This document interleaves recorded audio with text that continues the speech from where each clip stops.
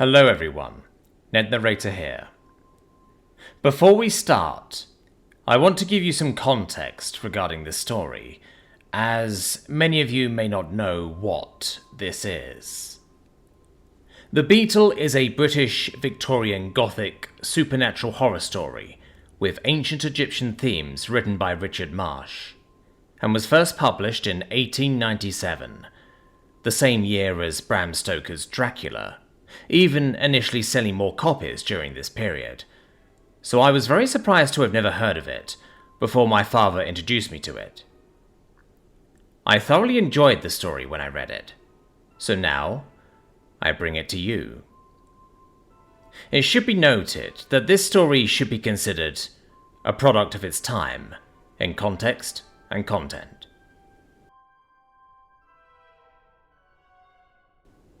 The Beetle. Written by Richard Marsh. Read by Net Narrator. Book 1. The House with the Open Window. The surprising narration of Robert Holt. Chapter 1.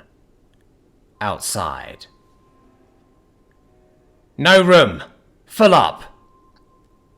He banged the door in my face. That was the final blow. To have tramped about all day looking for work, to have begged even for a job which would give me money enough to buy a little food, and to have tramped and to have begged in vain. That was bad. But, sick at heart, depressed in mind and in body, exhausted by hunger and fatigue, to have been compelled to pocket any little pride I might have left, and solicit, as the penniless, homeless tramp, which indeed I was, a night's lodging in the casual ward, and to solicit it in vain, that was worse, much worse, about as bad could be. I stared stupidly at the door, which had just been banged in my face. I could scarcely believe that the thing was possible. I had hardly expected to figure as a tramp, but supposing it conceivable that I could become a tramp, that I should be refused admission to that abode of all ignominy. The tramp's ward was to have attained a depth of misery of which never even in nightmares I had dreamed. As I stood wondering what I should do, a man slouched towards me out of the shadow of the wall. "Won't he let you in?" "He says it's full." "Says it's full, does he? That's the lay of Fulham. They always say it's full. They wants to keep the number down." I looked at the man askance. His head hung forward. His hands were in his trouser pockets. His clothes were rags. His tone was husky. "Do you mean that they say it's full when it isn't? That they won't let me in, although there's room?" "That's it. Blokes are kidding you." "But if there's room, aren't they bound to let me in?" "Course they are. And, blimey, if I was you, I'd make 'em. Blimey, I would." He broke into a volley of execrations. "But what am I to do?" "Why, give 'em another rouser. Let 'em know as you won't be kidded." I hesitated, then, acting on his suggestion, for the second time, I rang the bell. The door was flung wide open, and the grizzled pauper, who had previously responded to my summons, stood in the open doorway. Had he been the chairman of the Board of Guardians himself, he could not have addressed me with greater scorn. "What, here again? What's your little game? Think I've nothing better to do than to wait upon the likes of you?" "I want to be admitted." "Then you won't be admitted." "I want to see someone in authority." "Ain't you seen someone in authority?" "I want to see someone besides you. I want to see the master." "Then you won't see the master." He moved the door swiftly too, but prepared for such a maneuver, I thrust my foot sufficiently inside to prevent his shutting it. I continued to address him. "Are you sure that the ward is full?" "Full 2 hours ago." "Well, what am I to do?" "I don't know what you're to do." Which is the next nearest workhouse? Kensington. Suddenly opening the door as he answered me, putting out his arm, he thrust me backwards. Before I could recover, the door was closed. The man in rags had continued a grim spectator of the scene.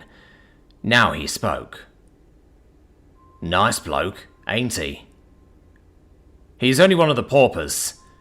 Has he any right to act as one of the officials? I tell you, some of them paupers is worse than the officers. A long sight worse. They thinks they own the houses, blimey they do. Oh, it's a fine world, this is. He paused. I hesitated. For some time there had been a suspicion of rain in the air. Now it was commencing to fall in a fine but soaking drizzle. It only needed that to fill my cup to overflowing. My companion was regarding me with a sort of sullen curiosity.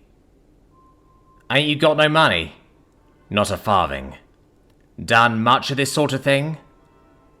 It's the first time I've been to a casual ward, and it doesn't seem as if I'm going to get in now. I thought you looked as if you was a bit fresh. What are you going to do? How far is it to Kensington? Workhouse? About 3 mile. But if I was you, I'd try St. George's. Where's that? In the Fulham Road. Kensington's only a small place. They do you well there, and it's always full as soon as the door's opened. You'd have more chance at St. George's. He was silent. I turned his words over in my mind, feeling as little disposed to try the one place as the other. Presently he began again. I've travelled from Reading this day. I have tramped every foot. And all the way as I come along, I'll have a shakedown at Hammersmith, I says. And now, I'm as far off from it as ever. This is a fine country, this is. I wish every soul in it was swept into the sea, blimey I do. But I ain't going to go no further. I'll have a bed in Hammersmith, or I'll know the reason why. How are you going to manage it? Have you got any money? Got any money? My crikey. I look as though I had. I sound as though I had too. I ain't had no brads, 'cept now and then a brown. This last 6 months. How are you going to get to bed then? How am I going to? Why, like this way. He picked up 2 stones, one in either hand. The one in his left he flung at the glass which was over the door of the casual ward. It crashed through it, and through the lamp beyond. That's how I'm going to get to bed. The door was hastily opened. The grizzled pauper reappeared. He shouted as he peered at us in the dark. Who done that? I done it, governor, and if you like you can see me do the other. It might do your eyesight good. Before the grizzled pauper could interfere, he had held the stone in his right hand for another pane. I felt that it was time for me to go. He was earning a night's rest at a price which, even in my extremity, I was not disposed to pay. When I left, 2 or 3 other persons had appeared upon the scene, and the man in rags was addressing them with a degree of frankness, which in that direction left little to be desired. I slunk away, unnoticed. But had not gone far before I had almost decided that I might as well have thrown in my fortune with the bolder wretch, and smashed a window too. Indeed, more than once my feet faltered, as I all but returned to do the feat which I had left undone. A more miserable night for an out-of-door excursion I could hardly have chosen. The rain was like a mist, and was not only drenching me to the skin, but it was rendering it difficult to see more than a little distance in any direction. The neighbourhood was badly lighted. It was one in which I was a stranger. I had come to Hammersmith as a last resource. It had seemed to me that I had tried to find some occupation which would enable me to keep body and soul together in every other part of London, and that now only Hammersmith was left. And at Hammersmith, even the workhouse would have none of me.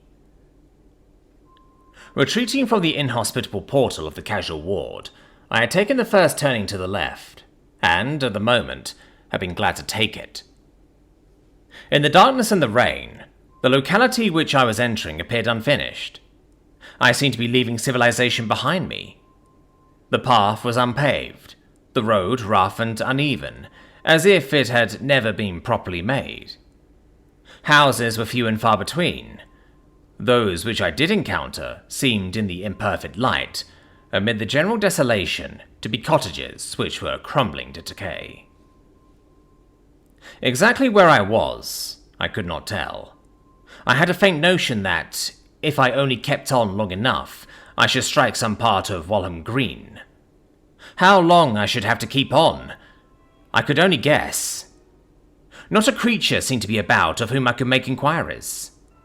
It was as if I was in a land of desolation. I suppose it was between 11 o'clock and midnight. I had not given up my quest for work till all the shops were closed, and in Hammersmith, that night at any rate, they were not early closers. Then I had lounged about dispiritedly, wondering what was the next thing I could do. It was only because I feared that if I attempted to spend the night in the open air, without food, when the morning came I should be broken up and fit for nothing, that I sought a night's free board and lodging. It was really hunger which drove me to the workhouse door. That was Wednesday. Since the Sunday night preceding, nothing had passed my lips save water from the public fountains, with the exception of a crust of bread which a man had given me, whom I had found crouching at the root of a tree in Holland Park. For 3 days I had been fasting, practically all the time upon my feet. It seemed to me that if I had to go hungry till the morning I should collapse. There would be an end. Yet in that strange and inhospitable place, where was I to get food at that time of night? And how? I do not know how far I went. Every yard I covered, my feet dragged more. I was dead beat, inside and out. I had neither strength nor courage left. And within there was that frightful craving, which was as though it shrieked aloud. I leant against some palings, dazed and giddy. If only death had come upon me quickly, painlessly. How true a friend I should have thought it. It was the agony of dying inch by inch which was so hard to bear. It was some minutes before I could collect myself sufficiently to withdraw from the support of the railings, and to start afresh. I stumbled blindly over the uneven road. Once, like a drunken man, I lurched forward and fell upon my knees. Such was my backboneless state that for some seconds I remained where I was, half disposed to let things slide, accept the good the gods had sent me, and make a night of it just there. A long night, I fancy, it would have been, stretching from time unto eternity. Having regained my feet, I had gone perhaps another couple of 100 yards along the road. Heaven knows that it seemed to me, just then, a couple of miles, when there came over me again that overpowering giddiness which, I take it, was born of my agony of hunger. I staggered, helplessly, against a low wall which, just there, was at the side of the path. Without it I should have fallen in a heap. The attack appeared to last for hours. I suppose it was only seconds, and when I came to myself, it was as though I had been aroused from a swoon of sleep. Aroused to an extremity of pain, I exclaimed aloud. For a loaf of bread, what wouldn't I do? I looked about me, in a kind of frenzy. As I did so, I, for the first time, became conscious that behind me was a house. It was not a large one. It was one of those so-called villas which are springing up in multitudes all round London, and which are let at rentals of from £25 to £40 a year. It was detached. So far as I could see in the imperfect light, there was not another building within 20 or 30 yards of either side of it. It was in 2 stories. There were 3 windows in the upper story. Behind each, the blinds were closely drawn. The hall door was on my right. It was approached by a little wooden gate. The house itself was so close to the public road that by leaning over the wall, I could have touched either of the windows on the lower floor. There were 2 of them. One of them was a bow window. The bow window was open. The bottom centre sash was raised about 6 inches. Chapter 2. Inside. I realised and, so to speak, mentally photographed all the little details of the house in front of which I was standing, with what almost amounted to a gleam of preternatural perception. An instant before, the world swam before my eyes. I saw nothing. Now, I saw everything, with a clearness which, as it were, was shocking. Above all, I saw the open window. I stared at it, conscious, as I did so, of a curious catching of the breath. It was so near to me, so very near. I had but to stretch out my hand to thrust it through the aperture. Once inside, my hand would at least be dry. How it rained out there! My scanty clothing was soaked. I was wet to the skin. I was shivering. And each second, it seemed to rain still faster. My teeth were chattering. The damp was liquefying the very marrow in my bones. And inside that open window, it must be so warm, so dry. There was not a soul in sight, not a human being anywhere near. I listened. There was not a sound. I alone was at the mercy of the sodden night. Of all God's creatures, the only one unsheltered from the fountains of heaven which he had opened. There was not one to see what I might do, not one to care. I need fear no spy. Perhaps the house was empty. Nay, probably. It was my plain duty to knock at the door, rouse the inmates, and call attention to their oversight, the open window. The least they could do would be to reward me for my pains. But suppose the place was empty, what would be the use of knocking? It would be to make a useless clatter, possibly to disturb the neighbourhood, for nothing. And even if the people were at home, I might go unrewarded. I had learned in a hard school the world's ingratitude. To have caused the window to be closed, the inviting window, the tempting window, the convenient window, and then to be no better for it after all, but still to be penniless, hopeless, hungry, out in the cold and the rain. Better anything than that. In such a situation, too late, I should say to myself, that mine had been the conduct of a fool. And I should say it justly too, to be sure. Leaning over the low wall, I found that I could very easily put my hand inside the room. How warm it was in there! I could feel the difference of temperature in my fingertips. Very quietly, I stepped right over the wall. There was just room to stand in comfort between the window and the wall.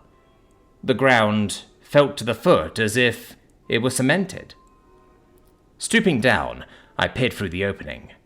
I could see nothing. It was black as pitch inside. The blind was drawn right up. It seemed incredible that anyone could be at home and have gone to bed, leaving the blind up and the window open. I placed my ear to the crevice. How still it was. Beyond doubt, the place was empty.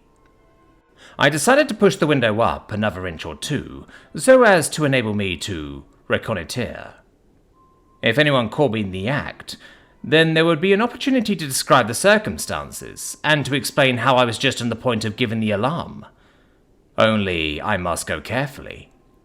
In such damp weather, it was probable that the sash would creak. Not a bit of it. It moved as readily and as noisily as if it had been oiled. This silence of the sash so emboldened me that I raised it more than I intended. In fact, as far as it would go. Not by a sound did it betray me. Bending over the sill, I put my head and half my body into the room. But I was no forwarder. I could see nothing, not a thing. For all I could tell, the room might be unfurnished. Indeed, the likelihood of such an explanation began to occur to me. I might have chanced upon an empty house. In the darkness, there was nothing to suggest the contrary. What was I to do?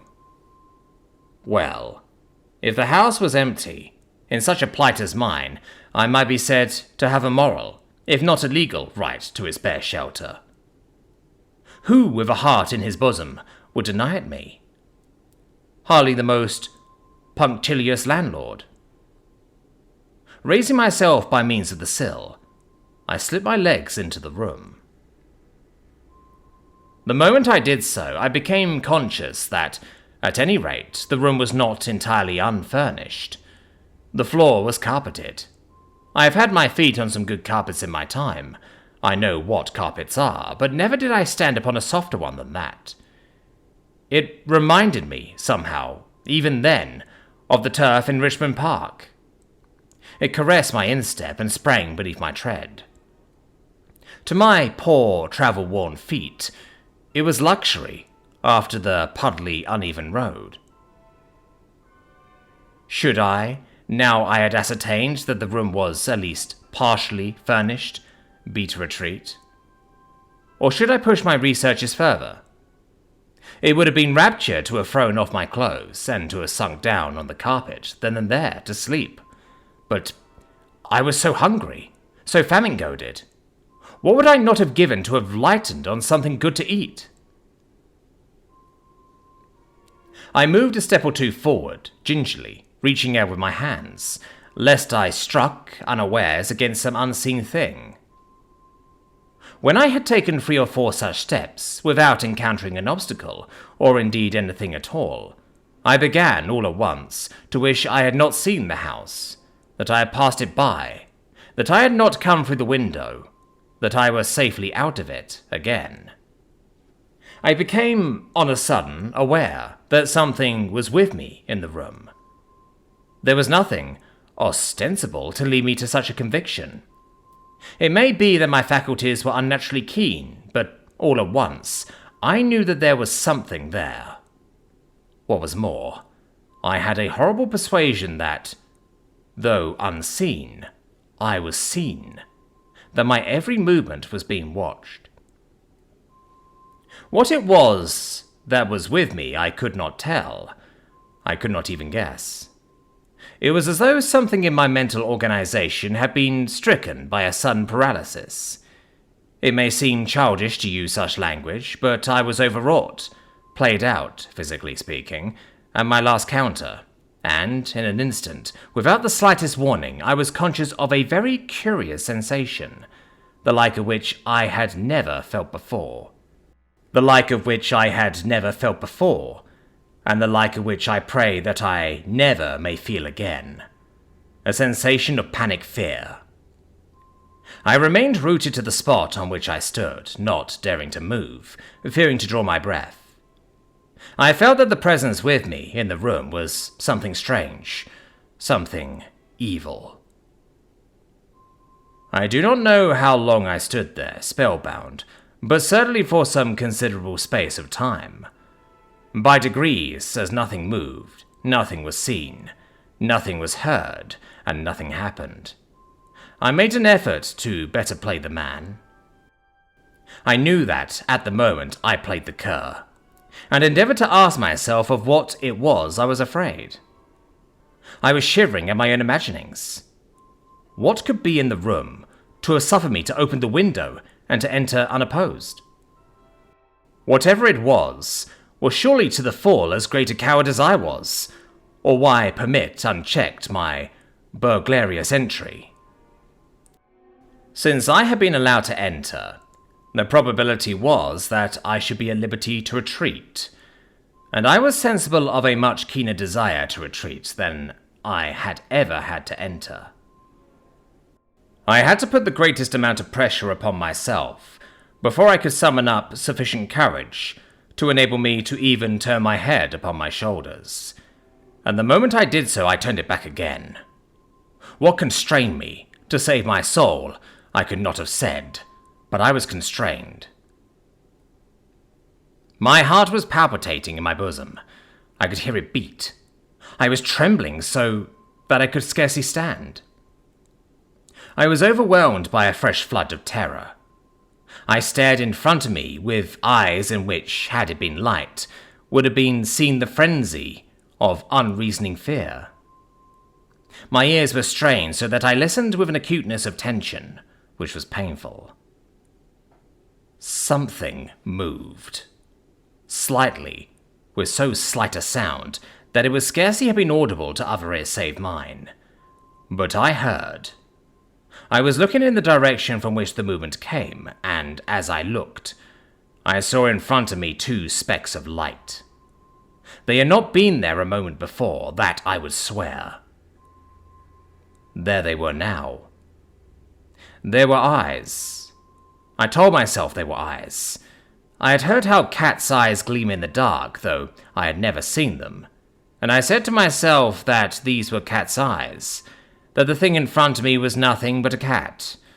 But I knew I lied. I knew that these were eyes, and I knew they were not cat's eyes. But what eyes they were I did not know, nor dared to think. They moved towards me. The creature to which the eyes belonged was coming closer. So intense was my desire to fly that I would much rather have died than stood there still. Yet I could not control a limb. My limbs were as if they were not mine. The eyes came on, noiselessly. At first they were between 2 and 3 feet from the ground, but on a sudden there was a squelching sound, as if some yielding body had been squashed upon the floor. The eyes vanished, to reappear a moment afterwards at what I judged to be a distance of some 6 inches from the floor. And they again came on. So it seemed that the creature, whatever it was to which the eyes belonged, was, after all, but small. Why I did not obey the frantic longing which I had to flee from it, I cannot tell. I only know I could not. I take it that the stress and privations which I had lately undergone, and which I was even then still undergoing, had much to do with my conduct at that moment, and with the part I played in all that followed. Ordinarily, I believe that I have as high a spirit as the average man, and as solid a resolution. But when one has been dragged through the valley of humiliation, and plunged again and again into the waters of bitterness and privation, a man can be constrained to a course of action of which, in his happier moments, he would have deemed himself incapable. I know this of my own knowledge. Slowly the eyes came on, with a strange slowness, and as they came they moved from side to side as if their owner walked unevenly. Nothing could have exceeded the horror with which I awaited their approach, except my incapacity to escape them. Not for an instant did my glance pass from them.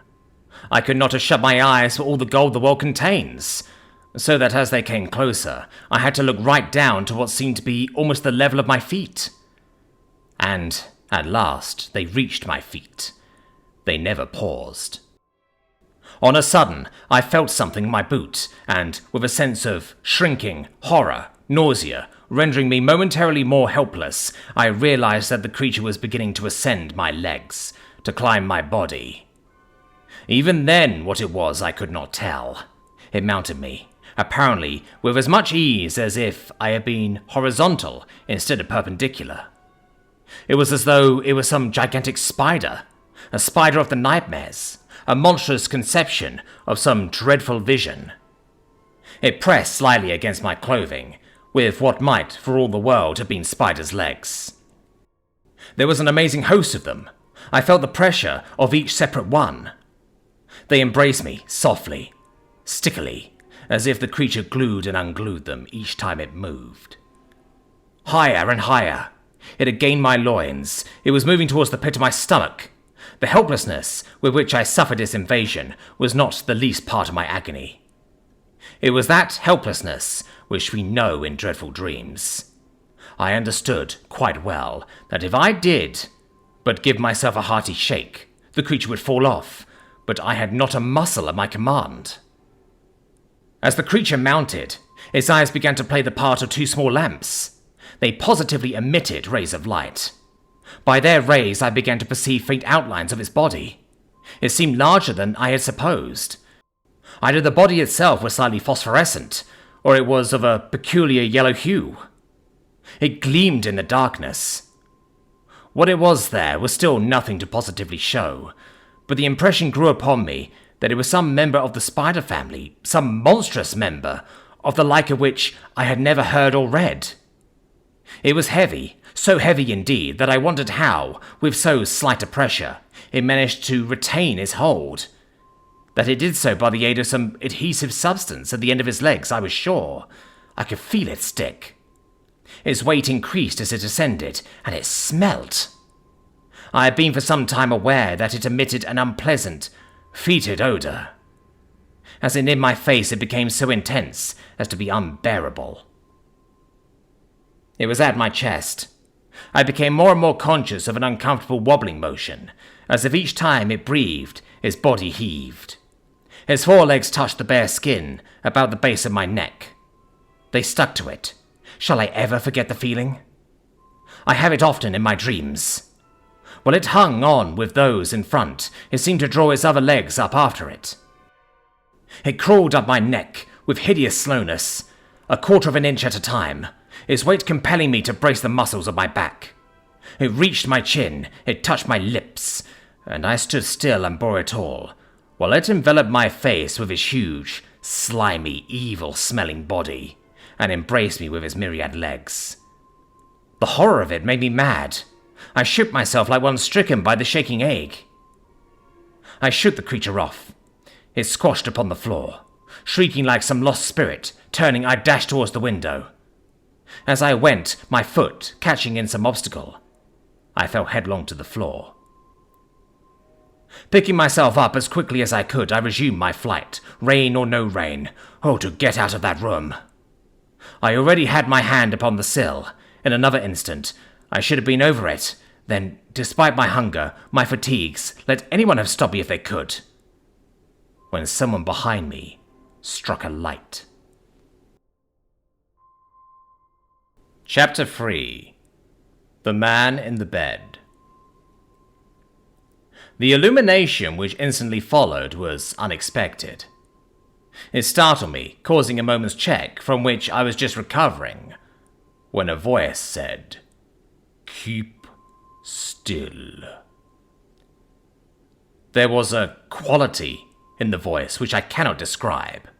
Not only an accent of command, but a something malicious, a something saturnine. It was a little guttural, though whether it was a man speaking, I could not have positively said, but I had no doubt it was a foreigner. It was the most disagreeable voice I had ever heard, and it had on me the most disagreeable effect, for when it said, "Keep still," I kept still. It was as though there was nothing else for me to do. "Turn round." I turned round, mechanically, like an automaton. Such passivity was worse than undignified. It was galling. I knew that well.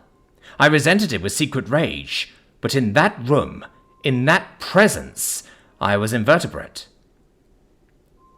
When I turned, I found myself confronting someone who was lying in bed. At the head of the bed was a shelf. On the shelf was a small lamp which gave the most brilliant light I had ever seen.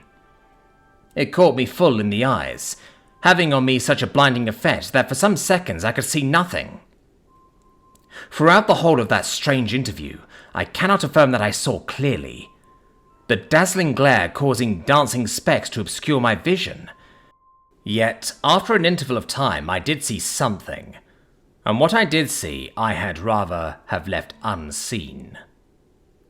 I saw someone in front of me lying in a bed. I could not at once decide if it was a man or a woman. Indeed, at first I doubted if it was anything human. But afterwards I knew it to be a man. For this reason, if for no other, that it was impossible such a creature could be feminine. The bedclothes were drawn up to his shoulders, only his head was visible. He lay on his left side, his head resting on his left hand, motionless, eyeing me as if he sought to read my inmost soul. And, in very truth, I believe he read it. His age I could not guess. Such a look of age I had never imagined. Had he asserted that he had been living through the ages, I should have been forced to admit that, at least, he looked it. and yet I felt that it was quite within the range of possibility that he was no older than myself. There was a vitality in his eyes which was startling. It might have been that he had been afflicted by some terrible disease, and it was that which had made him so supernaturally ugly. There was not a hair upon his face or head, but to make up for it, the skin, which was a saffron yellow, was an amazing mass of wrinkles. The cranium and, indeed, the whole skull was so small as to be disagreeably suggestive of something animal. The nose, on the other hand, was abnormally large. So extravagant were its dimensions and so peculiar its shape, it resembled the beak of some bird of prey. A characteristic of the face, and an uncomfortable one, was that, practically, it stopped short at the mouth. The mouth, with its blubber lips, came immediately underneath the nose and chin. To all intents and purposes, there was none. This deformity, for the absence of chin amounted to that, it was which gave to the face the appearance of something not human. That, and the eyes.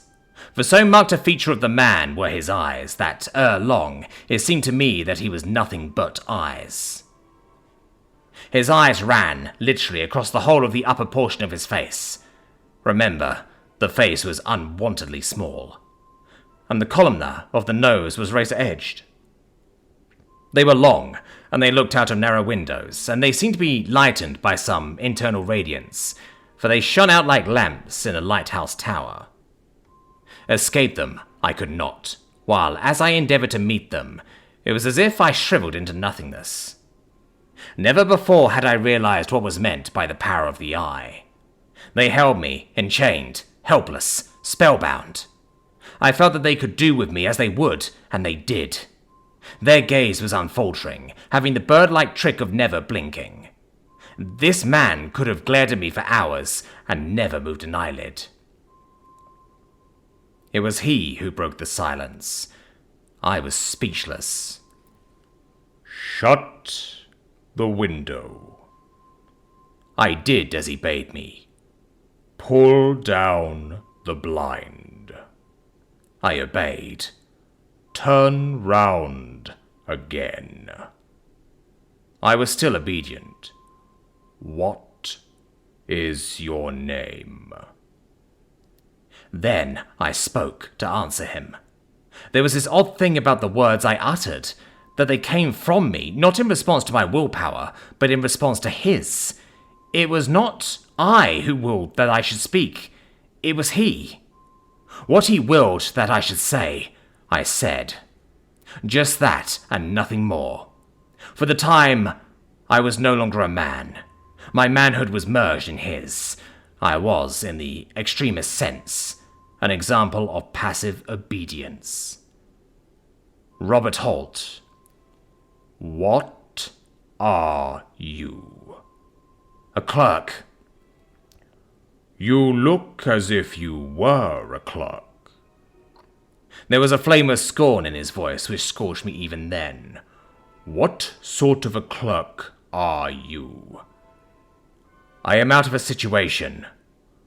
"You look as if you were out of a situation." Again the scorn. "Are you the sort of clerk who is always out of a situation? You are a thief." "I am not a thief." "Do clerks come through the window?" I was still, he putting no constraint on me to speak. "Why did you come through the window?" "Because it was open."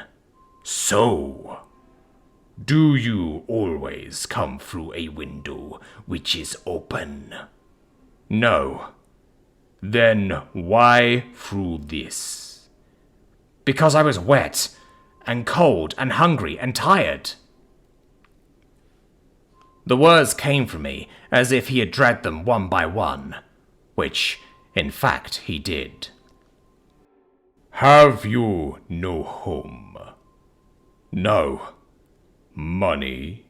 "No." "Friends?" "No." "Then what sort of a clerk are you?" I did not answer him. I did not know what it was he wished me to say. I was the victim of bad luck, nothing else, I swear it. Misfortune had followed hard upon misfortune. The firm by whom I had been employed for years suspended payment. I obtained a situation with one of their creditors at a lower salary. They reduced their staff, which entailed my going. After an interval, I obtained a temporary engagement, the occasion which required my services passed, and I with it. After another and a longer interval, I again found temporary employment, the pay for which was but a pittance. When that was over, I could find nothing. That was 9 months ago, and since then I had not earned a penny. It is so easy to grow shabby when you are on the everlasting tramp and are living on your stock of clothes. I had trudged all over London in search of work. Work of any kind would have been welcome, so long as it would have enabled me to keep body and soul together, and I had trudged in vain. Now I had been refused admittance as a casual. How easy is the descent? But I did not tell the man lying on the bed all this. He did not wish to hear. Had he wished, he would have made me tell him. It may be that he read my story, unspoken though it was. It is conceivable. His eyes had powers of penetration, which were peculiarly their own. That I know. Undress. When he spoke again, that was what he said, in those guttural tones of his, in which there was a reminiscence of some foreign land. I obeyed, letting my sodden, shabby clothes fall anyhow upon the floor. A look came on his face as I stood naked in front of him, which, if it was meant for a smile, was a satyr's smile, and which filled me with a sensation of shuddering repulsion. What a white skin you have! How white! What would I not give for a skin as white as that? Ah, yes. He paused, devouring me with his glances, then continued. Go to the cupboard. You will find a cloak. Put it on. I went to a cupboard which was in a corner of the room, his eyes following me as I moved. It was full of clothing, garments which might have formed the stock in trade of a costumier, whose specialty was providing costumes for masquerades. A long dark cloak hung on a peg. My hands moved towards it, apparently of his own volition. I put it on, its ample folds falling to my feet.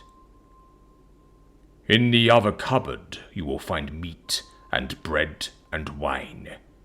Eat and drink. On the opposite side of the room, near the head of his bed, there was a second cupboard. In this, upon a shelf, I found what looked like pressed beef, several round cakes of what tasted like rye bread, and some thin, sour wine in a straw-covered flask. But I was in no mood to criticize. I crammed myself, I believe, like some famished wolf, he watching me in silence all the time. When I had done, which was when I had eaten and drunk as much as I could hold, there returned to his face that satyr's grin. I would that I could eat and drink like that. Ah, yes. Put back what is left. I put it back, which seemed an unnecessary exertion. There was so little to put. Look me in the face. I looked him in the face, and immediately became conscious, as I did so, that something was going from me, the capacity, as it were, to be myself. His eyes grew larger and larger, till they seemed to fill all space, till I became lost in their immensity. He moved his hand, doing something to me, I know not what, as it passed through the air, cutting the solid ground from underneath my feet, so that I fell headlong to the ground. Where I fell, there I lay, like a log, and the light went out.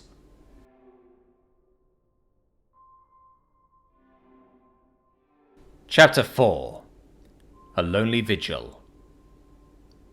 I knew that the light went out, for not the least singular, nor indeed the least distressing part of my condition, was the fact that, to the best of my knowledge and belief, I never once lost consciousness during the long hours which followed.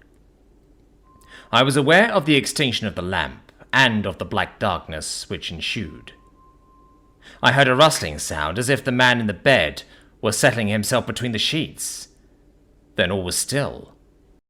And throughout that interminable night I remained, my brain awake, my body dead, waiting, watching for the day. What had happened to me? I could not guess. That I probably wore some of the external evidences of death, my instinct told me. I knew I did. Paradoxical though it may sound, I felt as a man might feel who had actually died, as, in moments of speculation in the days gone by, I had imagined it as quite possible that he would feel. It is very far from certain that feeling necessarily expires with what we call life. I continually asked myself if I could be dead. The inquiry pressed itself on me with awful iteration. Does the body die? And the brain, the I, the ego, still live on? God only knows. But then, the agony of the thought. The hours passed. By slow degrees, the silence was eclipsed. Sounds of traffic, of hurrying footsteps, life, were ushers of the morn. Outside, the window sparrows twittered. A cat mewed, a dog barked. There was the clatter of a milk can. Shafts of light still past the blind, increasing in intensity. It still rained. Now and again it pattered against the pane. The wind must have shifted, because for the first time there came, on a sudden, the clang of a distant clock striking the hour. 7. Then, with the interval of a lifetime between each chiming, 8, 9, 10. So far in the room itself, there had not been a sound. When the clock had struck 10, as it seemed to me years ago, there came a rustling noise from the direction of the bed. Feet stepped upon the floor, moving towards where I was lying. It was, of course, now broad day, and I, presently, perceived that a figure, clad in some queer-coloured garment, was standing at my side, looking down at me. It stooped, then knelt. My only covering was unceremoniously thrown from off me, so that I lay there in my nakedness. Fingers prodded me, then and there, as if I had been some beast ready for the butcher's stall. A face looked into mine, and in front of me were those dreadful eyes. Then, whether I was dead or living, I said to myself that this could be nothing human. Nothing fashioned in God's image could wear such a shape as that. Fingers were pressed into my cheeks. They were thrust into my mouth, and they touched my staring eyes, shut my eyelids, then opened them again. And, horror of horrors, the blubber lips were pressed to mine. The soul of something evil entered into me in the guise of a kiss. Then this travesty of manhood reascended to his feet and said, whether speaking to me or to himself, I could not tell, "Dead, dead, as good as dead, and better. We'll have him buried." He moved away from me. I heard a door open and shut and knew that he was gone. And he continued gone throughout the day. I had no actual knowledge of his issuing out into the street, but he must have done so, because the house appeared deserted. What had become of the dreadful creature of the night before I could not guess. My first fear was that he had left it behind him in the room with me. It might be as a sort of watchdog, but as the minutes and the hours passed and there was still no sign or sound of anything living, I concluded that, if the thing was there, it was possibly as helpless as myself, and that during its owner's absence, at any rate, I had nothing to fear from its too pressing attentions. That, with the exception of myself, the house held nothing human. I had strong presumptive proof more than once in the course of the day. Several times, both in the morning and the afternoon, people without endeavoured to attract the attention of whoever was within. Vehicles, probably tradesmen's carts, drew up in front, their stopping being followed by more or less assiduous assaults upon the knocker and the bell. but in every case their appeals remained unheeded. Whatever it was they wanted, they had to go unsatisfied away. Lying there, torpid, with nothing to do but listen, I was possibly struck by very little, but it did occur to me that one among the callers was more persistent than the rest. The distant clock had just struck noon when I heard the gate open, and someone approached the front door. Since nothing but silence followed, I supposed that the occupant of the place had returned, and had chosen to do so as silently as he had gone. Presently, however, there came from the doorstep a slight but peculiar call, as if a rat was squeaking. It was repeated 3 times, and then there was the sound of footsteps quietly retreating, and the gate reclosing. Between 1 and 2 the caller came again. There was a repetition of the same signal, but it was a signal I did not doubt, followed by the same repeat. About 3, the mysterious visitant returned. The signal was repeated, and when there was no response, fingers tapped softly against the panels of the front door. When there was still no answer, footsteps stole softly round the side of the house, and there came the signal from the rear, and then, again, tapping of fingers against what was, apparently, the back door. No notice being taken of these various proceedings, the footsteps returned the way they went, and, as before, the gate was closed. Shortly after darkness had fallen, this assiduous caller returned to make a 4th and more resolute attempt to call attention to his presence. From the peculiar character of his manoeuvres, it seemed that he suspected that whoever was within had particular reasons for ignoring him without. He went through the familiar pantomime of the 3 squeaky calls, both at the front door and the back, followed by the tapping of the fingers on the panels. This time, however, he also tried the window panes. I could hear quite distinctly the clear yet distinct noise of what seemed like knuckles rapping against the windows behind. Disappointed there, he renewed his efforts at the front. The curiously quiet footsteps came round the house, to pause before the window of the room in which I lay, and then something singular occurred. While I waited for the tapping, there came, instead, the sound of someone or something scrambling onto the windowsill, as if some creature, unable to reach the window from the ground, was endeavouring to gain the vantage of the sill. Some ungainly creature, unskilled in surmounting such an obstacle as a perpendicular brick wall. There was the noise of what seemed to be the scratching of claws, as if it experienced considerable difficulty in obtaining a hold on the unyielding surface. What kind of creature it was, I could not think. I was astonished to find that it was a creature at all. I had taken it for granted that the preserving visitor was either a woman or a man.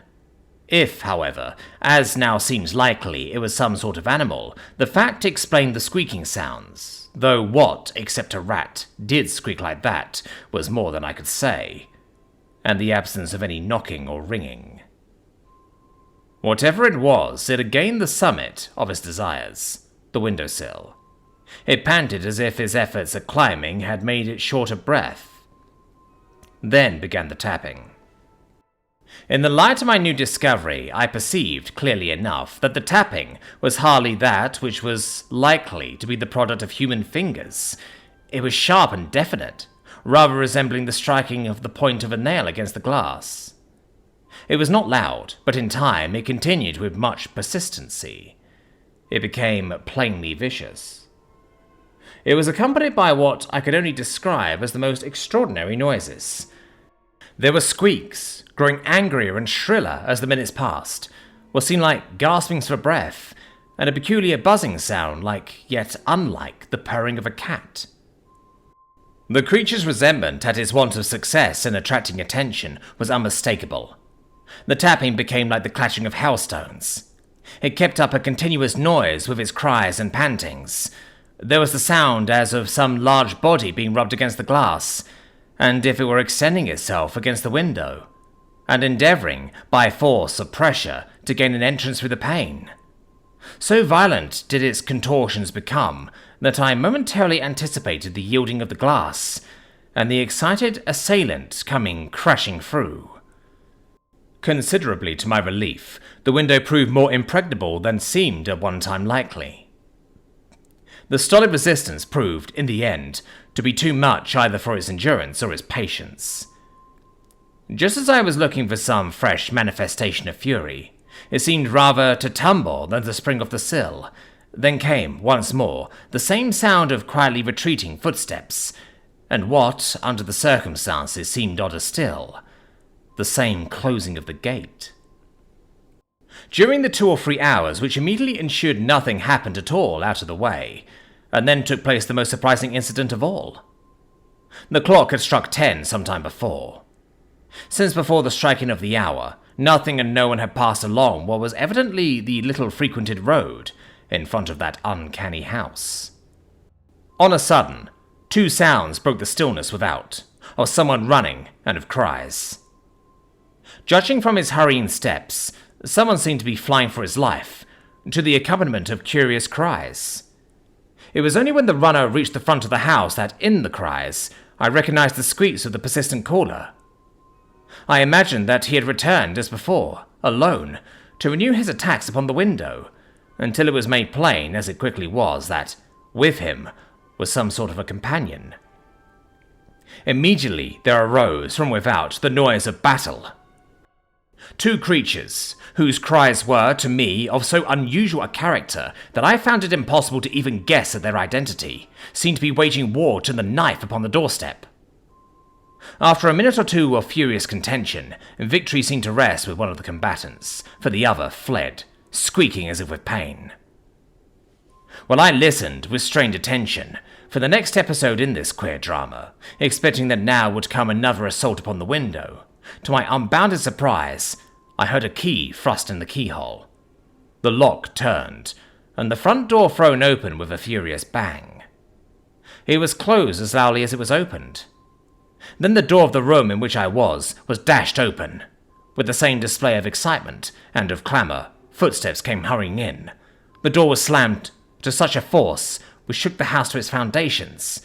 There was a rustling as of bedclothes, the brilliant illumination of the night before, and a voice which I had only too good reason to remember said, "Stand up."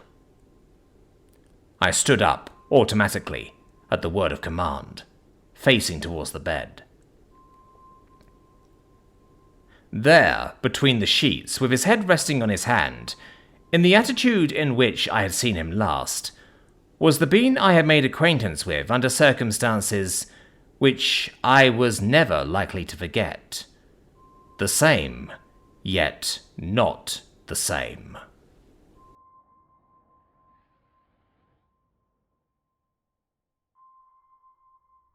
Chapter 5. An instruction to commit burglary.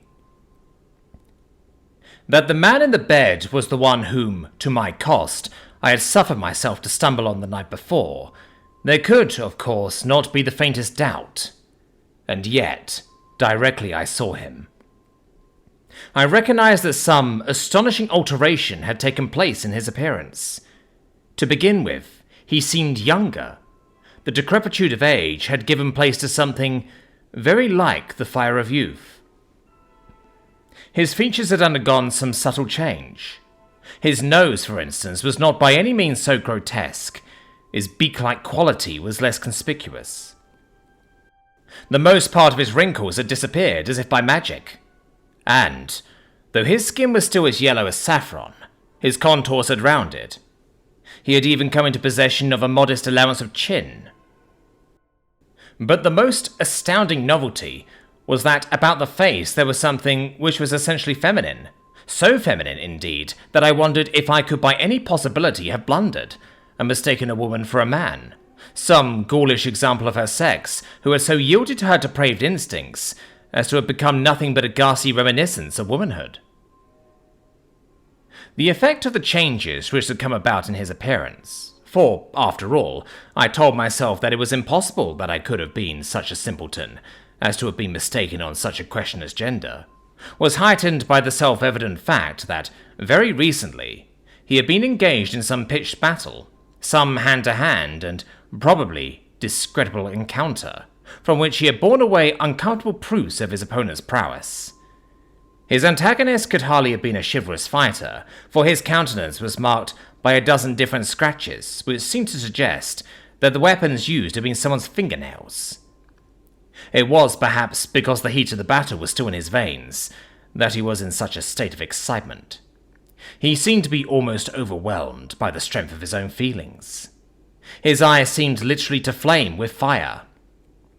The muscles of his face were working as if they were wholly beyond his own control. When he spoke, his accent was markedly foreign. The words rushed from his lips in an inarticulate torrent. He kept repeating the same thing over and over again in a fashion which was not a little suggestive of insanity. So you're not dead. You're not dead. You're alive. You're alive. Well, how does it feel to be dead? I ask you. Is it not good to be dead? To keep dead is better. It is the best of all. To have made an end of all things, to cease to strive and to cease to weep, to cease to want and to cease to have, to cease to annoy and to cease to long, to no more care, no, not for anything, to put from you the curse of life forever. Is that not the best? Oh yes, I tell you, do I not know?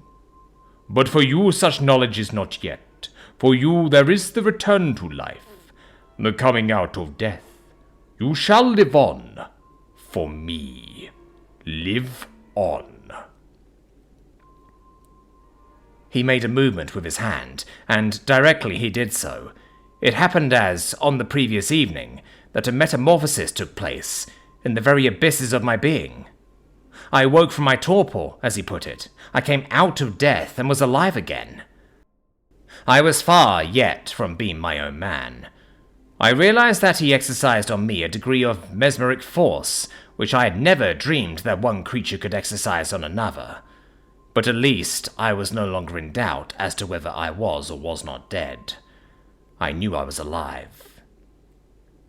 He lay, watching me, as if he was reading the thoughts which occupied my brain, and for all I know, he was. Robert Holt, you are a thief. I am not. My own voice, as I heard it, startled me. It was so long since it had sounded in my ears. You are a thief. Only thieves come through windows. Did you not come through the window? I was still. What would my contradiction have availed me? But it is well that you came through the window. Well, you are a thief. Well, for me. For me. It is you that I am wanting, at the happy moment you have dropped yourself into my hands, in the nick of time, for you are my slave, and my beak and call, my familiar spirit to do with as I will. You know this, eh? I did know it, and the knowledge of my impotence was terrible. I felt that if I could only get away from him, only release myself from the bonds with which he had bound me about, only remove myself from the horrible glamour of his near neighbourhood, only get 1 or 2 square meals and have an opportunity of recovering from the enervating stress of mental and bodily fatigue. I felt that then I might be something like his match, and that, a second time, he would endeavour in vain to bring me within the compass of his magic. But, as it was, I was conscious that I was helpless, and the consciousness was agony. He persisted in reiterating his former falsehood. I say you are a thief. A thief, Robert Holt. A thief. You came through a window for your own pleasure. Now you will go through a window for mine. Not this window, but another. Where the jest lay I did not perceive, but it tickled him, for a grating sound came from his throat which was meant for laughter. This time it is as a thief that you will go. Oh yes, Be sure." He paused, as it seemed to transfix me with his gaze. His unblinking eyes never for an instant quitted my face. With what a frightful fascination they constrained me, and how I loathed them. When he spoke again, there was a new intonation in his speech, something bitter, cruel, unrelenting. "Do you know Paul Lessingham?" He pronounced the name as if he hated it, and yet as if he loved to have it on his tongue. "What Paul Lessingham?" "There is only one Paul Lessingham.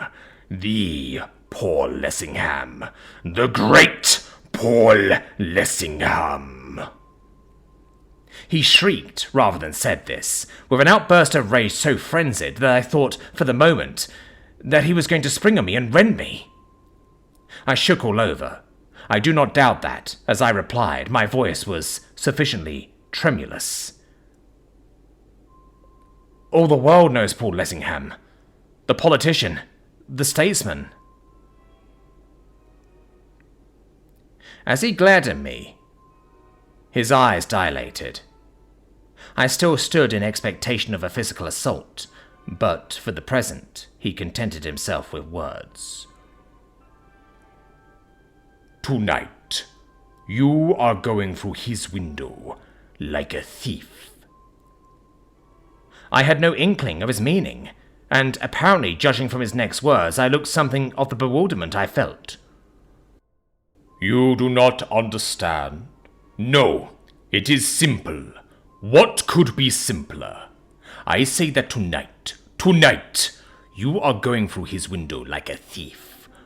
You came through my window. Why not through the window of Paul Lessingham, the politician, the statesman?"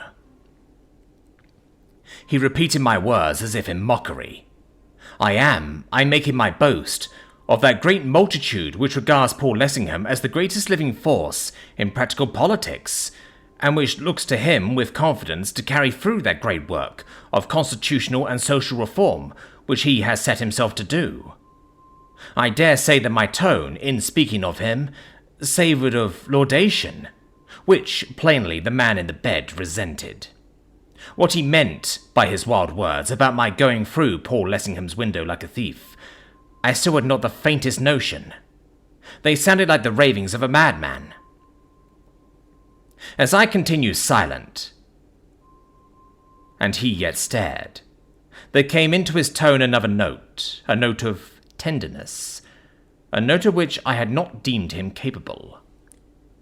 "He is good to look at, Paul Lessingham. Is he not good to look at?"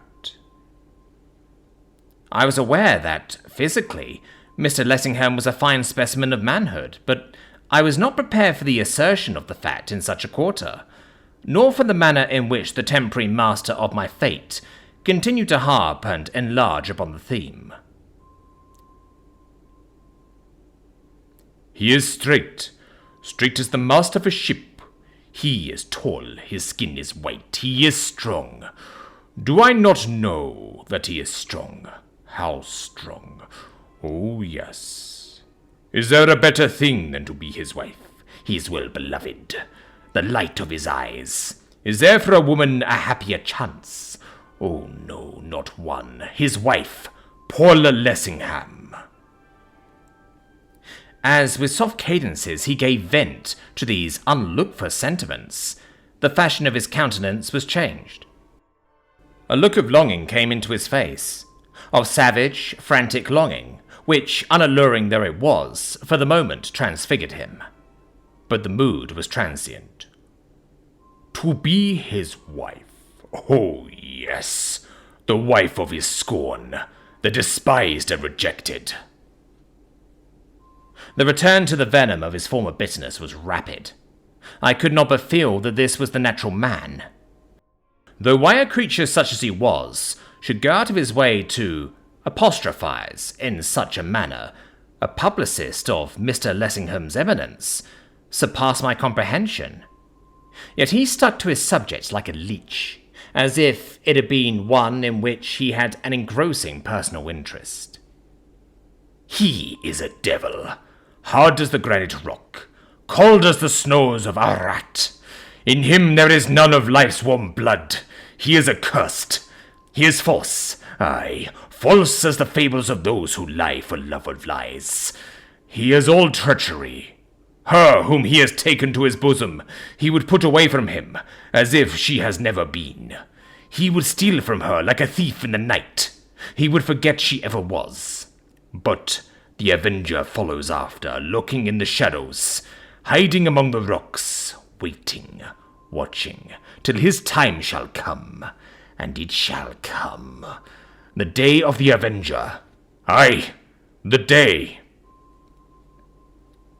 Raising himself to a sitting posture, he threw his arms above his head and shrieked with a demonic fury.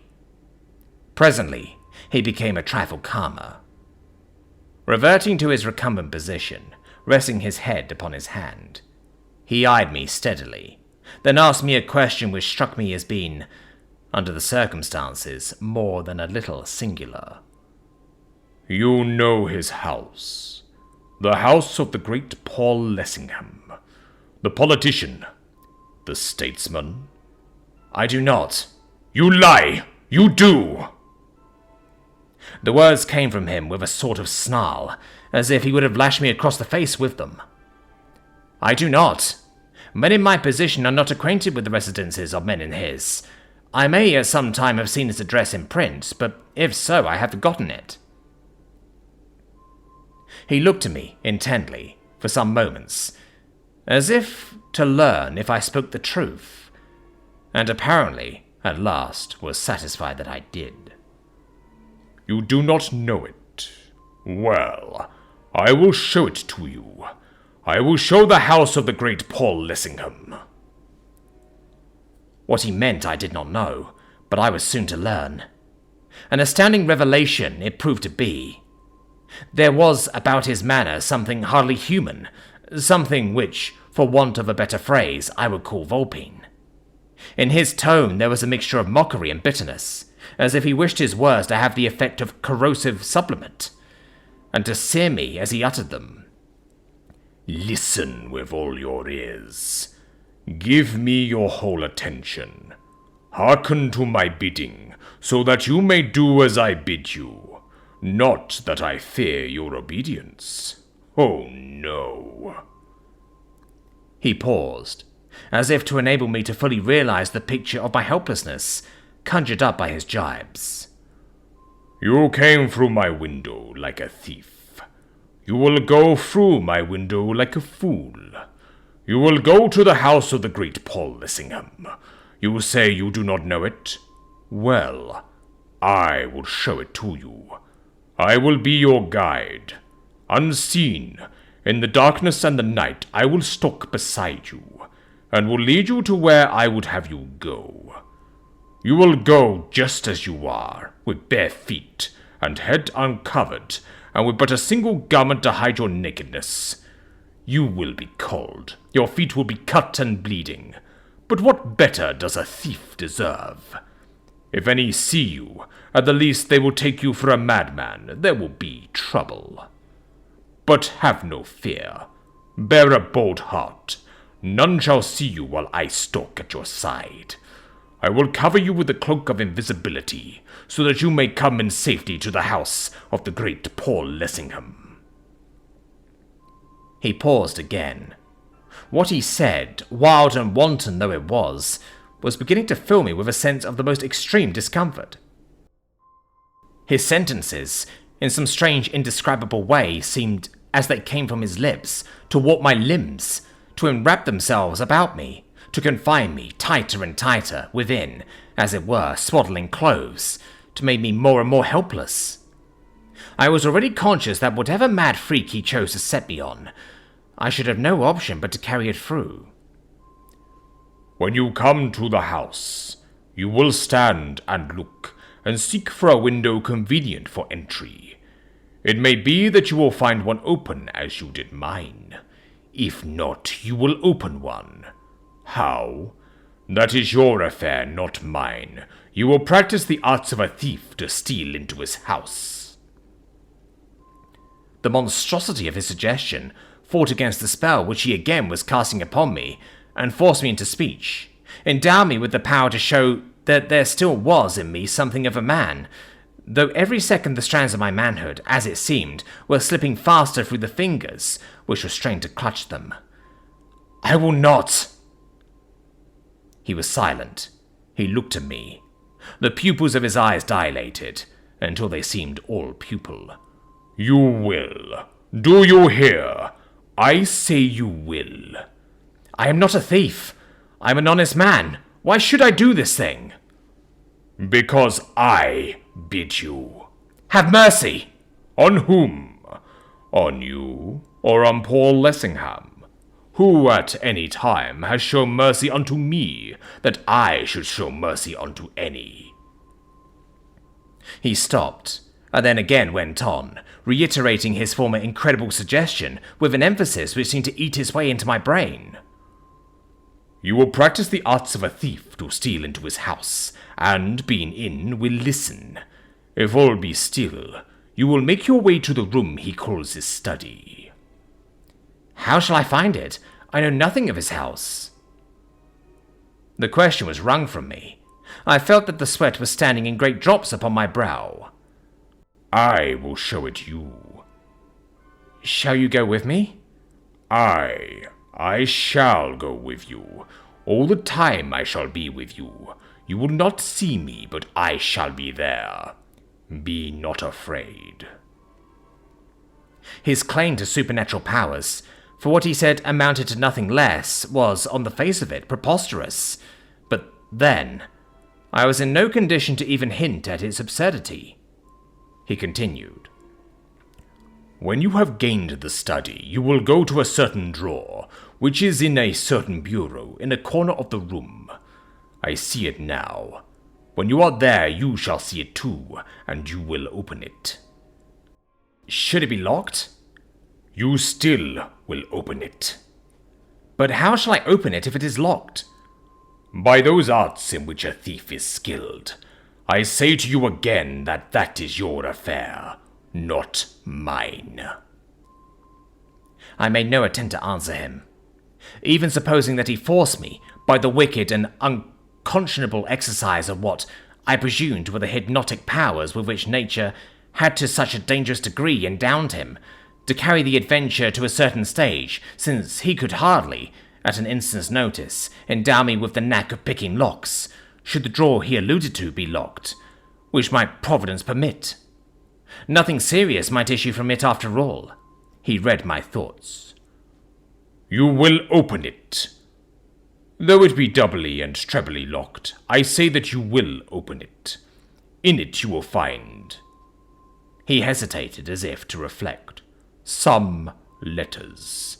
It may be 2 or 3. I know not just how many. They are bound about by a silken ribbon. You will take them out of the drawer, and having taken them, you will make the best of your way out of the house, and bear them back to me." "And should anyone come upon me, while engaged in these nefarious proceedings? For instance, should I encounter Mr. Lessingham himself? What then?" "Paul Lessingham? You need have no fear if you encounter him." "I need have no fear? If he finds me in his own house at dead of night, committing burglary?" "You need have no fear of him." "On your account, or on my own? At least it will have me hauled to jail." "I say you need have no fear of him. I say what I mean." "How, then, shall I escape his righteous vengeance? He is not the man to suffer a midnight robber to escape him scatheless. Shall I have to kill him?" "You will not touch him with a finger, nor will he touch you." "By what spell shall I prevent him?" "By the spell of 2 words." "What words are they?" "Should Paul Lessingham chance to come upon you, and find you in his house, a thief, and should seek to stay you from whatever it is you may be at, You will not flinch nor flee from him, but you will stand still, and you will say—" Something in the crescendo accents of his voice, something weird and ominous, caused my heart to press against my ribs, so that when he stopped, in my eagerness I cried out, "What?" "The Beetle!" As the words came from him, in a kind of screech, the lamp went out, and the place was all in darkness.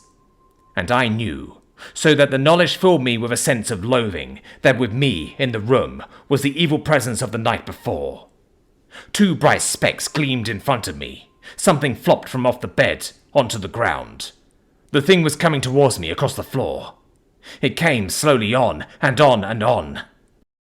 I stood still, speechless in the sickness of my horror, until on my bare feet it touched me with slimy feelers, and my terror lest it should creep up my naked body lent me voice, and I fell shrieking like a soul in agony. It may be that my shrieking drove it from me. At least, it went. I knew it went, and all was still.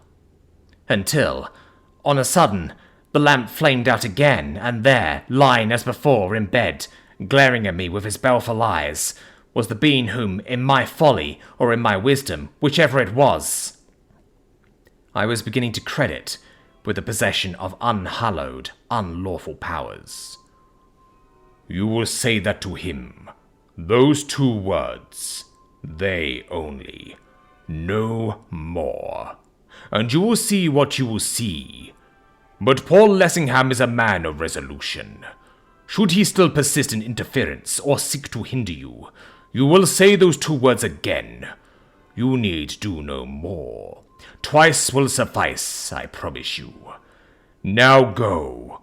Draw up the blind. Open the window. Climb through it. Hasten to do what I have bidden you. I wait here for your return, and all the way I shall be with you.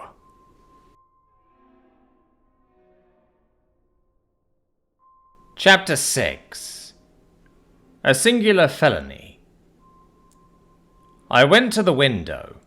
I drew up the blind, unlatching the sash.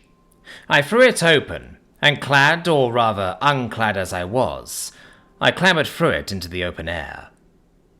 I was not only incapable of resistance, I was incapable of distinctly formulating the desire to offer resistance.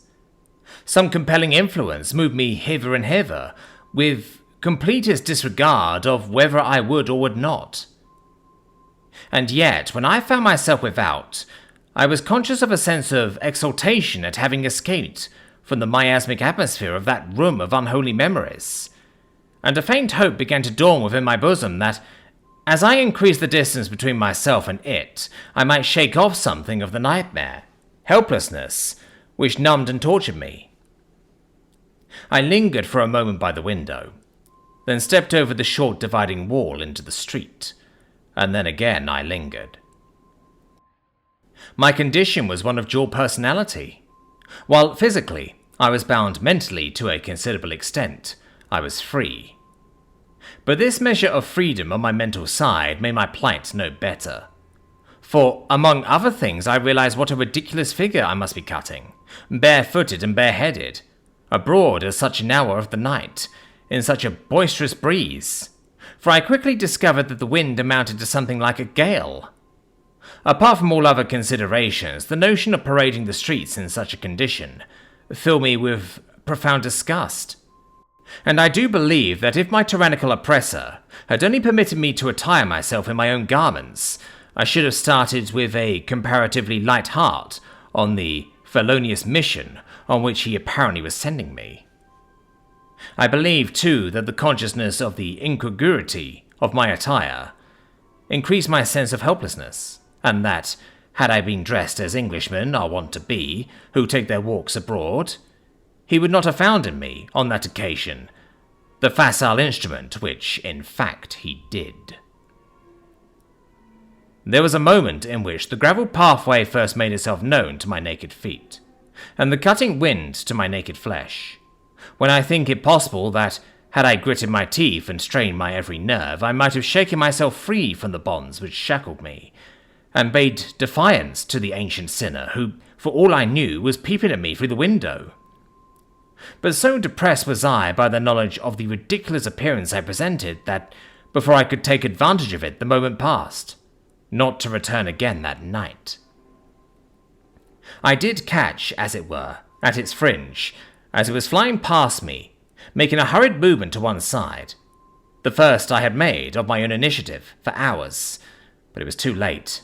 My tormentor, as if, though unseen, he saw, tightened his grip. I was whirled round and sped hastily onwards in a direction in which I certainly had no desire of travelling. All the way I never met a soul. I have since wondered whether in that regard my experience was not a normal one, whether it might not have happened to any. If so, there are streets in London, long lines of streets which, at a certain period of the night, in a certain sort of weather, probably the weather has something to do with it, are clean deserted, in which there is neither foot passenger nor vehicle, not even a policeman. The greater part of the route along which I was driven, I know just a word, was one with which I had some sort of acquaintance. It led at first through what, I take it, was some part of Walham Green, then along the Lily Road, through Brompton, along the Fulham Road, through the network of streets leading to Sloane Street, across Sloane Street into Lowndes Square.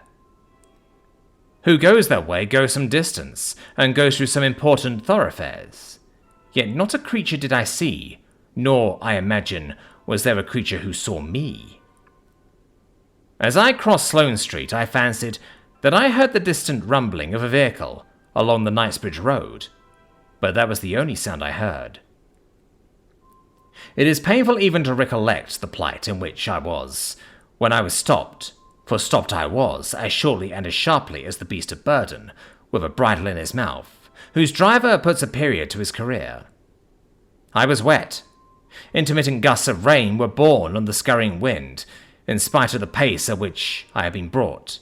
I was chilled to the bone, and, worst of all, my mud-stained feet, all cut and bleeding, were so painful, for, unfortunately, I was still susceptible enough to pain that it was agony to have them come into contact with the cold and the slime of the hard, unyielding pavement. I had been stopped on the opposite side of the square, that nearest to the hospital, in front of a house which struck me as being somewhat smaller than the rest. It was a house with a portico. About the pillars of this portico was trellis work, and on this trellis work was trained some climbing plant. As I stood, shivering, wondering what would happen next, some strange impulse mastered me, and immediately, to my own unbounded amazement, I found myself scrambling up the trellis towards the veranda above. I am no gymnast, either by nature or by education. I doubt whether, previously, I had ever attempted to climb anything more difficult than the step-ladder. The result was that, though the impulse might be given me, the skill could not, and I had only ascended a yard or so when, losing my footing, I came slithering down upon my back. Bruised and shaken though I was not allowed to inquire into my injuries. In a moment I was on my feet again, and again I was impelled to climb, only, however, again to come to grief. This time, the demon, or whatever it was, that had entered into me, seeming to appreciate the impossibility of getting me to the top of that veranda, directed me to try another way. I mounted the steps leading to the front door, got on to the low parapet which was at one side, thence on to the sill of the adjacent window. Had I slipped then, I should have fallen in a sheer descent of at least 20 feet to the bottom of the deep area down below. But the sill was broad, and, if it is proper to use such language in connection with a transaction of the sort in which I was engaged, fortune favoured me. I did not fall. In my clenched fist I had a stone. With this I struck the pane of glass, as with a hammer. Through the hole which resulted, I could just insert my hand and reach the latch within. In another minute the sash was raised, and I was in the house. I had committed burglary. As I look back and reflect upon the audacity of the whole proceeding, even now I tremble. Hapless slave of another's will, although in very truth I was, I cannot repeat too often that I realized to the full just what it was that I was being compelled to do, a fact which was very far from rendering my situation less distressful. And every detail of my involuntary actions was projected upon my brain in a series of pictures, whose clear-cut outlines, so long as memory endures, will never fade. Certainly no professional burglar, nor indeed any creature in his senses, would have ventured to emulate my surprising rashness. The process of smashing the pane of glass, it was plate glass, was anything but a noiseless one. There was first the blow itself, then the shivering of the glass, then the clattering of fragments into the area beneath. One would have thought that the whole thing would have made din enough to have roused the 7 sleepers. But here, again, the weather was on my side. About that time the wind was howling wildly. It came shrieking across the square. It is possible that the tumult which it made deadened all other sounds. Anyhow, as I stood within the room which I had violated, listening for signs of someone being on the alert, I could hear nothing. Within the house there seemed to be the silence of the grave.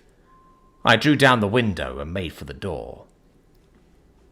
It proved by no means easy to find. The windows were obscured by heavy curtains, so that the room inside was dark as pitch. It appeared to be unusually full of furniture, an appearance due, perhaps, to my being a stranger in the midst of such Cimmerian blackness. I had to feel my way, very gingerly indeed, among the various impedimenta. As it was, I seemed to come into contact with most of the obstacles there were to come into contact with, stumbling more than once over footstools, over what seemed to be dwarf chairs. It was a miracle that my movements still continued to be unheard, but I believed that the explanation was that the house was well built, that the servants were the only persons in it at the time, that their bedrooms were on the top floor, that they were fast asleep, and that they were little likely to be disturbed by anything that might occur in the room which I had entered. Reaching the door at last, I opened it, listening for any promise of being interrupted, and, to adapt a hackneyed phrase, directed by the power which shaped my end, I went across the hall and up the stairs. I passed up the first landing, and on the second, moved to a door upon the right. I turned the handle, it yielded, the door opened. I entered, closing it behind me. I went to the wall just inside the door, found a handle, jerked it, and switched on the electric light, doing, I make no doubt, all these things from a spectator's point of view, so naturally that a judge and jury would have been with difficulty persuaded that they were not the product of my own volition. In the brilliant glow of the electric light, I took a leisurely survey of the contents of the room. It was, as the man in the bed had said it would be, a study, a fine, spacious apartment, evidently intended rather for work than for show. There were 3 separate writing tables, one very large and 2 smaller ones, all covered with an orderly array of manuscripts and papers. A typewriter stood at the side of one. On the floor, under and about them, were piles of books, portfolios, and official-looking documents. Every available foot of wall space on 3 sides of the room was lined with shelves, full as they could hold with books. On the 4th side, facing the door, was a large lock-up oak bookcase, and in the farther corner, a quaint old bureau. So soon as I saw this bureau, I went for it, straight as an arrow from a bow. Indeed, it would be no abuse of metaphor to say that I was propelled towards it like an arrow from a bow. It had drawers below, glass doors above, and between the drawers and the doors was a flap to let down. It was to this flap my attention was directed. I put out my hand to open it. It was locked at the top. I pulled at it with both hands. It refused to budge. So this was the lock I was, if necessary, to practice the arts of a thief to open. I was no picklock. I had flattered myself that nothing and no one could make me such a thing. Yet now that I found myself controlled by that unyielding flap, I found that pressure, irresistible pressure, was being put upon me to gain by any and every means access to its interior. I had no option but to yield. I looked about me in search of some convenient tool with which to ply the felon's trade. I found it close beside me. Leaning against the wall, within a yard of where I stood, were examples of various kinds of weapons. among them spearheads. Taking one of these spearheads, with much difficulty, I forced the point between the flap and the bureau. Using the leverage thus obtained, I attempted to prise it open. The flap held fast. The spearhead snapped in two. I tried another with the same result, a third to fail again. There were no more. The most convenient thing remaining was a queer, heavy-handed, sharp-edged hatchet. This I took, brought the sharp edge down with all my force upon the refractory flap. The hatchet went through. Before I had done with it, it was open with a vengeance. But I was destined, on the occasion of my first, and I trust last, experience of the burglar's calling, to carry the part completely through. I had gained access to the flap itself, only to find that at the back were several small drawers, on one of which my observation was brought to bear in a fashion which it was quite impossible to disregard. As a matter of course, it was locked, and once more I had to search for something which would serve as a rough-and-ready substitute for the missing key. There was nothing at all suitable among the weapons. I could hardly for such a purpose use the hatchet. The drawer in question was such a little one that to have done so would have been to shiver it to splinters. On the mantel-shelf, in an open leather case, were a pair of revolvers. Statesmen, nowadays, sometimes stand in actual peril of their lives. It is possible that Mr. Lessingham, conscious of continually threatened danger, carried them about with him as a necessary protection. They were serviceable weapons, large and somewhat weighty, of the type with which, I believe, upon occasion the police are armed. Not only were all the barrels loaded, but in the case itself, there was a supply of cartridges more than sufficient to charge them all again. I was handling the weapons, wondering if, in my condition, the word was applicable.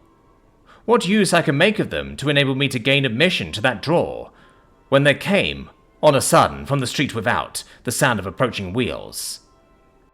There was a whirring within my brain, as if someone was endeavouring to explain to me to what service to apply the revolvers, and I, perforce, strained every nerve to grasp the meaning of my invisible mentor. While I did so, the wheels drew rapidly nearer, and, just as I was expecting them to go whirling by, stopped, in front of the house. My heart leapt in my bosom. In a convulsion of frantic terror, again, during the passage of one frenzied moment, I all but burst the bonds that held me, and fled haphazard from the imminent peril. But the bonds were stronger than I. It was as if I had been rooted to the ground. A key was inserted in the keyhole of the front door. The lock was turned, the door thrown open. Firm footsteps entered the house. If I could, I would not have stood upon the order of my going, but gone at once, anywhere, anyhow. But at that moment my comings and goings were not matters in which I was consulted. Panic, fear raging within, outwardly, as I was calm as possible, and stood, turning the revolvers over and over, asking myself what it could be that I was intended to do with them. All at once it came to me in an illuminating flash. I was to fire at the lock of the drawer and blow it open. A madder scheme it would have been impossible to hit upon. The servants had slept through a good deal, but they would hardly sleep through the discharge of a revolver in a room below them, not to speak of the person who had just entered the premises, and whose footsteps were already audible as he came up the stairs. I struggled to make a dumb protest against the insensate folly which was hurrying me to infallible destruction, without success. For me, there was only obedience. With a revolver in either hand, I marched towards the bureau as unconcernedly as if I would not have given my life to have escaped the denouncement which I needed, but a slight modicum of common sense to be aware was close at hand. I placed the muzzle of one of the revolvers against the keyhole of the drawer, to which my unseen guide had previously directed me, and pulled the trigger. The lock was shattered. The contents of the drawer were at my mercy. I snatched up a bundle of letters, about which a pink ribbon was wrapped. Startled by a noise behind me, immediately following the report of the pistol, I glanced over my shoulder. The room door was open, and Mr. Lessingham was standing with the handle in his hand.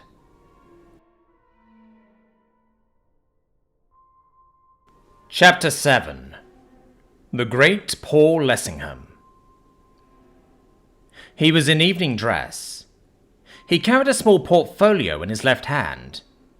If the discovery of my presence startled him, as it could scarcely have failed to do, he allowed no sign of surprise to escape him. Paul Lessingham's impenetrability is proverbial. Whether on platforms addressing excited crowds, or in the midst of heated discussion in the House of Commons, all the world knows that his coolness remains unruffled.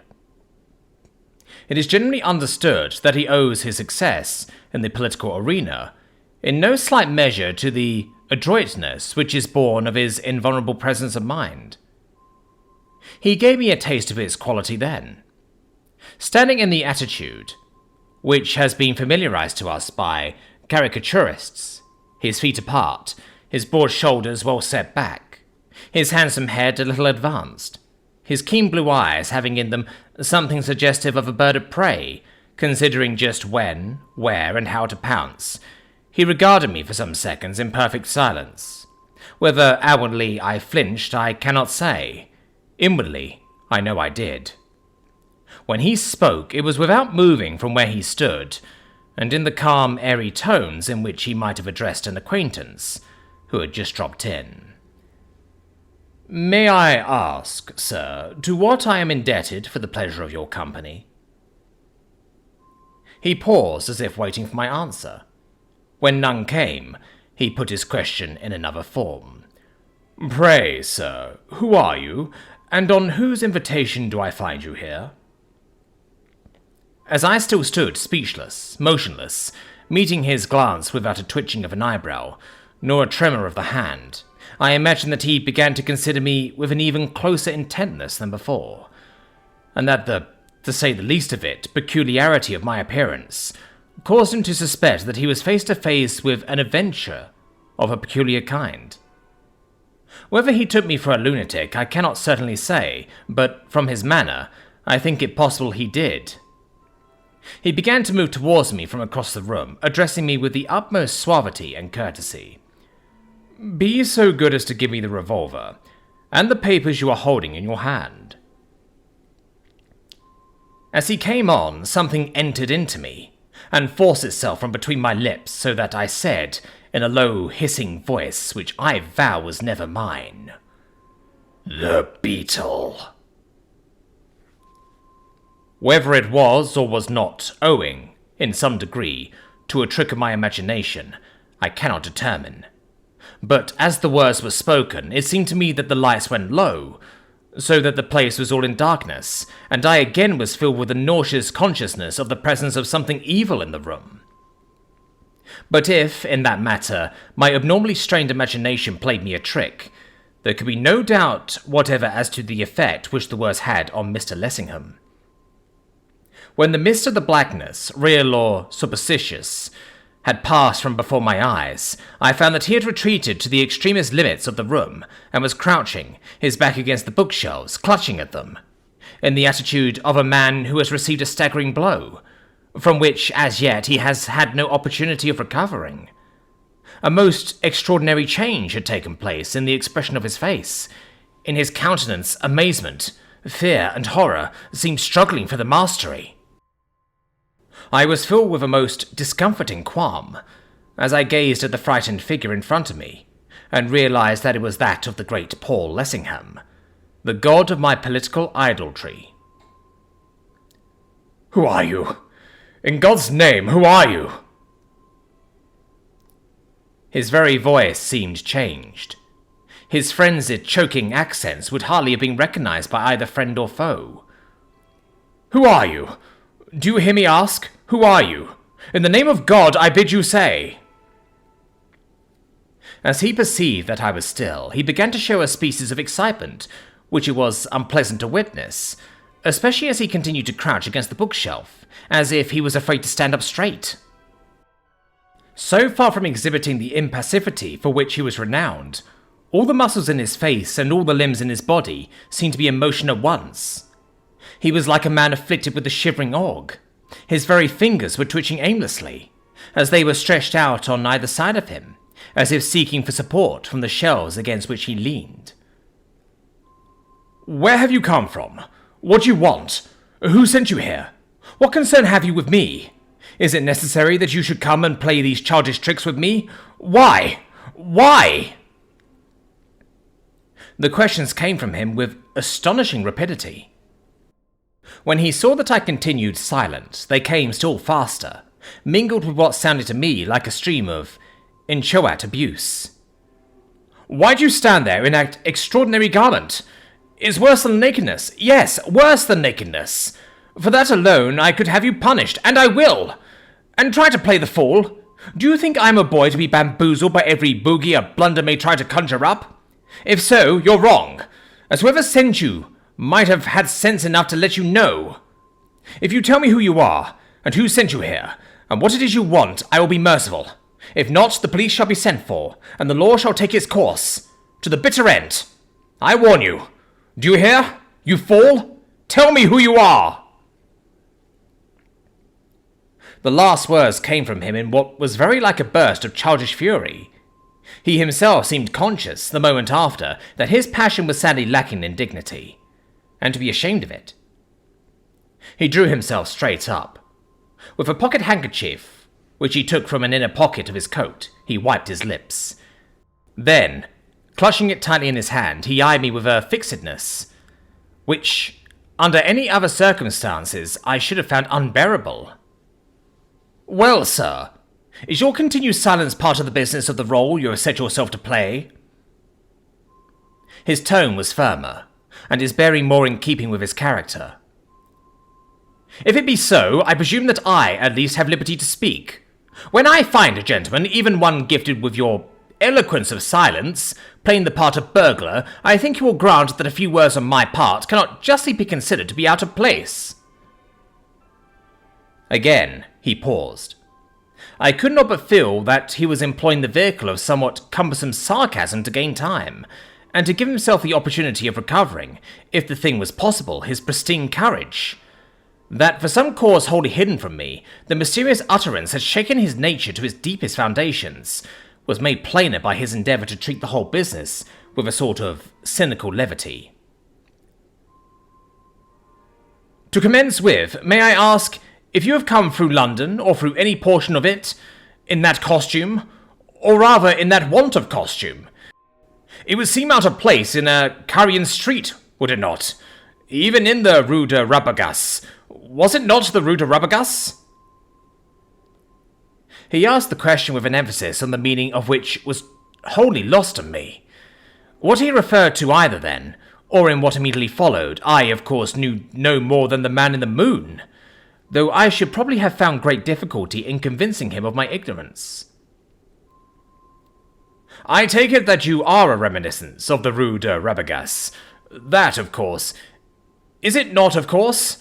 The little house with the blue-grey Venetians, and the piano with the F-sharp missing. Is there still the piano, with the tinny treble? Indeed, the whole atmosphere, was it not tinny? You agree with me. I have not forgotten. I am not even afraid to remember. You perceive it." A new idea seemed to strike him, born, perhaps, of my continued silence. "You look English. Is it possible that you are not English? What are you, then? French? We shall see." He addressed me in a tongue which I recognized as French, but with which I was not sufficiently acquainted to understand. Although I flatter myself that, as the present narrative should show, I have not made an ill use of the opportunities which I have had to improve my originally modest education. I regret that I have never had so much as a ghost of a chance to acquire an even rudimentary knowledge of any language except my own. Recognizing, I suppose, from my looks, that he was addressing me in a tongue to which I was a stranger, after a time he stopped, added something with a smile, and then began to talk to me in a lingo to which, in a manner of speaking, I was even stranger. For this time I had not the faintest notion what it was. It might have been gibberish for all that I could tell. Quickly perceiving that he had succeeded no better than before, he returned to English. "You do not know French, nor the patois of the Rue de Rabagas? Very well. Then what is it that you do know?" Are you under a vow of silence, or are you dumb, except upon occasion? Your face is English, what can be seen of it, and I will take it, therefore, that English-spoken words convey some meaning to your brain. So listen, sir, to what I have to say. Do me the favour to listen carefully." He was becoming more and more his former self. In his clear, modulated tones, there was a ring of something like a fret, a something which went very far beyond his words. "You know something of a period which I choose to have forgotten. That is plain. You come from a person who probably knows still more. Go back to that person, and say that what I have forgotten, I have forgotten. Nothing will be gained by anyone by an endeavour to induce me to remember. Be very sure upon that point. Say that nothing will be gained by anyone. That time was one of mirage, of delusion, of disease. I was in a condition, mentally and bodily, in which pranks could have been played upon me by any trickster. Such pranks were played. I know that now quite well. I do not pretend to be proficient in the modus operandi of the hanky-panky man, but I know that he has a method, all the same. One susceptible, too, of facile explanation. Go back to your friend, and tell him that I am not again likely to be made the butt of his old method, nor of his new one either. You hear me, sir?" I remained motionless and silent, an attitude which plainly he resented. "Are you deaf and dumb? You certainly are not dumb, for you spoke to me just now. Be advised by me, and do not compel me to resort to measures which will be the cause to you of serious discomfort. You hear me, sir?" Still, from me, not a sign of comprehension, to his increased annoyance. "So be it. Keep your own counsel, if you choose. Yours will be the bitterness, not mine. You may play the lunatic, and play it excellently well, but that you do understand what is said to you is clear. Come to business, sir. Give me that revolver, and the packet of letters which you have stolen from my desk." He had been speaking with the air of one who desired to convince himself as much as me, and about his last words there was almost a flavour of braggadocio. I remained unheeding. "Are you going to do as I require, or are you insane enough to refuse? In which case I shall summon assistance, and there will quickly be an end of it. Pray, do not imagine that you can trick me into supposing that you do not grasp the situation. I know better. Once more, are you going to give me that revolver and those letters?" Yet no reply. His anger was growing momentarily greater, and his agitation too. On my first introduction to poor Lessingham, I was not destined to discover in him any one of those qualities of which the world held him to be the undisputed possessor. He showed himself to be as unlike the statesman I had conceived, and esteemed, as he easily could have done. "Do you think I stand in awe of you? You! Of such a thing as you! Do as I tell you, or I myself will make you, and at the same time teach you a much-needed lesson." He raised his voice. In his bearing there was a would-be defiance. He might not have been aware of it, but the repetitions of the threats were in themselves confessions of weakness. He came a step or two forward, then, stopping short, began to tremble. The perspiration broke out upon his brow. He made spasmodic little dabs at it with his crumpled-up handkerchief. His eyes wandered hither and thither, as if searching for something which they feared to see, yet were constrained to seek. He began to talk to himself, out loud, in odd, disconnected sentences, apparently ignoring me entirely. "What was that? It was nothing. It was my imagination.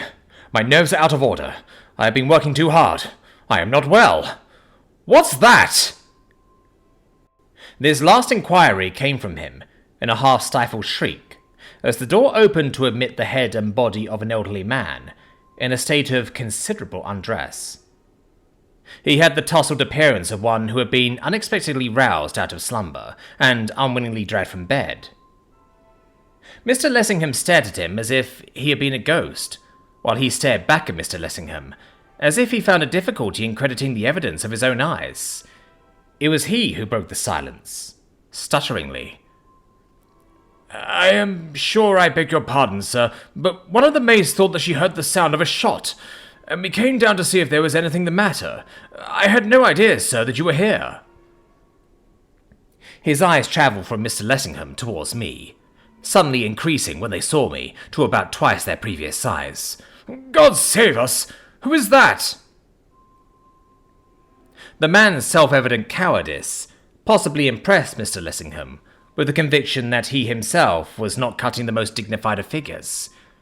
At any rate, he made a notable effort to, once more, assume a bearing of greater determination.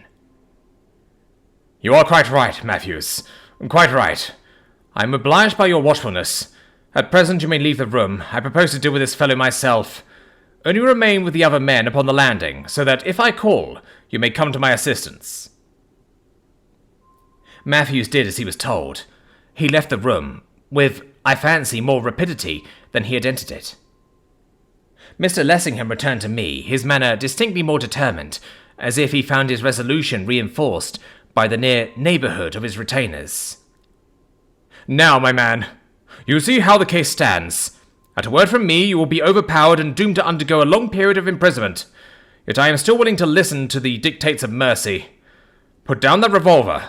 Give me those letters. You will not find me disposed to treat you hardly."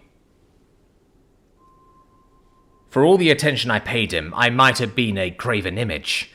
He misunderstood, or pretended to misunderstand, the cause of my silence. "Come, I see that you suppose my intentions to be harsher than they really are. Do not let us have a scandal and a scene. Be sensible. Give me those letters." Again he moved in my direction. Again, after he had taken a step or two, to stumble and stop, and look about him with frightened eyes, again to begin to mumble to himself out loud. "It's a conjurer's trick, of course. Nothing more. What else could it be? I'm not to be fooled. I'm older than I was. I've been overdoing it. That's all." Suddenly he broke into cries. "Matthews! Matthews! Help! Help!" Matthews entered the room, followed by 3 other men younger than himself. Evidently, all had slipped into the first articles of clothing they could lay their hands upon, and each carried a stick or some similar rudimentary weapon. Their master spurred them on. "Strike the revolver out of his hand, Matthews. Knock him down. Take the letters from him. Don't be afraid. I'm not afraid." In proof of it, he rushed at me, as it seemed, half blindly. As he did so, I was constrained to shout out, in tones which I should not have recognized as mine, "The Beetle!" And that moment, the room was all in darkness, and there were screams as of someone in an agony of terror or of pain. I felt that something had come into the room, I knew not whence nor how, something of horror. And the next action of which I was conscious was that under cover of the darkness, I was flying from the room, propelled by I knew not what. Chapter 8. The Man in the Street. Whether anyone pursued, I cannot say. I have some dim recollection, as I came out of the room, of women being huddled against the wall upon the landing, and of their screamings as I went past. But whether any effort was made to arrest my progress, I cannot tell. My own impression is that not the slightest attempt to impede my headlong flight was made by anyone. In what direction I was going, I did not know. I was like a man flying through the phantasmagoric happenings of a dream, knowing neither how nor whither. I tore along what I suppose was a broad passage, through a door at the end into what, I fancy, was a drawing-room. Across the room I dashed, helter-skelter, bringing down in the gloom unseen articles of furniture, with myself sometimes on top, and sometimes under them. In a trice, each time I fell, I was on my feet again, until I went crashing against a window, which was concealed by curtains. It would not have been strange had I crashed through it, but I was spared that. Thrusting aside the curtains, I fumbled for the fastening of the window. It was a tall French casement, extending so far as I could judge from floor to ceiling. When I had it open, I stepped through it onto the veranda without, to find that I was on top of the portico, which I had vainly essayed to ascend from below. I tried the road down, which I had tried up, proceeding with a breakneck recklessness of which now I shudder to think. It was probably some 30 feet above the pavement, yet I rushed at the descent with as much disregard for the safety of life and limb as if it had been only free. Over the edge of the parapet I went, obtaining, with my naked feet, a precarious foothold on the lattice work. Then down I commenced to scramble. I never did get a proper hold, and when I had descended, perhaps rather more than half the distance, scraping, as it seemed to me, every scrap of skin off my body in the process, I lost what little hold I had. Down to the bottom I went tumbling, rolling right across the pavement into the muddy road. It was a miracle I was not seriously injured, but in that sense, certainly, that night the miracles were on my side. Hardly was I down, then I was up again, mud and all. Just as I was getting onto my feet, I felt a firm hand grip me by the shoulder. Turning, I found myself confronted by a tall, slendерly built man, with a long drooping moustache and an overcoat buttoned up to the chin, who held me with a grasp of steel. He looked at me, and I looked back at him. "After the ball, eh?" Even then I was struck by something pleasant in his voice, and some quality as of sunshine in his handsome face. Seeing that I said nothing, he went on, with a curious half-mocking smile. "Is that the way to come slithering down the Apostle's Pillar? Is it simple burglary or simpler murder? Tell me the glad tidings that you've killed St. Paul, and I'll let you go." Whether he was mad or not, I cannot say. There was some excuse for thinking so. He did not look mad, though his words and actions alike were strange. "Although you have confined yourself to gentle felony, shall I not shower blessings on the head of him who has been robbing Paul? Away with you." He removed his grip, giving me a gentle push as he did so, and I was away. I neither stayed nor paused. I knew little of records, but if anyone has made a better record than I did that night, between Lowndes Square and Walham Green, I should like to know just what it was. I should, too, like to have seen it done. In an incredibly short space of time, I was once more in front of the house with the open window, the packet of letters, which were like to have cost me so dear, gripped tightly in my hand.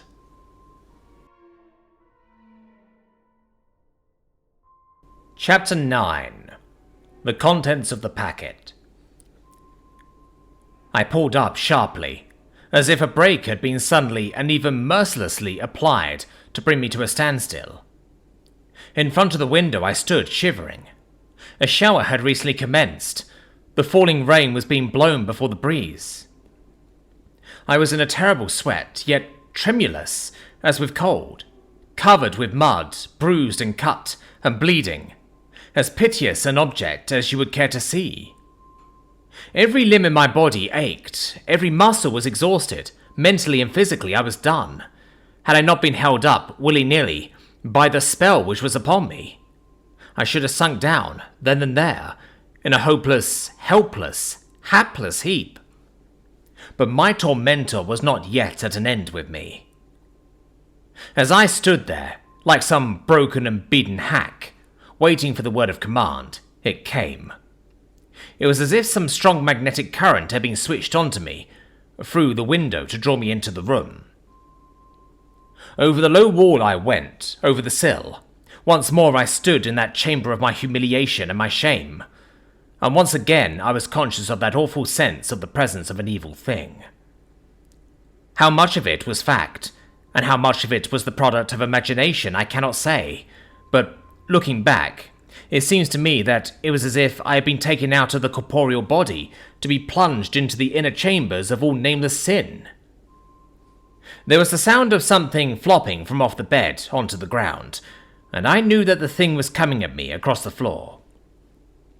My stomach quaked, my heart melted within me. The very anguish of my terror gave me strength to scream and scream.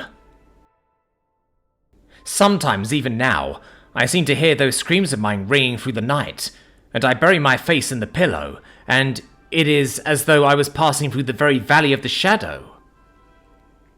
The thing went back. I could hear it slipping and sliding across the floor.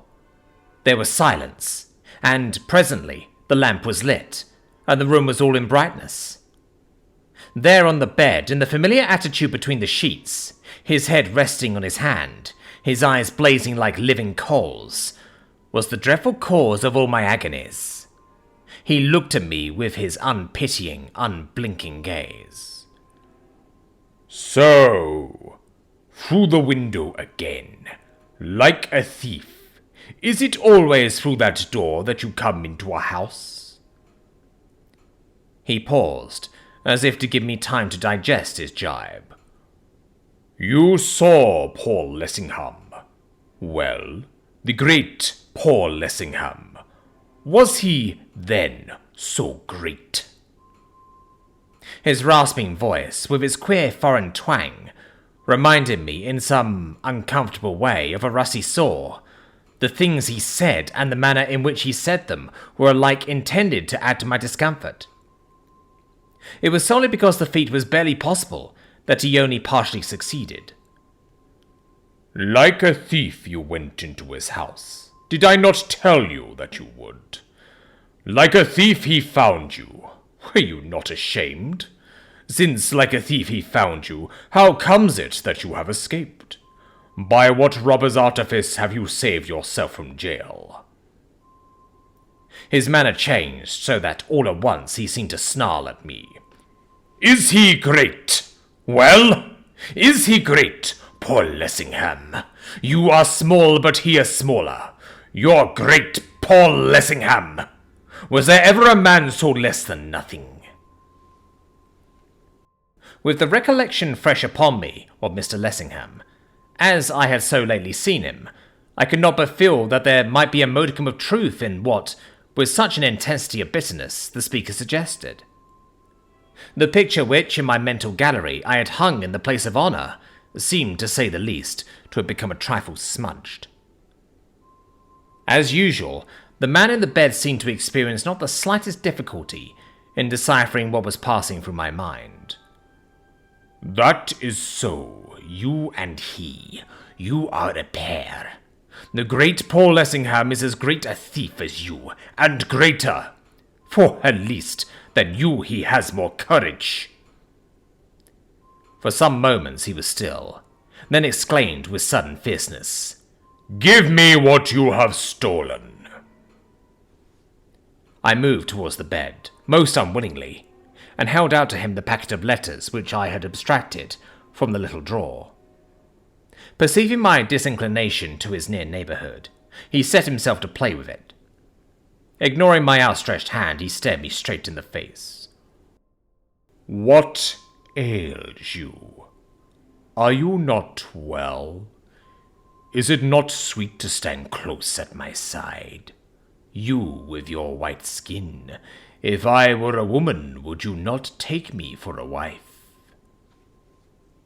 There was something about the manner in which this was said which was so essentially feminine that once more I wondered if I could possibly be mistaken in the creature's sex. I would have given much to have been able to strike him across the face, or better, to have taken him by the neck and thrown him through the window and rolled him in the mud.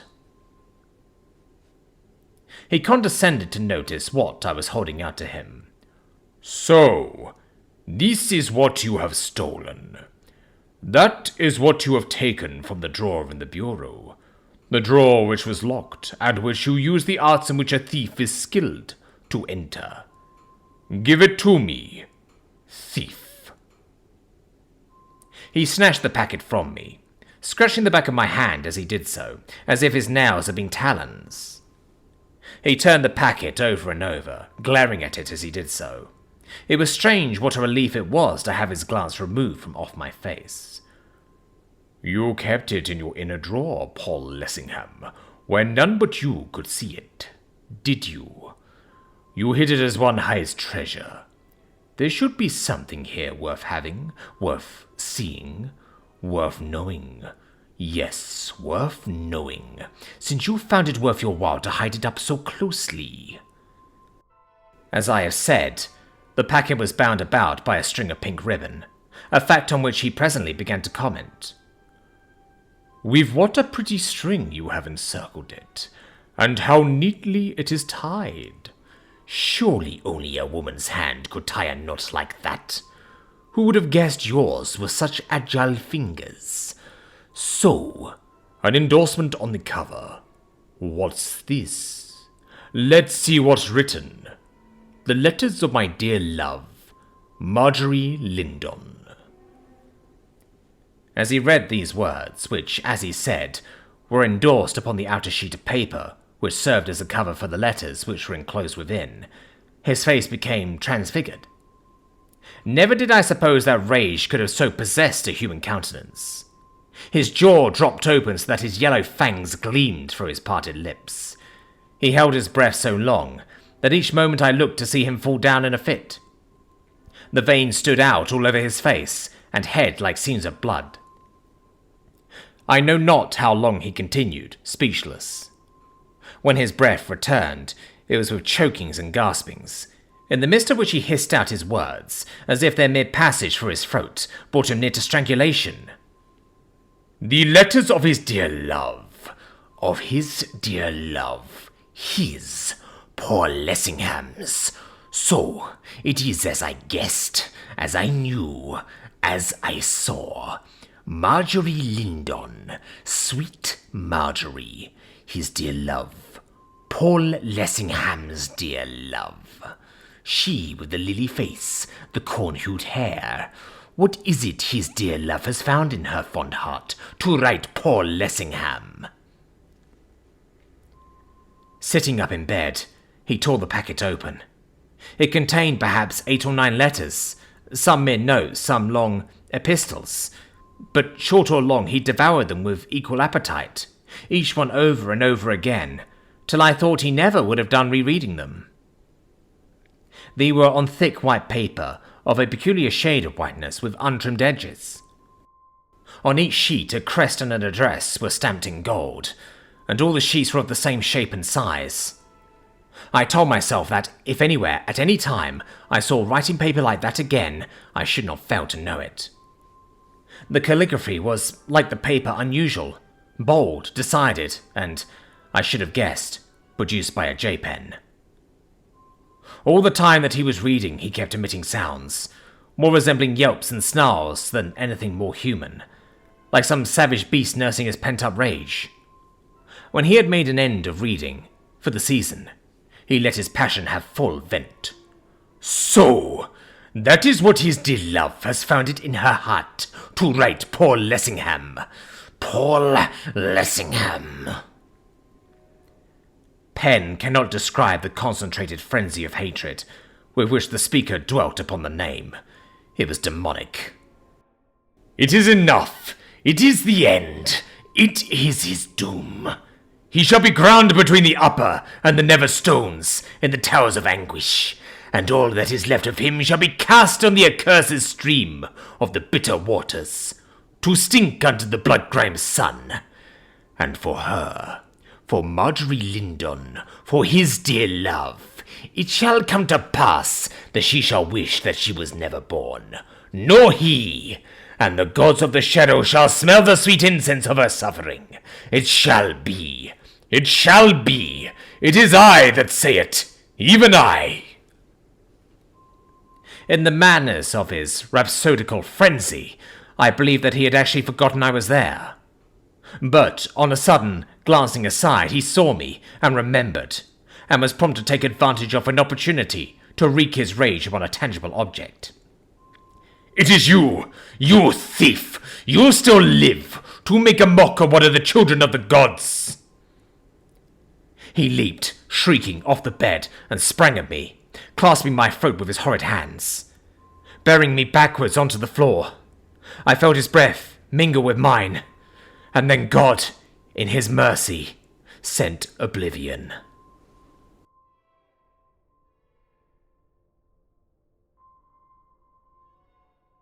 Book 2. The Haunted Man. The story according to Sidney Atherton, Esquire. Chapter 10. Rejected. It was after our second waltz I did it. in the usual quiet corner, which, that time, was in the shadow of a palm in the hall. Before I had got into my stride, she checked me, touching my sleeve with her fan, turning towards me with startled eyes. "Stop, please." But I was not to be stopped. Cliff Challoner passed, with Gertie Castle. I fancy that, as he passed, he nodded. I did not care. I was wound up to go, and I went it. No man knows how he can talk till he does talk, to the girl he wants to marry. It is my impression that I gave her recollections of the Restoration poets. She seemed surprised, not having previously detected in me the poetic strain, and insisted on cutting in. "Mr. Atherton, I am so sorry." Then I did let fly. "Sorry that I love you? Why? Why should you be sorry that you have become the one thing needful in any man's eyes, even in mine? The one thing precious, the one thing to be altogether esteemed.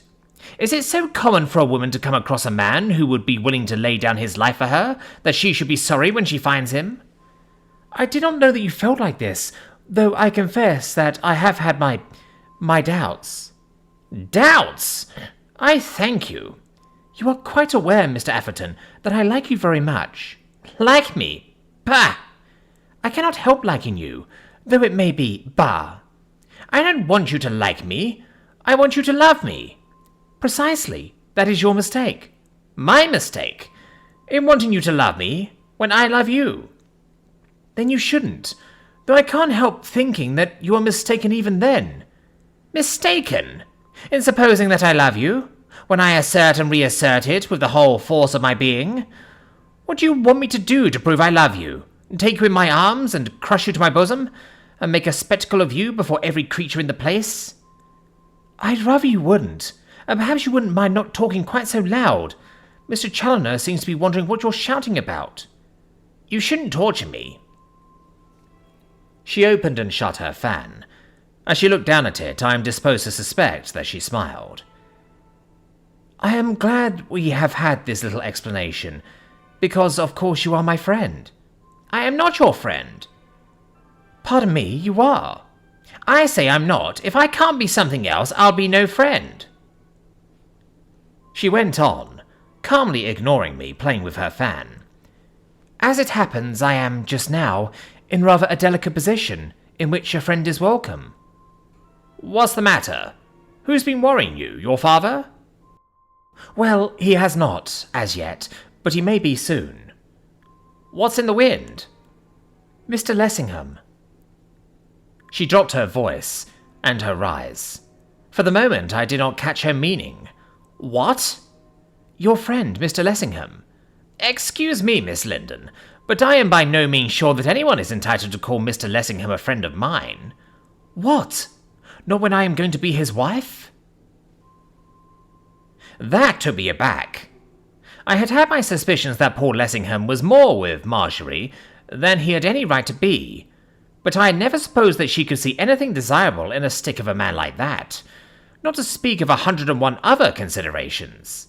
Lessingham on one side of the house and her father on the other, and old Linden girding at him anywhere and everywhere, with his high, dry Tory notions of his family importance, to say nothing of his fortune. I don't know if I looked what I felt. If I did, I looked uncommonly blank. "You have chosen an appropriate moment, Miss Linden, to make to me such a communication." She chose to disregard my irony. "I am glad you think so, because now you will understand what a difficult position I am in. I offer you my hearty congratulations, and I thank you for them, Mr. Atherton, in the spirit in which they are offered, because from you I know they mean so much." I bit my lip. For the life of me I could not tell how she wished me to read her words. "Do I understand that this announcement has been made to me as one of the public?" "You do not. It is made to you in confidence as my friend, as my greatest friend, because a husband is something more than friend." My pulses tingled. "You will be on my side?" She had paused, and I stayed silent. "On your side, or Mr. Lessingham's?" His side is my side, and my side is his side. You will be on our side? I am not sure that I altogether follow you. You are the first I have told. When Papa hears it, it is possible that there will be trouble, as you know. He thinks so much of you and of your opinion. When that trouble comes, I want you to be on our side. On my side. Why should I? What does it matter? You are stronger than your father. It is just possible that Lessingham is stronger than you. Together, from your father's point of view, you will be invincible. You are my friend. Are you not my friend? In effect, you offer me an apple of Sodom. Thank you. I did not think you so unkind. And you? Are you kind? I made you an avowal of my love, and straight away you asked me to act as chorus to the love of another. How could I tell you love me, as you say? I had no notion. You have known me all your life, yet you have not breathed a word of it till now. If I had spoken before... I imagine that there was a slight movement of her shoulders, almost amounting to a shrug. I do not know that it would have made any difference. I do not pretend that it would, but I do know this. I believe that you yourself have only discovered the state of your own mind within the last half hour. If she had slapped my face, she could not have startled me more. I had no notion if her words were uttered at random, but they came so near the truth they held me breathless. It was a fact that only during the last few minutes had I really realized how things were with me. Only since the end of that first waltz that the flame had burst out in my soul, which was now consuming me. She had read me by what seemed so like a flash of inspiration that I hardly knew what to say to her. I tried to be stinging. You flatter me, Miss Linden. You flatter me at every point. Had you only discovered to me the state of your mind a little sooner, I should not have discovered to you the state of mine at all. We will consider it terra incognita. Since you wish it. Her provoking calmness stung me, and the suspicion that she was laughing at me in her sleeve. I gave her a glimpse of the cloven hoof.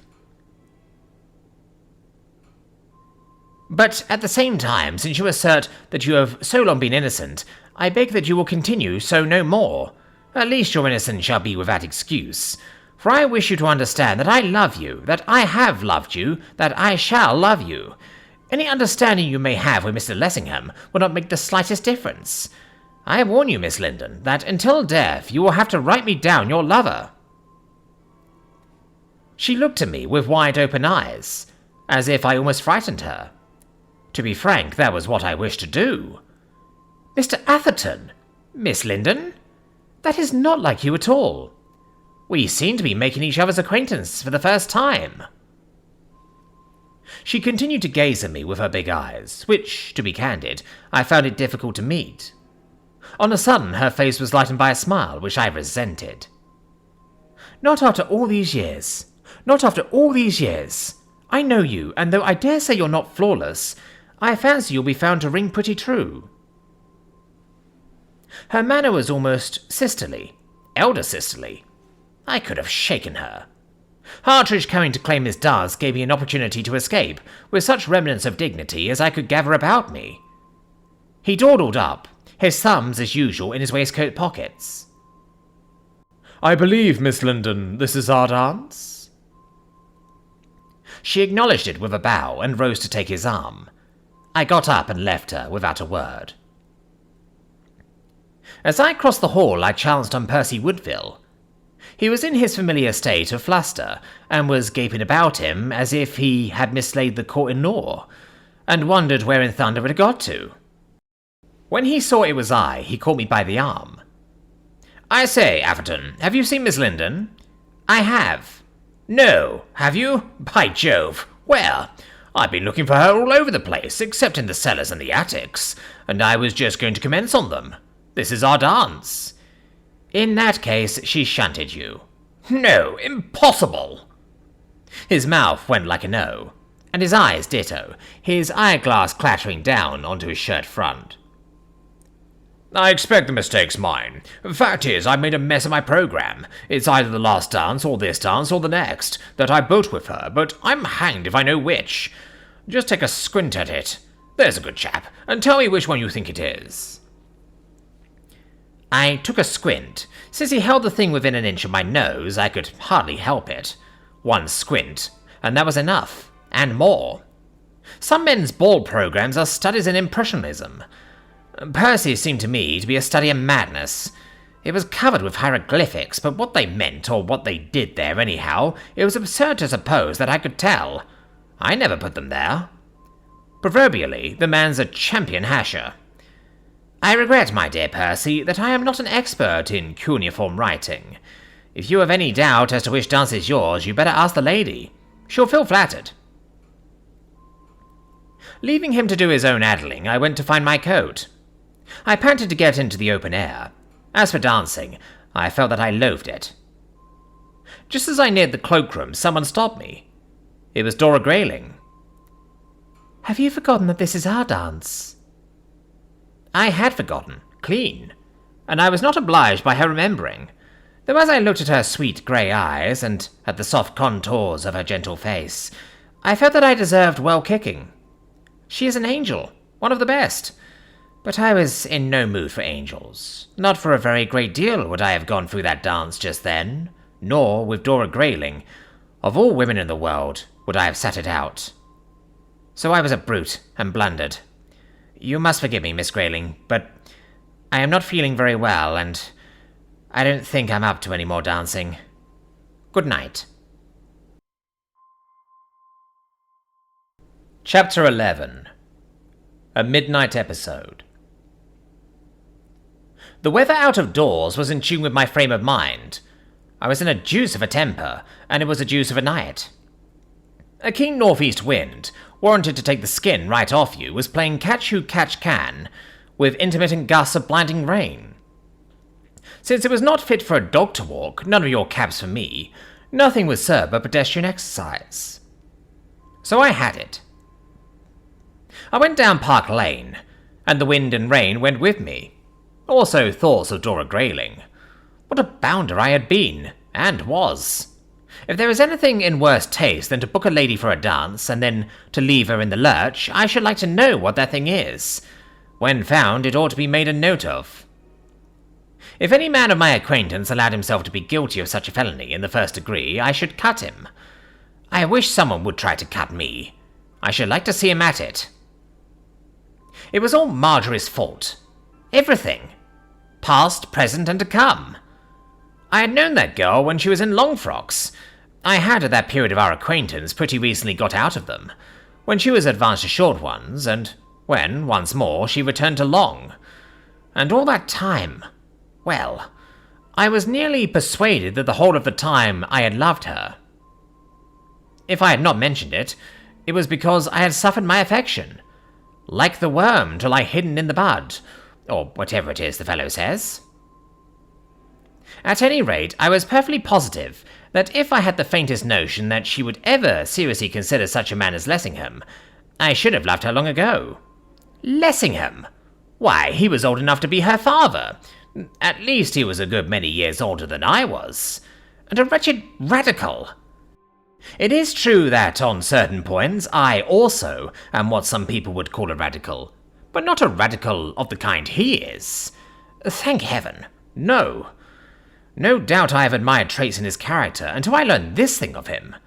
I'm even prepared to admit that he is a man of ability, in his way, which is, emphatically, not mine. But to think of him in connection with such a girl as Marjorie Linden? Preposterous! Why, the man's as dry as a stick. Drier. And cold as an iceberg. Nothing but a politician, absolutely. He is a lover. How I could fancy such a stroke of humour setting all the benches in a roar. Both by education and by nature. He was incapable of even playing such a part. As for being the thing, absurd.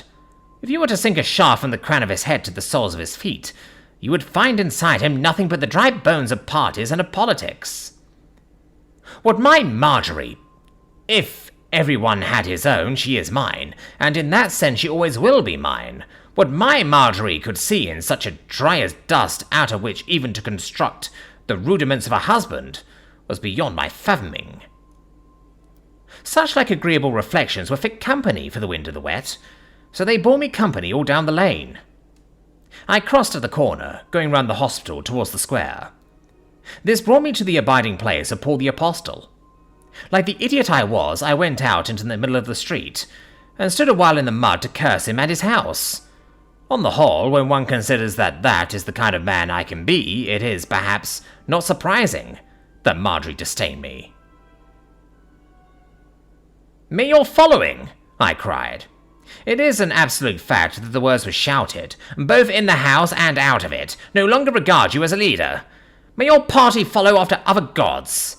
May your political aspirations wither, and your speeches be listened to by empty benches.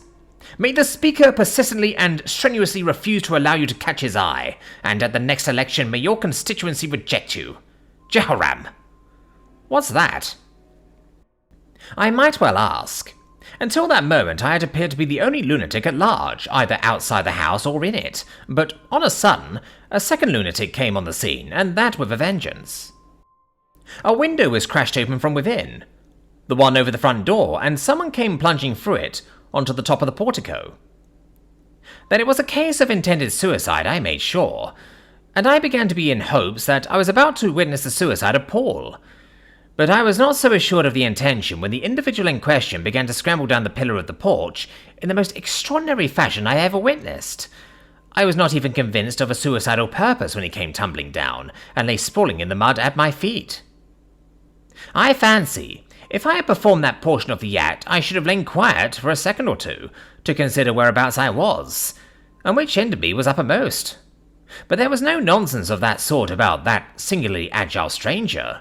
If he was not made of India rubber, he ought to have been. So to speak, before he was down, he was up. It was all I could do to grab at him before he was off like a rocket. Such a figure as he presented is seldom seen, at least in the streets of London. What he had done with the rest of his apparel I am not in a position to say. All that was left of it was a long dark cloak, which he strove to wrap round him. Save for that, and mud, he was bare as the palm of my hand. Yet it was his face that held me. In my time I have seen strange expressions on men's faces, but never before one such as I saw on his. He looked like a man might look who, after living a life of undiluted crime, at last finds himself face to face with the devil. It was not the look of a madman, far from it. It was something worse.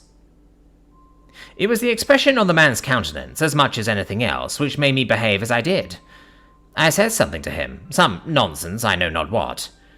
He regarded me with a silence which was supernatural. I spoke to him again. Not a word issued from those rigid lips. There was not a tremor of those awful eyes. Eyes which I was tolerably convinced saw something which I had never seen, or ever should. Then I took my hand from off his shoulder and let him go. I know not why, I did. He had remained as motionless as a statue while I held him. Indeed, for any evidence of life he gave, he might have been a statue, but when my grasp was loosened, how he ran! He had turned the corner and was out of sight before I could say, "How do?" It was only then, when he had gone, and I had realized the extra double express flash of lightning rate at which he had taken his departure, that it occurred to me of what an extremely sensible act I had been guilty in letting him go at all. Here was an individual who had been committing burglary, or something very like it, in the house of a budding cabinet minister, and who had tumbled plump into my arms, so that all I had to do was to call a policeman and get him quadded. And all that I had done was something of a totally different kind. "You're a nice type of an ideal citizen." I was addressing myself. A first-chop specimen of a low-down idiot, to connive at the escape of the robber who's been robbing Paul. Since you've let the villain go, the least you can do is leave a card on the Apostle and inquire how he's feeling.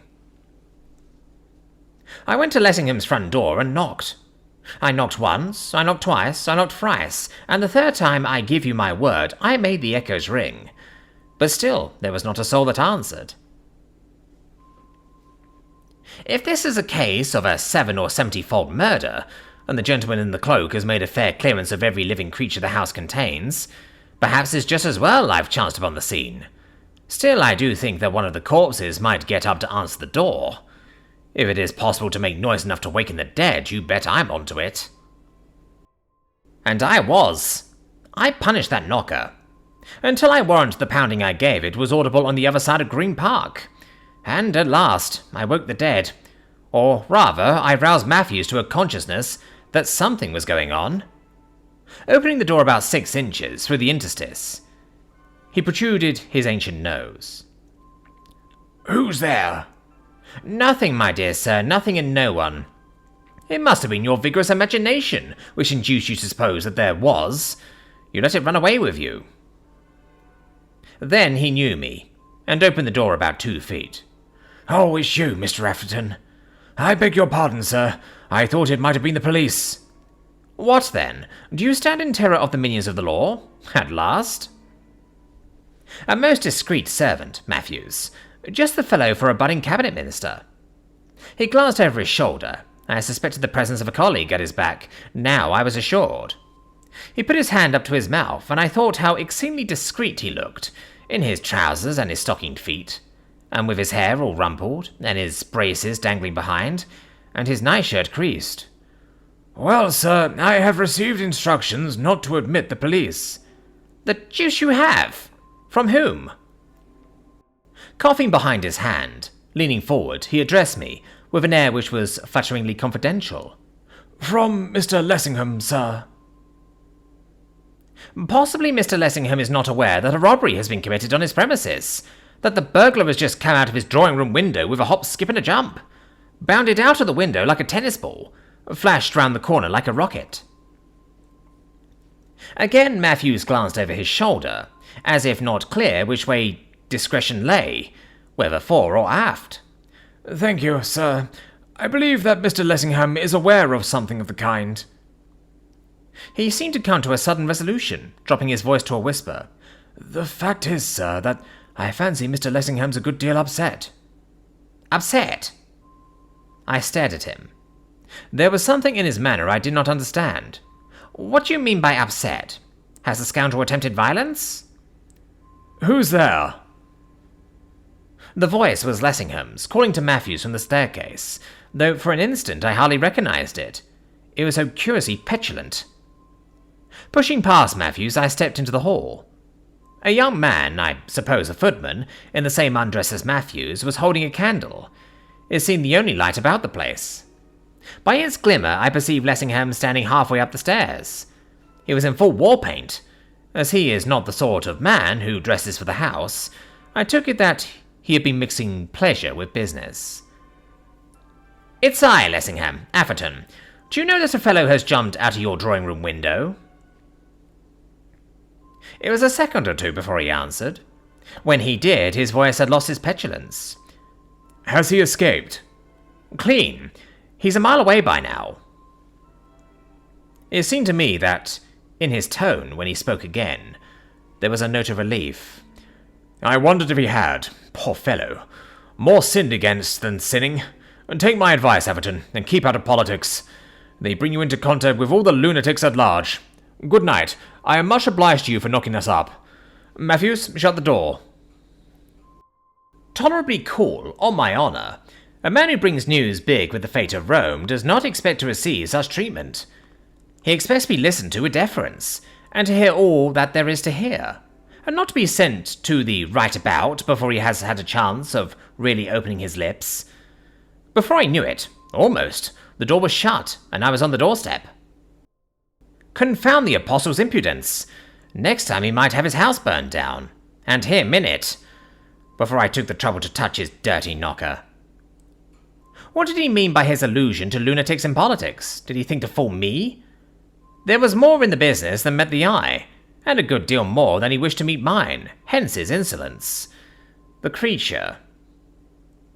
What Marjorie Linden could see in such an opusculum surpassed my comprehension, especially when there was a man of my sort walking about, who adored the very ground she trod upon.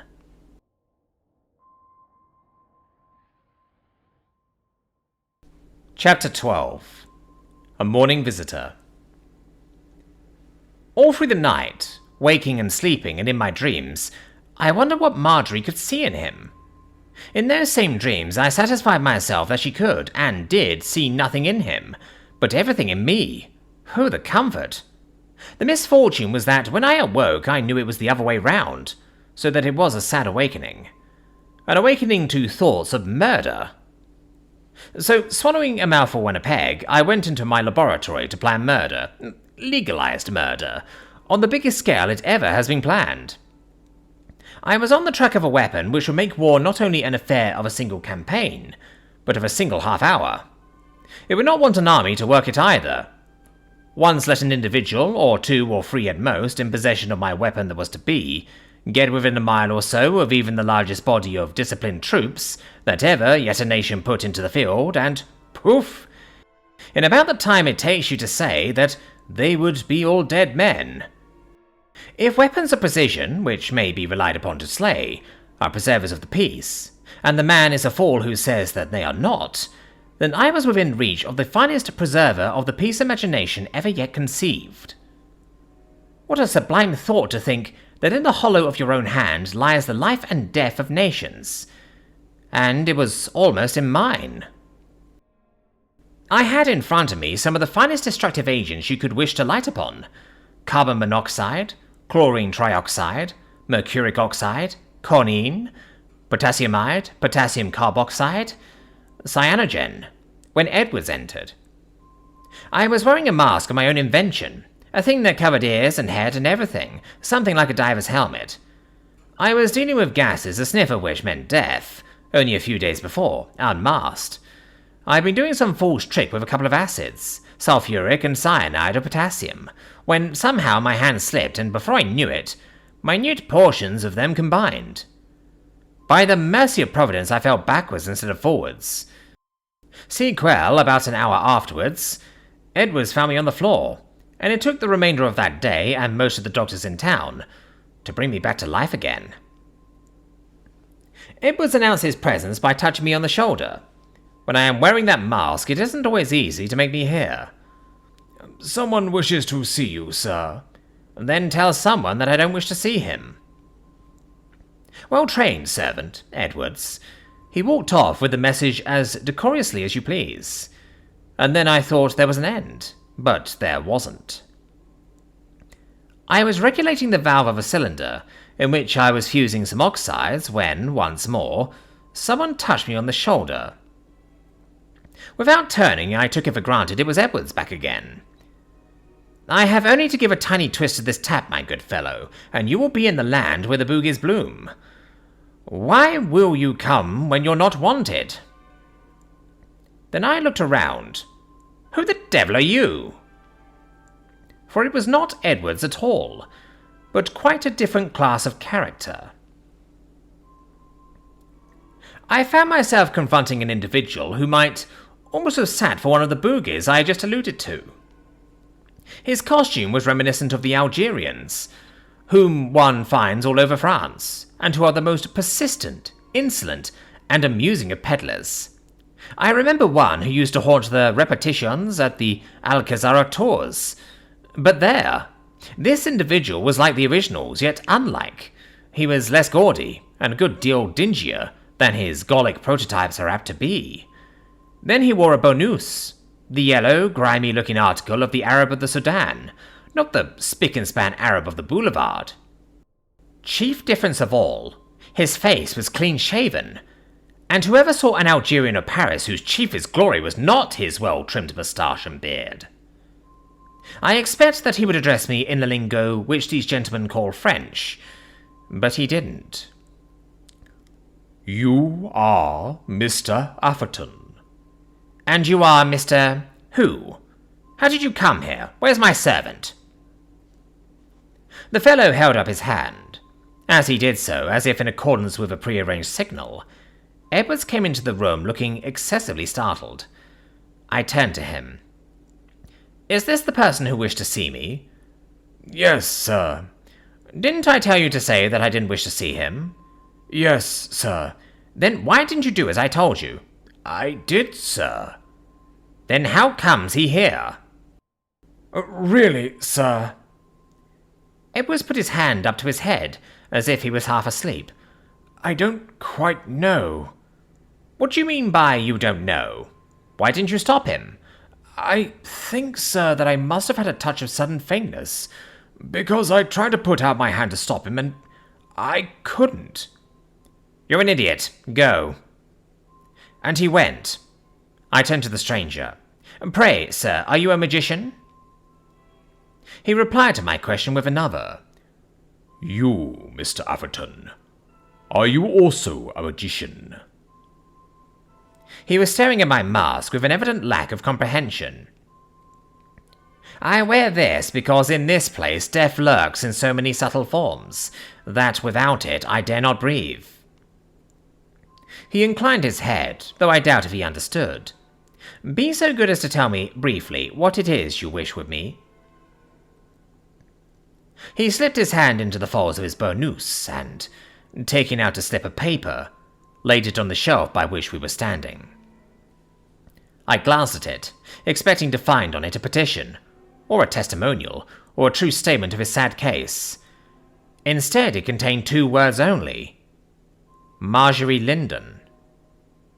The unlooked-for sight of that well-loved name brought the blood into my cheeks. You come from Miss Linden?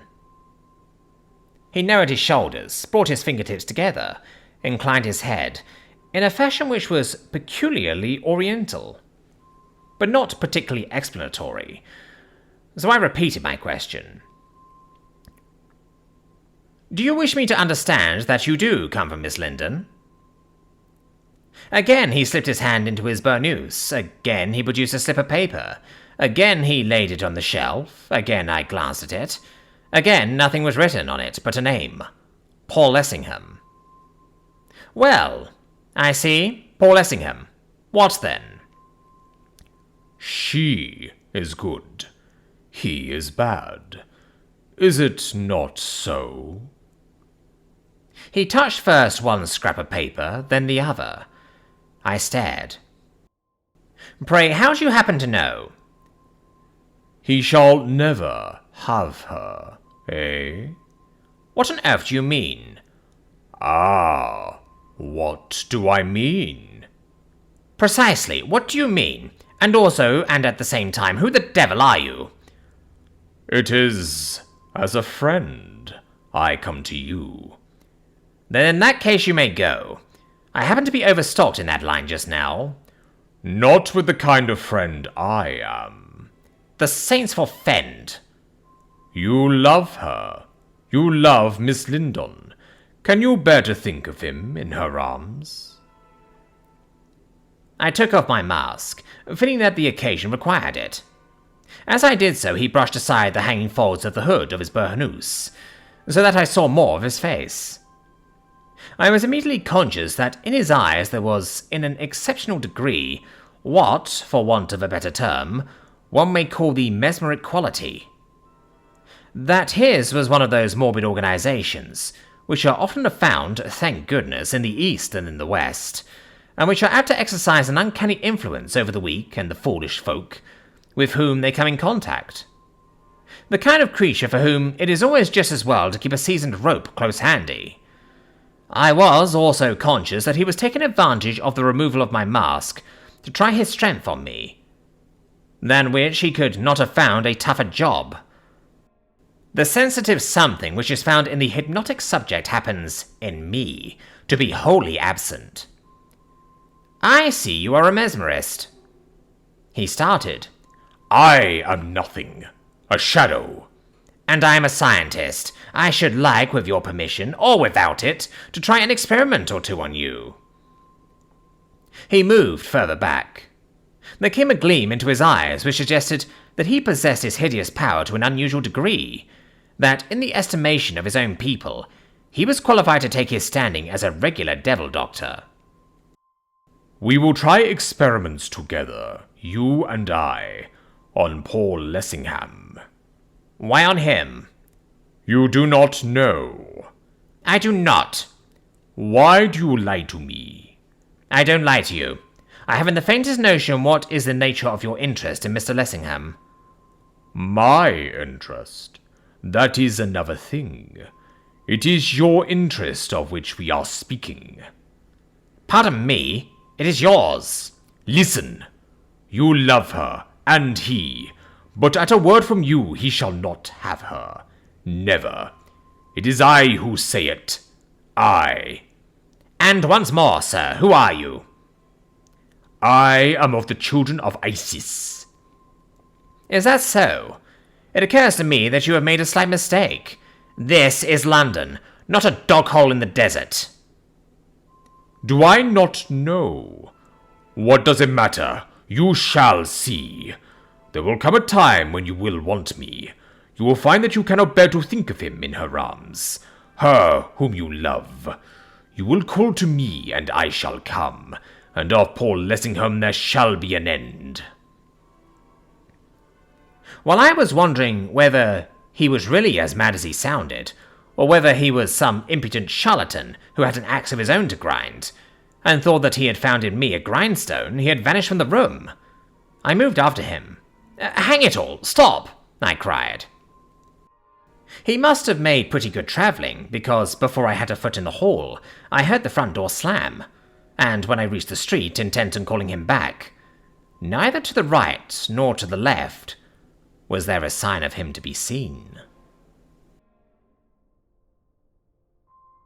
Chapter 13. The Picture. I wonder what that nice-looking beggar really means and who he happens to be. That was what I said to myself when I returned to the laboratory. If it is true that, now and again, Providence does write a man's character on his face, then there can't be the slightest shred of a doubt that a curious one's be written on his. I wonder what his connection has been with the Apostle, or if it's only part of his game of bluff. I strode up and down. For the moment my interest in the experiments I was conducting had waned. If it was all bluff, I never saw a better piece of acting. And yet what sort of finger can such a position as St. Paul have in such a pie? The fellow seemed to squirm at the mere mention of the rising hope of the radical's name. Can the objection be political? Let me consider. What has Lessingham done which could offend the religious or patriotic susceptibilities of the most fanatical of Orientals? Politically, I can recall nothing. Foreign affairs, as a rule, he has carefully eschewed. If he has offended, and if he hasn't, the seeming was uncommonly good. The cause will have to be sought upon some other track. But then, what track?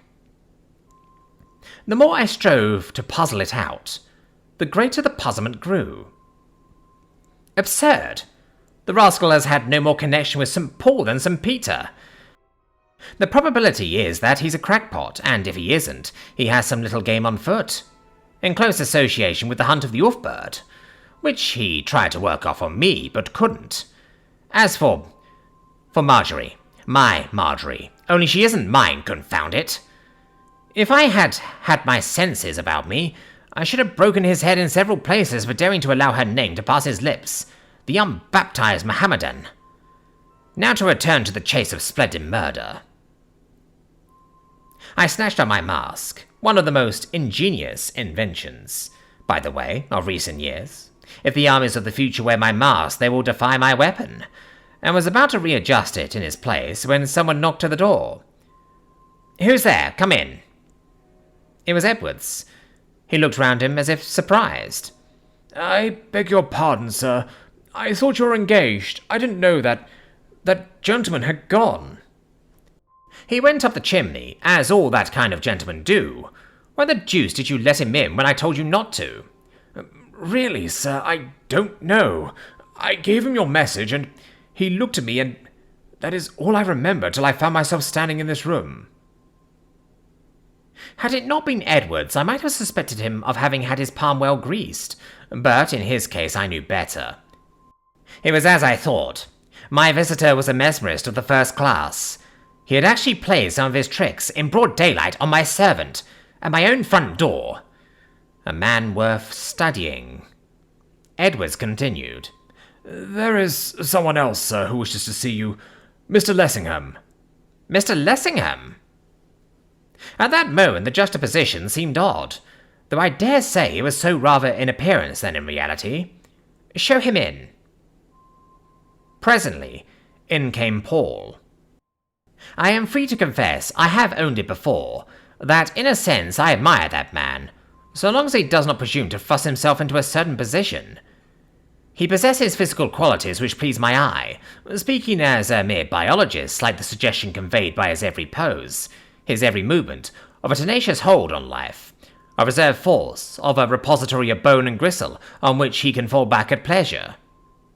The fellow's live and active, not hasty, yet agile, clean built, well hung, the sort of man who might be relied upon to make a good recovery. You might beat him in a sprint, mental or physical, though to do that you would have to be spry. But in a staying race he would see you out. I do not know that he is exactly the kind of man whom I would trust, unless I knew that he was on the job, which knowledge, in his case, would be uncommonly hard to attain.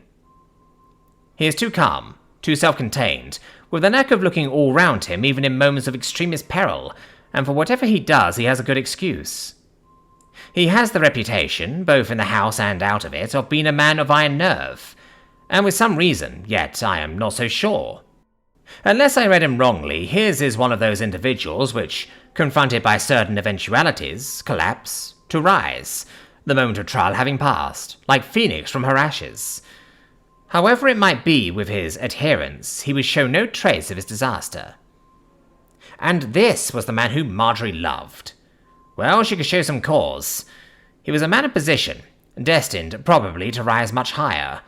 A man of parts, with capacity to make the most of them, not ill-looking, with agreeable manners, when he chose, and he came within the lady's definition of a gentleman.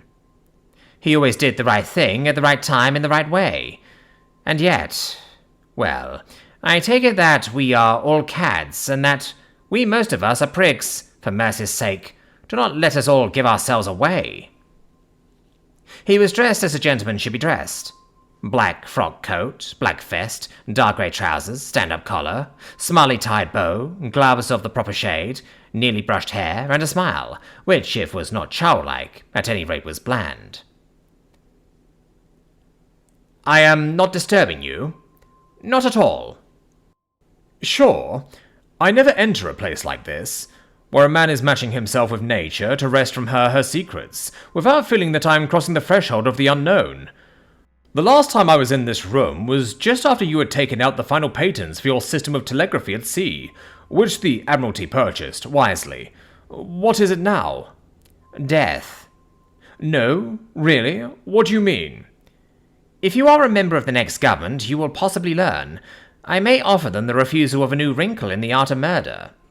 I see, a new projectile. How long is this race to continue between attack and defense? Until the sun grows cold. And then?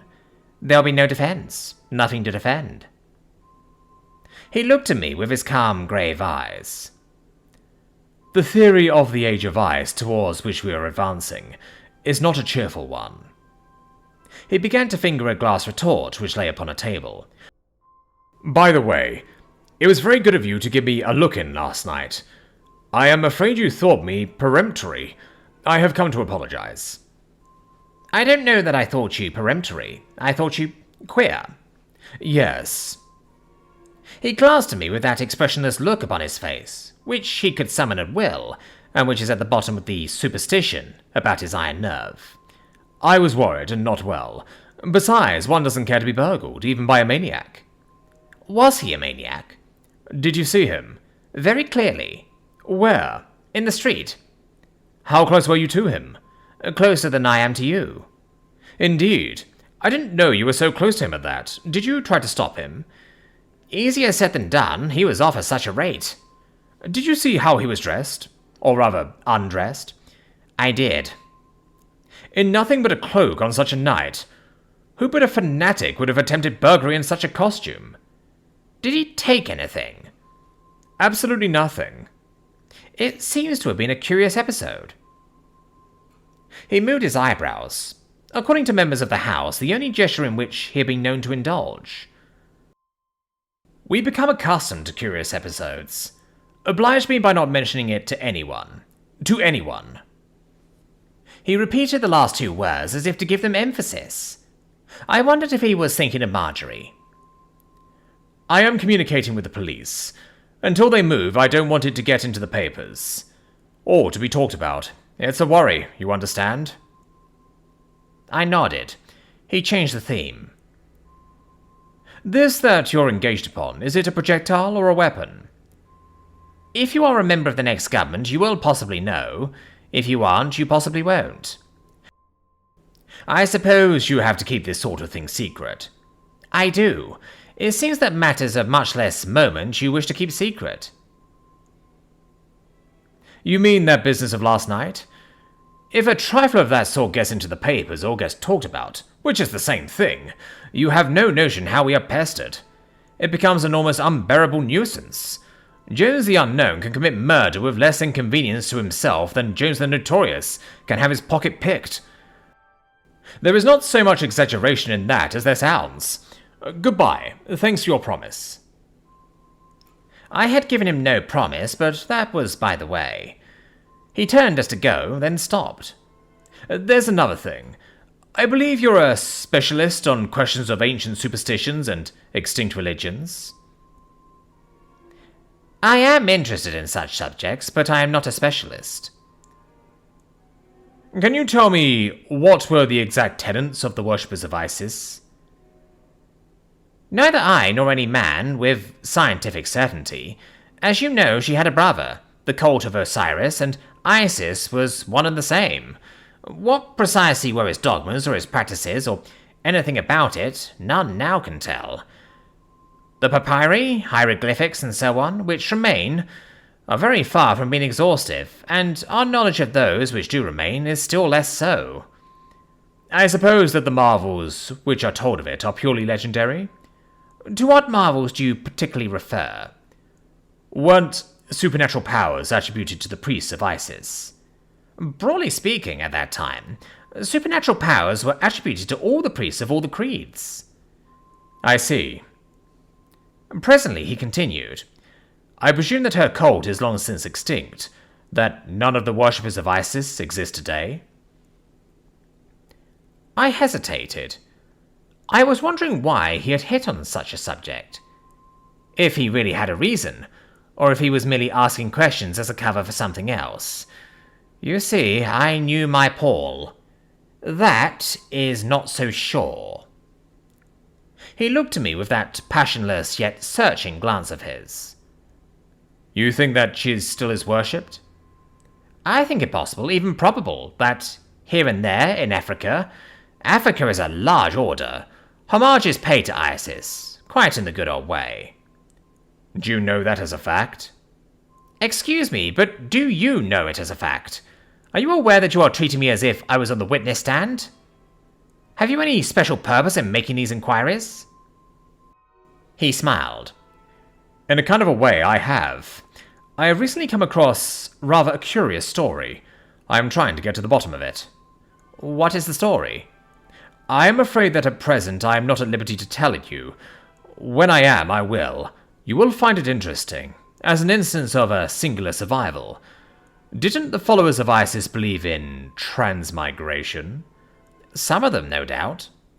What do they understand by transmigration? Transmigration? Yes, but of the soul or of the body? How do you mean? Transmigration is transmigration. Are you driving at something in particular? If you'll tell me fairly and squarely what it is, I'll do my best to give you the information you require. As it is, your questions are a bit perplexing. Oh, it doesn't matter. As you say, transmigration is transmigration. I was eyeing him keenly. I seemed to detect in his manner an odd reluctance to enlarge on the subject he himself had started. He continued to trifle with the retort upon the table. Hadn't the followers of Isis, what shall I say? A sacred emblem? How? Hadn't they an especial regard for some sort of a... Wasn't it some sort of a... beetle? You mean Scarabia sassa, according to Latriel, Scarabaeus Egyptorium? Undoubtedly, the scarab was venerated throughout Egypt. Indeed, speaking generally, most things that had life, for instance, cats, as you know. Osiris continued among men in the figure of Apsis, the bull. Weren't the priests of Isis, or some of them, supposed to assume, after death, the form of a Scarabaeus? I never heard of it. Are you sure? Think. I shouldn't like to answer such a question positively, offhand, but I don't, on the spur of the moment, recall any supposition of the kind. Don't laugh at me. I'm not a lunatic. But I understand that recent researches have shown that even in some of the most astounding of the ancient legends, there is a substratum of fact. Is it absolutely certain that there could be no shred of truth in such a belief? In what belief? In the belief that a priest of Isis, or anyone, assumed after death the form of a Scarabaeus. It seems to me, Lessingham, that you have lately come across some uncommonly interesting data, of a kind, too, which is your bounden duty to give to the world, or at any rate to that portion of the world which is represented by me. Come, tell us all about it. What are you afraid of? I am afraid of nothing, and some day you shall be told, but not now. At present, answer my question. Then repeat your question, clearly. Is it absolutely certain that there could be no foundation of truth in the belief that the priest of Isis, or anyone, assumed after death the form of a beetle? I know no more than the man in the moon. How the dickens should I? Such a belief may have been symbolical.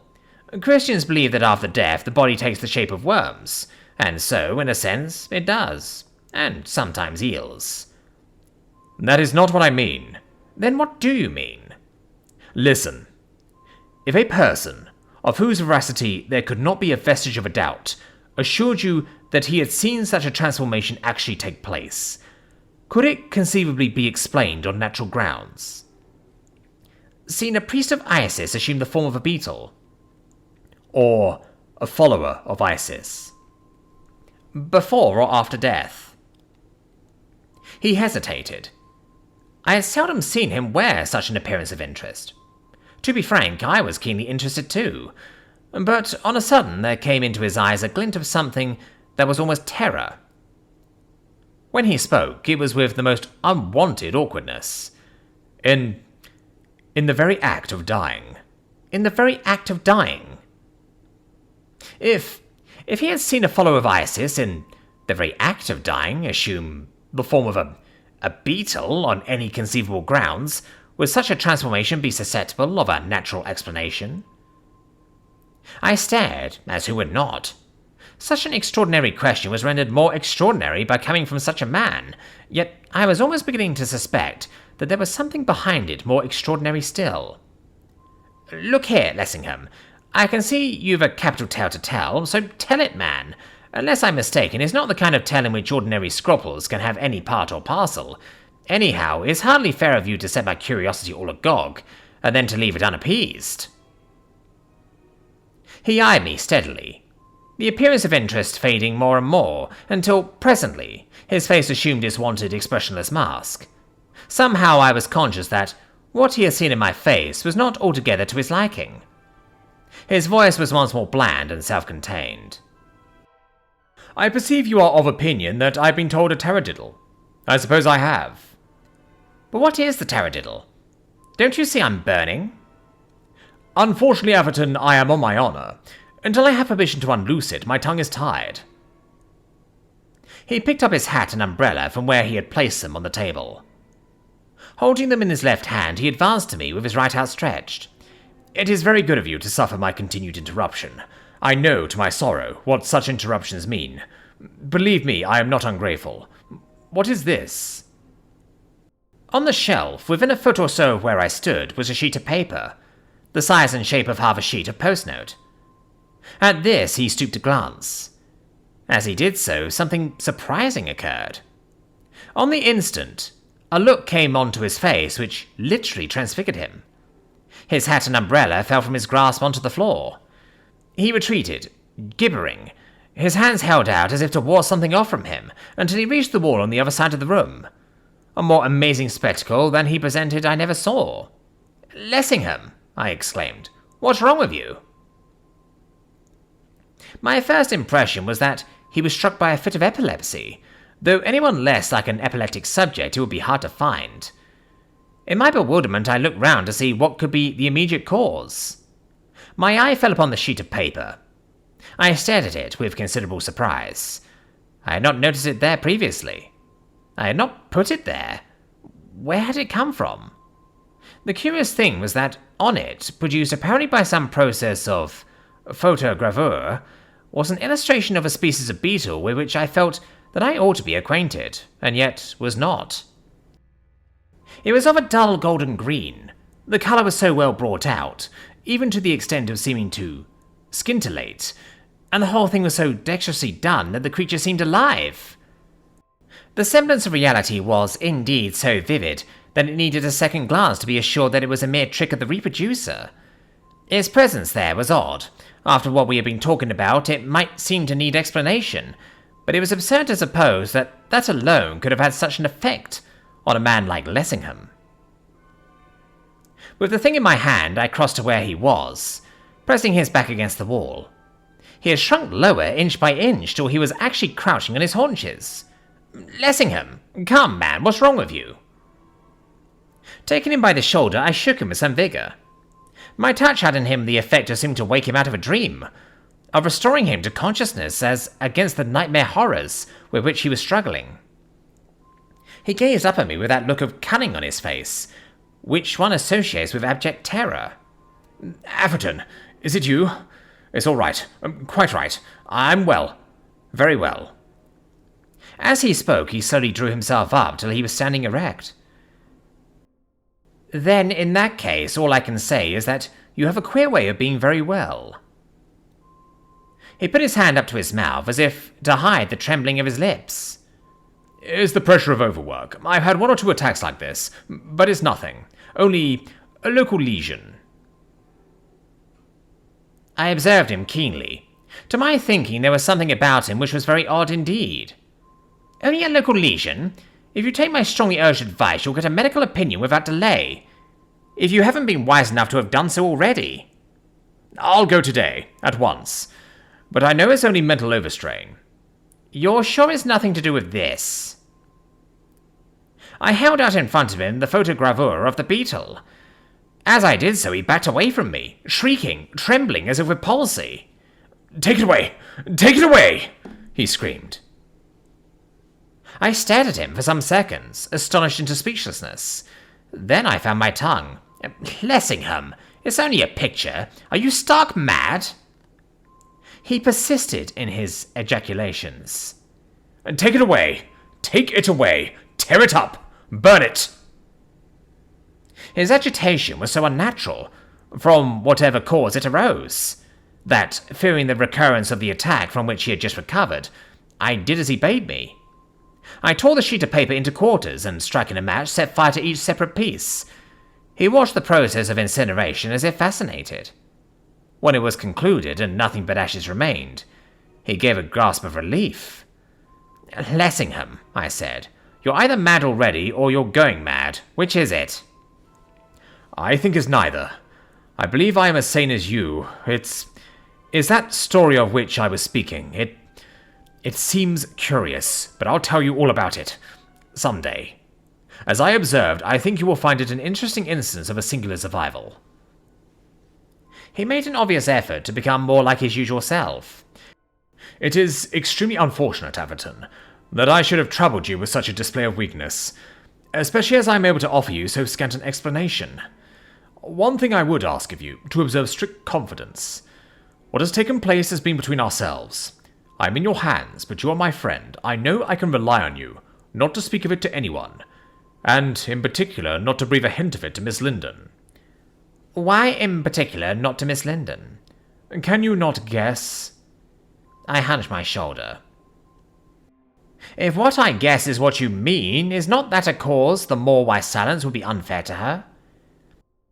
"It is for me to speak, if for anyone. I shall not fail to do what should be done.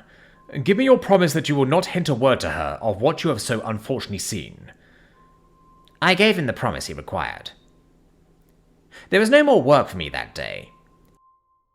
The apostle, his divagations, his example of the Coleoptera, his Arabian friend, these things were as microbes which, acting on a system already predisposed for their reception, produced high fever. I was in a fever of unrest. Brain in a whirl. Marjorie, Paul, Isis, Beetle, mesmerism, in delirious jumble. Love's upsetting. In itself a sufficiently severe disease, But when complications intervene, suggestive of mystery and novelties, so that you do not know if you are moving in an atmosphere of dreams or of frozen facts, if then your temperature does not rise like that rocket of Mr. Verne's, which reached the moon, then you are a freak of an entirely genuine kind.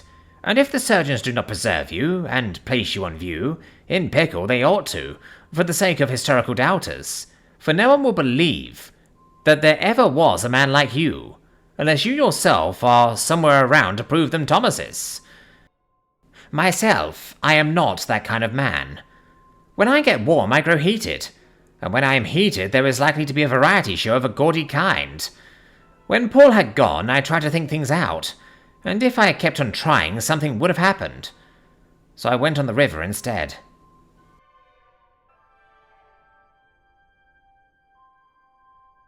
Chapter 14. The Duchess's Ball. That night was the Duchess of Datchet's ball. The first person I saw as I entered the dancing room was Dora Grayling. I went straight up to her. "Miss Grayling, I behaved very badly to you last night. I have come to make to you my apologies, to sue for your forgiveness." "My forgiveness?" Her head went back. She has a pretty bird-like trick of cocking it, a little, on one side. "You were not well? Are you better?" "Quite. You forgive me? Then grant me plenary absolution by giving me a dance for the one I lost last night." She rose. A man came up, a stranger to me. She's one of the best hunted women in England. There's a million with her. "This is my dance, Miss Grayling." She looked at him. "You must excuse me. I am afraid I have made a mistake. I had forgotten that I was already engaged." I had not thought her capable of it. She took my arm, and away we went, and left him staring. "It's he who's the sufferer now," I whispered, as we went round. "She can waltz." "You think so? It was I last night. I did not mean, if I could help it, to suffer again. To me, a dance with you means something." She went all red, adding, as an afterthought, "Nowadays, so few men really dance. I expect it's because you dance so well." "Thank you." We danced the waltz right through. Then we went to an impromptu shelter which had been rigged up on a balcony, and we talked. There's something sympathetic about Miss Grayling, which leads one to talk about oneself. Before I was half aware of it, I was telling her of all my plans and projects. Actually telling her of my latest notion, which, ultimately, was to result in the destruction of whole armies, as by a flash of lightning. She took an amount of interest in it, which was surprising. What really stands in the way of things of this sort is not theory, but practice. One can prove one's facts on paper, or on a small scale in a room. What is wanted is proof on a large scale, by actual experiment.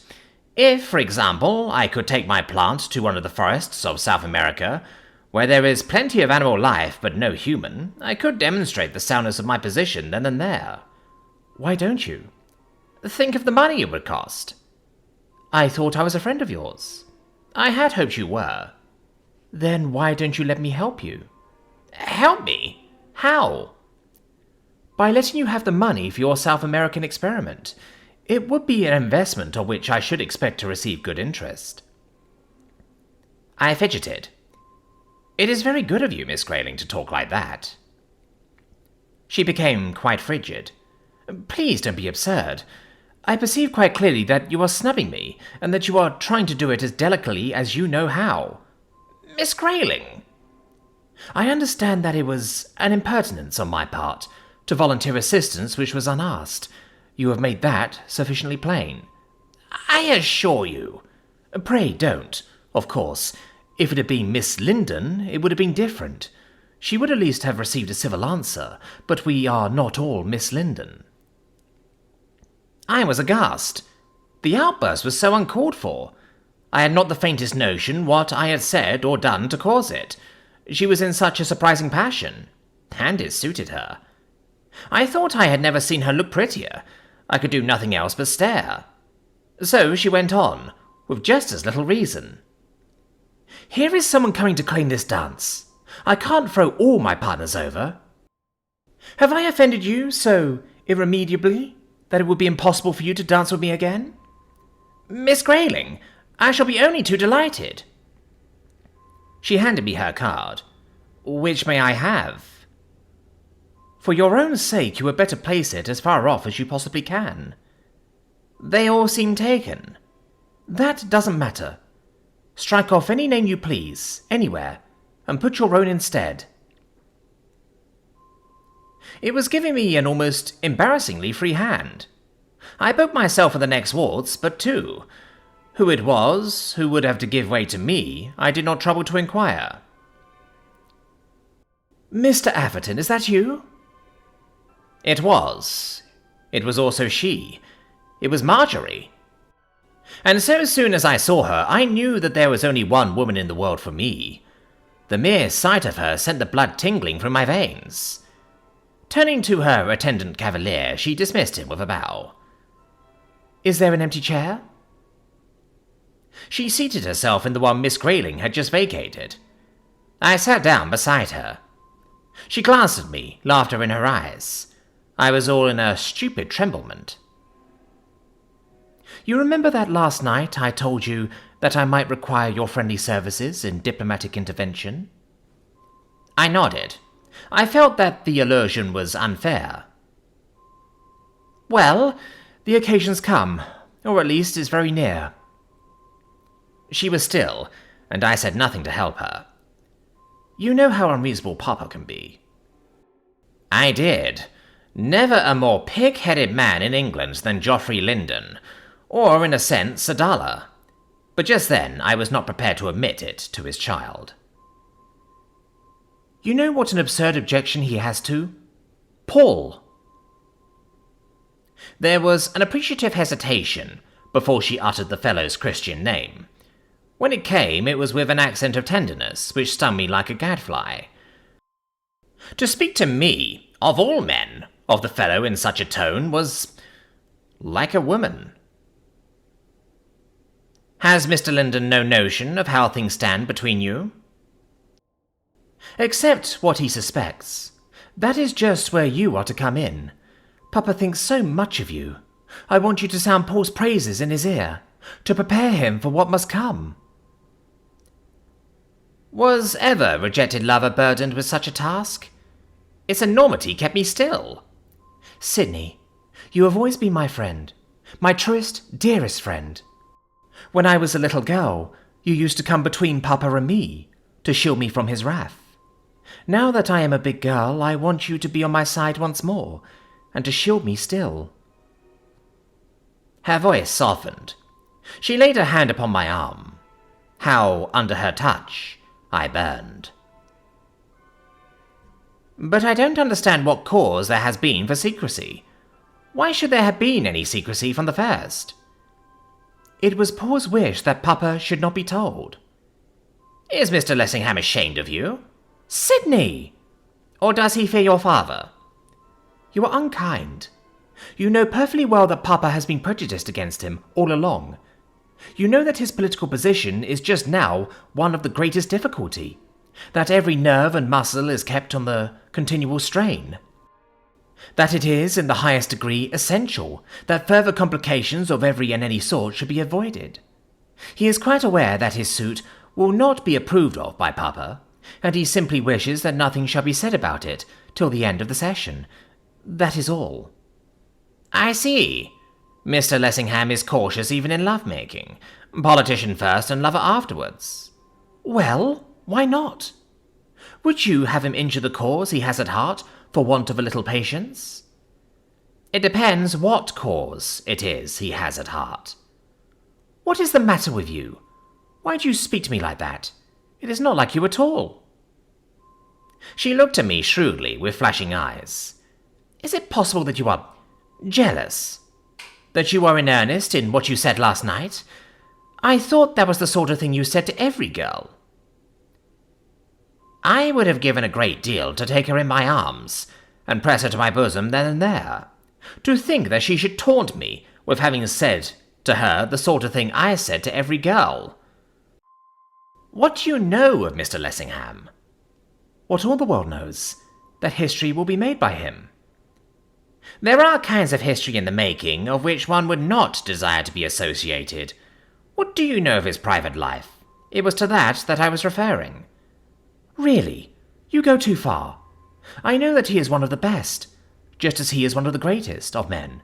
For me, that is sufficient. If you do know that, it is sufficient. I do know it. All the world knows it. Everyone with whom he comes in contact is aware, must be aware, that he is incapable of a dishonourable thought or action. And take my advice. Don't appreciate any man too highly.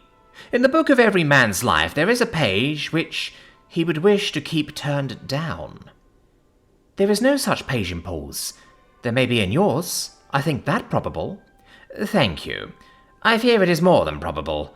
I fear that in my case the page may extend to several. There is nothing apostolic about me, not even the name. Sidney, you are unendurable. It is the more strange to hear you talk like this since Paul regards you as his friend. He flatters me. Are you not his friend? Is it not sufficient to be yours? No. Who is against Paul is against me. That is hard. How is it hard? Who is against the husband can hardly be for the wife, when the husband and the wife are one. But as yet you are not one. Is my cause so hopeless? What do you call your cause? Are you thinking of that nonsense you were talking about last night? She laughed. You call it nonsense. You ask for sympathy and give so much. I will give you all the sympathy you stand in need of, I promise it. My poor dear Sidney, don't be so absurd. Do you think that I don't know you? You're the best of friends and the worst of lovers. As the one, so true, so fickle as the other. To my certain knowledge, with how many girls have you been in love and out again? It is true that, to the best of my knowledge and belief, you have never been in love with me before, but that's the merest accident. Believe me, my dear, dear Sidney, you'll be in love with someone else tomorrow, if you're not halfway there tonight. I confess, quite frankly, that in that direction all the experience I have had of you has in no wise strengthened my pathetic instinct. Cheer up. One never knows. Who is this that's coming? It was Dora Grayling who was coming. I went off with her without a word.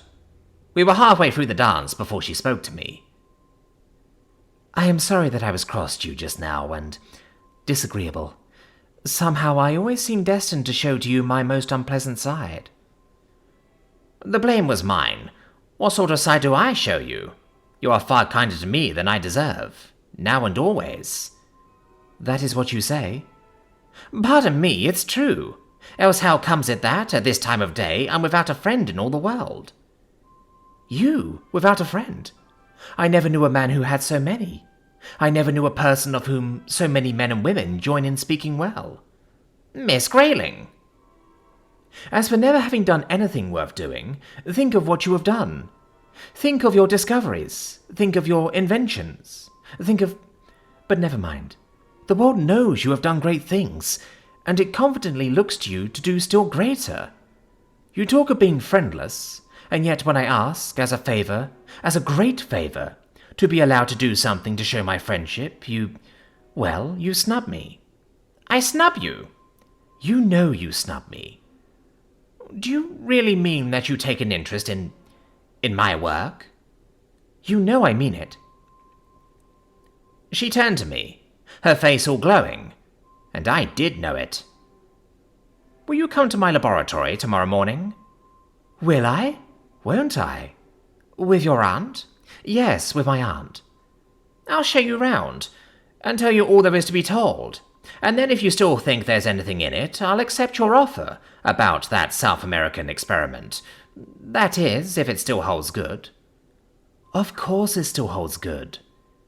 And we'll be partners? Partners? Yes, we will be partners. It will cost a terrific sum. There are some things which never can cost too much. That's not my experience. I hope it will be mine.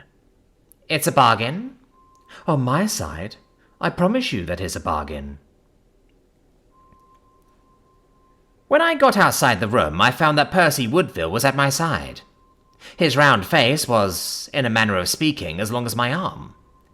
He took his glass out of his eye and rubbed it with his handkerchief. And directly he put it back, he took it out and rubbed it again. I believe that I never saw him in such a state of fluster, and when one speaks of Woodville, that means something. Atherton, I am in a devil of a stew. He looked it. All of a heap. I have had a blow which I shall never get over. Then get under. Woodville is one of those fellows who will insist on telling me that their most private matters, even to what they owe their washerwomen for the ruination of their shirts. Why, goodness alone can tell. Heaven knows I am not sympathetic. Don't be an idiot. You don't know what I'm suffering. I'm as nearly as possible stark mad. That's all right, old chap. I've seen you that way more than once before. Don't talk like that. You're not a perfect brute. I bet you a shilling that I am. Don't torture me. You're not, Atherton. He seized me by the lapels of my coat, seeming half beside himself. Fortunately, he had drawn me into a recess, so that we were noticed by a few observers. What do you think has happened? My dear chap, how on earth am I to know? She's refused me. Has she? Well, I never. Buck up. Try some other address. There are quite as good fish in the sea as ever came out of it. Atherton, you're a blackguard. He had crumpled his handkerchief into a ball, and was actually bobbing at his eyes with it. The idea of Percy Woodville being dissolved in tears was excruciatingly funny, but just then I could hardly tell him so. There's not a doubt of it. It's my way of being sympathetic. Don't be so down, man. Try her again. It's not the slightest use. I know it isn't. From the way she treated me. Don't be so sure. Women often say what they mean least. Who's the lady? Who? Is there more women in the world than one for me? Or has there ever been? You ask me who. What does the word mean to me but Marjorie Linden? Marjorie Linden? I fancy that my jaw dropped open. That, to use his own vernacular, I was all of a heap. I felt like it. I strode away, leaving him mazed, and all but ran into Marjorie's arms. I'm just leaving. Will you see me to the carriage, Mr. Atherton? I saw her to the carriage. Are you off? Can I give you a lift? Thank you. I am not thinking of being off. I'm going to the House of Commons. Won't you come? What are you going there for? Directly she spoke of it, I knew why she was going. And she knew that I knew, as her words showed. You are quite aware of what the magnet is.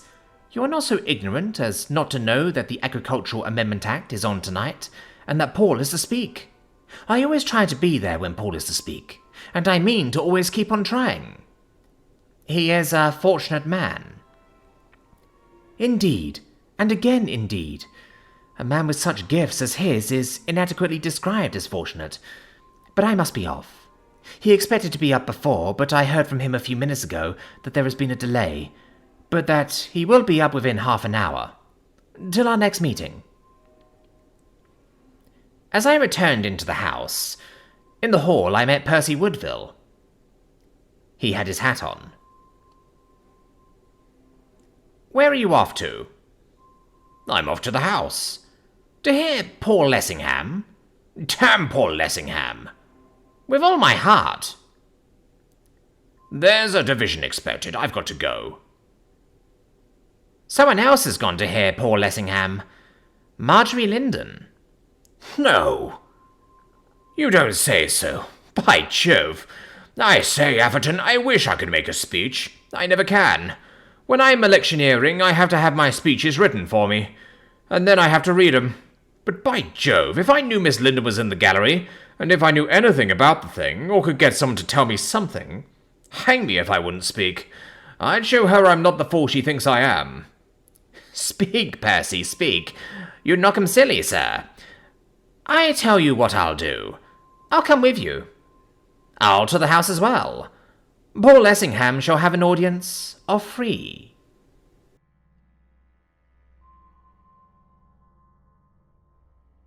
Chapter 15. Mr. Lessingham Speaks. The house was full. Percy and I went upstairs, to the gallery which is theoretically supposed to be reserved for what are called distinguished strangers, those curious animals. Trumpeton was up, hammering out those sentences which smell, not so much of the lamp as of the dunderhead. Nobody was listening, except the men in the press gallery. Where is the brain of the house and 90% of its wisdom? It was not till Trumpeton had finished that I discovered Lessingham. The tedious ancient resumed his seat amidst a murmur of sounds which, I have no doubt, some of the pressmen interpreted next day as loud and continued applause. There was movement in the house, possibly expressive of relief, a hum of voices. Men came flocking in. Then from the opposition benches there rose a sound which was applause, and I perceived that, on a cross bench close to the gangway, poor Lessingham was standing up bareheaded. I eyed him critically. As a collector might eye a valuable specimen, or a pathologist a curious subject.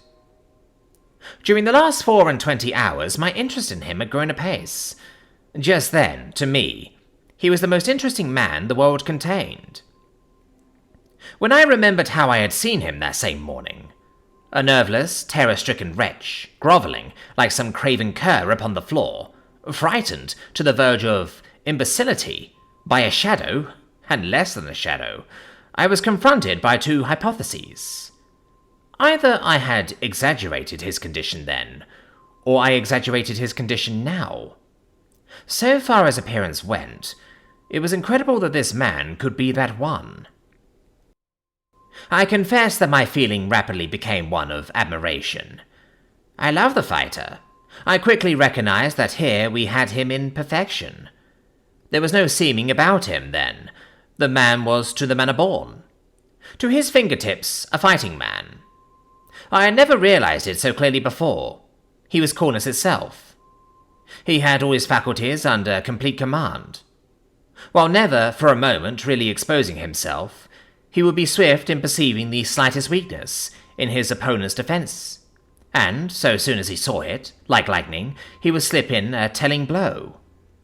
Though defeated, he would hardly be disgraced, and one might easily believe that their very victories would be so expensive to his assailants that, in the end, they would actually conduce to his own triumph. Hang me, I told myself, if, after all, I am surprised if Marjorie does see something in him.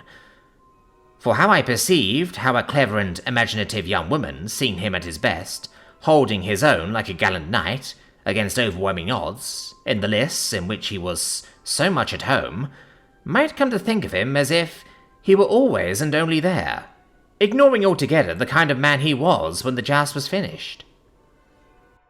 It did me good to hear him, I do know that, and I could easily imagine the effect he had on one particular auditor who was in the lady's cage.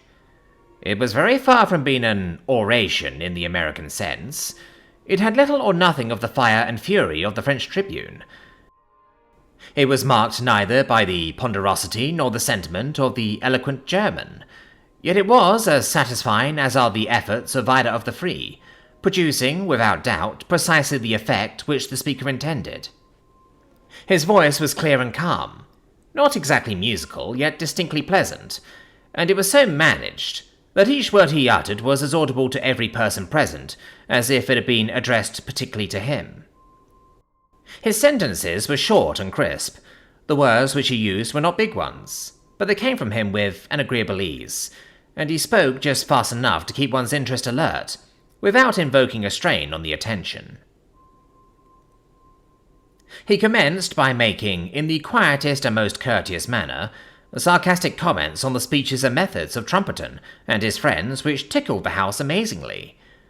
But he did not make the mistake of pushing his personalities too far. To a speaker of a certain sort, nothing is easier than to sting to madness. If he likes, his every word is barbed. Wounds so given fester. They are not easily forgiven. It is essential to a politician that he should have his fairest friends among the fools, or his climbing days will soon be over.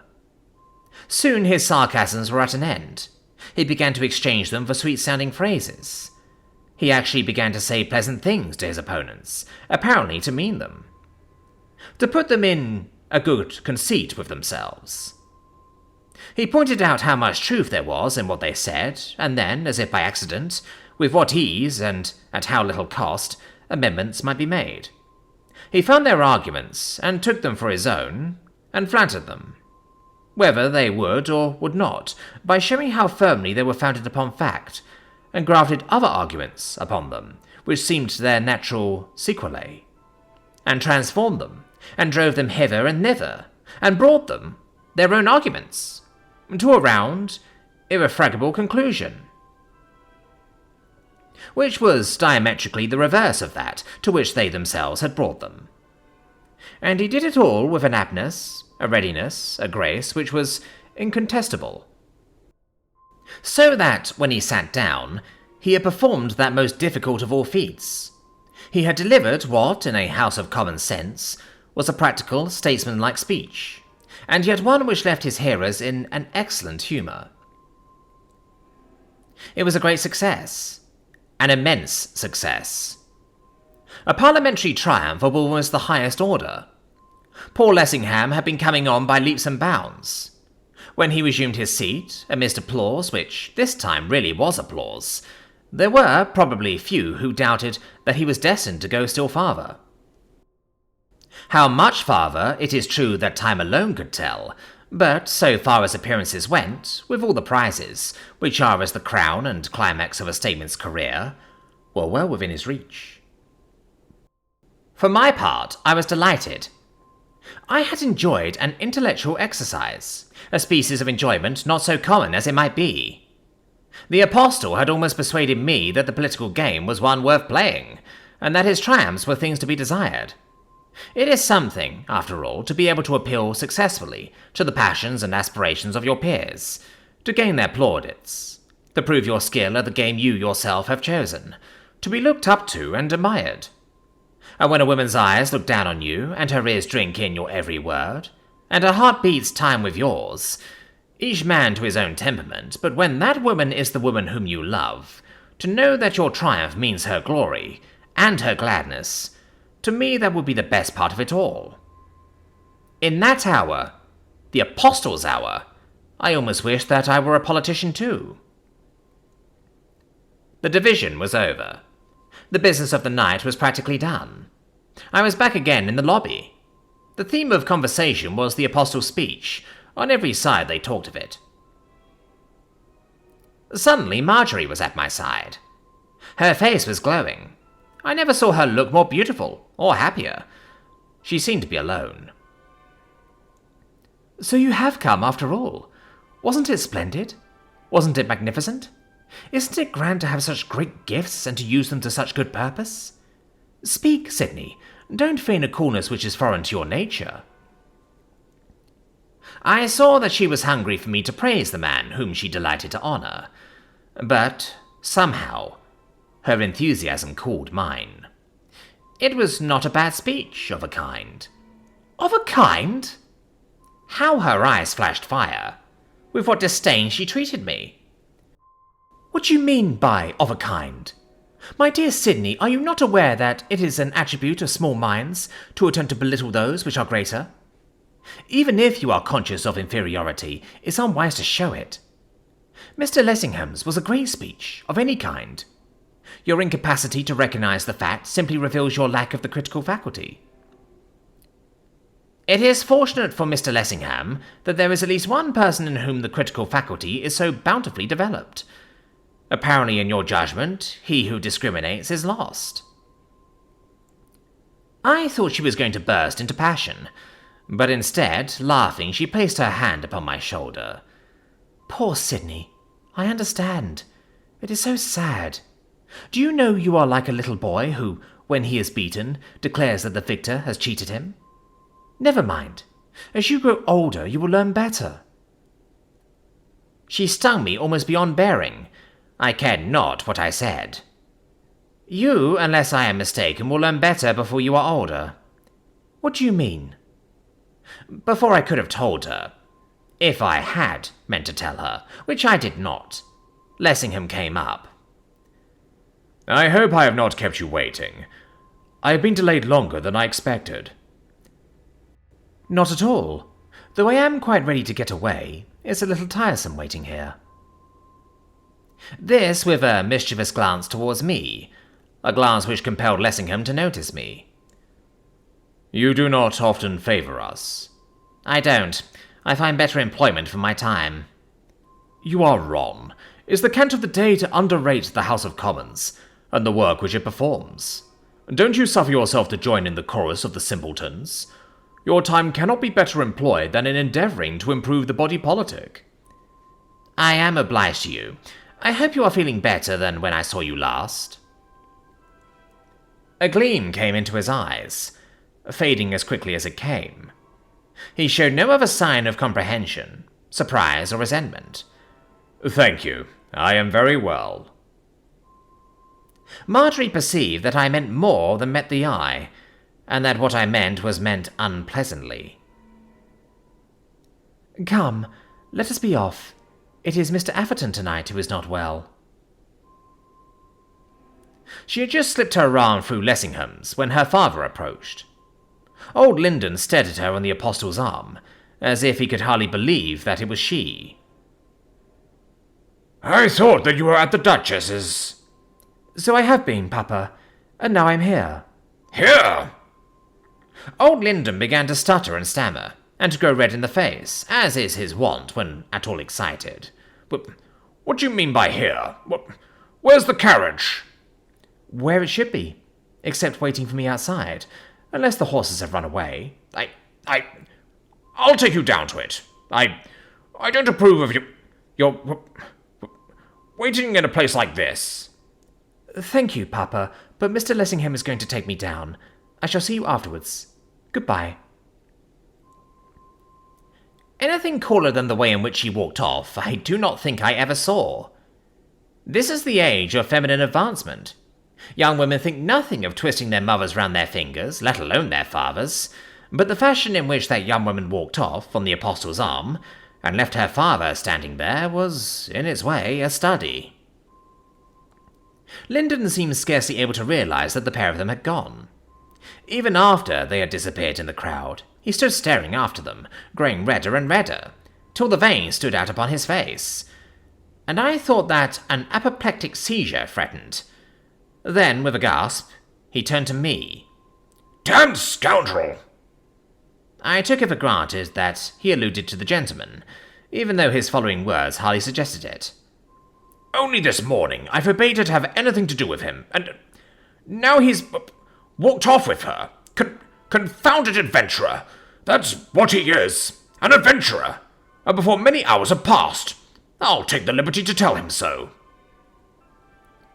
Jamming his fists into his pockets, and puffing like a grampus in distress, he took himself away, and it was time he did, for his words were as audible as they were pointed, and already people were wondering what the matter was. Woodville came up as Lyndon was going, just as sorely distressed as ever. She went away with Lessingham. Did you see her? Of course I saw her. When a man makes a speech like Lessingham's, any girl would go away with him, and be proud to. When you are endowed with such great powers as he is, and use them for such lofty purposes, she'll walk away with you, but, till then, never. He was at his old trick of polishing his eyeglass. It's bitter hard. When I knew that she was there, I'd half a mind to make a speech myself. Upon my word I had. Only I didn't know what to speak about, and I can't speak anyhow. How can a fellow speak when he's shoved into the gallery? As you say, how can he? He can't stand on the railing and shout, even with a friend holding him behind. I know I shall speak one day. Bound to. And then she won't be there.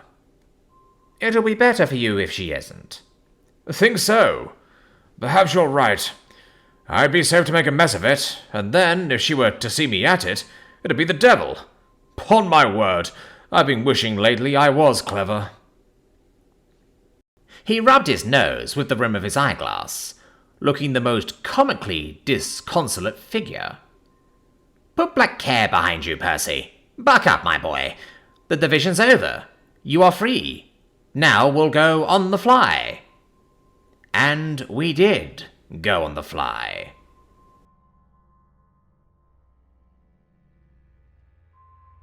Chapter 16. Atherton's Magic Vapour. I bore him off to supper at the Helicon. All the way in the cab he was trying to tell me the story of how he proposed to Marjorie, and he was very far from being through with it when we reached the club. There was the usual crowd of supperites, but we got a little table to ourselves, in a corner of the room, and before anything was brought for us to eat, he was at it again. A good many of the people were pretty near to shouting, and as they seemed to be all speaking at once, and the band was playing, and as the Helicon supper band is not piano, Percy did not have it quite all to himself, but considering the delicacy of his subject, he talked as loudly as was decent, getting more so as he went on. But Percy is peculiar. I don't know how many times I've tried to tell her, over and over again. Have you now? Yes, pretty near every time I met her, but I never seemed to get quite to it, don't you know. How was that? Why, just as I was going to say, Miss Linden, may I offer you the gift of my affection? Was that how you invariably intended to begin? Well, not always. One time like that, another time another way. Fact is, I got off a little speech by heart, but I never got a chance to reel it off. So I made up my mind to just say anything. And what did you say? Well, nothing, you see. I never got there. Just as I was feeling my way, she'd asked me if I preferred big sleeves to little ones, or top hats to billycocks, or some nonsense of the kind. Would she now? Yes, of course I had to answer, and by the time I'd answered the chance was lost. Percy was polishing his eyeglass. I tried to get there so many times, and she checked me off so often, that I can't help thinking that she suspected what it was that I was after. You think she did? She must have done. Once I followed her down Piccadilly, and chivied her into a glove shop in the Burlington Arcade. I meant to propose to her in there. I hadn't had a wink of sleep all night, through dreaming of her, and I was just about desperate. And did you propose? The girl behind the counter made me buy a dozen pair of gloves instead. They turned out to be 3 sizes too large for me when they came home. I believe she thought I'd gone to spoon the glove girl. She went out and left me there. That girl loaded me with all sorts of things when she was gone. I couldn't get away. She held me with her blessed eye. I believe it was a glass one. Miss Linden's, or the glove girl's? The glove girl's. She sent me home a whole cartload of green ties and declared I'd ordered them. I shall never forget that day. I've never been up the arcade since, and never mean to.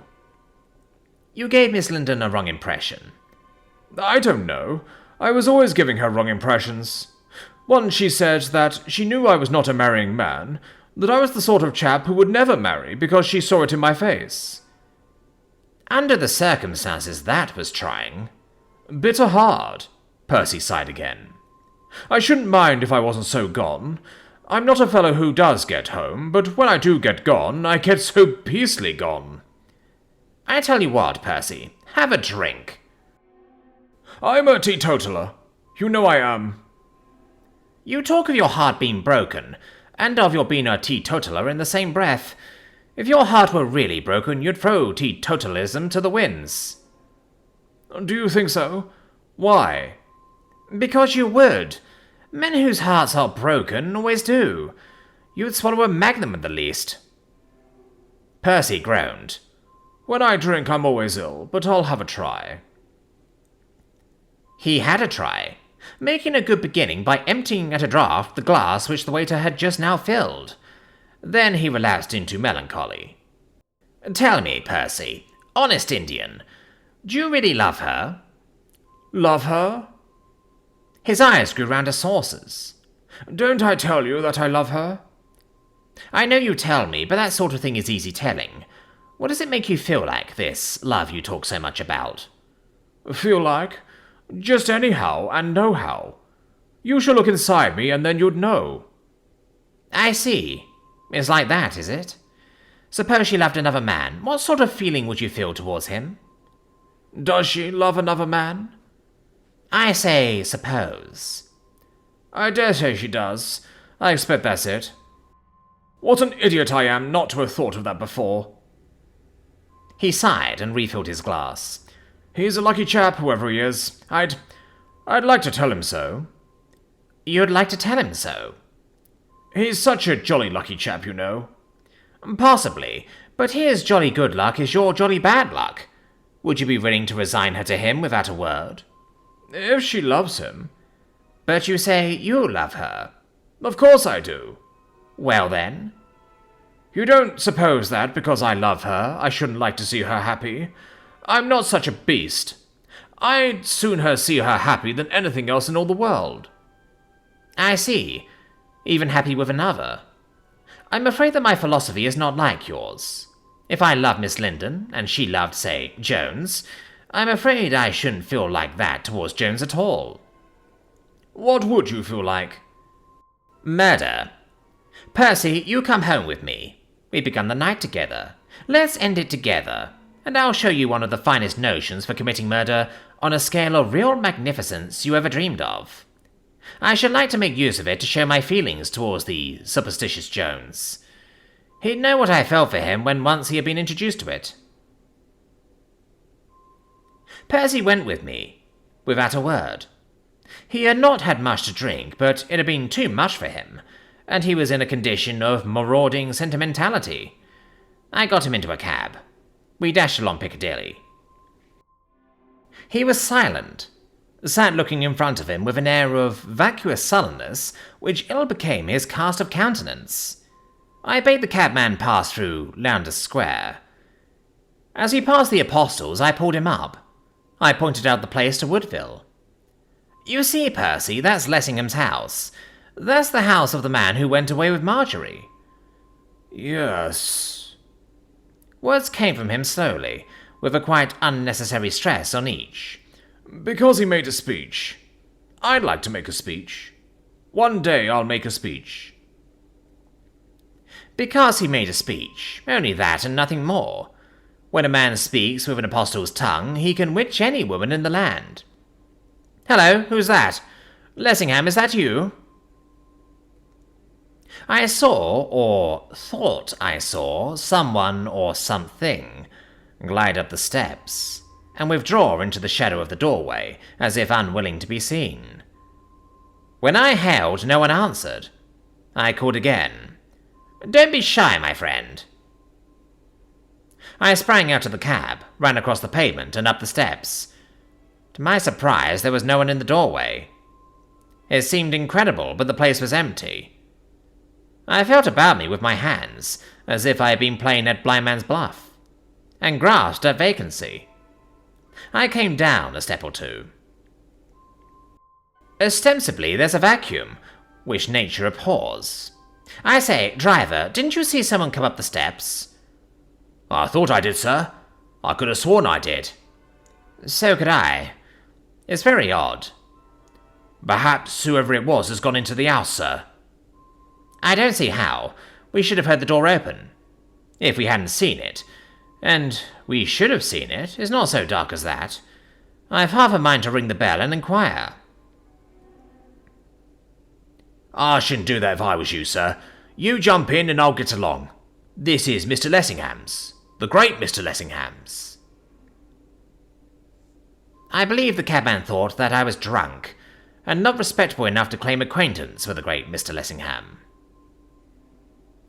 Wake up, Woodville. Do you know, I believe there's some mystery about this place. I feel assured of it. I feel as if I were in the presence of something uncanny. Something which I can neither see, nor touch, nor hear. The cabman bent down from his seat, wheedling me. Jump in, sir, and we'll be getting along." I jumped in and we got along, but not far. Before we had gone a dozen yards, I was out again, without troubling the driver to stop. He pulled up, aggrieved. "Well, sir, what's the matter now? You'll be damaging yourself before you're done, and then you'll be blaming me." I had caught sight of a cat crouching in the shadow of the railings, a black one. That cat was my quarry. Either the creature was unusually sleepy, or slow, or stupid, or it had lost its wits, which a cat seldom does lose. Anyhow, without making an attempt to escape, it allowed me to grab it by the nape of the neck. So soon as we were inside my laboratory, I put the cat into my glass box. Percy stared. "What have you put it in there for?" "That, my dear Percy, is what you are shortly about to see.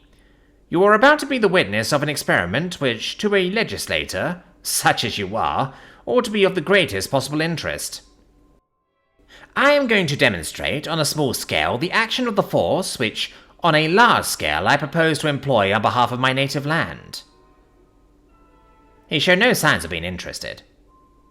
Sinking into a chair, he recommenced his wearisome reiteration. "I hate cats. Do let it go. I'm always miserable when there's a cat in the room." "Nonsense. That's your fancy. What you want's a taste of whiskey. You'll be as chirpy as a cricket." "I don't want anything more to drink. I've had too much already." I paid no heed to what he said. I poured 2 stiff doses into a couple of tumblers.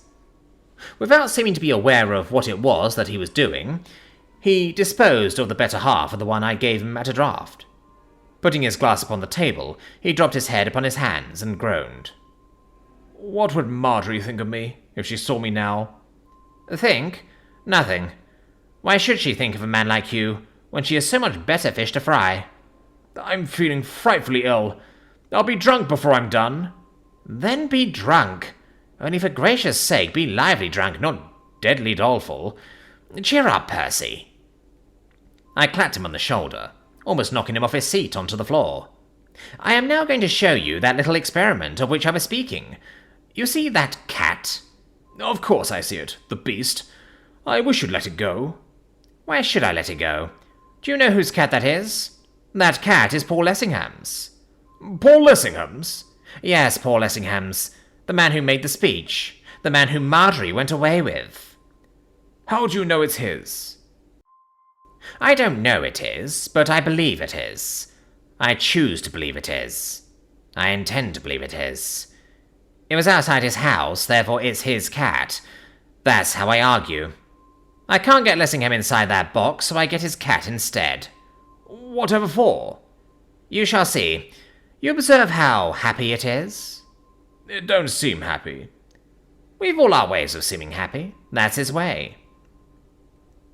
The creature was behaving like a cat gone mad, dashing itself against the sides of its glass prison, leaping to and fro, and from side to side, squealing with rage or with terror, or with both.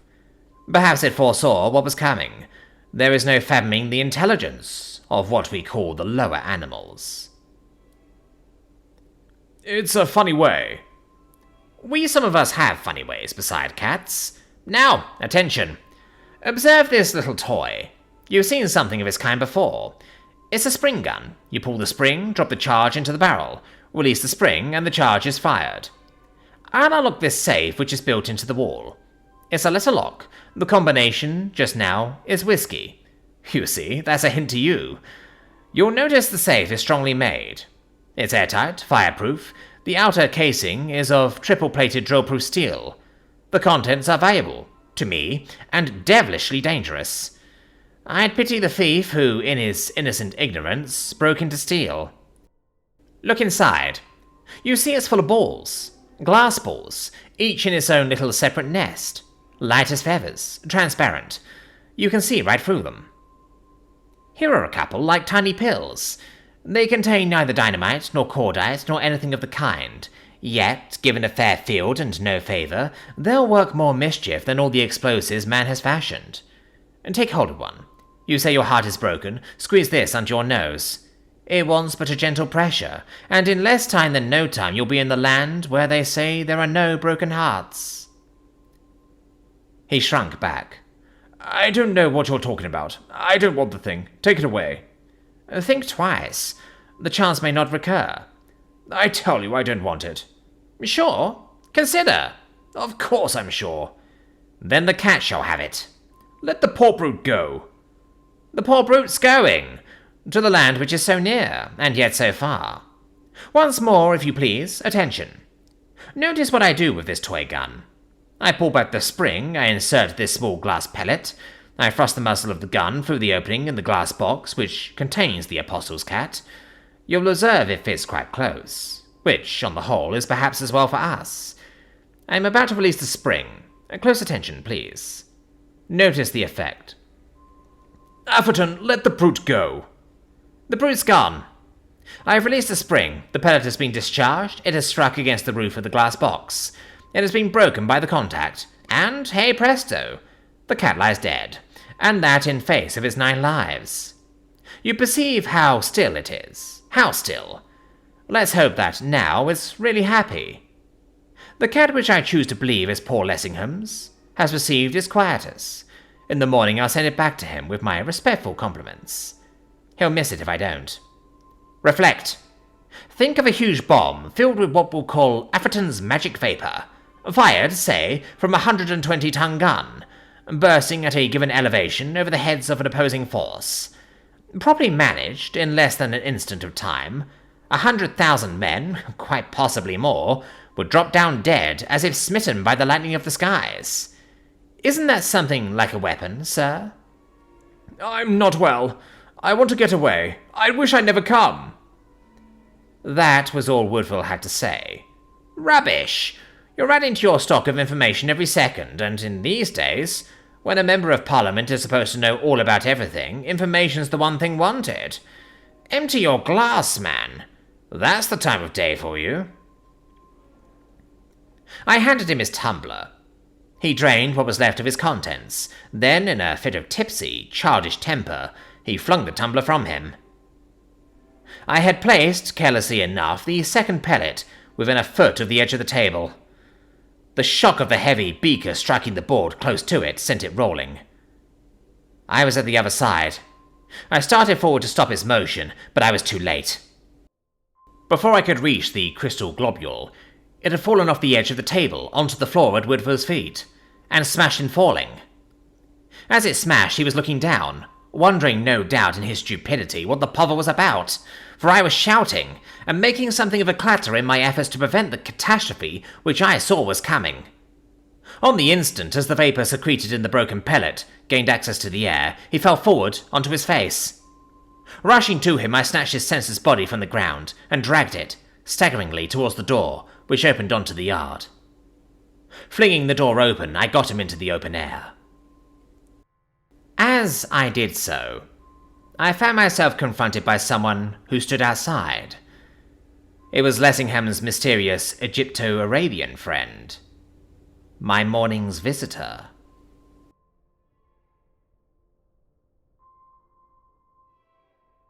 Chapter 17.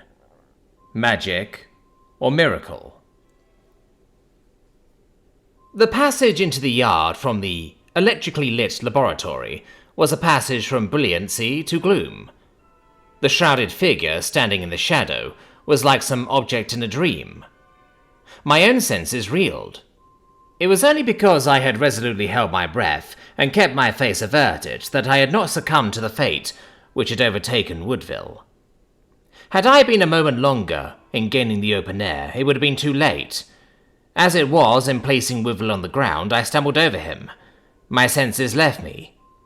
Even as they went, I was conscious of exclaiming, remembering the saying about the engineer being hoisted by his own petard. Atherton's magic vapour. My sensations on returning to consciousness were curious. I found myself being supported in someone's arms. A stranger's face was bending over me, and the most extraordinary pair of eyes I had ever seen were looking into mine. "Who the deuce are you?" I asked. Then, understanding that it was my uninvited visitor, with scant ceremony I drew myself away from him. By the light which was streaming through the laboratory door, I saw that Woodville was lying close beside me, stark and still. "Is he dead?" I cried. "Percy, speak, man! It's not so bad with you as that." But it was pretty bad. So bad that, as I bent down and looked at him, my heart beat uncomfortably fast, lest it was as bad as it could be. His heart seemed still. The vapour took effect directly on the cardiac centres. To revive their action, and that instantly, was indispensable. Yet my brain was in such a whirl that I could not even think of how to set about beginning. Had I been alone, it is more than probable Woodville would have died. As I stared at him, senselessly, aimlessly, the stranger, passing his arms beneath his body, extended himself at full length upon his motionless form. Putting his lips to Percy's, he seemed to be pumping life from his own body into the unconscious man's. As I gazed bewildered, surprised, presently there came a movement of Percy's body. His limbs twitched as if he was in pain. By degrees the motions became convulsive, till on a sudden he bestirred himself to such effect that the stranger was rolled right off him. I bent down, to find that the young gentleman's condition still seemed very far from satisfactory. There was a rigidity about the muscles of his face, a clamminess about his skin, a disagreeable suggestiveness about the way in which his teeth and the whites of his eyes were exposed, which was uncomfortable to contemplate. The stranger must have seen what was passing through my mind, not a very difficult thing to see. Pointing to the recumbent Percy, he said, with that queer foreign twang of his, which, whatever it had seemed like in the morning, sounded musical enough just then. "All will be well with him." "I am not so sure." The stranger did not deign to answer. He was kneeling on one side of the victim of modern science, I on the other, passing his hand to and fro in front of the unconscious countenance, as if by magic all semblance of discomfort vanished from Percy's features, and, to all appearances, he was placidly asleep. "Have you hypnotized him?" "What does it matter?" If it was a case of hypnotism, it was very neatly done. The conditions were both unusual and trying. The effect produced seemed all that could be desired. The change brought about in half a dozen seconds was quite remarkable. I began to be aware of a feeling of quasi-respect for Paul Lessingham's friend. His morals might be peculiar, and mannerisms he might have none, but in this case, at any rate, the end seemed to have justified the means. He went on. "He sleeps. When he awakes, he will remember nothing that has been. Leave him. The night is warm. All will be well." As he said, the night was warm, and it was dry. Percy would come to little harm by being allowed to enjoy, for a while, the pleasant breezes. So I acted on the stranger's advice, and left him lying in the yard, while I had a little interview with the impromptu physician. Chapter 18. The Apotheosis of the Beetle. The laboratory door was closed. The stranger was standing a foot or two away from it. I was further within the room, and was subjecting him to as keen a scrutiny as circumstances permitted. Beyond doubt, he was conscious of my observation, yet he bore himself with an air of indifference, which was suggestive of perfect unconcern. The fellow was oriental to the fingertips, that much was certain, yet in spite of a pretty wide personal knowledge of oriental people, I could not make up my mind as to the exact part of the East from which he came. He was hardly an Arab, he was not a fellah, he was not, unless I erred, a Mohammedan at all. There was something about him which was distinctly not Musulmanic.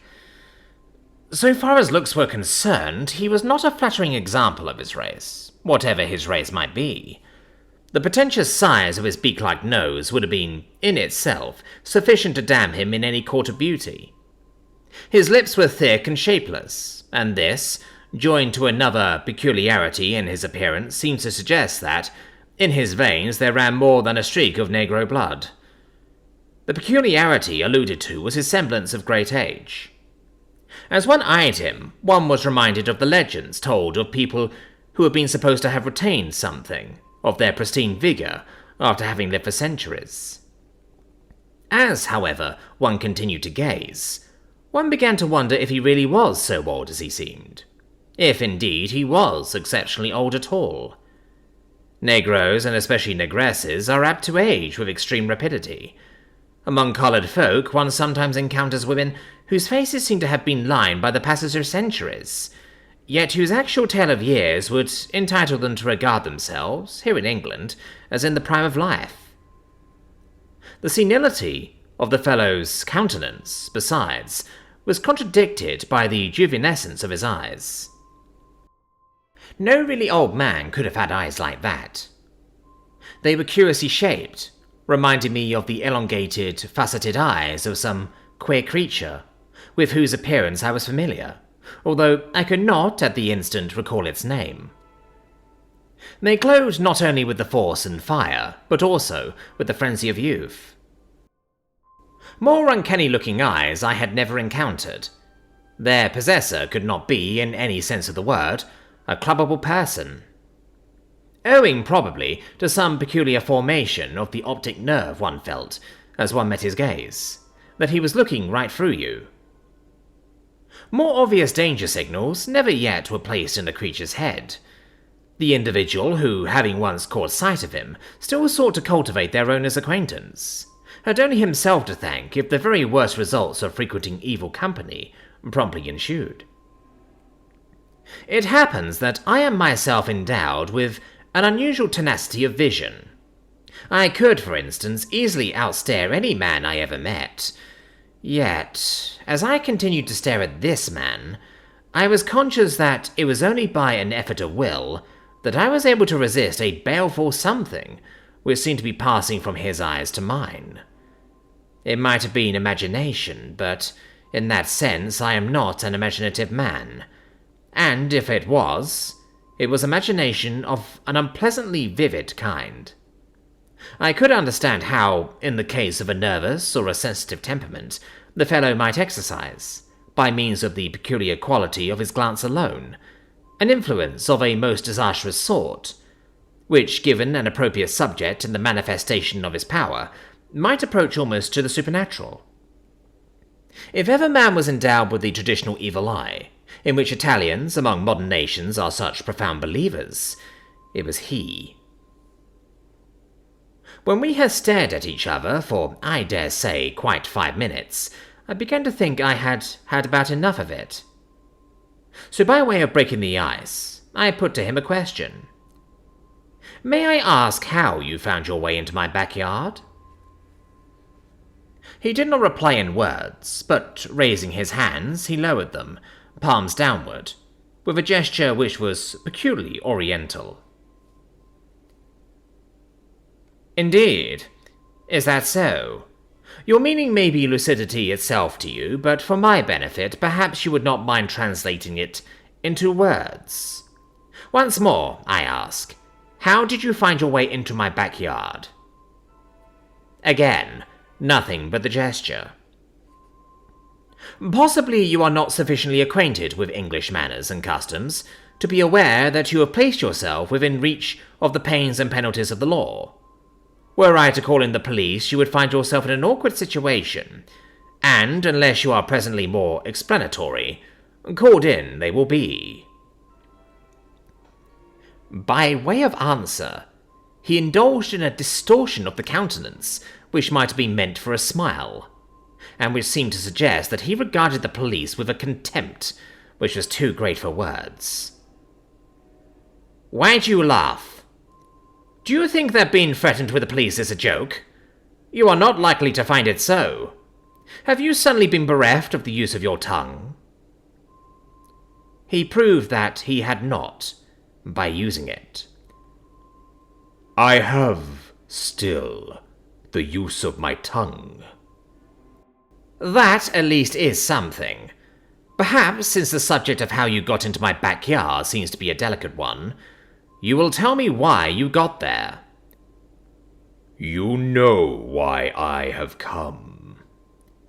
Pardon me if I appear to flatly contradict you, but that is precisely what I do not know. You do know. Do I? Then in that case I presume that you are here for the reason which appears upon the surface, to commit a felony. You call me thief. What else are you? I am no thief. You know why I have come. He raised his head a little. A look came into his eyes which I felt that I ought to understand, yet to the meaning of which I seemed, for the instant, to have mislaid the key. I shrugged my shoulders. I have come because you wanted me. Because I wanted you? On my word, that's sublime. All night you have wanted me. Do I not know?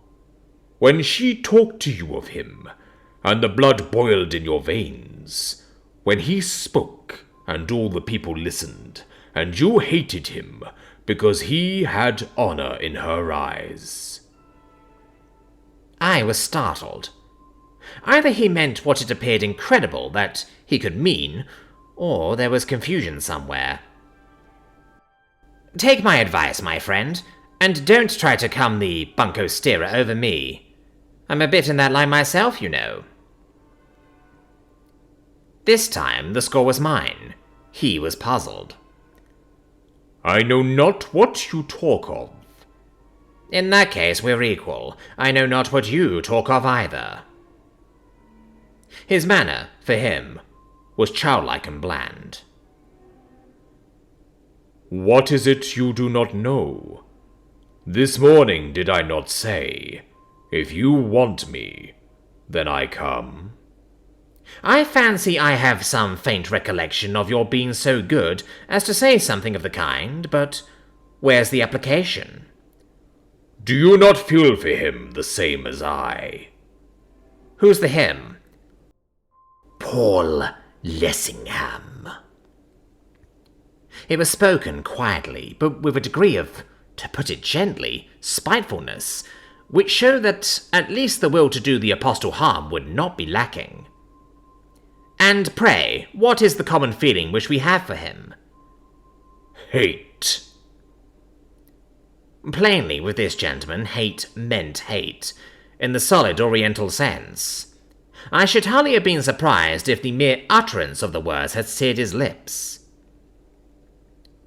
I am by no means prepared to admit that I have this feeling, which you attribute to me, but even granting that I have, what then? Those who hate are kin. That also I should be slow to admit, but, to go a step farther, what has all this to do with your presence on my premises, at this hour of the night?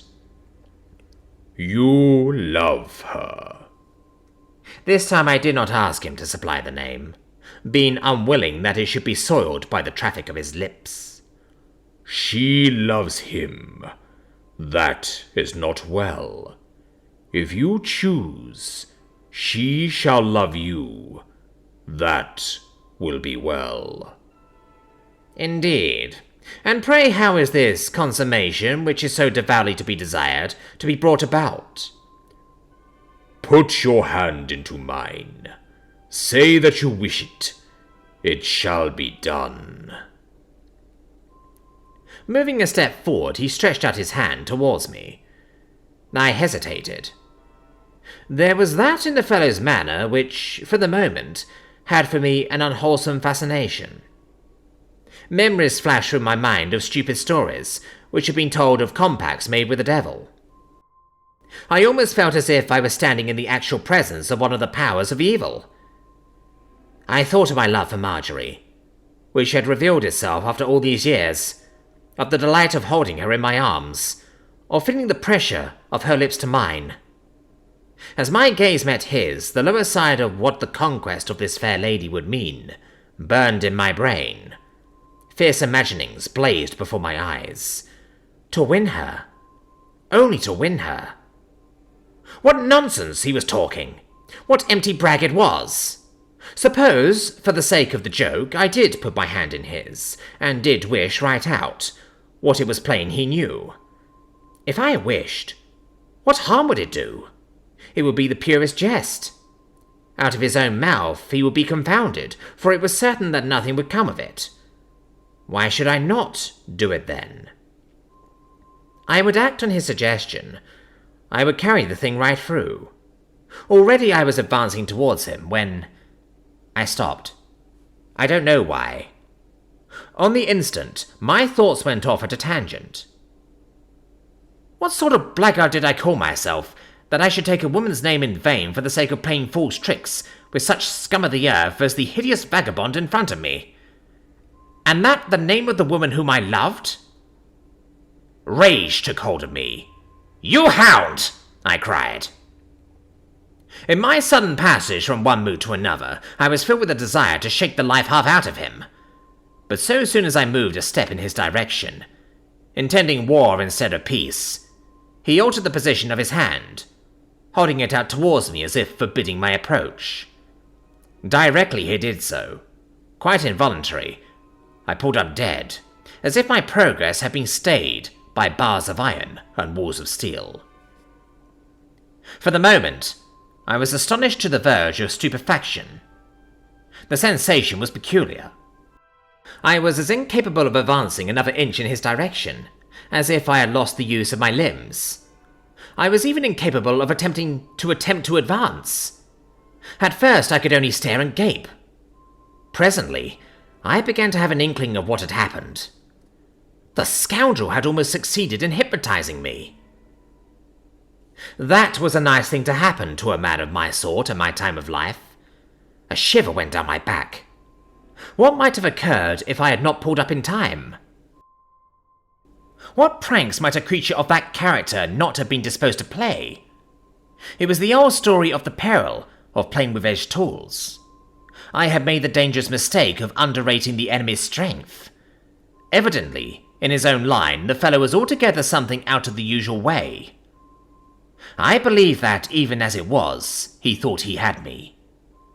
As I turned away and leaned against the table at my back, I fancied that he shivered, as if this proof of my being still my own master was unexpected.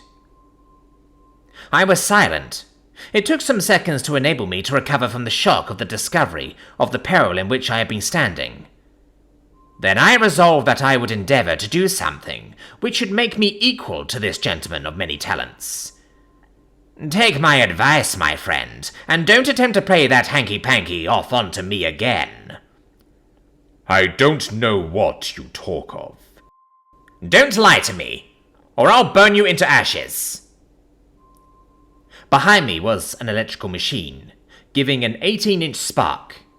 It was set in motion by a lever fitted into the table, which I could easily reach from where I sat. As I spoke, the visitor was treated to a little exhibition of electricity. The change in his bearing was amusing. He shook with terror. He salaamed down to the ground. My lord! My lord! Have mercy! Oh, my lord! Then you be careful, that's all. You may suppose yourself to be something of a magician. But it happens, unfortunately for you, that I can do a bit in that line myself. Perhaps I'm a trifle better at the game than you are. Especially as you have ventured into my stronghold, which contains magic enough to make a show of 100,000 such as you. Taking a bottle from a shelf, I sprinkled a drop or two of its contents on the floor. Immediately, flames arose, accompanied by a blinding vapour. It was a sufficiently simple illustration of one of the qualities of phosphorus bromide, but its effect upon my visitor was as startling as it was unexpected. If I could believe the evidence of my own eyesight, in the very act of giving utterance to a scream of terror, he disappeared. How, or why, or whither, there was nothing to show. In his place, where he had been standing, there seemed to be a dim object of some sort, in a state of frenzied agitation on the floor. The phosphorescent vapour was confusing. The lights appeared to be suddenly burning low. Before I had sense enough to go and see if there was anything there, and if so, what, the flames had vanished. The man himself had reappeared, and, prostrated on his knees, was salaaming in a condition of abject terror. My lord! My lord! He whined. I entreat you, my lord, to use me as your slave. I'll use you as my slave. Whether he or I was the more agitated, it would have been difficult to say, but at least it would not have done to betray my feelings as he did his. Stand up! He stood up. I eyed him as he did, with an interest which, so far as I was concerned, was of a distinctly new and original sort. Whether or not I had been the victim of an ocular delusion, I could not be sure. It was incredible to suppose that he could have disappeared as he had seemed to disappear. It was also incredible that I could have imagined his disappearance. If the thing had been the trick, I had not the faintest notion how it had been worked. And if it was not a trick, then what was it? Was it something new in scientific marvels? Could he give me as much instruction in the qualities of unknown forces as I could him? In the meanwhile, he stood in an attitude of complete submission, with downcast eyes and hands crossed upon his breast. I started to cross-examine him. I am going to ask you some questions. So long as you answer them promptly, truthfully, you will be safe. Otherwise, you had best beware. Ask, O my lord.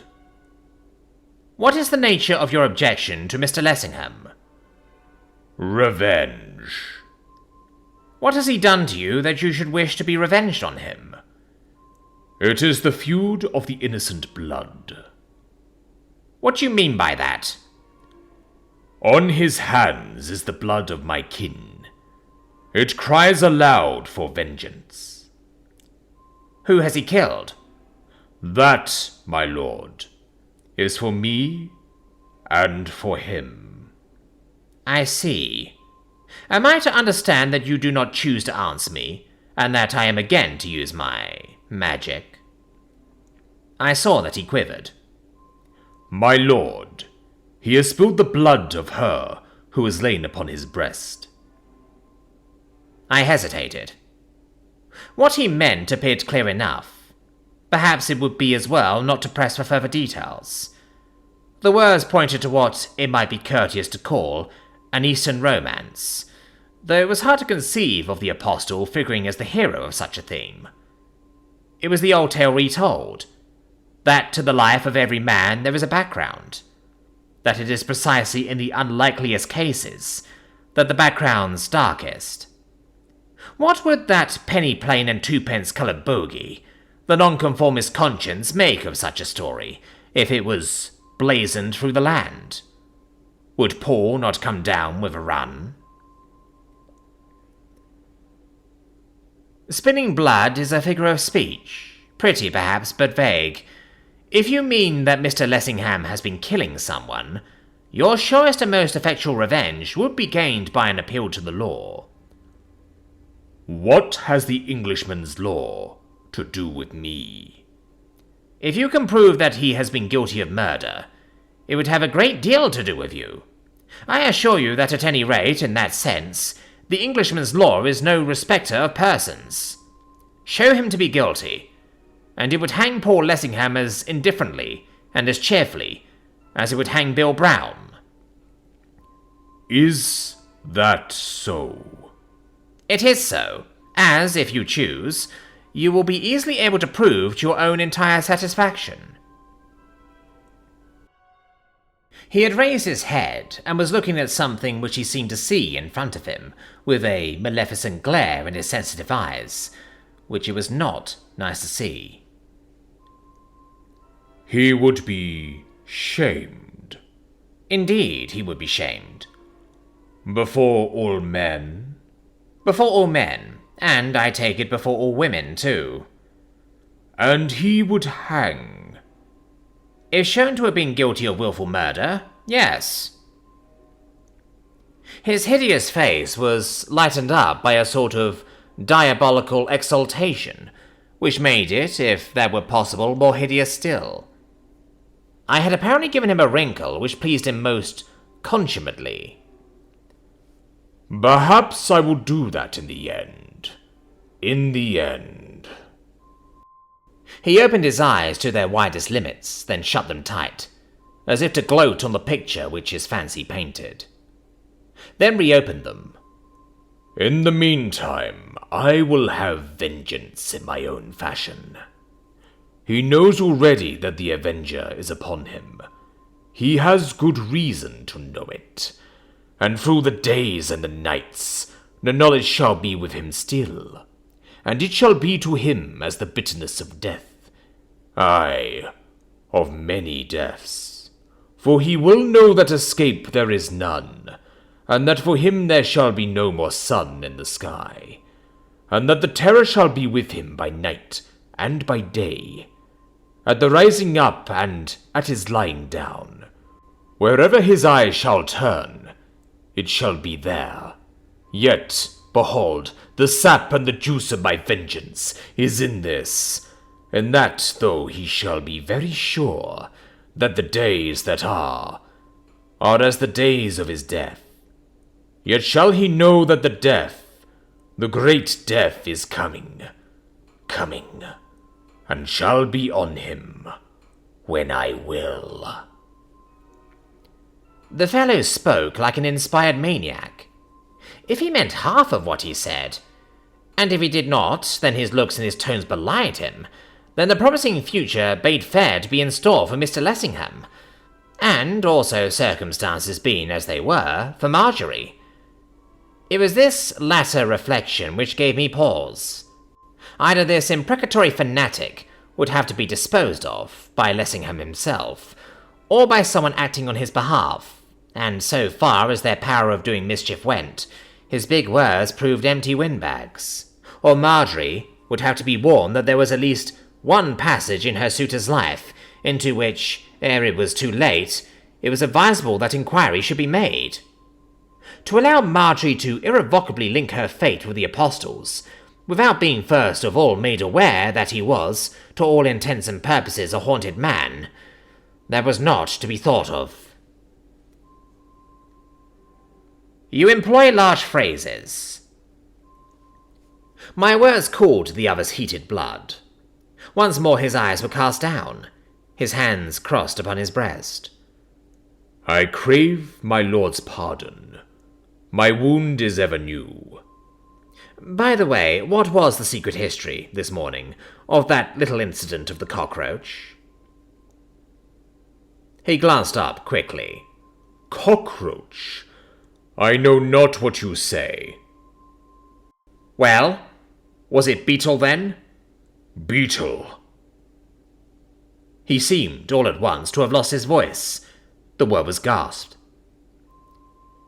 After you went, we found upon a sheet of paper a capitally executed drawing of a beetle, which I fancy you must have left behind you. Scarabous saucer, wasn't it? I know not what you talk of. Its discovery seemed to have quite a singular effect on Mr. Lessingham. Now, why was that?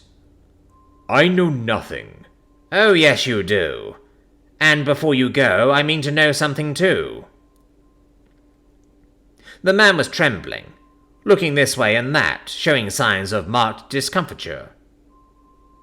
That there was something about that ancient scarab, which figures so largely in the still unravelled tangles of the Egyptian mythologies, and the effect which the mere sight of its cartouche, for the drawing had resembled something of the kind, had had on such a seasoned vassal as poor Lessingham, which might be well worth my finding out, I felt convinced. The man's demeanour, on my recurring to the matter, told his own plain tale. I made up my mind, if possible, to probe the business to the bottom, then and there. Listen to me, my friend. I am a plain man, and I use plain speech. It's a kind of hobby I have. You will give me the information I require, and that at once, or I will pit my magic against yours, in which case I think it extremely probable that you will come off worst from the encounter. I reached out for the lever, and the exhibition of electricity recommenced. Immediately his tremors were redoubled. "My lord, I know not of what you talk." "None of your lies for me. Tell me why, at the sight of the thing on that sheet of paper, poor Lessingham went green and yellow." "Ask him, my lord." "Probably later on that is what I shall do. In the meantime I am asking you. Answer, or look out for squalls." The electrical exhibition was going on. He was glaring at it as if he wished that it would stop. As if ashamed of his cowardice, plainly, on a sudden, he made a desperate effort to get the better of his fears, and succeeded better than I had expected or desired. He drew himself up with what, in him, amounted to an air of dignity. "I am a child of Isis." It struck me that he made this remark, not so much to impress me, as with a view of elevating his own low spirits. "Are you? Then in that case I regret that I am unable to congratulate the lady on her offspring." When I said that, a ring came into his voice which I had not heard before. "Silence! You know not of what you speak. I warn you, as I warned Paul Lessingham, be careful not to go too far. Be not like him. Heed my warning."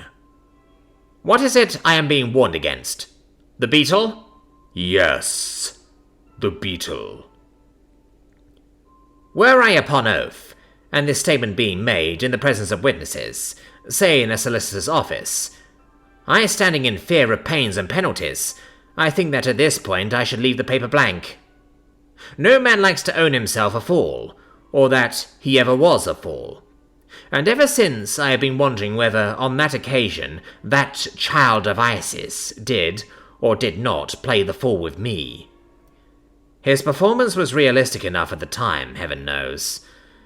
But as he gets farther and farther away, I ask myself, more and more confidently as time effluxes, whether, after all, it was not clever juggling. Superhumanly clever juggling, if you will. That and nothing more. If it was something more, then with a vengeance. There is more in heaven and earth that is dreamed of in our philosophy. The mere possibility opens vistas which the sane mind fears to contemplate. Since, then, I am not on oath, and should I fall short of verbal accuracy, I do not need to fear the engines of the law. What seemed to happen was this. He was standing within about 10 feet to where I leaned against the edge of the table. The light was full on, so that it was difficult to suppose that I could make a mistake as to what took place in front of me. As he replied to my mocking allusion to the Beetle by echoing my own words, he vanished, or rather I saw him taking a different shape before my eyes. His loose draperies all fell off him, and, as they were in the very act of falling, there issued, or there seemed to issue out of them, a monstrous creature of the Beetle type.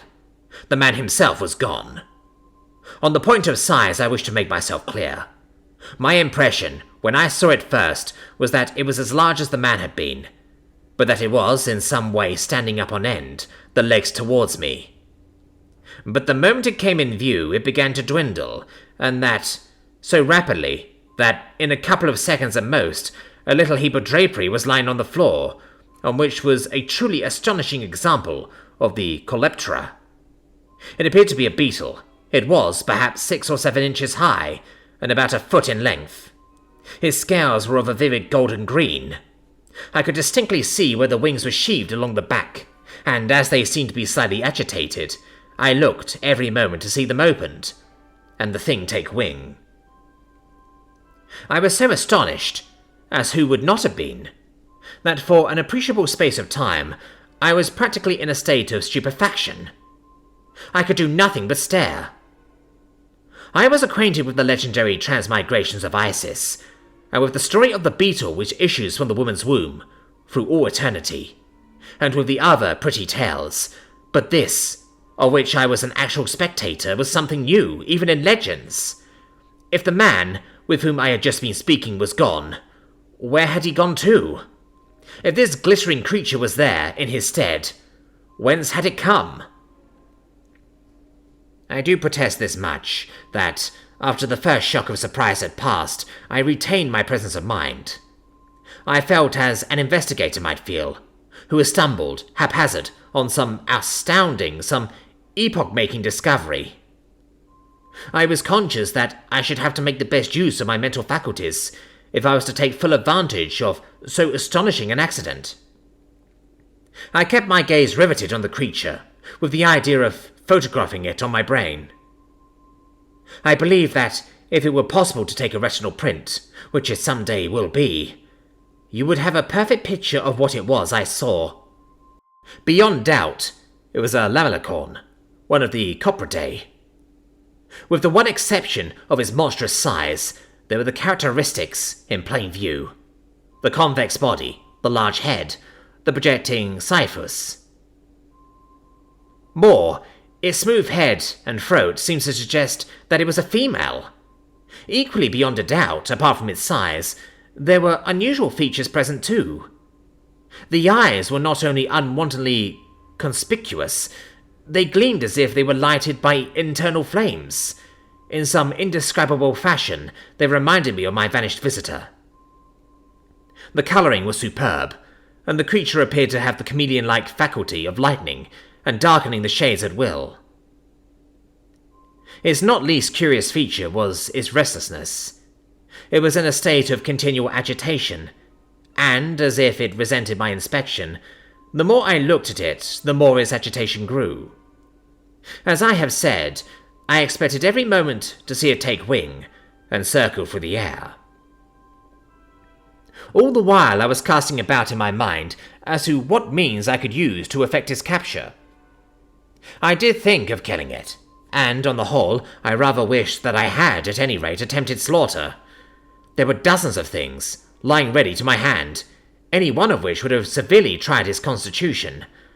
But, on the spur of the moment, the only method of taking it alive which occurred to me was to pop over it a big tin canister which had contained soda lime. This canister was on the floor to my left.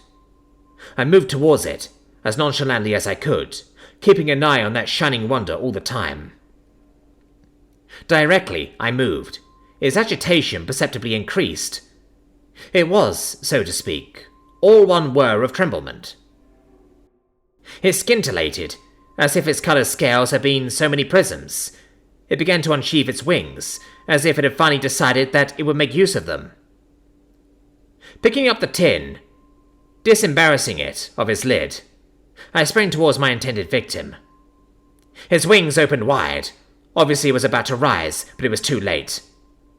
Before it had cleared the ground, the tin was over it. It remained over it, however, for an instant only. I had stumbled in my haste, and, in my effort to save myself from falling face foremost onto the floor, I was compelled to remove my hands from the tin. Before I was able to replace them, the tin was sent flying, and while I was still partially recumbent, within 18 inches of me, that beetle swelled and swelled, until it had assumed its former portentous dimensions, when, as it seemed, it was enveloped by a human shape, and in less time than no time, there stood in front of me, naked from top to toe, my truly versatile oriental friend. One startling fact nudity revealed, that I had been egregiously mistaken on the question of sex. My visitor was not a man, but a woman, and judging from the brief glimpse which I had of her body, by no means old or ill-shaped either. If that transformation was not a bewildering one, then 2 and 2 make 5. The most level-headed scientist would temporarily have lost his mental equipoise on witnessing such a quick change as that within a span or two of his own nose. I was not only witless, I was breathless too. I could only gape.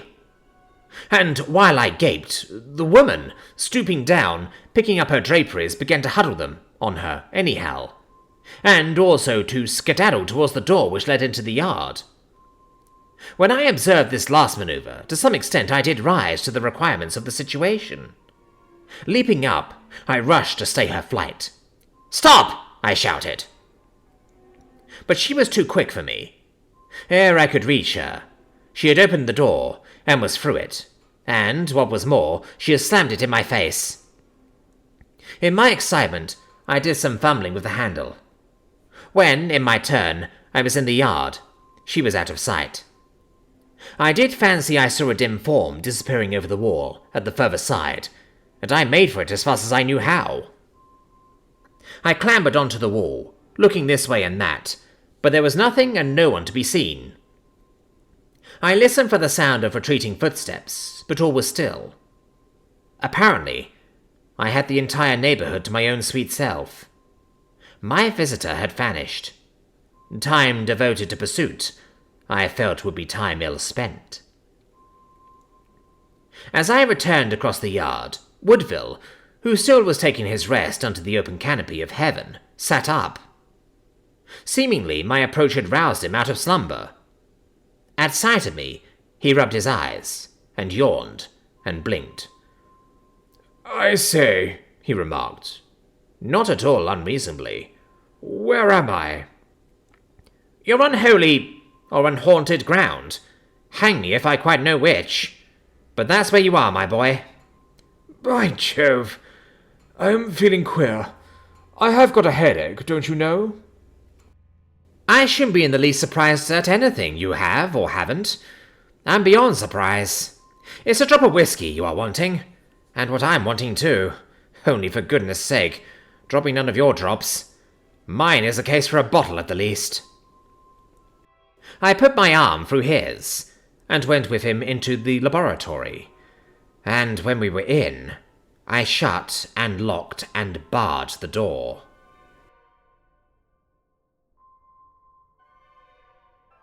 Chapter 19. The Lady Rages. Dora Grayling stood in the doorway. "I told your servant he need not trouble to show me in, and I've come without my aunt. I hope I'm not intruding." She was, confoundedly, and it was on the tip of my tongue to tell her so. She came into the room with twinkling eyes, looking radiantly happy, that sort of look which makes even a plain young woman prepossessing. "Am I intruding? I believe I am."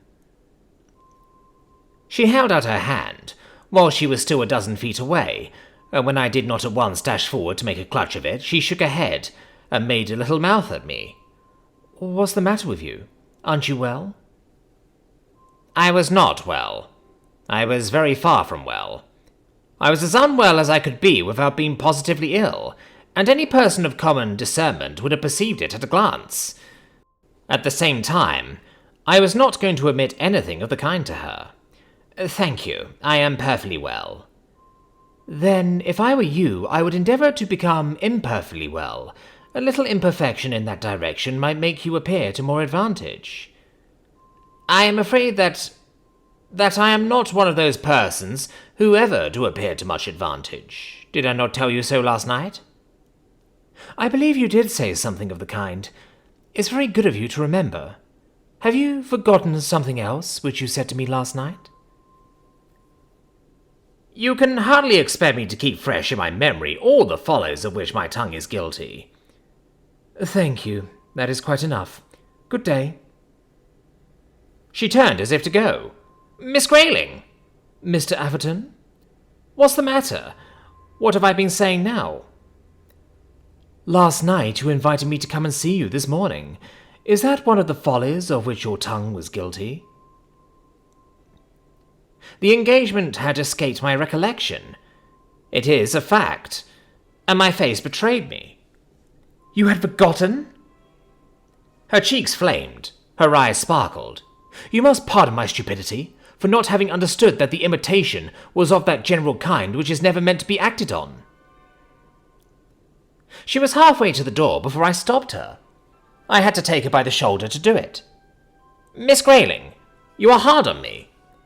"I suppose I am. Is anything harder than to be intruded on by an undesired and unexpected guest?" "Now you are harder still. If you knew what I have gone through since our conversation of last night, in your strength you would be merciful." "Indeed? What have you gone through?" I hesitated. What I actually had gone through, I certainly did not propose to tell her. Other reasons apart, I did not desire to seem madder than I admittedly am, and I lacked sufficient plausibility to enable me to concoct, on the spur of the moment, a plain tale of the doings of my midnight visitor, which would have suggested that the narrator was perfectly sane. So I fenced. Or tried to. For one thing, I have had no sleep. I had not. Not one single wink. When I did get between the sheets, all night I lay in agony. I suffered from that worst form of nightmare, the nightmare of the man who is wide awake. There was continually before my fervid eyes the strange figure of that nameless thing. I had often smiled at tales of haunted folk. Here was I, one of them.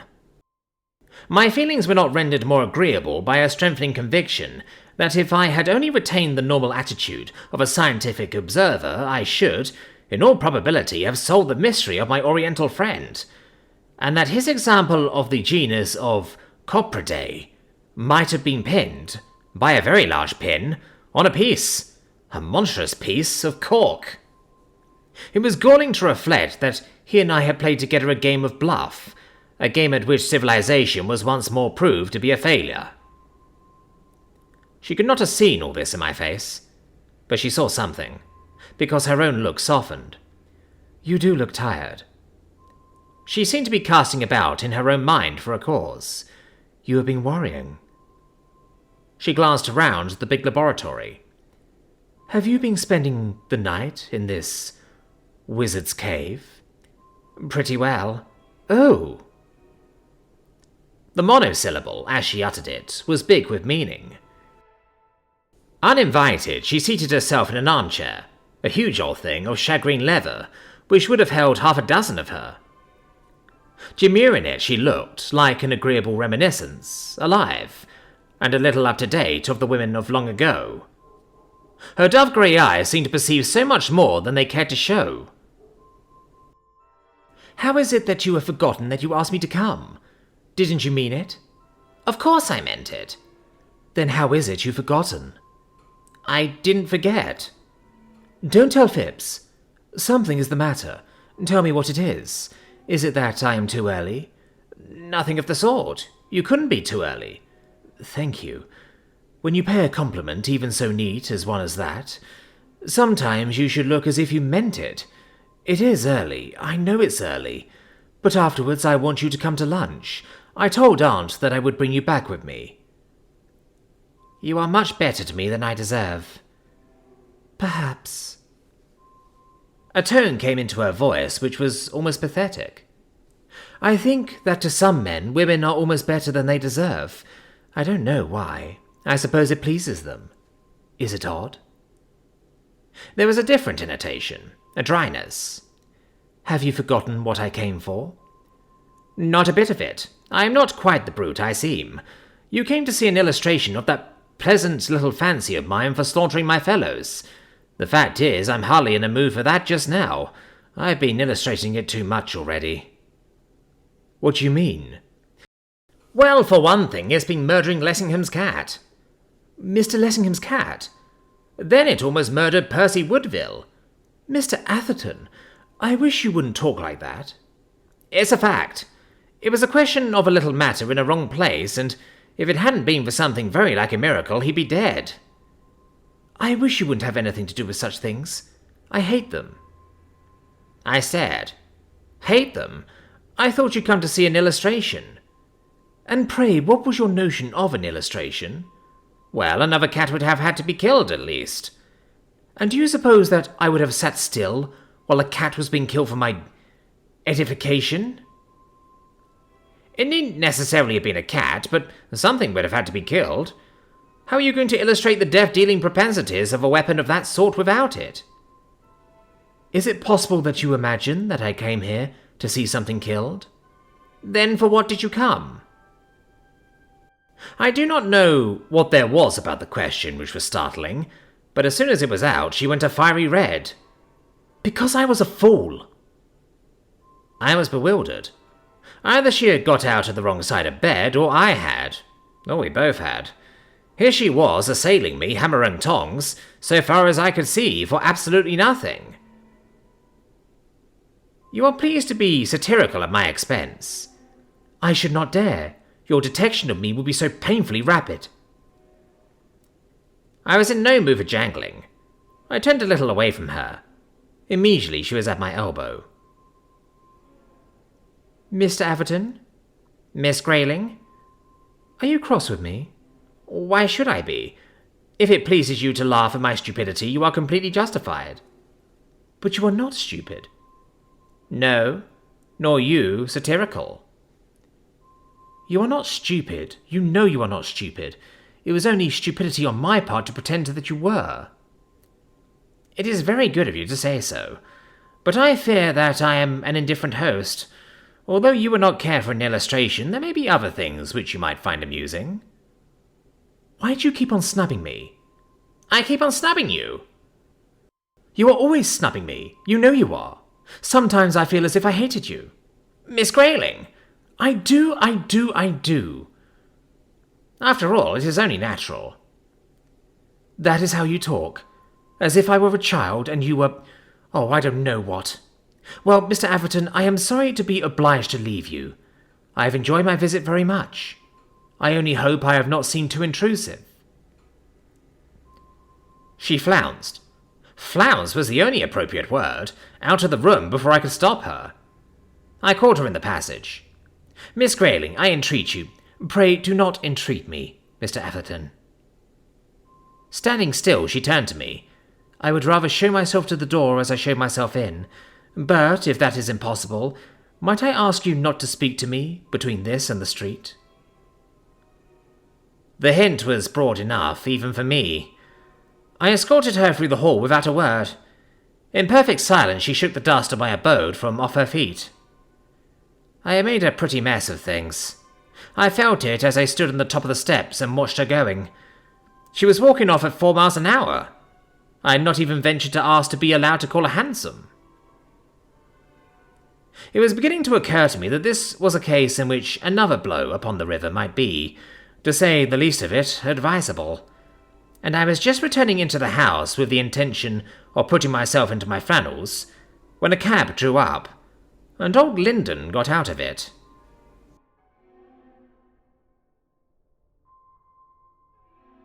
Chapter 20. A Heavy Father. Mr. Lyndon was excited. There is no mistaking it when he is, because with him, excitement means perspiration. And as soon as he was out of the cab, he took off his hat and began to wipe the lining. Atherton, I want to speak to you, most particularly somewhere in private. I took him into my laboratory. It is my rule to take no one there. It is a workshop, not a playroom. The place is private. But recently my rules have become dead letters. Directly he was inside, Lyndon began puffing and stewing, wiping his forehead, throwing out his chest, as if he were oppressed by a sense of his own importance. Then he started off talking at the top of his voice, and it is not a low one either. Atherton, I've always looked on you as a kind of a son. That's very kind of you. I've always regarded you as a level-headed fellow, a man from whom sound advice can be obtained when sound advice is most to be desired. That also is very kind of you. And therefore I make no apology for coming to you at what may be regarded as a strictly domestic crisis, at a moment in the history of the Lyndons where delicacy and common sense are essentially required. This time I contented myself with nodding. Already I perceived what was coming. Somehow, when I am with a man, I feel so much more clear-headed than I do when I am with a woman. Realize so much better the nature of the ground on which I am standing. What do you know of this man, Lessingham? I knew it was coming. What all the world knows. And what does all the world know of him? I ask you that. A flashy, plausible, shallow-pated carpetbagger. That is what all the world knows of him. The man's a political adventurer. He snatches a precarious and criminal notoriety by trading on the follies of his fellow countrymen. He is devoid of decency, destitute of principle, and impervious to all the feelings of a gentleman. What do you know of him besides this? I am not prepared to admit that I do know that. Oh, yes you do. Don't talk nonsense. You choose to screen the fellow. I say what I mean. I always have said, and I always shall say. What do you know of him outside politics? Of his family?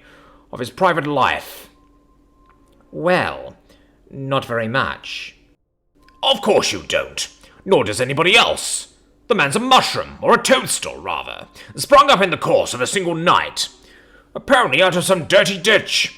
Why, sir, not only is he without ordinary intelligence, he is even without Brummagem substitute for manners. He had worked himself into a state of heat, in which his countenance presented a not too agreeable assortment of scarlets and purples. He flung himself into a chair, threw his coat wide open, and his arms too, and started off again. The family of the Lindens is, at this moment, represented by a young woman. By my daughter, sir. She represents me, and it's her duty to represent me adequately. Adequately, sir. And what's more, between ourselves, sir, it's her duty to marry. My property is my own, and I wouldn't have it passed to either of my confounded brothers on any account. They're next door to fools, and they don't represent me in any possible sense of the word. My daughter, sir, can marry whom she pleases. Whom she pleases. There's no one in England, peer or commoner, who would not esteem it an honour to have her for his wife. I've told her so. Yes, sir, I've told her. Though you think that she, of all people in the world, wouldn't require telling. Yet what do you think she does? She actually carries on what I can't help calling a compromising acquaintance with this man Lessingham. No. But I say yes, and I wish to heaven I didn't. I've warned her against the scoundrel more than once. I've told her to cut him dead. And yet, as you saw yourself last night in the face of the assembled House of Commons, after that twaddling claptrap speech of his, in which there was not one sound sentiment, nor an idea which would hold water, she positively went away with him in the most ostentatious and disgraceful fashion, on his arm, and actually snubbed her father. It is monstrous that a parent, a father, should be subjected to such a treatment by his child. The poor old boy polished his brow with his pocket handkerchief. When I got home, I told her what I thought of her. I promise you that. And I told her what I thought of him. I didn't mince my words with her. There are occasions when plain speaking is demanded, and that was one. I positively forbade her to speak to the fellow again, or to recognize him, if she met him in the street. I pointed out to her, with perfect candour, that the fellow was an infernal scoundrel, that and nothing else, and that he would bring disgrace on whoever came into contact with him, even with the end of a barge pole. And what do you think she said? She promised to obey you, I make no doubt. Did she, sir? By gad, did she? That shows how much you know her. She said, and by gad, by her manner, and the way she went on, you'd have thought that she was the parent and I was the child. She said that I grieved her, that she was disappointed in me, that times have changed. Yes, sir, she said that times have changed. That nowadays parents weren't Russian autocrats. No, sir, not Russian autocrats. That she was sorry she couldn't oblige me. Yes, sir, that was how she put it. She was sorry she couldn't oblige me, but it was altogether out of the question to suppose that she could put a period to a friendship which she valued, simply on account of my unreasonable prejudices, and in short, she told me to go to the devil, sir. And did you? I was on the point of asking him if he went, but I checked myself in time. Let us look at the matter as men of the world. What do you know against Lessingham, apart from his politics? That's just it. I know nothing. In a sense, isn't that in his favour? I don't see how you make that out. I don't mind telling you that I've had inquiries made. He's not been in the House 6 years. This is his second Parliament. He's jumped up like a jack-in-the-box. His first constituency was Harwich.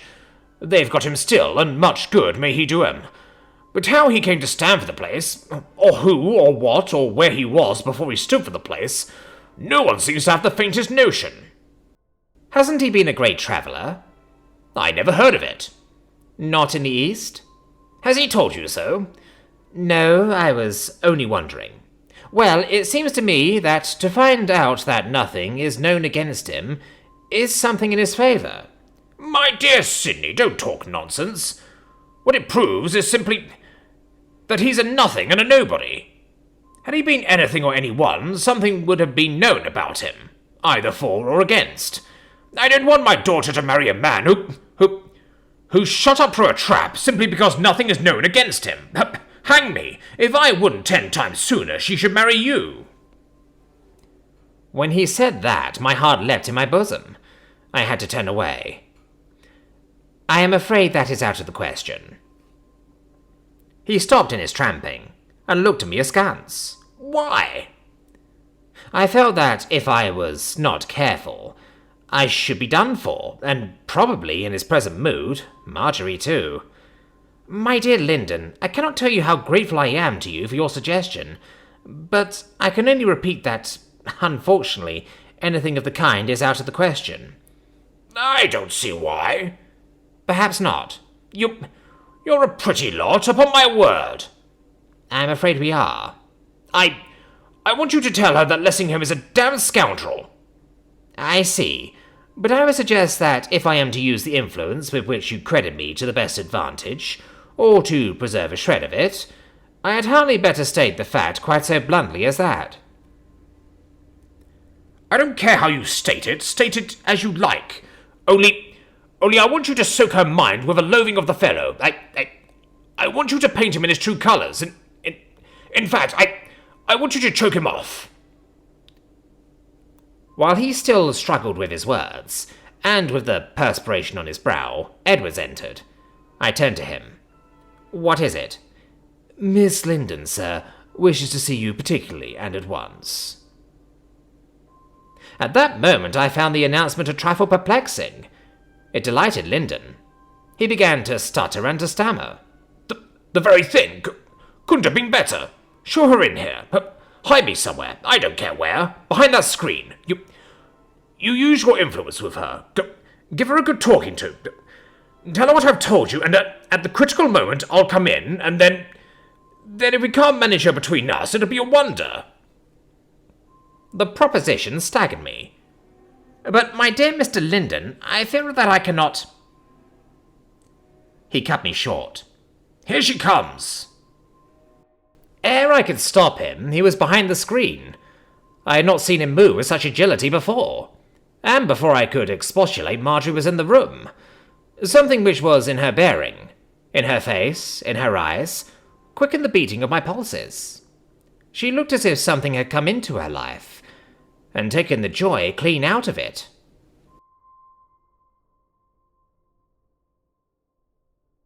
Chapter 21. The Terror in the Night. Sidney, she cried, I'm so glad that I can see you. She might be, but at that moment I could scarcely assert that I was a sharer of her joy. I told you that if trouble overtook me, I should come to you, and I'm in trouble now. Such strange trouble. So was I, and in perplexity as well. An idea occurred to me. I would outwit her eavesdropping father. Come with me into the house, and tell me all about it there. She refused to budge. No, I will tell you all about it here. She looked about her, as it struck me queerly. This is just the sort of place in which to unfold a tale like mine. It looks uncanny. But mean no buts. Sidney, don't torture me. Let me stop here where I am. Don't you see I'm haunted? She had seated herself. Now she stood up, holding her hands out in front of her in a state of extraordinary agitation, her manner as wild as her words. Why are you staring at me like that? Do you think I'm mad? I wonder if I'm going mad. Sidney, do people suddenly go mad? You're a bit of everything. You're a bit of a doctor too. Feel my pulse. There it is. Tell me if I'm ill. I felt her pulse. It did not need its swift beating to inform me that fever of some sort was in her veins. I gave her something in a glass. She held it up to the level of her eyes. What's this? It's a decoction of my own. You might not think it, but my brain sometimes gets into a whirl. I use it as a sedative. It will do you good. She drained the glass. It's done me good already. I believe it has. That's been something like a doctor. Well, Sidney, the storm has almost burst. Last night Papa forbade me to speak to poor Lessingham, by way of a prelude. Exactly, Mr. Linden. Yes, Mr. Linden, that's Papa. I fancy we almost quarrelled. I know Papa said some surprising things, but it's a way he has. He's apt to say surprising things. He's the best father in the world, but it's not in his nature to like a really clever person. Your good high, dry old Tory never can. I've always thought that that's why he's so fond of you. Thank you. I presume that is the reason, though it had not occurred to me before. Since her entry, I had, to the best of my ability, been turning the position over in my mind. I came to the conclusion that, all things considered, her father had probably as much right to be a sharer of his daughter's confidence as I had, even from the vantage of the screen, and that for him to hear a few home truths proceeding from her lips might serve to clear the air. From such a clearance, the lady would not be likely to come off worst. I had not the faintest inkling of what was the actual purport of her visit. She started off, as it seemed to me, at a tangent. Did I tell you last night about what took place yesterday morning? About the adventure of my finding the man? Not a word. I believe I meant to. I'm half disposed to think he's brought me trouble. Isn't there some superstition about evil befalling whoever shelters a homeless stranger? We'll hope not, for humanity's sake. I fancy there is. I feel sure there is. Anyhow, listen to my story. Yesterday morning, before breakfast to be accurate, between 8 and 9, I looked out of the window, and I saw a crowd in the street. I sent Peter out to see what was the matter. He came back and said there was a man in a fit. I went out to look at the man in the fit.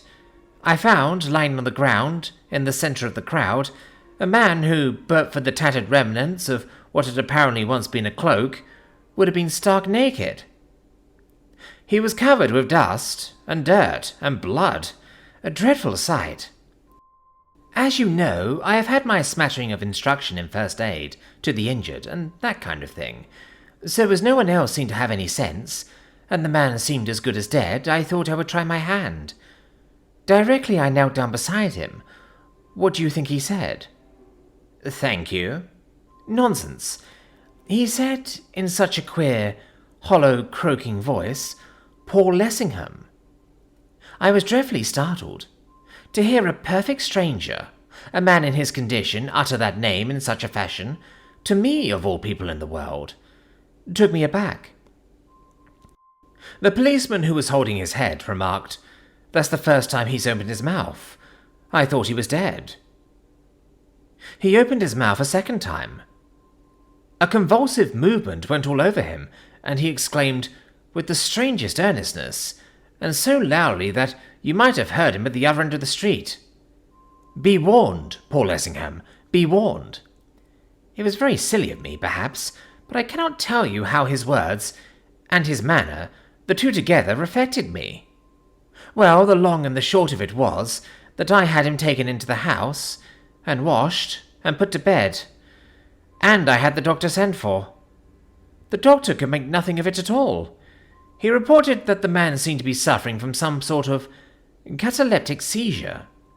I could see that he thought it likely to turn out almost as interesting a case as I did. Did you acquaint your father with the addition to his household? She looked at me quizzically. You see, when one has such a father as mine, one cannot tell him everything at once. There are occasions on which one requires time. I felt that this would be wholesome hearing for old Linden. Last night, after Papa and I had exchanged our little courtesies, which, it is to be hoped, were to Papa's satisfaction since they were not to be mine, I went to see the patient. I was told that he had neither eaten nor drunk, moved nor spoken, but so soon as I approached his bed, he showed signs of agitation. He half raised himself upon his pillow, and he called out, as if he had been addressing some large assembly. I can't describe to you the dreadful something which was in his voice and on his face. "Poor Lessingham! Beware! The Beetle!" When she said that, I was startled. "Are you sure those were the words he used?" "Quite sure. Do you think I could mistake them? Especially after what has happened since.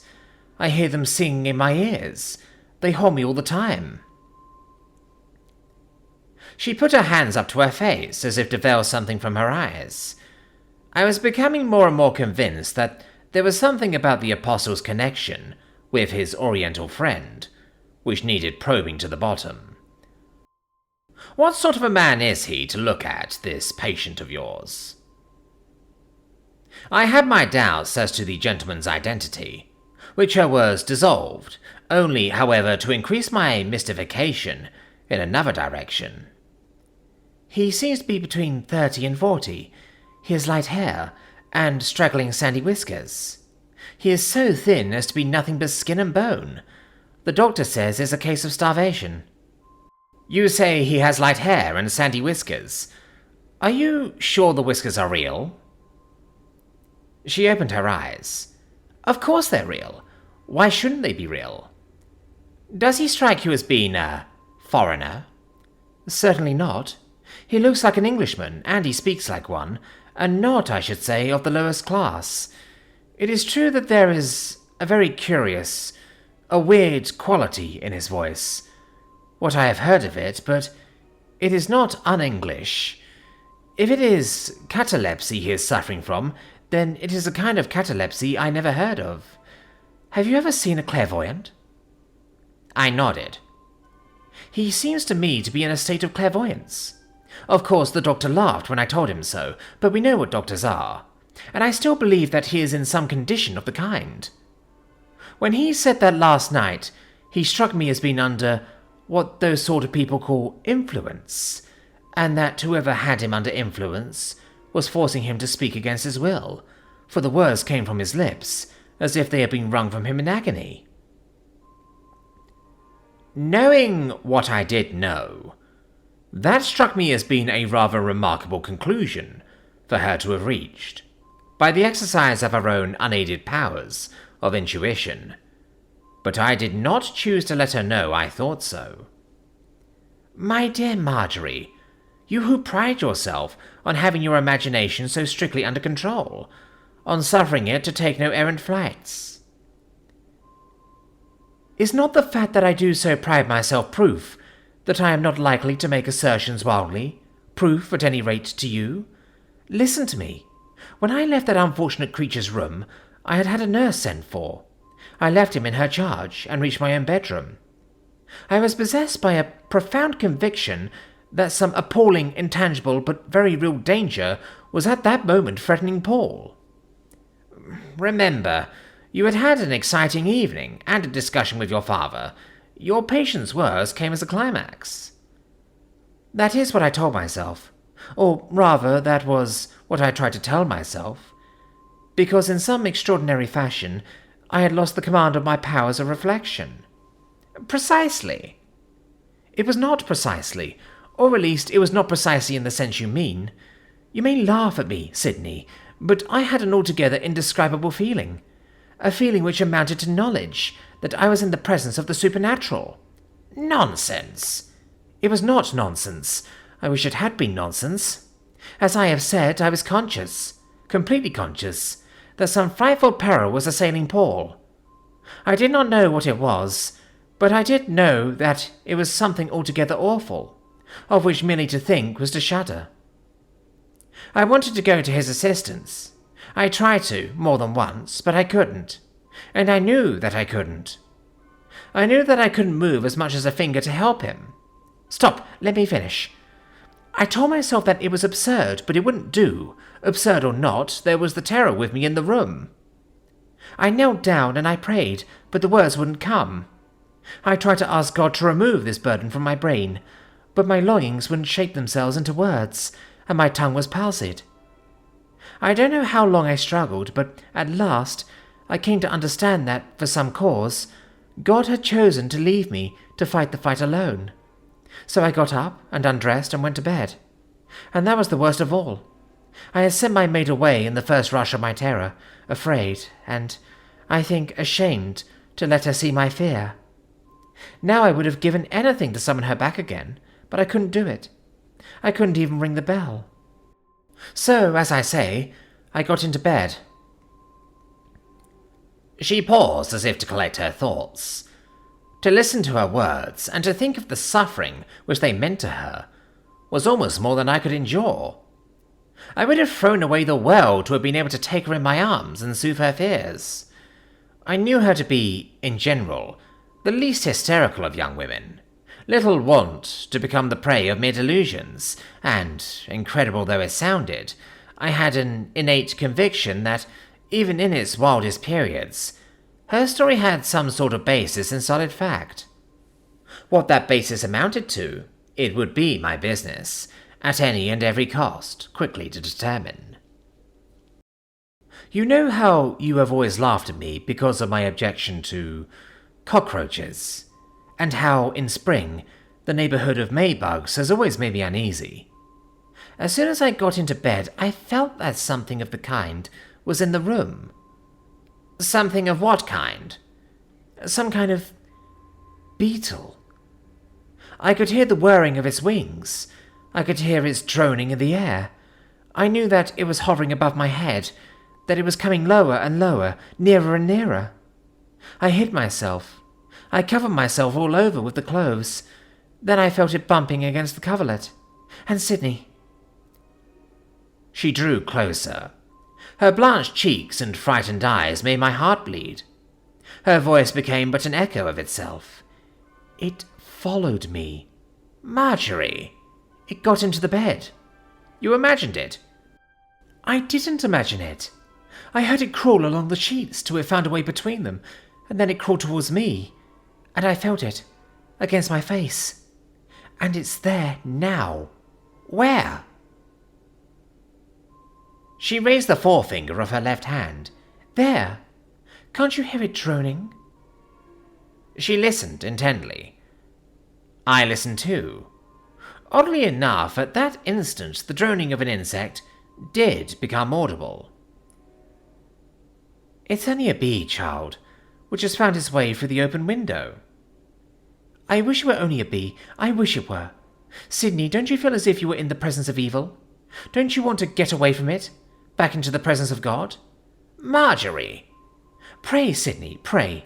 I can't. I don't know why, but I can't. She flung her arms about my neck and pressed herself against me in paroxysmal agitation.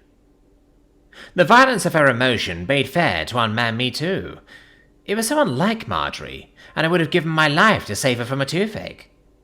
She kept repeating her own words, as if she could not help it. Pray, Sydney, pray. At last I did as she wished me. At least there was no harm in praying. I never heard of his bringing her to anyone. I repeated aloud the Lord's Prayer, the first time for I know not how long. As the divine sentences came from my lips, hesitatingly enough, I made no doubt, her tremor ceased. She became calmer. Until, as I reached the last great petition, deliver us from evil, she loosened her arms from about my neck, and dropped upon her knees, close to my feet. And she joined me in the closing words as a sort of chorus. For thine is the kingdom, the power and the glory, forever and ever. Amen. When the prayer was ended, we both of us were still. She with her head bowed and her hands clasped, and I with something tugging at my heartstrings, which I had not felt there for many and many a year, almost as if it had been my mother's hand. I dare say that sometimes she does stretch out her hand from her place among the angels to touch my heartstrings, and I know nothing of it all the while. As the silence still continued, I chanced to glance up, and there was old Lyndon peeping at us from his hiding place behind the screen. The look of amazed perplexity which was on his big red face struck me with such a keen sense of the incongruous that it was all I could do to keep from laughter. Apparently the sight of us did nothing to lighten the fog which was in his brain, for he stammered out, in what was possibly intended for a whisper, "Is she mad?" The whisper, if it was meant for a whisper, was more than sufficiently audible to catch his daughter's ears. She started, raised her head, sprang to her feet, turned, and saw her father. "Papa!" Immediately her sire was seized with an access of stuttering. "What the devil's the meaning of this?" Her utterance was clear enough. I fancy her parent found it almost painfully clear. "Rather, it is for me to ask. What is the meaning of this? Is it possible that all the time you have actually been concealed behind that screen?" Unless I am mistaken, the old gentleman cowered before the directness of his daughter's gaze, and endeavoured to conceal the fact by an explosion of passion. Don't you speak to me like that, you undutiful girl. I'm your father." "You certainly are my father, though I was unaware until now that my father was capable of playing the part of eavesdropper."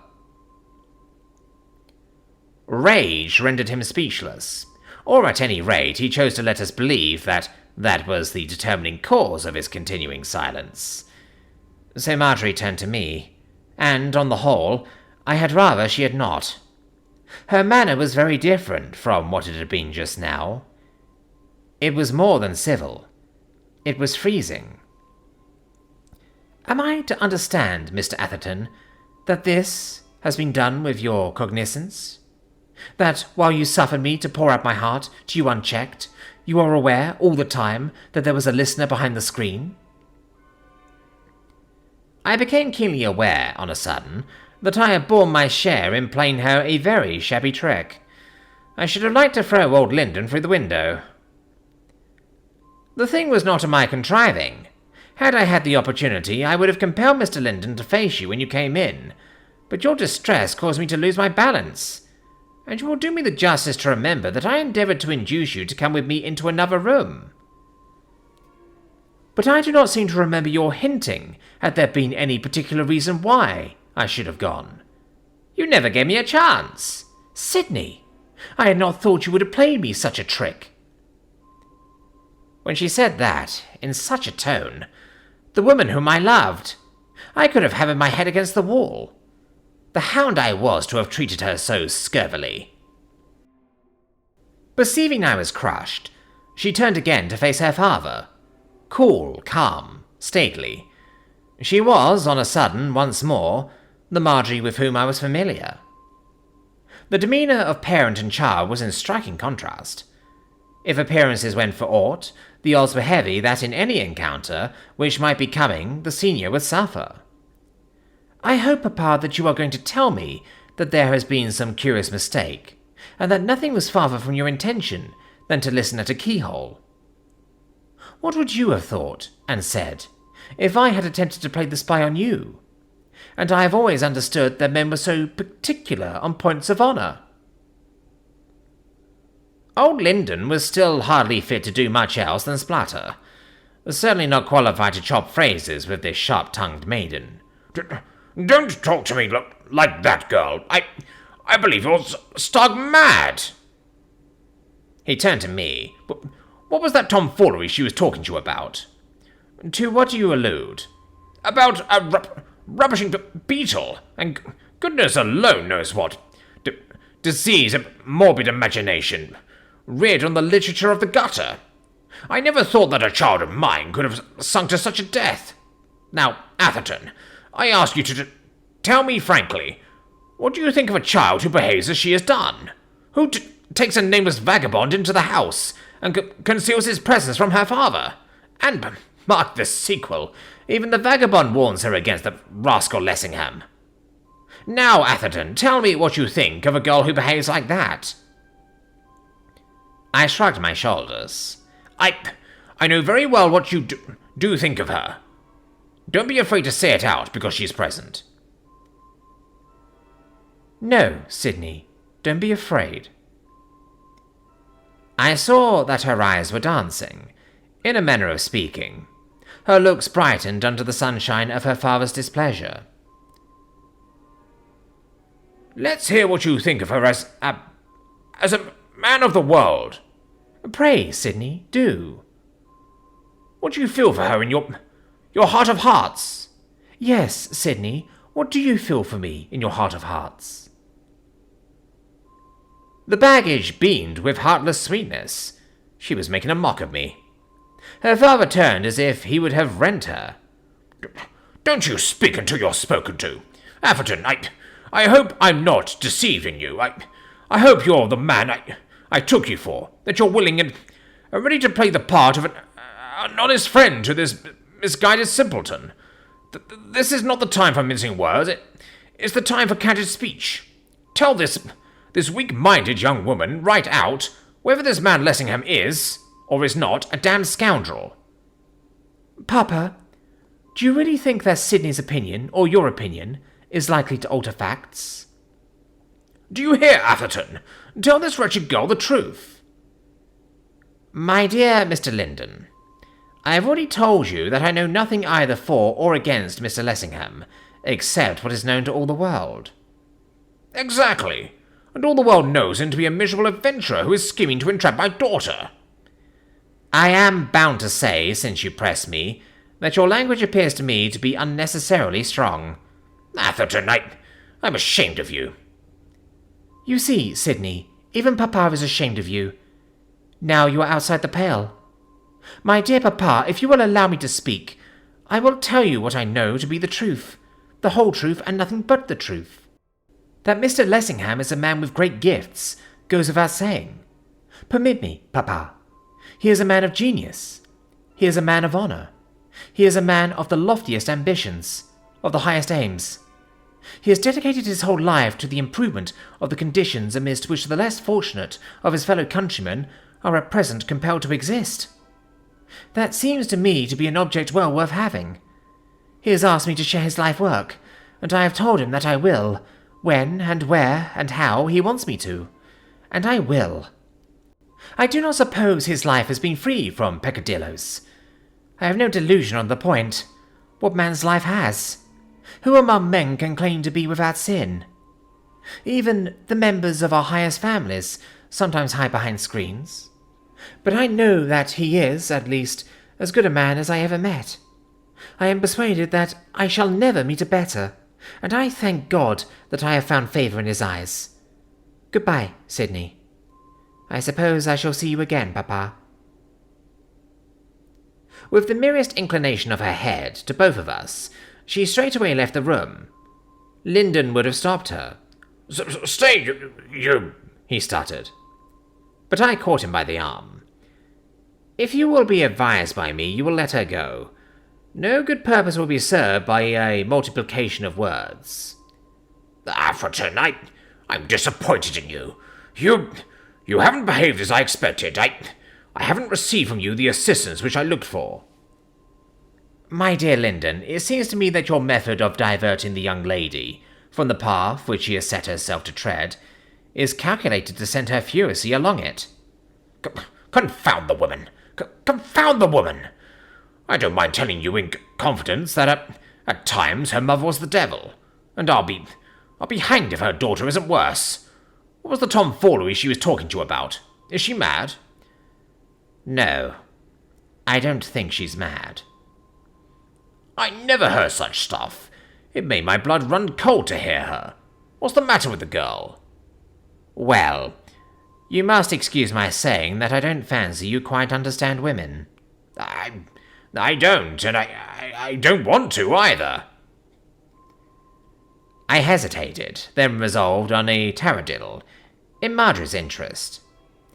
Marjorie is high-strung, extremely sensitive. Her imagination is quickly aflame. Perhaps last night you drove her as far as was safe. You heard for yourself how, in consequence, she suffered.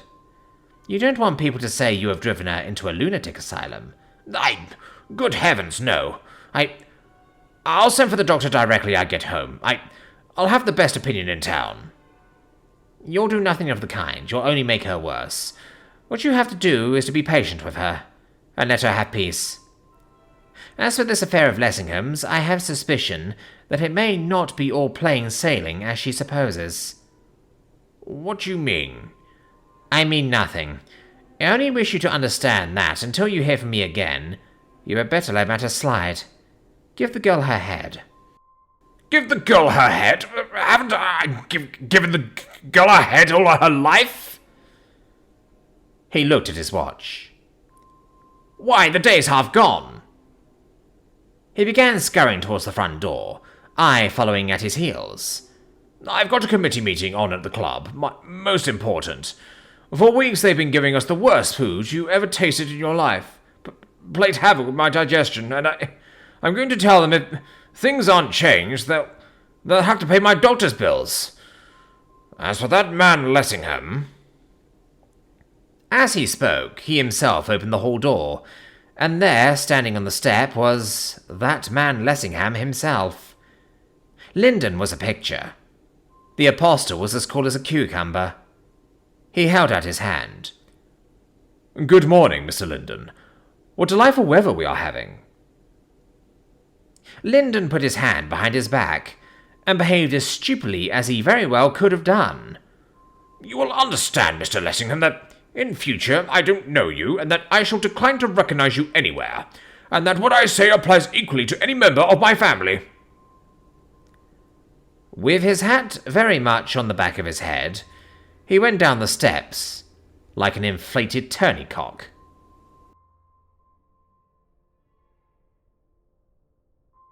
Chapter 22. The Haunted Man. To have received the cut discourteous from his future father-in-law might have been the most commonplace of incidents. Lessingham evinced not a trace of discomposure. So far as I could judge, he took no notice of the episode whatever, behaving exactly as if nothing had happened. He merely waited till Mr. Linden was well off the steps. Then, turning to me, he placidly observed, Interrupting you again, you see. May I? The sight of him had set up such a turmoil in my veins that, for the moment, I could not trust myself to speak. I felt acutely that an explanation with him was, of all things, the thing most to be desired, and that quickly. Providence could not have thrown him more opportunely in the way. If, before he went away, we did not understand each other a good deal more clearly, upon certain points, the fault should not be mine. Without a responsive word, turning on my heels, I led the way into the laboratory. Whether he noticed anything particular in my demeanour, I could not tell. Within, he looked about him with that purely facial smile, the sight of which had always engendered in me a certain distrust of him. Do you always receive visitors in here? By no means. What is this? Stooping down, he picked up something from the floor.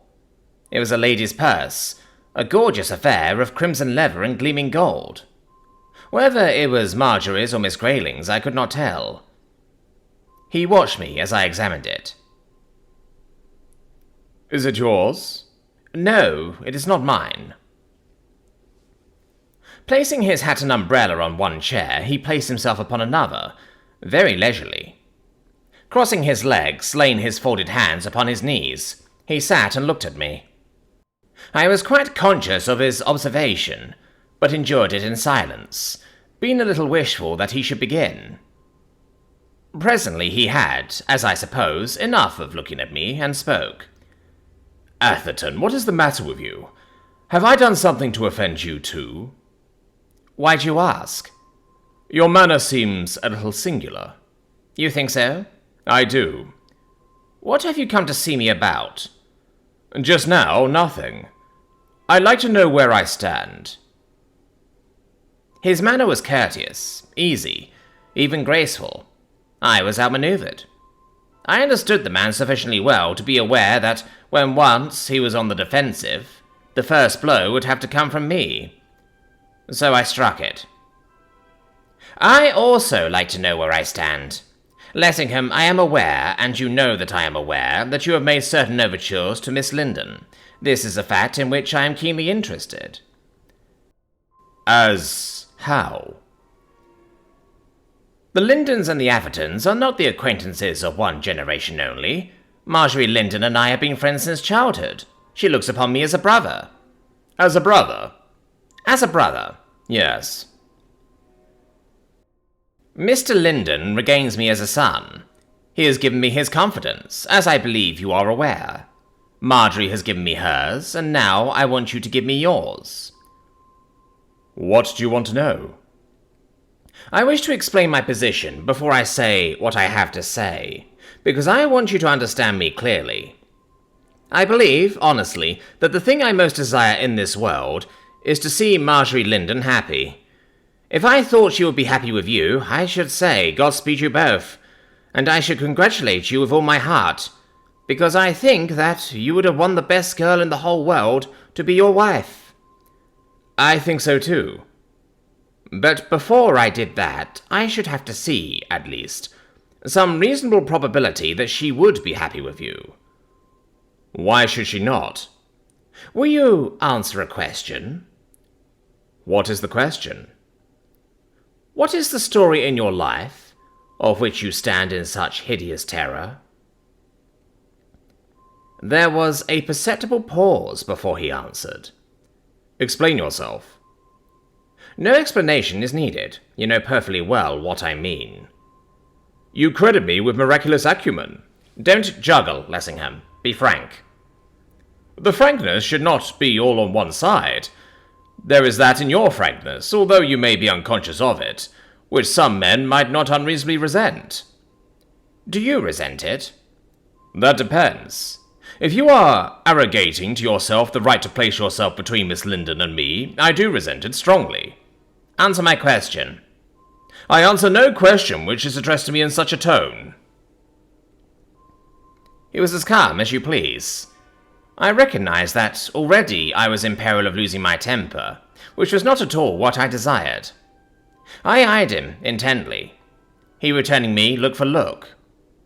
His countenance betrayed no sign of a guilty conscience. I had not seen him more completely at his ease. He smiled, facially, and also, as it seemed to me, a little derisively. I am bound to admit that his bearing showed not the faintest shadow of resentment, and that in his eyes there was a gentleness, a softness, which I had not observed in them before. I could almost have suspected him of being sympathetic. In this matter, you must know, I stand in the place of Mr. Linden. Well? Surely you must understand that before anyone is allowed to think of marriage with Marjorie Linden, he will have to show that his past, as the advertisements have it, will bear the fullest investigation. Is that so?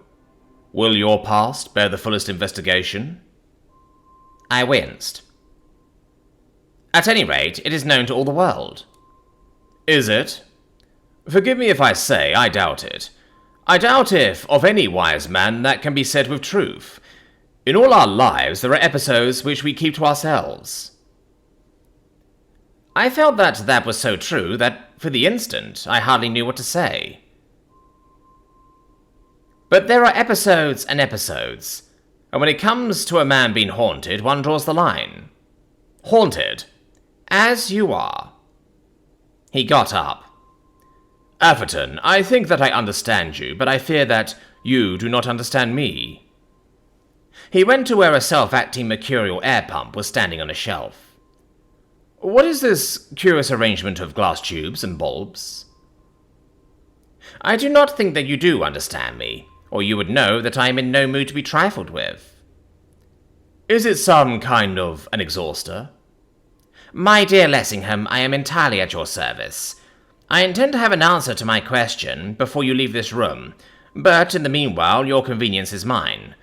There are some very interesting things here which you might care to see. Marvellous, is it not? How the human intellect progresses, from conquest onto conquest. Among the ancients, the progression has proceeded farther than with us. In what respect? For instance, in the affair of the Apotheosis of the Beetle. I saw it take place last night. Where? Here, within a few feet of where you are standing. Are you serious? Perfectly. What did you see? I saw the legendary Apotheosis of the Beetle performed, last night before my eyes, with a gaudy magnificence at which the legends never hinted. That is odd. I once thought that I saw something of the kind myself. So I understand. From whom? From a friend of yours. From a friend of mine? Are you sure it was from a friend of mine? The man's attempt at coolness did him credit, but it did not deceive me. That he thought I was endeavouring to bluff him out of his secret, I perceived quite clearly. That it was a secret which he would only render with his life, I was beginning to suspect. Had it not been for Marjorie, I should have cared nothing. His affairs were his affairs, though I realized perfectly well that there was something about the man which, from the scientific explorer's point of view, might be well worth finding out. Still, as I say, if it had not been for Marjorie, I should have let it go. But since she was so intimately concerned in it, I wondered more and more what it could be. My attitude towards what is called the supernatural is an open one. That all things are possible, I unhesitatingly believe. I have, even in my short time, seen so many so-called impossibilities proved possible. That we know everything, I doubt.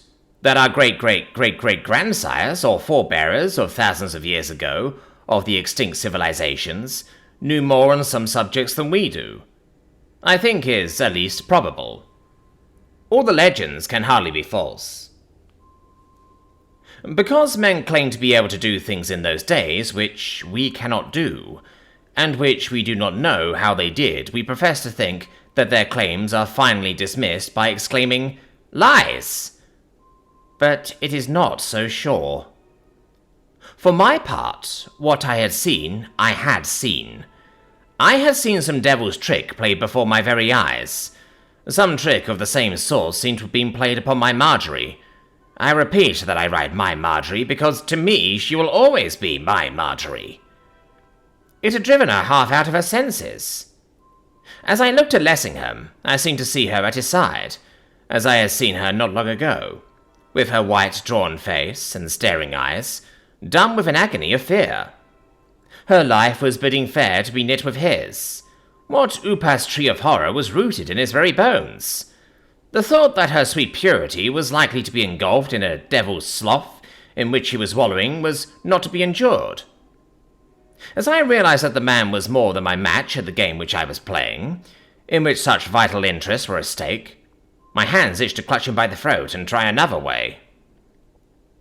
Doubtless my face revealed my feelings, because presently he said, "Are you aware how strangely you are looking at me, Atherton? Were my countenance a mirror, I think you would be surprised to see it in your own." I drew back from him, I dare say suddenly. Not so surprised as yesterday morning you would have been to have seen yours, at the mere sight of a pictured scarab. How easily you quarrel. I do not quarrel. Then perhaps it's I. If that is so, then at once the quarrel's ended. Poof! It's done, Mr. Linden.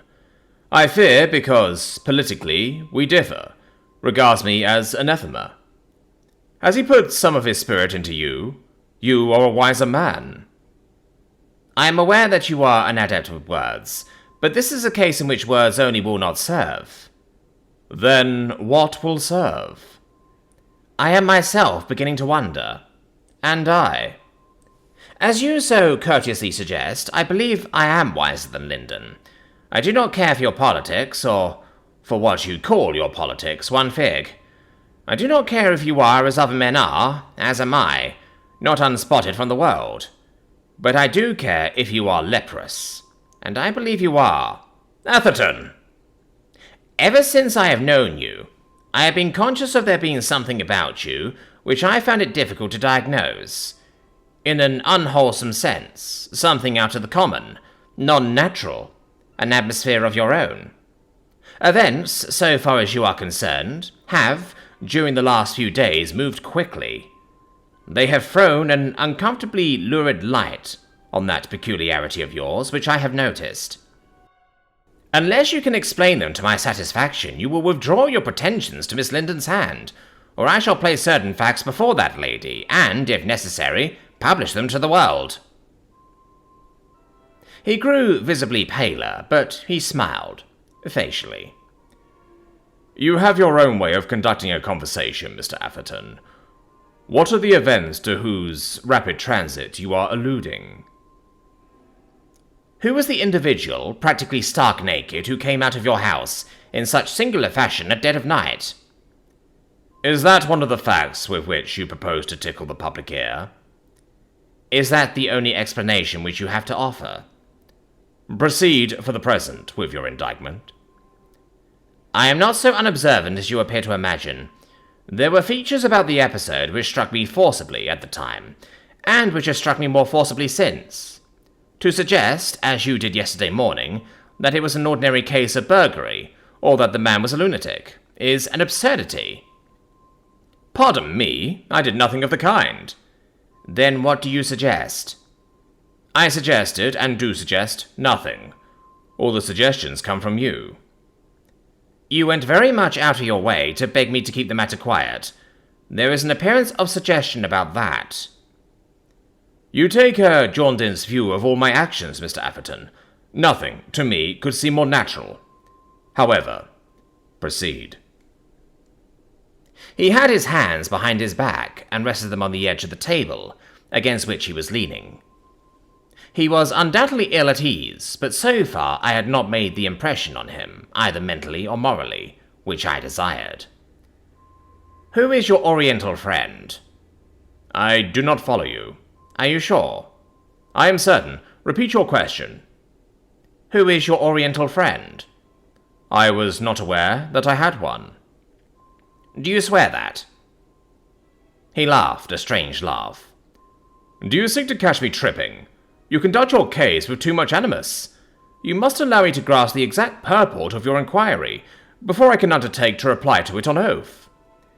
"Are you not aware that at present there is in London an individual who claims to have had a very close and a very curious acquaintance with you in the East?" "I am not." "That you swear?" "That I do swear." "That is singular." "Why is it singular?" "Because I fancy that that individual haunts you." "Haunts me?" "Haunts you." "You jest." "You think so? You remember that picture of the Scarabaeus which yesterday morning frightened you into a state of semi-idiocy?" "You use strong language. I know what you allude to." "Do you mean to say that you don't know that you are indebted for that to your Oriental friend?" "I don't understand you." "Are you sure?" "Certainly I am sure. It occurs to me, Mr. Atherton, that an explanation is demanded from you rather than from me. Are you aware that the purport of my presence here is to ask you how that picture found its way into your room?" "It was projected by the Lord of the Beetle." "The words were chance ones, but they struck a mark." "The Lord—" He faltered and stopped. He showed signs of discomposure. "I will be frank with you, since frankness is what you ask." His smile that time was obviously forced. "Recently, I have been the victim of delusions." There was a pause before the word. "Of a singular kind. I have feared that they were the result of mental overstrain. Is it possible that you can enlighten me as to their source?" I was silent. He was putting a great strain upon himself, but the twitching of his lips betrayed him. A little more, and I should reach the other side of Mr. Lessingham, the side which he kept hidden from the world. "Who is this individual whom you speak of as my Oriental friend?" "Being your friend, you should know better than I do." "What sort of man is he to look at?" "I did not say it was a man." "But I presume it is a man." I did not say so. He seemed for a moment to hold his breath, and he looked at me with eyes which were not friendly. Then, with a display of self-command which did him credit, he drew himself upright, with an air of dignity which well became him. Atherton, consciously or unconsciously, you are doing me a serious injustice. I do not know what conception it is which you have formed of me, or on what the conception is founded, but I protest that, to the best of my knowledge and belief, I am as reputable, as honest, and as clean a man as you are. But you're haunted. Haunted? He held himself erect, looking me straight in the face. Then a shiver went all over him. The muscles of his mouth twitched, and in an instant he was livid. He staggered against the table. Yes. God knows it's true. I'm haunted. So either you're mad and therefore unfit to marry, or else you've done something which places you outside the tolerably generous boundaries of civilized society, and are therefore still more unfit to marry. You're on the horns of a dilemma. I'm the victim of a delusion. What is the nature of the delusion? Does it take the shape of a beetle? Atherton! Without the slightest warning, he collapsed, was transformed. I can describe the change which took place in him in no other way. He sank in a heap on the floor. He held up his hands above his head, and he gibbered, like some frenzied animal. A more uncountable spectacle than he presented it would be difficult to find. I have seen it matched in the padded rooms of lunatic asylums, but nowhere else. The sight of him set every nerve of my body on edge. In heaven's name, what is the matter with you, man? Are you stark, staring mad? Here, drink this. Filling a tumbler with brandy, I forced it between his quivering fingers. Then it was some moments before I could get him to understand what it was I wanted him to do. When he did get the glass to his lips, he swallowed its contents, as if they were so much water. By degrees, his senses returned to him. He stood up. He looked about him, with a smile which was positively ghastly. It's a delusion. It's a very queer kind of delusion, if it is. I eyed him curiously. He was evidently making the most strenuous efforts to regain his self-control, all the while with that horrible smile about his lips. Atherton, you take me at an advantage. I was still. Who's your Oriental friend? My Oriental friend? You mean yours? I supposed at first that the individual in question was a man, but it appears that she's a woman. A woman? Oh. How do you mean? Well, the face is a man's, of an uncommonly disagreeable type, of which the powers forbid that there are many, and the voice is a man's, also of a kind, but the body, as, last night, I chanced to discover, is a woman's. That sounds very odd. He closed his eyes. I could see that his cheeks were clammy. Do you believe in witchcraft? That depends. Have you heard of Obi? I have. I have been told that an Obeah man can put a spell upon a person, which compels a person to see whatever he, the Obeah man, may please. Do you think that's possible? It is not a question to which I should be disposed to answer either yes or no. He looked at me out of his half-closed eyes. It struck me that he was making conversation, saying anything for the sake of gaining time. I remember reading a book entitled Obscure Diseases of the Brain. It contains some interesting data on the subject of hallucinations. Possibly. Now, candidly, would you recommend me to place myself in the hands of a mental pathologist? I don't think that you're insane, if that's what you mean. No, that is good hearing. Of all diseases, insanity is the most to be dreaded. Well, Atherton, I'm keeping you. The truth is that, insane or not, I am very far from well. I think I must give myself a holiday. He moved towards his hat and umbrella. There is something else which you must do. What is that? You must resign your pretensions to Miss Linden's hand. My dear Atherton, if my health is really failing me, I shall resign everything. Everything. He repeated his own word with a little movement of his hands, which was pathetic. Understand me, Lessingham. What else you do is no affair of mine. I am concerned only with Miss Linden. You must give me your definite promise before you leave this room to terminate your engagement with her before tonight. His back was towards me. There will come a time when your conscience will prick you because of your treatment of me, when you will realize that I am the most unfortunate of men. I realize that now. It is because I realize it that I am so desirous that the shadow of your evil fortune shall not fall upon an innocent girl. He turned. Atherton, what is your actual position with reference to Marjorie Linden? She regards me as a brother. And do you regard her as a sister? Are your sentiments towards her purely fraternal? You know that I love her. And do you suppose that my removal will clear the path for you? I suppose nothing of the kind. You may believe me or not, but my one desire is for her happiness, and surely if you love her, that is your desire too. That is so. He paused. An expression of sadness stole over his face of which I had not thought it capable. That is so to an extent of which you do not dream. No man likes to have his hand forced, especially by one whom he regards, may I say it, as a possible rival. But I will tell you this much.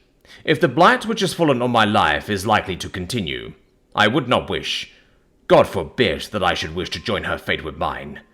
Not for all that the world could offer me. He stopped, and I was still. Presently he continued. When I was younger, I was subject to a similar delusion. But it vanished. I saw no trace of it for years. I thought that I had done with it for good. Recently, however, it has returned, as you have witnessed. I shall institute inquiries into the cause of its reappearance. If it seems likely to be irremovable, or even if it bids fair to be prolonged, I shall not only, as you phrase it, withdraw my pretensions to Miss Linden's hand, but to all my other ambitions. In the interim, as regards to Miss Linden, I shall be careful to hold myself on the footing of a mere acquaintance. You promise me? I do. And on your side, Atherton, in the meantime, deal with me more gently. Judgment in my case is still to be given. You will find that I am not the guilty wretch you apparently imagine. And there are few things more disagreeable to one's self-esteem than to learn, too late, that one has persisted in judging another man too harshly. Think of all that the world has, at this moment, to offer me, and what it will mean if I have to turn my back on it, owing to a mischievous twist of fortune's wheel.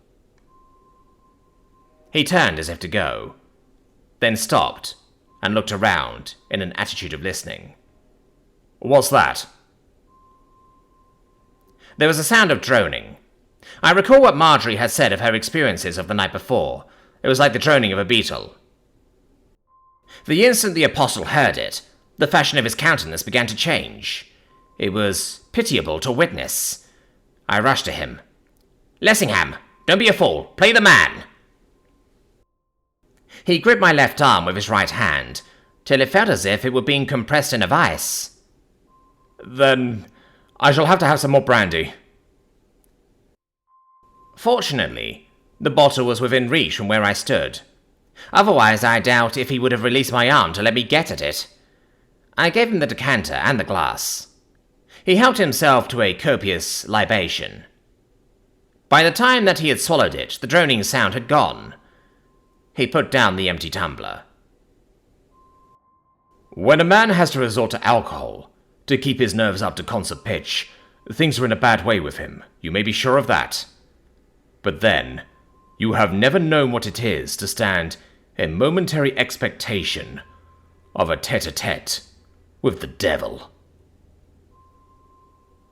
Again, he turned to leave the room, and this time he actually went.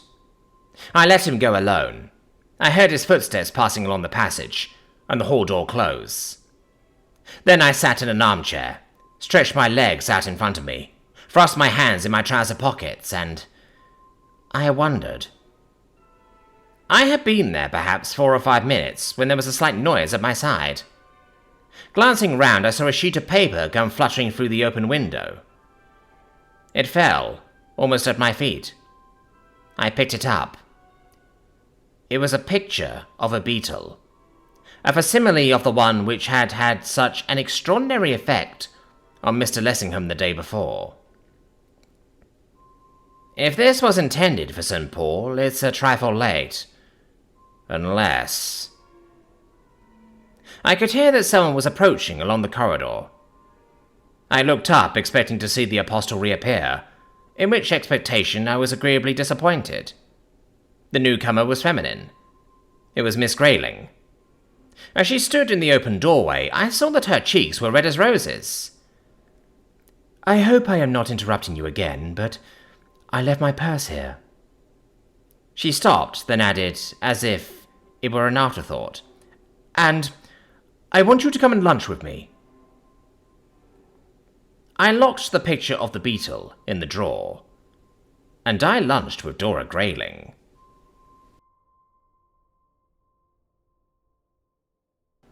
Book 3. The Terror by Night and the Terror by Day. Miss Marjorie Linden tells the tale. Chapter 23. The Way He Told Her. "I am the happiest woman in the world. I wonder how many women have said that of themselves in their time, but I am. Paul has told me that he loves me. How long I have made inward confession of my love for him, I should be ashamed to say. It sounds prosaic, but I believe it is a fact that the first stirring of my pulses was caused by the report of a speech of his, which I read in the Times. It was on the 8 hours bill. Papa was most unflattering. He said that he was an oily spouter, an ignorant agitator, an irresponsible firebrand, and a good deal more to the same effect. I remember very well how Papa fidgeted with the paper, declaring that it read even worse than it had sounded, and goodness knew that it had sounded bad enough. He was so very emphatic that when he had gone I thought I would see what all the pother was about, and read the speech for myself. So I read it. It affected me quite differently. The speaker's words showed such knowledge, charity and sympathy that they went straight to my heart. After that, I read everything of Paul Lessingham's which I came across, and the more I read, the more I was impressed. But it was some time before we met. Considering what Papa's opinions were, it was not likely that he would go out of his way to facilitate a meeting. To him, the mere mention of the name was like a red rag to a bull. But at last we did meet, and then I knew that he was stronger, greater, better even than his words. It is so often the other way.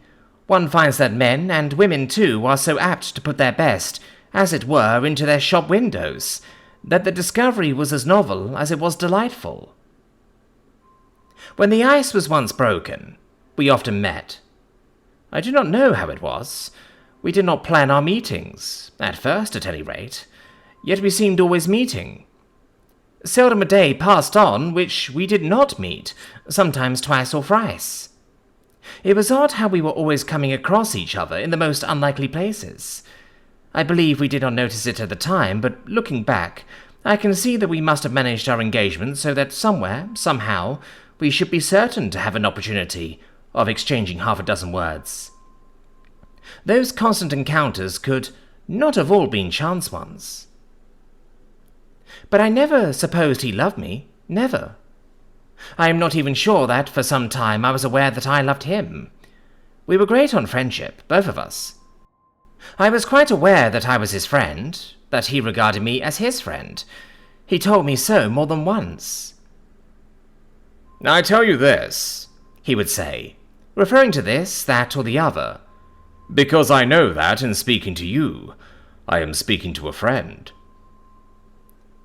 With him, those were not empty words. All kinds of people talk to one like that, especially men. It is a kind of formula which they use with every woman who shows herself disposed to listen. But Paul is not like that. He is chary of speech, not by any means a woman's man. I tell him that is his weakest point. If legend does not lie more even than is common, few politicians have achieved prosperity without the aid of women. He replies that he is not a politician, that he never means to be a politician. He simply wishes to work for his country. If his country does not need his services, well, let it be. Papa's political friends have always so many axes of their own to grind that, at first, to hear a member of Parliament talk like that was almost disquieting. I had dreamed of men like that, but I never encountered one, till I met Paul Lessingham. Our friendship was a pleasant one. It became pleasanter and pleasanter, until there came a time when he told me everything, the dreams he dreamed, the plans which he had planned, the great purposes which, if health and strength were given him, he intended to carry to a great fulfillment. And, at last, he told me something else. It was after a meeting at a working women's club in Westminster. He had spoken, and I had spoken too. I don't know what Papa would have said if he had known, but I had. A formal resolution had been proposed, and I had seconded it, in perhaps a couple of 100 words, but that would have been quite enough for Papa to have regarded me as an abandoned wretch. Papa always puts those sort of words into capitals. Papa regards a speechifying woman as a thing of horror. I have known him look askance at a primrose dame. The night was fine. Paul proposed that I should walk with him down the Westminster Bridge Road until we reached the house, and then he would see me into a cab. I did as he suggested. It was still early, not yet 10, and the streets were alive with people. Our conversation, as we went, was entirely political. The Agricultural Amendment Act was then before the Commons, and Paul felt very strongly that it was one of those measures which give with one hand while taking with the other. The committee stage was at hand, and already several amendments were threatened, the effect of which would be to strengthen the landlord at the expense of the tenant. More than one of these, and they not the most moderate, were to be proposed by Papa. Paul was pointing out how it would be his duty to oppose these tooth and nail, when all at once he stopped. I sometimes wonder how you really feel upon this matter. What matter? On the difference of opinion in political matters which exists between your father and myself. I am conscious that Mr. Linden regards my action as a personal question, and resents it so keenly, that I am sometimes moved to wonder if at least a portion of his resentment is not shared by you. I have explained. I consider Papa the politician as one person, and Papa the father as quite another. You are his daughter. Certainly I am, but would you, on that account, wish me to share his political opinions, even though I believe them to be wrong? You love him. Of course I do. He is the best of fathers. Your defection will be a grievous disappointment. I looked at him out of the corner of my eye. I wondered what was passing through his mind. The subject of my relations with Papa was one which, without saying anything at all about it, we had consented to taboo. I am not so sure. I am permeated with a suspicion that Papa has no politics. Miss Linden, I fancy that I can adduce proof to the contrary. I believe that if Papa were to marry again, say a Home Ruler, within 3 weeks his wife's politics would be his own. Paul thought that before he spoke. Then he smiled. I suppose that men sometimes do change their coats to please their wives, even their political ones. Papa's opinions are the opinions of those with whom he mixes. The reason why he consorts with Tories of the crusted school is because he fears that if he associated with anybody else, with radicals, say, before he knew it, he would be a radical too. With him, association is synonymous with logic. Paul laughed outright. By this time we had reached Westminster Bridge. Standing, we looked down upon the river. A long line of lanterns was gliding mysteriously over the waters. It was a tug towing a string of barges. For some moments, neither spoke. Then Paul recurred to what I had just been saying. "And do you think marriage would colour your convictions?" Would it yours? "That depends." He was silent. Then he said, in that tone which I had learned to look for when he was most in earnest, "It depends on whether you would marry me." I was still. His words were so unexpected that they took my breath away. I knew not what to make of them. My head was in a whirl. Then he addressed to me a monosyllabic interrogation. "Well?" I found my voice, or a part of it. Well, to what? He came a little closer. "Will you be my wife?" The part of my voice which I had found was lost again. Tears came into my eyes. I shivered. I had not thought that I could be so absurd.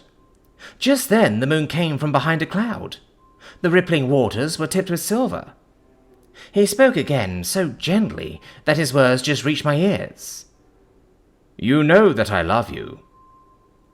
Then I knew that I loved him too. That what I had fancied was a feeling of friendship was something very different.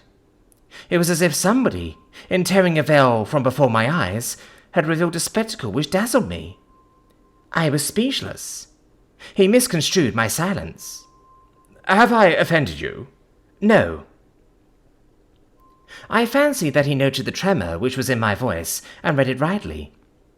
For he too was still. Presently, his hand stole along the parapet and fastened upon mine and held it tight. And that was how it came about. Other things were said, but they were hardly of the first importance, though I believe we took some time in saying them.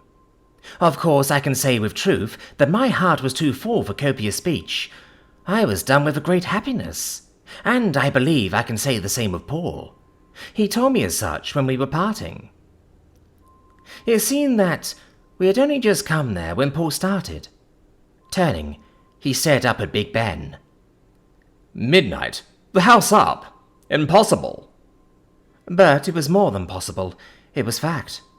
We had actually been on the bridge 2 hours, and it had not seemed 10 minutes. Never had I supported that the flight of time could have been so entirely unnoticed. Paul was considerably taken aback. His legislative conscience pricked him. He excused himself in his own fashion. "Fortunately for once in a way, my business in the house was not so important as my business out of it."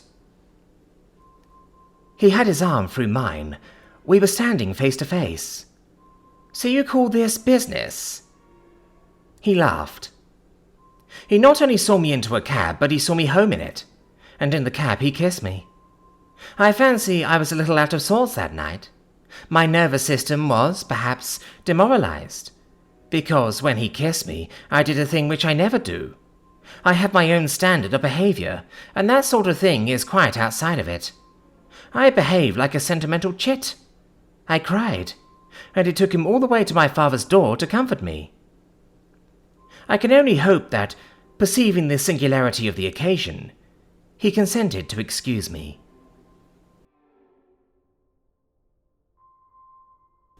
Chapter 24. A Woman's View. Sidney Atherton has asked me to be his wife. It is not only annoying, worse, it is absurd. This is the result of Paul's wish that our engagement should not be announced. He is afraid of Papa, not really, but for the moment. The atmosphere of the house is charged with electricity. Party feeling runs high. They are at each other, hammer and tongs, about this Agricultural Amendment Act. The strain on Paul is tremendous. I am beginning to feel positively concerned. Little things which I have noticed about him lately convince me that he has been overwrought. I suspect him of having sleepless nights. The amount of work which he has been getting through lately has been too much for any single human being. I care not who he is. He himself admits that he shall be glad when the session is at an end. So shall I. In the meantime, it is his desire that nothing shall be said about our engagement until the house rises. It is reasonable enough. Papa is sure to be violent. Lately, the barest allusion to Paul's name has been enough to make him explode. When the discovery does come, he will be unmanageable. I foresee it clearly. From little incidents which have happened recently, I predict the worst. He will be capable of making a scene within the precincts of the house, and, as Paul says, there is some truth in the saying that the last straw breaks the camel's back. He will be better able to face Papa's wild wrath when the house has risen. So the news is to bide a wee. Of course, Paul is right, and what he wishes I wish too. Still, it is not all such plain sailing for me as he perhaps thinks. The domestic atmosphere is almost as electrical as that in the house. Papa is like the terrier who scents a rat. He is always sniffing the air. He has not actually forbidden me to speak to Paul. His carriage is not quite at the sticking point, but he is constantly making uncomfortable allusions to persons who number among their acquaintances, political adventurers, grasping carpetbaggers, radical riffraff, and that kind of thing. Sometimes I venture to call my soul my own, but such a tempest invariably follows that I become discreet again as soon as I possibly can. So, as a rule, I suffer in silence. Still, I would with all my heart that the concealment were at an end. No one need imagine that I am ashamed of being about to marry Paul, Papa least of all. On the contrary, I am as proud of it as a woman can be. Sometimes, when he has said or done something unusually wonderful, I fear that my pride will out. I do feel it so strong within me. I should be delighted to have a trial of strength with Papa, anywhere at any time. I should not be so rude to him as he would be to me.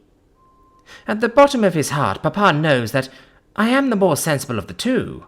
After a pitched battle or so, he would understand it better still. I know Papa. I have not been his daughter for all these years in vain.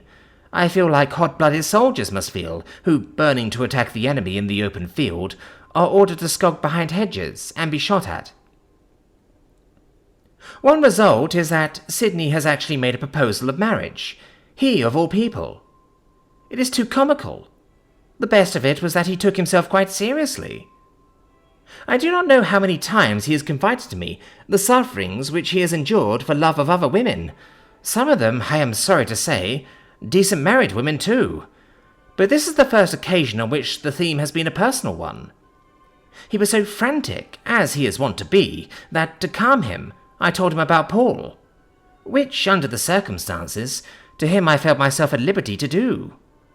In return he was melodramatic, hinting darkly at I know not what. I was almost cross with him. He is a curious person, Sidney Atherton. I suppose it is because I have known him all my life, and have always looked upon him, in cases of necessity, as a capital substitute for a brother, that I criticize him with so much frankness. In some respects he is a genius, in others I will not write fool, for that he never is, though he has often done some extremely foolish things. The fame of his inventions is in the mouths of all men, though the half of them has never been told. He is the most extraordinary mixture.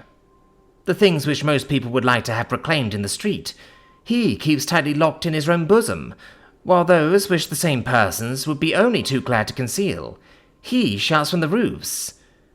A very famous man once told me that if Mr. Atherton chose to become a specialist, to take up one branch of inquiry, and devote his life to it, his fame, before he died, would bridge the spheres. But sticking to one thing is not in Sidney's line at all. He prefers, like the bee, to roam from flower to flower. As for his being in love with me, it is ridiculous. He is as much in love with the moon. I cannot think what has put the idea into his head. Some girl must have been ill-using him, or he imagines that she has. The girl whom he ought to marry, and whom he ultimately will marry, is Dora Grayling. She is young, charming, immensely rich, and over head and ears in love with him. If she were not, then he would be over head and ears in love with her. I believe he is very near it, as it is. Sometimes he is so very rude to her. It is a characteristic of Sydney's, that he is apt to be rude to a girl whom he really likes. As for Dora, I suspect she dreams of him. He is tall, straight, very handsome, with a big moustache, and the most extraordinary eyes. I fancy that those eyes of his have as much to do with Dora's state as anything. I have heard it said that he possesses the hypnotic power to an unusual degree, and that if he chose to exercise it, it might become a danger to society. I believe he has hypnotized Dora. He makes an excellent brother. I have gone to him many and many a time for help, and some excellent advice I have received. I dare say I shall consult him still. There are matters of which one would hardly dare to talk to Paul. In all things he is the great man. He could hardly condescend to chiffons. Now Sydney can and does. When he is in the mood, on the vital subject of trimmings, a woman could not appeal to a sounder authority. I tell him, if he had been a dressmaker, he would have been magnificent. I am sure he would. Chapter 25. The Man in the Street. This morning I had an adventure. I was in the breakfast room. Papa, as usual, was late for breakfast, and I was wondering whether I should begin without him, when, chancing to look around, something caught my eye in the street. I went to the window to see what it was. A small crowd of people was in the middle of the road, and they were all staring at something which, apparently, was lying on the ground. What it was, I could not see. The butler happened to be in the room. I spoke to him. "Peter, what is the matter in the street? Go and see." He went and saw, and presently he returned. Peter is an excellent servant, but the fashion of his speech, even when conveying the most trivial information, is slightly sesquipedalian. He would have made a capital cabinet minister at question time. He wraps up the smallest petitions of meeting in the largest possible words. An unfortunate individual appears to have been the victim of a catastrophe. I am informed that he is dead. The constable asserts that he is drunk. Drunk? Dead? Do you mean that he is dead drunk? At this hour? He is either one or the other. I did not behold the individual myself. I derived my information from a bystander. That was not sufficiently explicit for me. I gave way to a seemingly quite causeless impulse of curiosity. I went out into the street, just as I was, to see for myself. It was perhaps not the most sensible thing I could have done, and Papa would have been shocked. But I am always shocking Papa. It had been raining in the night, and the shoes which I had on were not so well suited as they might have been for an encounter with the mud. I made my way to the point of interest. "What's the matter?" I asked. A workman with a bag of tools over his shoulder answered me. "There's something wrong with someone. Policeman says he's drunk, but he looks to me as if he was something worse." "Will you let me pass, please?" When they saw I was a woman, they permitted me to reach the centre of the crowd. A man was lying on his back, in the grease and dirt of the road. He was so plastered with mud that it was difficult at first to be sure that he really was a man. His head and feet were bare. His body was partially covered by a long ragged cloak. It was obvious that the one wretched dirt-stained sopping wet rag was all the clothing he had on. A huge constable was holding his shoulders in his hands, and was regarding him as if he could not make him out at all. It seemed uncertain as to whether it was or was not a case of shamming. He spoke to me as if he had been some refractory child. "Come on, my lad, this won't do. Wake up. What's the matter?" But he neither woke up nor explained what was the matter. I took hold of his hand. It was icy cold. Apparently the wrist was pulseless. Clearly this was no ordinary case of drunkenness. "There is something seriously wrong, officer. Medical assistance ought to be had at once." "Do you think he's in a fit, miss?" "That a doctor should be able to tell you better than I can. There seems to be no pulse. I should not be surprised to find that he was... The word dead was actually on my lips, when the stranger saved me from making a glaring exposure of my ignorance by snatching his wrist away from me and sitting up in the mud. He held out his hands in front of him, opened his eyes, and exclaimed in a loud but painfully raucous tone of voice, as if he was suffering from a very bad cold, "Paul Lessingham!" I was so surprised that I all but sat down in the mud. To hear Paul, my Paul, apostrophed by an individual of his appearance in that fashion was something which I had not expected. Directly the words were uttered, he closed his eyes again, sank backward, and seemingly relapsed into unconsciousness, the constable gripping him by the shoulder just in time to prevent him banging the back of his head against the road. The officer shook him, scarcely gently. "Now, my lad, it's plain that you're not dead. What's the meaning of this? Move yourself." Looking round, I found that Peter was close behind. Apparently he had been struck by the singularity of his mistress's behaviour, and had followed to see that it did not meet with the reward which it deserved. I spoke to him. "Peter, let someone go at once for Dr. Coates." Dr. Coates lives just round the corner, and since it was evident that the man's lapse into consciousness had made the policeman sceptical as to his case being so serious as it seemed, I thought it might be advisable that a competent opinion should be obtained without delay. Peter was starting, when again the stranger returned to consciousness, that is, if it really was consciousness, as to which I was more than a little in doubt. He repeated his previous pantomime, sat up in the mud, stretched out his arms, opened his eyes unnaturally wide, and yet they appeared unseeing. A sort of convulsion went all over him, and he shrieked. It really amounted to shrieking, as a man might shriek who was in mortal terror. "Be warned, Paul Lessingham! Be warned!" For my part, that settled it. There was a mystery here which needed to be unravelled. Twice he had called upon Paul's name, and in the strangest fashion.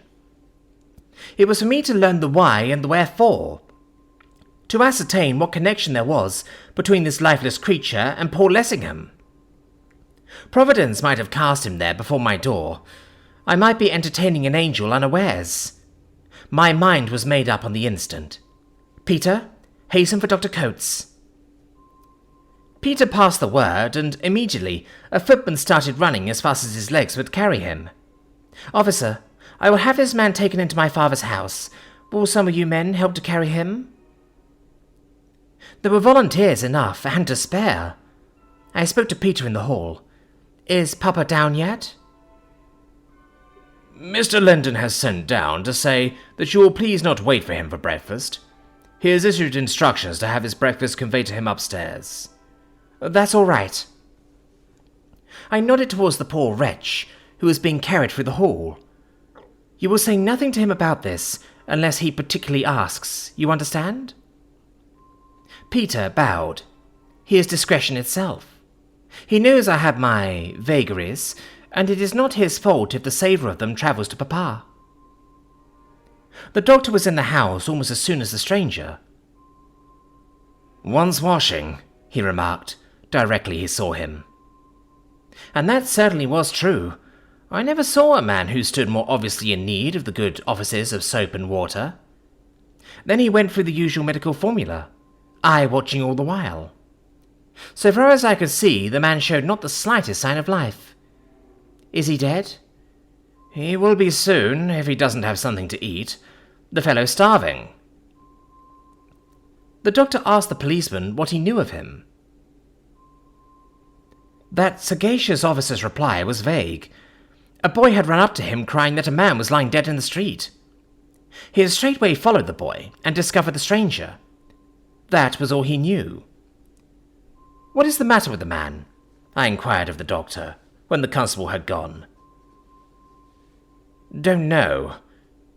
It may be catalepsy, and it mayn't. When I do know, you may ask again." Dr. Coates' manner was a trifle brusque, particularly, I believe, to me. I remember that once he threatened to box my ears. When I was a small child, I used to think nothing of boxing his. Realizing that no satisfaction was to be got out of a speechless man, particularly as regards to his mysterious references to Paul, I went upstairs. I found that Papa was under the impression that he was suffering from a severe attack of gout. But as he was eating a capital breakfast, and apparently enjoying it, while I was still fasting, I ventured to hope that the matter was not so serious as he feared. I mentioned nothing to him about the person whom I had found in the street, lest it should aggravate his gout.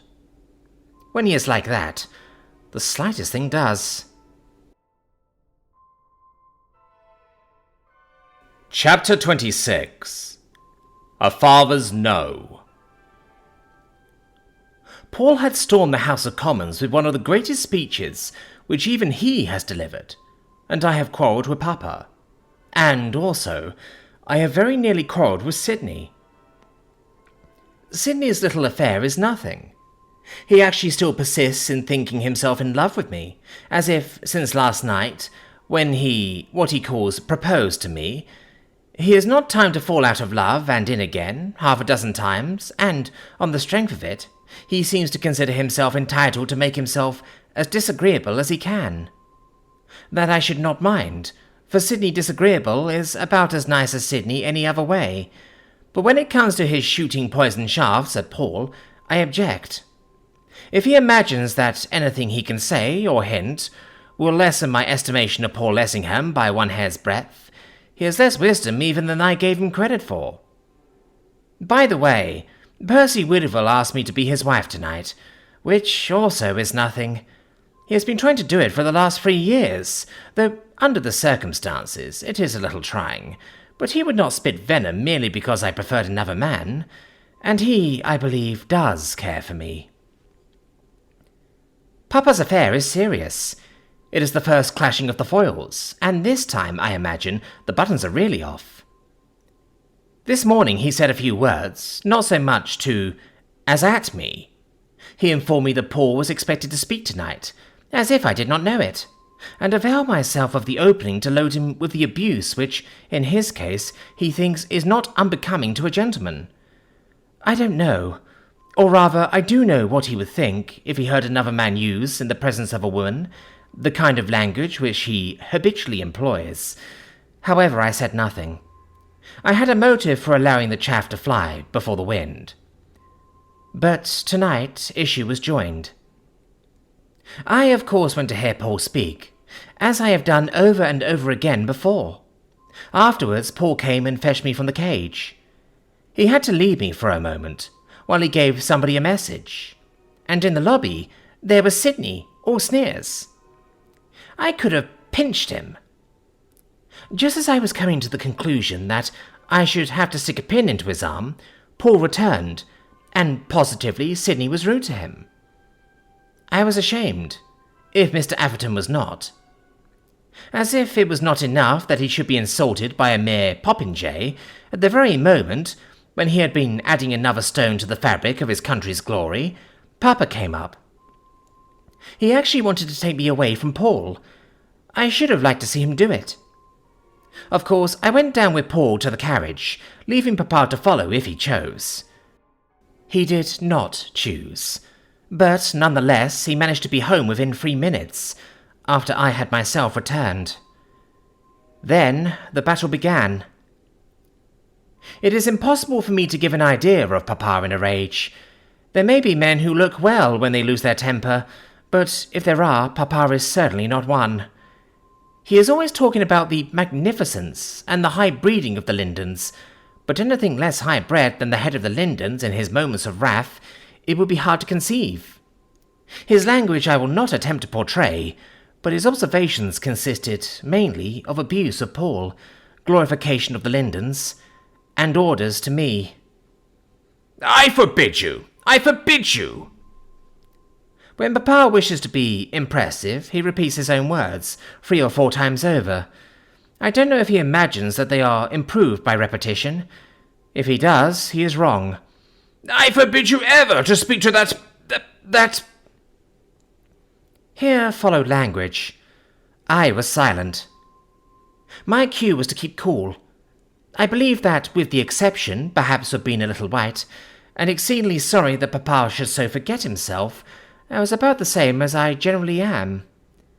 Do you hear me? Do you hear what I say? Do you hear me, miss? Yes, Papa, I hear you. Then promise me. Promise that you will do as I tell you. Mark my words, my girl. You shall promise before you leave this room.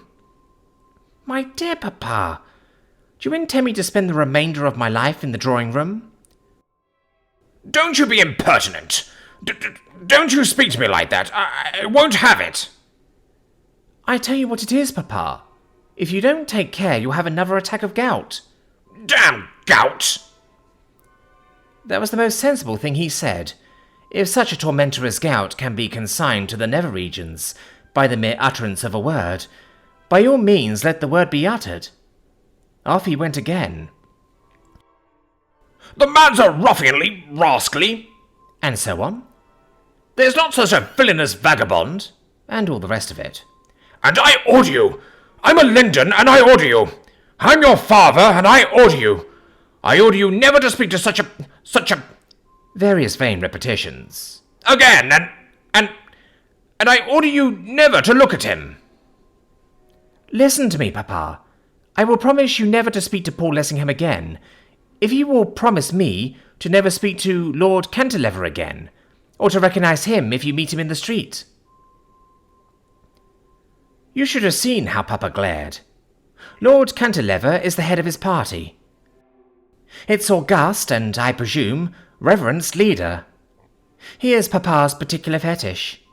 I am not sure that he does regard him as being any lower than the angels, but if he does, it is certainly something in decimals. My suggestion seemed as outrageous to him as his suggestion seemed to me. But it is Papa's misfortune that he can only see one side of a question, and that's his own. You dare to compare Lord Cantilever to that... I am not comparing them. I am not aware of there being anything in particular against Lord Cantilever that is against his character. But, of course, I should not dream of comparing a man of his calibre with one of real ability, like Paul Lessingham. It would be to treat his lordship with too much severity. I could not help it, but that did it. The rest of Papa's conversation was a jumble of explosions. It was all so sad. Papa poured all the vials of his wrath upon Paul, to his own sore disfigurement. He threatened me with all the pains and penalties of the Inquisition if I did not immediately promise to hold no further communication with Mr. Lessingham. Of course I did nothing of the kind. He cursed me, in default, by bell, book and candle, and by ever so many other things beside.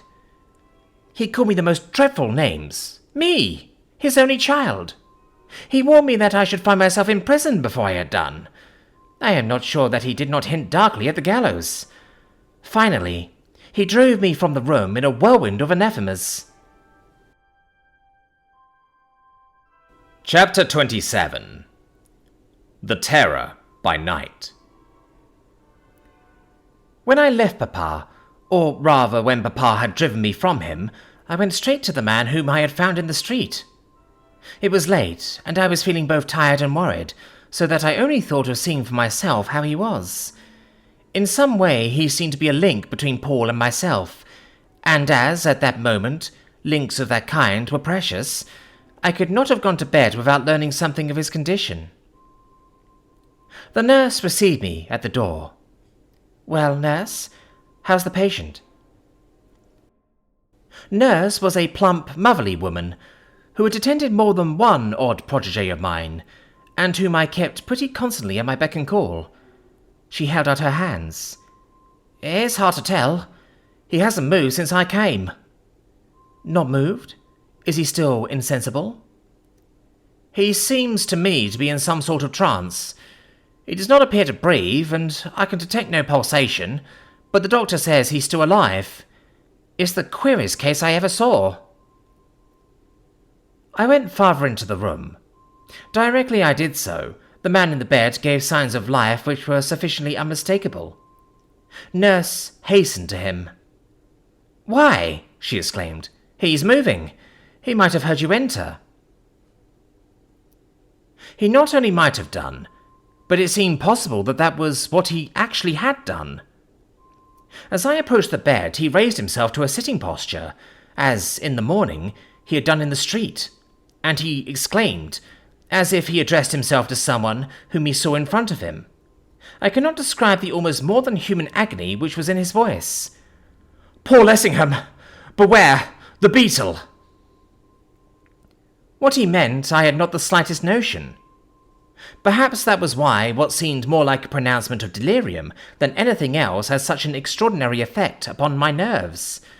No sooner had he spoken than a sort of blank horror seemed to settle down upon my mind. I actually found myself trembling at the knees.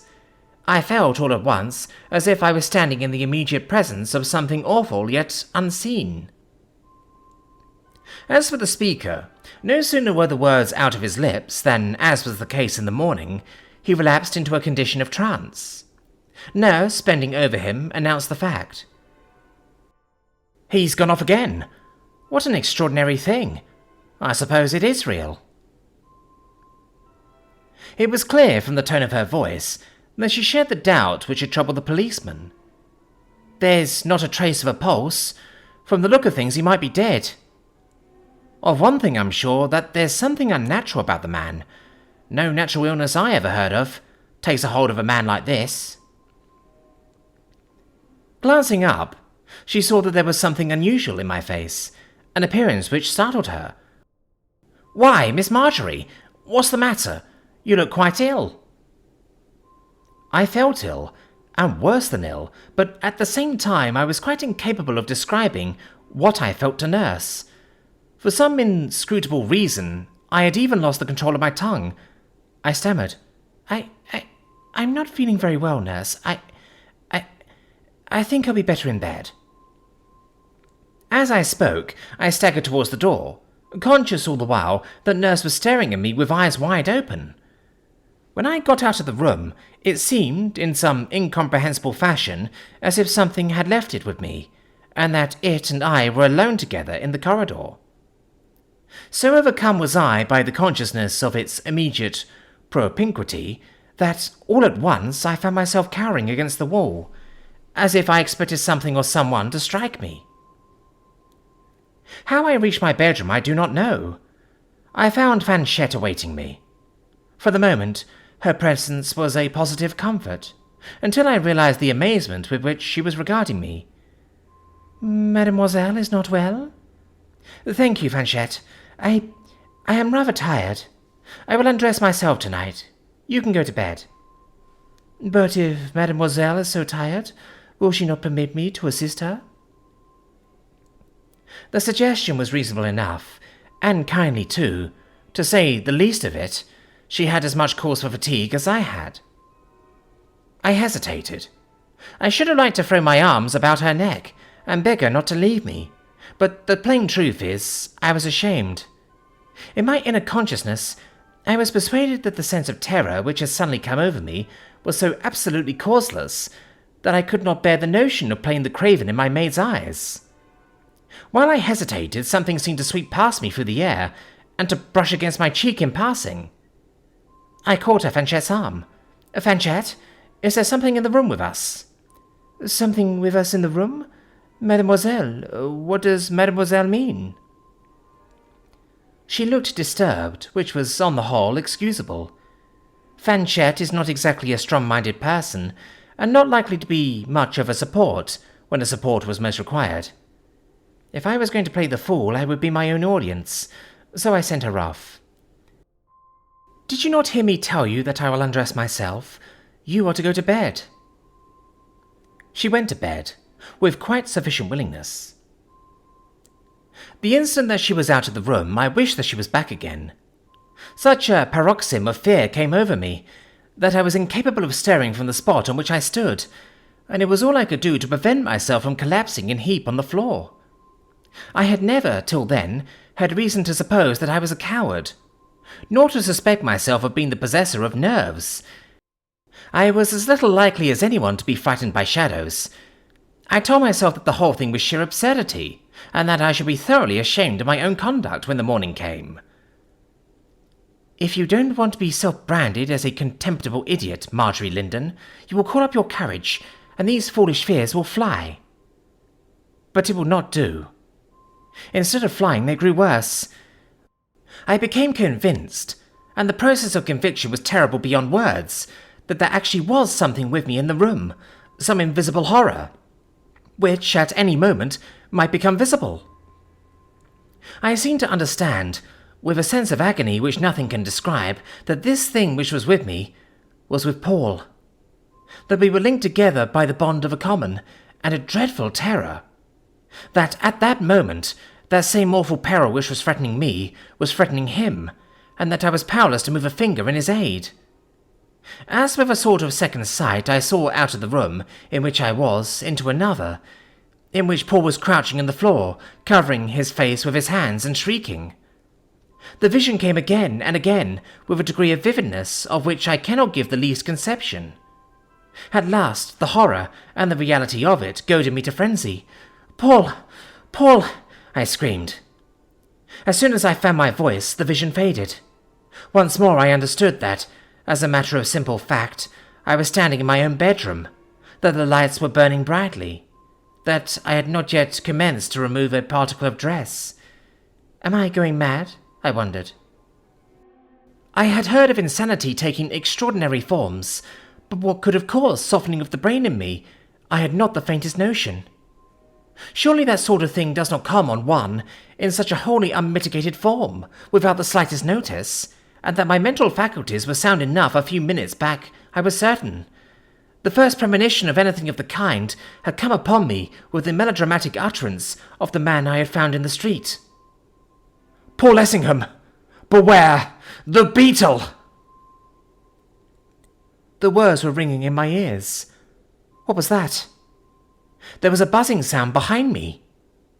I turned to see what it was. It moved as I moved, so that it was still on my back. I swung swiftly, right round on my heels. It still eluded me. It was still behind. I stood and listened. What was it that hovered so persistently on my back? The buzzing was distinctly audible. It was like the humming of a bee. Or could it be a beetle? My whole life long I have had an antipathy to beetles, of any sort or kind. I have objected neither to rats nor mice, nor cows, nor bulls, nor snakes, nor spiders, nor toads, nor lizards, nor any of the 1,001 other creatures, animate or otherwise, to which so many people have a rooted and apparently illogical dislike. My pet and only horror has been beetles. The mere suspicion of a harmless and, I am told, necessary cockroach being within several feet has always made me seriously uneasy. The thought that the great winged beetle, to me, a flying beetle, is the horror of horrors, was with me in my bedroom. Goodness alone knew how it had got there, was unendurable. Anyone who had beheld me during the next few moments would certainly have supposed I was deranged. I turned and twisted, sprang from side to side, screwed myself into impossible positions in order to obtain a glimpse of the detested visitant, but in vain. I could hear it all the time, but see it never. The buzzing sound was continually behind. The terror returned. I began to think that my brain must be softening. I dashed to the bed. Flinging myself on my knees, I tried to pray, but I was speechless. Words would not come. My thoughts would not take shape. I all at once became conscious, as I struggled to ask help of God, that I was wrestling with something evil, that if I only could ask help of him, evil would flee. But I could not. I was helpless, overmastered. I hid my face in the bedclothes, cramming my fingers into my ears, but the buzzing was behind me all the time. I sprang up, striking out blindly, wildly, right and left, hitting nothing. The buzzing always came from a point at which, at the moment, I was not aiming. I tore off my clothes. I had on a lovely frock which I had worn for the first time that night. I had had it specially made for the occasion of the Duchess's ball, and more especially in honour of Paul's great speech. I had said to myself, when I saw my image in a mirror, that it was the most exquisite gown I had ever had, that it suited me to perfection, and that it should continue in my wardrobe for many a day, if only as a souvenir of a memorable night. Now, in the madness of my terror, all reflections of that sort were forgotten. My only desire was to be away with it. I tore it off anyhow, letting it fall in rags on the floor at my feet. All else that I had on I flung in the same way after it. It was a veritable holocaust of dainty garments, I acting as relentless executioner, who am as a rule so tender with my things. I leaped upon the bed, switched off the electric light, hurried into bed, burying myself, over head and all, deep down between the sheets. I had hoped that by shutting out the light, I might regain my senses. That in the darkness I might have opportunity for sane reflection. But I had made a grievous error. I had exchanged bad for worse. The darkness lent added terrors. The light had not been out 5 seconds before I would have given all that I was worth to be able to switch it on again. As I cowered beneath the bedclothes, I heard the buzzing sound above my head. The sudden silence of the darkness had rendered it more audible than it had been before. The thing, whatever it was hovering above the bed. It came nearer and nearer. It grew clearer and clearer. I felt it alight upon the coverlet. Shall I ever forget the sensations with which I did feel it? It weighed upon me like a ton of lead. How much of the seeming weight was real, and how much imaginary, I cannot pretend to say, but that it was much heavier than any beetle I have ever seen or heard of, I am sure. For a time it was still, and during that time I doubt if I even drew my breath. Then I felt it begin to move, in wobbling fashion, with awkward, ungainly gait, stopping every now and then as if for rest. I was conscious that it was progressing, slowly yet surely, towards the head of the bed. The emotion of horror, with which I realize what this progression might mean, will be, I fear, with me to the end of my life, not only in dreams, but too often, also, in my waking hours. My heart, as the psalmist has it, melted like wax within me. I was incapable of movement, dominated by something as hideous as, and infinitely more powerful than, the fascination of the serpent. When it reached the head of the bed, what I feared, with what I fear would happen, did happen. It began to find its way inside, to creep between the sheets. The wonder is I did not die. I felt it coming nearer and nearer, inch by inch. I knew that it was upon me, that escape there was none. I felt something touch my hair. And then oblivion did come to my aid. For the first time in my life, I swooned.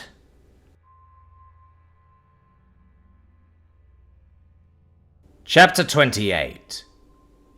The Strange Story of the Man in the Street. I have been anticipating for some weeks past that things would become exciting, and they have, but hardly in the way which I foresaw. It is the old story of the unexpected happening. Suddenly, events of the most extraordinary nature have come crowding on me from the most unlooked-for quarters. Let me try to take them in something like their proper order. To begin with, Sydney has behaved very badly. So badly that it seems likely that I shall have to recast my whole conception of his character. It was nearly 9 o'clock this morning when I cannot say woke up, because I do not believe that I had really been asleep, but when I returned to consciousness, I found myself sitting up in bed, trembling like some frightened child. What had actually happened to me, I did not know, could not guess. I was conscious of an overwhelming sense of nausea, and, generally, I was feeling very far from well. I endeavoured to arrange my thoughts and to decide upon some plan of action. Finally, I decided to go for advice and help where I had so often gone before, to Sydney Atherton. I went to him. I told him the whole gruesome story. He could not help but see what a deep impress the events of the night had made on me. He heard me to the end with every appearance of sympathy, and then all at once I discovered that all the time Papa had been concealed behind a large screen which was in the room, listening to every word I had been uttering. That I was dumbfounded goes without saying. It was bad enough in Papa, but in Sydney it seemed, and it was, such treachery. He and I have told each other secrets all our lives. It has never entered my imagination, as he very well knows, to play him false, in one jot or tittle. And I have always understood that, in this sort of manner, men pride themselves on their sense of honour being so much keener than women's. I told them some plain truths, and I fancy that I left them both feeling heartily ashamed of themselves.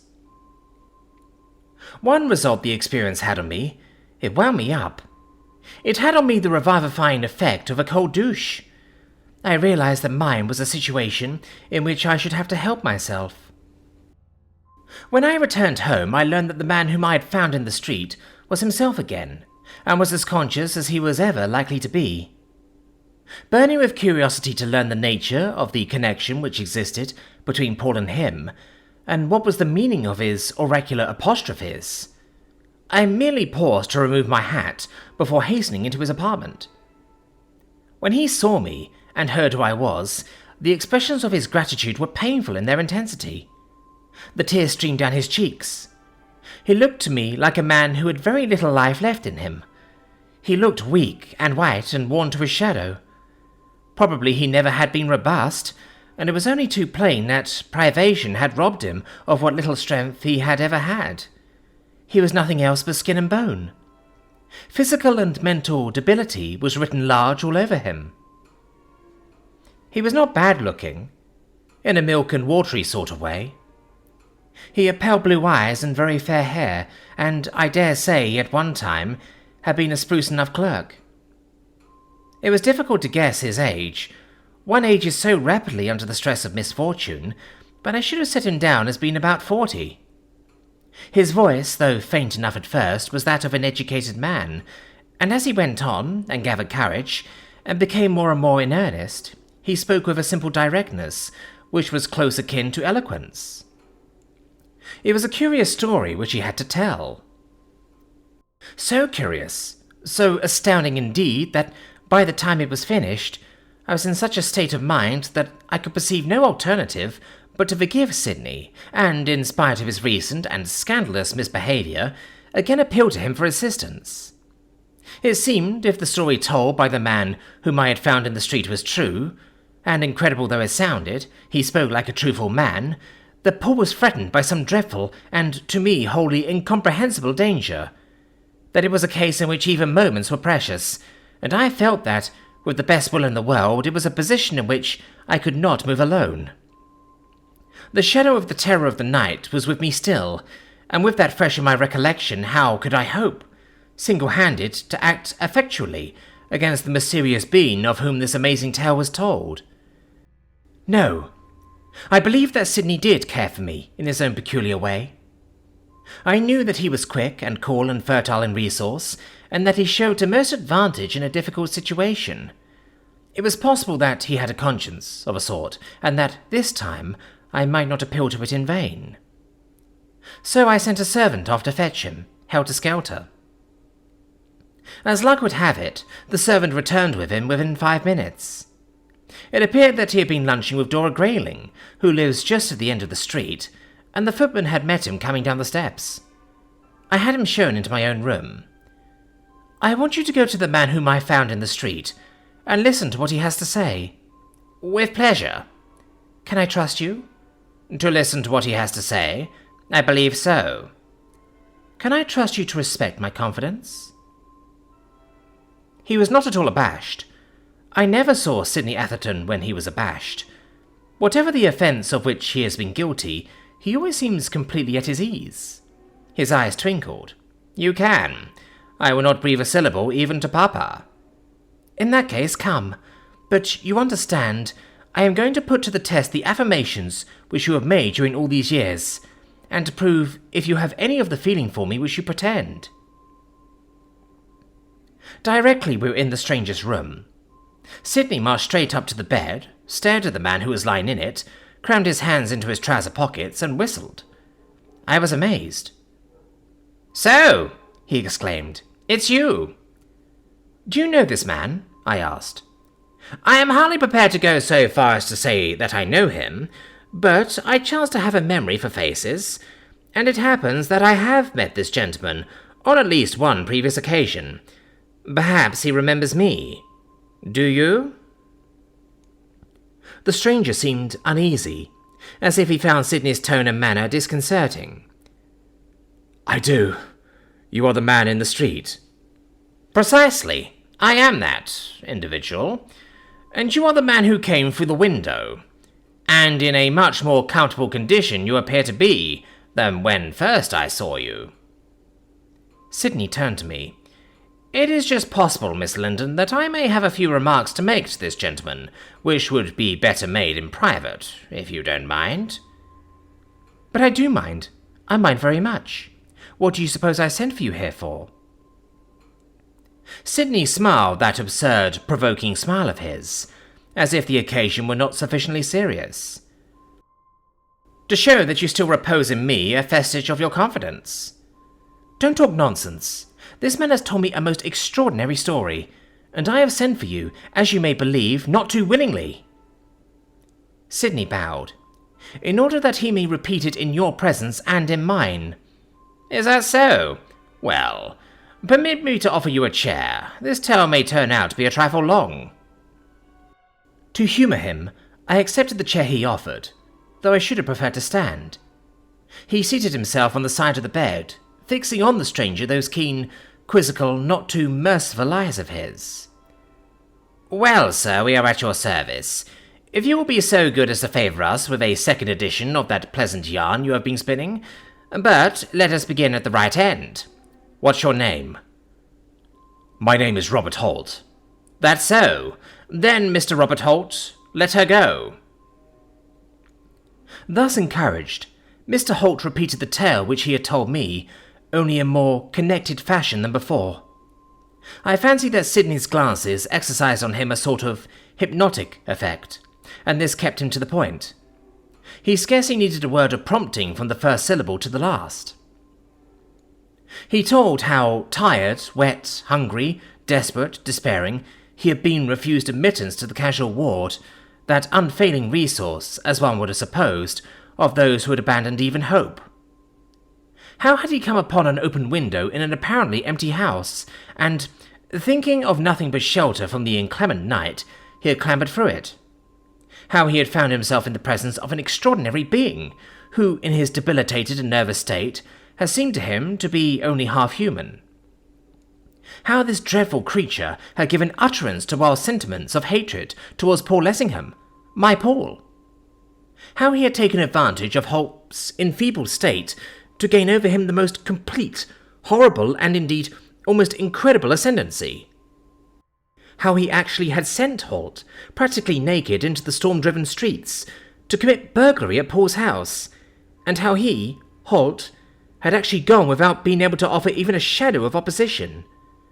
How Paul, suddenly returning home, had come upon Holt engaged in the very act of committing burglary, and how, on his bearing, Holt made a cabalistic reference to some mysterious Beetle, the man who had gone out of him, and he had suffered the intruder to make good his escape, without an effort to detain him. The story had seemed sufficiently astonishing the first time. It seemed still more astonishing the second. But, as I watched Sidney listening, what struck me chiefly was the conviction that he had heard it all before. I charged him with it directly Holt had finished. "This is not the first time you have been told this tale." "Pardon me, but it is. Do you suppose I live in an atmosphere of fairy tales?" Something in his manner made me feel sure he was deceiving me. "Sidney, don't tell me a story. Paul has told you." "I am not telling you a story, at least on this occasion, and Mr. Lessingham has not told me. Suppose we postpone these details to a little later, and perhaps in the interim you will permit me to put a question or two to Mr. Holt." I let him have his way, though I knew he was concealing something from me, that he had a more intimate acquaintance with Mr. Holt's strange tale than he chose to confess, and for some cause his reticence annoyed me. He looked at Mr. Holt in silence for a second or two. Then he said, with the quizzical little air of bland impertinence which is particularly his own, "I presume, Mr. Holt, you have been entertaining us with a novelty in fables, and that we are not expected to believe this pleasant little yarn of yours. I expect nothing, but I have told you the truth, and you know it. This seemed to take Sydney aback. I protest that, like Miss Linden, you credit me with a more extensive knowledge than I possess. However, we will let that pass. I take it that you pay particular attention to this mysterious inhabitant of this mysterious dwelling. I saw that Mr. Holt shuddered. I am not likely ever to forget him. Then, in that case, you will be able to describe him to us. To do so adequately will be beyond my powers, but I will do my best. If the original was more remarkable than the description which he gave of him, then he must have been remarkable indeed. The impression conveyed to my mind was rather of a monster than a human being. I watched Sydney attentively as he followed Mr. Holt's somewhat lurid language, and there was something in his demeanour which made me more and more persuaded that he was more behind the scenes in this strange business than he pretended, or than the speaker suspected. He put a question which seemed uncalled for by anything which Mr. Holt had said. You are sure this thing of beauty was a man? No, sir. That is exactly what I am not sure. There was a note in Sydney's voice which suggested that he had received precisely the answer which he had expected. Did you think it was a woman? I did think so, more than once, though I can hardly explain what made me think so. There was certainly nothing womanly about the face. He paused as if to reflect, then added, I suppose it was a question of instinct. I see. Just so. It occurs to me, Mr. Holt, that you are rather strong on questions of instinct. Sydney got off the bed. He stretched himself as if fatigued, which in a way he has. I will not do you the injustice to hint that I do not believe a word of your charming and simple narrative. On the contrary, I will demonstrate my perfect credence by remarking that I have not the slightest doubt that you will be able to point out to me, for my particular satisfaction, the delightful residence on which the whole is founded. Mr. Holt coloured. Sydney's tone could scarcely have been more significant. You must remember, sir, that it was a dark night, that I had never been in that neighbourhood before, and that I was not in a condition to pay much attention to locality. All of which is granted, but how far was it from Hammersmith Workhouse? Possibly under half a mile. Then, in that case, surely you can remember which turning you took on leaving Hammersmith Workhouse. I suppose there are not many turnings you could have taken. I think I could remember. Then you shall have an opportunity to try. It isn't a very far cry to Hammersmith. Don't you think you are well enough to drive there now, just you and I, together in a cab? I should say so. I wish to get up this morning. It is by the doctor's orders I have stayed in bed. Then, for once in a while, the doctor's orders shall be ignored. I prescribe fresh air. Sydney turned to me. Since Mr. Holt's wardrobe seems rather to seek, don't you think a suit of one of the men might fit him? If Mr. Holt wouldn't mind making shift for the moment. Then, by the time you finish dressing, Mr. Holt, I shall be ready. While they were ascertaining which suit of clothes would best be adapted to his figure, I went with Sydney to my room. So soon as we were in, I let him know that this was not a matter in which I intended to be trifled with. Of course you understand, Sydney, that I am coming with you. He pretended not to know what I meant. Coming with me? I am delighted to hear it, but where? To the house of which Mr. Holt has been speaking. Nothing could give me greater pleasure, but might I point out, Mr. Holt has to find it yet? I will come to help you to help him find it. Sydney laughed, but I could see he did not altogether relish the suggestion. Free in a hansom? There is such thing as a four-wheeled cab, or I could order a carriage if you'd like one. Sydney looked at me out of the corners of his eyes, then began to walk up and down the room with his hands in his trouser pockets. Presently he began to talk nonsense. I need not say with what a sensation of joy I should anticipate the delights of a drive with you, even in a four-wheel cab, but were I in your place, I fancy that I should allow Holt and your humble servant to go hunting out this house of his alone. It may prove a more tedious business than you imagine. I promise that after the hunt is over, I will describe the proceedings to you with the most literal accuracy." "I dare say. Do you think I don't know you've been deceiving me all the time?" "Deceiving you? Yes, you. Do you think I'm quite an idiot?" "My dear Marjorie." "Do you think I can't see that you know all about what Mr. Holt has been telling us? Perhaps more about it than he knows himself?" "On my word. With what an amount of knowledge you do credit me." "Yes, I do. Or discredit you, rather. If I were to trust you, you would tell me just as much as you chose, which would be nothing. I'm coming with you, so there's an end." "Very well. Do you happen to know if there are any revolvers in the house?" "Revolvers? Whatever for?" "Because I should like to borrow one. I will not conceal from you, since you press me, that this is a case in which a revolver is quite likely to be required." "You are trying to frighten me." "I am doing nothing of the kind. Only, under the circumstances, I am bound to point out to you what it is you may expect." "Oh, you think that you're bound to point that out, do you? Then now your bound and duty's done? As for there being any revolvers in the house, Papa has a perfect arsenal. Would you like to take them all?" "Thanks, but I dare say I shall be able to manage with one. Unless you would like one too. You may find yourself in need of it." "I am obliged to you, but on this occasion I don't think I'll trouble. I'll run the risk. Oh, Sydney, what a hypocrite you are." "It's for your sake, if I seem to be. I tell you most seriously, that I earnestly advise you to allow Mr. Holt and I to manage this affair alone. I don't mind going so far as to say that this is a matter with which, in days to come, you will wish that you had not allowed yourself to be associated." "What do you mean by that? Do you dare to insinuate anything against Paul?" "I insinuate nothing.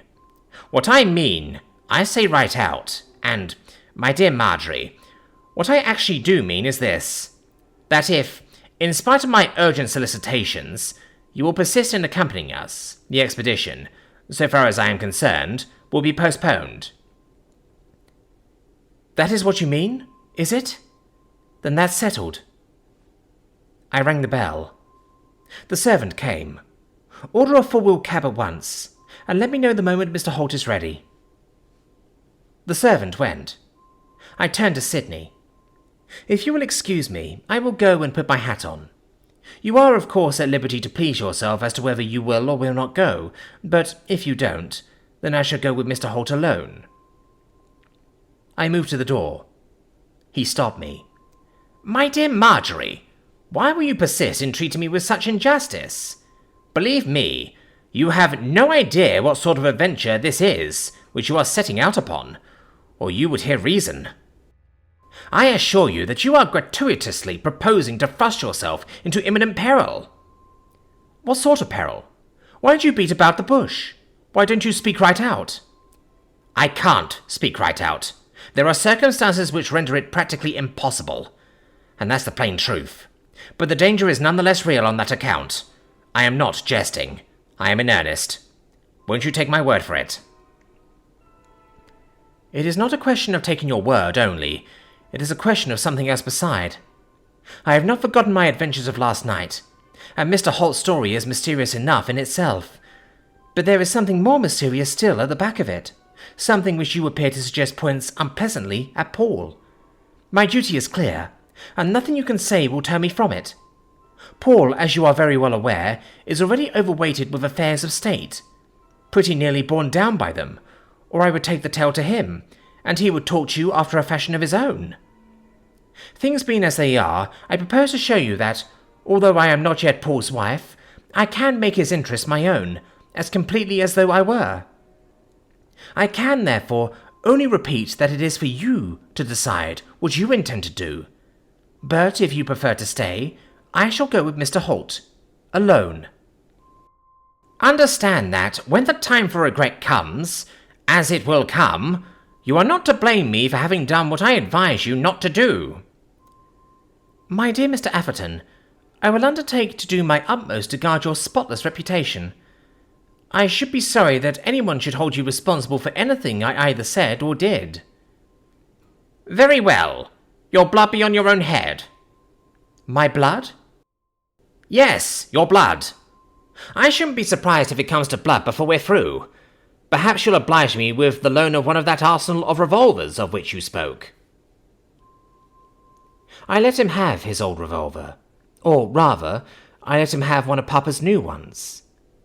He put it in the hip pocket in his trousers. And the expedition started in a four-wheeled car. Chapter 29. The House on the Road from the Workhouse. Mr. Holt looked as if he was in somebody else's garments. He was so thin and worn and wasted that the suit of clothes which one of the men had lent him hung upon him as on a scarecrow. I was almost ashamed of myself for having incurred a share of the responsibility of taking him out of bed. He seemed so weak and bloodless that I should not have been surprised if he had fainted on the road. I had taken care that he should eat as much as he could eat before we started. The suggestion of starvation which he had conveyed to one's mind was dreadful. And I brought a flask of brandy in case of accidents, but, in spite of everything, I could not conceal from myself that he would be more at home in a sick bed than in a jolting cab. It was not a cheerful drive. There was in Sidney's manner towards me an air of protection which I instinctively resented. He appeared to be regarding me as a careful and anxious nurse might regard a wronghead and disobedient child. Conversation distinctly languished. Since Sidney seemed disposed to patronize me, I was bent on snapping him. The result was that the majority of the remarks which were uttered were addressed to Mr. Holt. The cab stopped, after what had appeared to me to be an interminable journey. I was rejoiced at the prospect of its being at an end. Sidney put his head out of the window. A short parley with the driver ensued. "This is Hammersmith Workhouse. It's a large place, sir. Which part of it might you be wanting?" Sidney appealed to Mr. Holt. He put his head out of the window in his turn. He did not seem to recognize our surroundings at all. "We have come a different way. This is not the way I went. I went through Hammersmith and to the casual ward. I don't see that here." Sidney spoke to the cabman. "Driver, where's the casual ward?" "That's the other end, sir." "Then take us there." He took us there. Then Sidney appealed again to Mr. Holt. "Shall I dismiss the cabman, or don't you feel equal to walking?" "Thank you. I feel quite equal to walking. I think the exercise will do me good." So the cabman was dismissed, a step which we, and I in particular, had subsequent cause to regret. Mr. Holt took his bearings. He pointed to a door which was just in front of us. "That's the entrance to the casual ward, and that, over it, is the window through which the other man threw a stone. I went to the right, back the way I had come." We went to the right. "I reached this corner." We had reached a corner. Mr. Holt looked about him, endeavouring to recall the way he had gone. A good many roads appeared to converge at that point, so that he might have wandered in either of several directions. Presently he arrived at something like a decision. "I think this is the way I went. I am nearly sure it is." He led the way, with something of an air of dubitation, and we followed. The road he had chosen seemed to lead to nothing and nowhere. We had not gone many yards from the workhouse gates before we were confronted by something like chaos. In front and on either side of us were large spaces of wasteland. As some more or less remote period attempts appeared to have been made at brickmaking, there were untidy stacks of bilious-looking bricks in evidence. Here and there enormous weather-stained boards announced that this desirable land was to be let for building purposes. The road itself was unfinished. There was no pavement, and we had the bare, uneven ground for a sidewalk. It seemed, so far as I could judge, to lose itself in space, and to be swallowed up by the wilderness of desirable land which lay beyond. In the near distance there were houses enough, and to spare, of a kind, but they were in other roads. In the one in which we actually were, on the right at the end, there was a row of unfurnished carcasses, but only 2 buildings which were in anything like a fit state for occupation. One stood on either end, not facing each other. There was a distance between them of perhaps 50 yards. The sight of them had a more exciting effect on Mr. Holt than it had on me. He moved rapidly forward, coming to a standstill in front of the one upon our left, which was the nearer of the pair. "This is the house," he exclaimed. He seemed almost exhilarated. I confess that I was depressed. A more dismal-looking habitation one could hardly imagine. It was one of those dreary, jerry-built houses which, while they are still new, look old. It had quite possibly only been built a year or 2, and yet, owing to neglect, or to poverty of construction, or to a combination of the 2, it was already threatening to tumble down. It was a small place, a couple of stories high, and would have been dear, I should think, at £30 a year. The windows had surely never been washed since the house was built. Those on the upper floor seemed all either cracked or broken. The only sign of occupancy consisted in the fact that a blind was down behind the window of the room on the ground floor. Curtains there were none. A low wall ran in front, which had apparently at one time been surmounted by something in the shape of an iron railing. A rusty piece of metal still remained on one end, but since there was only about a foot between it and the building, which was practically built upon the road, whether the wall was intended to ensure privacy, or was merely for ornament, was not clear. "This is the house," repeated Mr. Holt, showing more signs of life than I had hitherto seen in him. Sidney looked it up and down. It apparently appealed to his aesthetic sense as little as it did to mine. "Are you sure?" "I am certain. It seems empty. It seemed empty to me that night. That is why I got into it in search of shelter." "Which is the window which served you as a door?" "This one." Mr. Holt pointed to the window on the ground floor, the one which was screened by a blind. "There was no sign of a blind when I first saw it, and the sash was up. It was that which caught my eye." Once more Sidney surveyed the place, in comprehensive fashion from roof to basement. Then he scrutinizingly regarded Mr. Holt. "You are quite sure this is the house? It might be awkward if you prove mistaken. I am going to knock at the door, and if it turns out that that mysterious acquaintance of yours does not, and never has lived here, we might find an explanation difficult." "I am sure it is the house, certain. I know it. I feel it here, and here." Mr. Holt touched his breast and his forehead. His manner was distinctly odd. He was trembling, and a fevered expression had come into his eyes. Sidney glanced at him for a moment in silence. Then he bestowed his attention upon me. "May I ask if I may rely upon your preserving your presence of mind?" The mere question ruffled my plumes. "What do you mean?" "What I say. I am going to knock at that door, and I am going to get through it, somehow. It is quite within the range of possibility that, when I am through, there will be some strange happenings, as you have heard from Mr. Holt. The house is commonplace enough without. You may not find it so commonplace within. You may find yourself in a position in which it will be in the highest degree essential that you should keep your wits about you." "I am not likely to let them stray." "Then that's all right. Do I understand that you propose to come in with me?" "Of course I do. What do you suppose I've come for? What nonsense you are talking." "I hope that you will still continue to consider it nonsense by the time this little adventure's done." That I resented his impertinence goes without saying. To be talked to in such a strain by Sidney Atherton, whom I had kept in subjection ever since he was in knickerbockers, was a little trying. But I am forced to admit that I was more impressed by his manner, or his words, or by Mr. Holt's manner, or something, than I should have cared to own.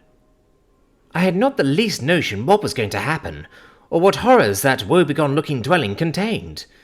But Mr. Holt's story had been of the most astonishing sort. My experiences of the previous night were still fresh, and altogether Now that I was in such close neighbourhood with the unknown, with a capital U, although it was broad daylight, it loomed before me in a shape for which, candidly, I was not prepared. A more disreputable-looking front door I have not seen. It was in perfect harmony with the remainder of the establishment. The paint was off. The woodwork was scratched and dented. The knocker was red with rust. When Sidney took it in his hand, I was conscious of quite a little thrill. As he brought it down with a sharp rat-tat, I half expected to see the door fly open and disclose some gruesome object staring out at us. Nothing of the kind took place. The door did not budge. Nothing happened. Sidney waited a second or two, then knocked again, another second or two, then another knock. There was still no sign of any notice being taken of our presence. Sidney turned to Mr. Holt. "Seems as if the place was empty." Mr. Holt was in the most singular condition of agitation. It made me uncomfortable to look at him. "You do not know. You cannot tell. There may be someone there who hears and pays no heed." "I'll give them another chance." Sidney brought down the knocker with thundering reverberations. The din must have been audible half a mile away. But from within the house there was still no sign that they heard. Sidney came down the step. "I'll try another way. I may have better fortune at the back." He led the way round to the rear, Mr. Holt and I following in single file. There the place seemed in worse case even than in the front. There were 2 empty rooms on the ground floor at the back. There was no mistake about their being empty. Without the slightest difficulty we could see right into them. One was apparently intended for a kitchen and washhouse combined, the other for a sitting room. There was not a stick of furniture in either, nor the slightest sign of human habitation. Sidney commented on the fact. "Not only is it plain that no one lives in these charming apartments, but it looks to me uncommonly as if no one's ever had lived in them." To my thinking, Mr. Holt's agitation was increasing every moment. For some reason of his own, Sidney took no notice of it whatever, possibly because he judged that to do so would only tend to make it worse. An odd change had even taken place in Mr. Holt's voice. He spoke in a sort of tremulous falsetto. "It was only the front room which I saw." "Very good. Then before very long, you shall see that front room again." Sidney rapped with his knuckles on the glass panels of the back door. He tried the handle. When it refused to yield, he gave it a vigorous shaking. He saluted the dirty windows, so far as succeeding in attracting attention was concerned, entirely in vain. Then he turned again to Mr. Holt, half mockingly. "I call you to witness that I have used every lawful means to gain the favourable notice of your mysterious friend. I must therefore beg to stand excused if I try something slightly unlawful for a change. It is true that you found the window already open, but in my case it soon will be." He took a knife out of his pocket and, with the open blade, forced back the catch, as I am told that burglars do. Then he lifted the sash. "Behold!" he exclaimed. "What did I tell you? Now, my dear Marjorie, if I get in first and Mr. Holt gets in after me, we shall be in a position to open the door for you." I immediately saw through his design. "No, Mr. Atherton, you will get in first, and I will get in after you, through the window, before Mr. Holt. I don't intend to wait for you to open the door." Sidney raised his hands and opened his eyes, as if grieved at my want of confidence. But I did not mean to be left in the lurch, to wait their pleasure, while on pretence of opening the door they searched the house. So Sidney climbed in first, and I second. It was not a difficult operation, since the window-sill was under 3 feet from the ground, and Mr. Holt last. Directly we were in, Sidney put his hand up to his mouth and shouted, "Is there anybody in this house? If so, will he kindly step this way, as there is someone wishes to see him?" His words went echoing through the empty rooms in a way which was almost uncanny. I suddenly realized that if, after all, there did happen to be somebody in the house, and he was at all disagreeable, our presence on his premises might prove rather difficult to explain. However, no one answered. While I was waiting for Sidney to make the next move, he diverted my attention to Mr. Holt. "Hullo, Holt! What's the matter with you? Man, don't play the fool like that." Something was the matter with Mr. Holt. He was trembling all over, as if attacked by a shaking palsy. Every muscle in his body seemed twitching at once. A strained look had come on his face, which was not nice to see. He spoke as with an effort. "I'm all right. It's nothing." "Oh? Is it nothing? Then perhaps you'll drop it. Where's that brandy?" I handed Sidney the flask. "Here, swallow this." Mr. Holt swallowed the cupful of neat spirit which Sidney offered without an attempt at parley. Beyond bringing some remnants of colour to his ashen cheeks, it seemed to have no effect on him whatever. Sidney eyed him with a meaning in his glance, which I was at a loss to understand.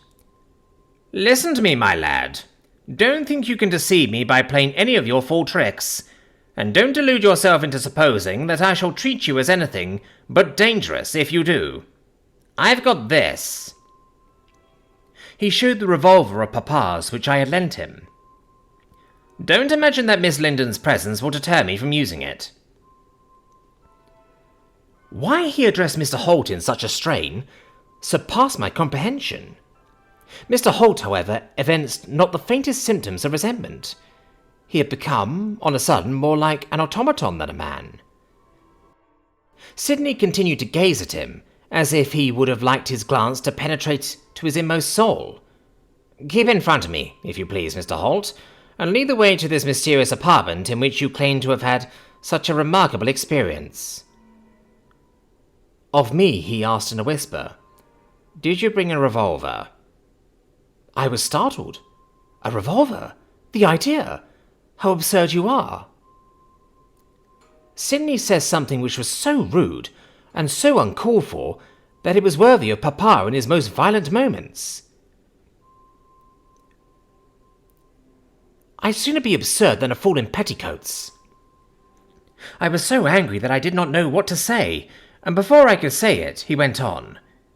"Keep your eyes and ears well open. Be surprised at nothing you see or hear. Stick close to me. And for goodness sake remain mistress of as many of your senses as you conveniently can." I had not the least idea what was the meaning of it all. To me there seemed nothing to make such a pother about, and yet I was conscious of a fluttering of the heart, as if there soon might be something. I knew Sidney sufficiently well to be aware that he was one of the last men in the world to make a fuss without reason, and that he was as little likely to suppose that there was a reason when, a matter of fact, there was none.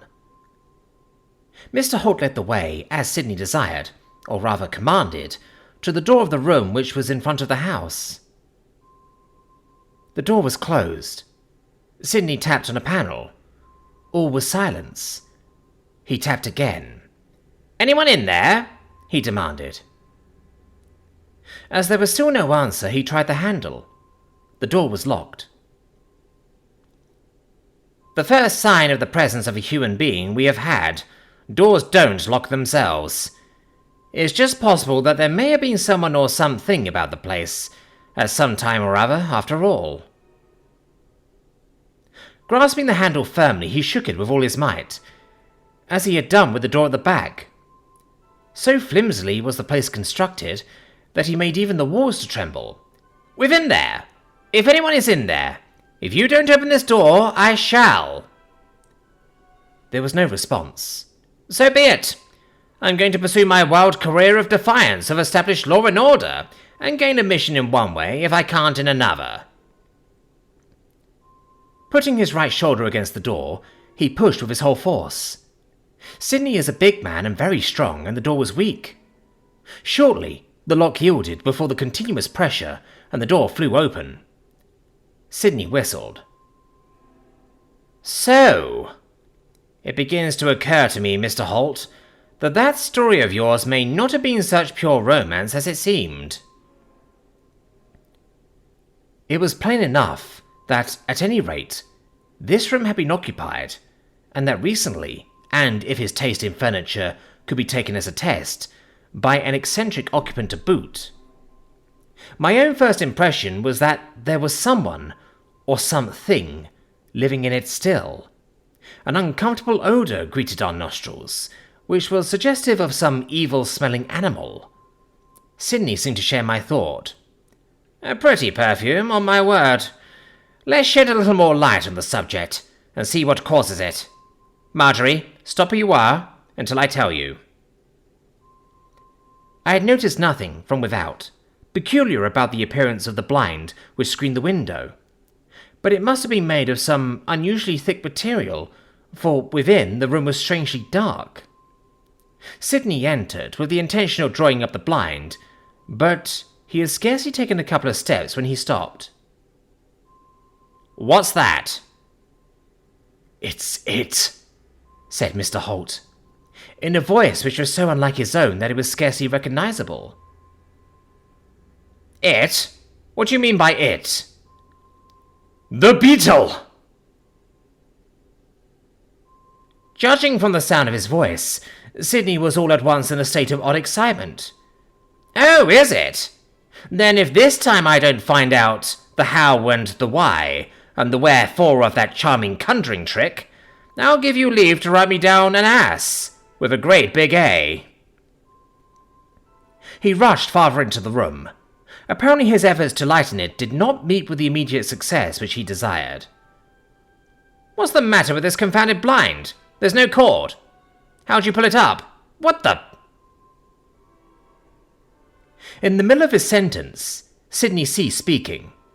Suddenly Mr. Holt, who was standing by my side, on the threshold of the door, was seized with such a fit of trembling that, fearing he was going to fall, I caught him by the arm. A most extraordinary look was on his face. His eyes were distended to their fullest width, as if with horror at what they saw in front of them. Great beads of perspiration were on his forehead. "It's coming!" he screamed. Exactly what happened I do not know, but as he spoke I heard, proceeding from the room, the sound of the buzzing of wings. Instantly it recalled my experiences of the night before. As it did so, I was conscious of a most unpleasant qualm. Sydney swore a great oath, as if he were beside himself with rage. If you won't go up, you shall come down. I suppose, failing to find a cord, he seized the blind from below and dragged it down. It came, roller and all, clattering to the floor. The room was all in light. I hurried in. Sydney was standing by the window with a look of perplexity upon his face, which, under any other circumstances, would have been comical. He was holding Papa's revolver in his hand, and was glaring round and round the room, as if wholly at a loss to understand how it was he did not see what he was looking for. "Marjorie!" he exclaimed. "Did you hear anything?" "Of course I did. It was that which I heard last night, which so frightened me." "Oh, was it? Then by..." In his excitement, he must have been completely oblivious of my presence, for he used the most terrible language. "When I find it, there'll be a small discussion. It can't have got out of the room. I know the creature's here. I not only heard it, I felt it brush against my face. Holt, come inside and shut that door." Mr. Holt raised his arms, as if he were exerting himself to make a forward movement, but he remained rooted to the spot on which he stood. "I can't!" he cried. "You can't? Why?" "It won't let me." "What won't let you?" "The Beetle!"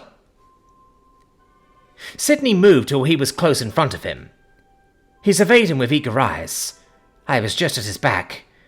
I heard him murmur, possibly to me, "By George! It's just as I thought. The beggar's hypnotized." Then he said aloud, "Can you see it now?" "Yes." "Where?" "Behind you."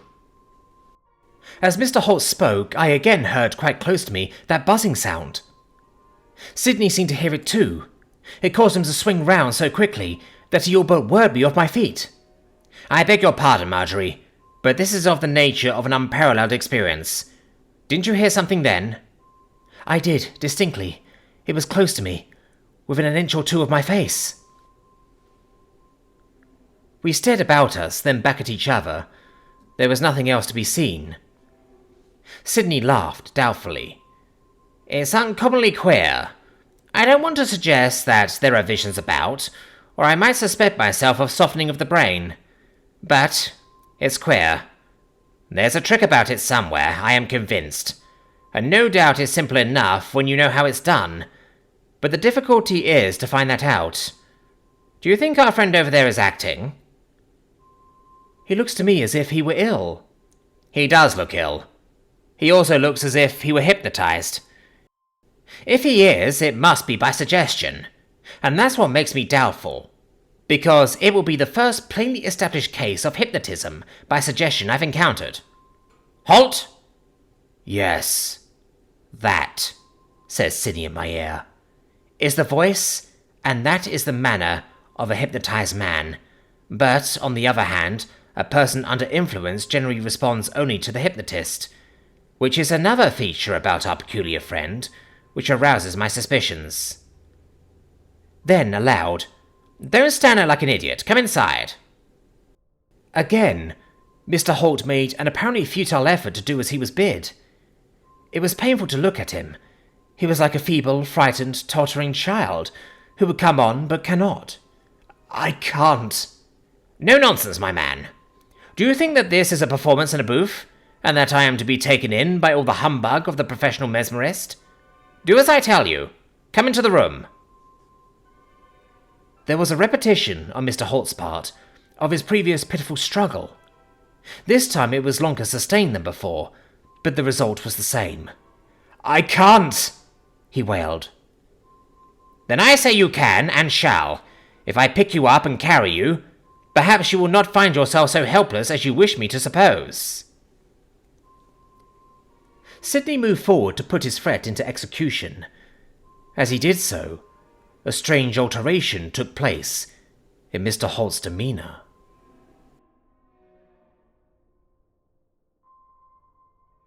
Chapter 30. The Singular Behaviour of Mr. Holt. I was standing in the middle of the room. Sydney was between the door and me. Mr. Holt was in the hall, just outside the doorway, in which he, so to speak, was framed. As Sydney advanced towards him, he was seized with a kind of convulsion. He had to lean against the side of the door to save himself from falling. Sydney paused and watched. The spasm went as suddenly as it came. Mr. Holt became as motionless as he had just now been the other way. He stood in the attitude of febrile expectancy, his chin raised, his head thrown back, his eyes glancing upwards, with the dreadful fixed gaze which had come into them ever since we had entered the house. He looked to me as if his every faculty was strained in the act of listening. Not a muscle in his body seemed to move. He was as rigid as a figure carved in stone. Presently, the rigidity gave place to what, to a non-looker, seemed coarser agitation. "I hear," he exclaimed, in the most curious voice I had ever heard. "I come." It was as though he was speaking to someone who was far away. Turning, he walked down the passage to the front door. "Hello!" cried Sydney. "Where are you off to?" We both of us hastened to see. He was fumbling with the latch. Before we could reach him, the door was open, and he was through it. Sydney, rushing after him, caught him on the step and held him by the arm. "What's the meaning of this little caper? Where do you think you're going now?" Mr. Holt did not condescend to turn and look at him. He said, in the same dreary, far-away, unnatural tone of voice, and he kept his unwavering gaze fixed on what was apparently some distant object, which was visible only to himself. "I am going to him. He calls me." "Who calls you?" "The Lord of the Beetle." Whether Sydney released his arm or not, I cannot say. As he spoke, he seemed to me to slip away from Sydney's grasp. Passing through the gateway, turning to the right, he commenced to retrace his steps in the direction we had come. Sidney stared after him in unequivocal amazement. Then he looked at me. Well, this is a pretty fix. Now what's to be done? What's the matter with him? I inquired. Is he mad? There's method in his madness if he is. He's in the same condition in which he was that night I saw him come out of the Apostle's window. Sidney has a horrible habit of calling Paul the Apostle. I have spoken to him about it over and over again, but my words have not made much impression. He ought to be followed. He may be sailing off to that mysterious friend of his this instant. But on the other hand, he mayn't, and it may be nothing but a trick of our friend the Conjurer's to get us away from this eloquent abode of his. He's done me twice already. I don't want to be done again, and I distinctly do not want him to return to find me missing. He is quite capable of taking the hint, and removing himself into the equicate, when the clue to as pretty a mystery as ever I came across will have vanished. I can stay, I said. You, alone? He eyed me doubtingly, evidently not altogether relishing the proposition. Why not? You might send the first person you meet, policeman, cabman, or whoever it is, to keep me company. It seems a pity now that we dismissed that cab. Yes, it does seem a pity. Sidney was biting his lip. Confound that fellow! How fast he moves! Mr. Holt was already nearing the end of the road. If you think it necessary, by all means follow to see where he goes. You are sure to meet somebody whom you will be able to send before you have gone very far. I suppose I shall. You won't mind being left alone? Why should I? I'm not a child.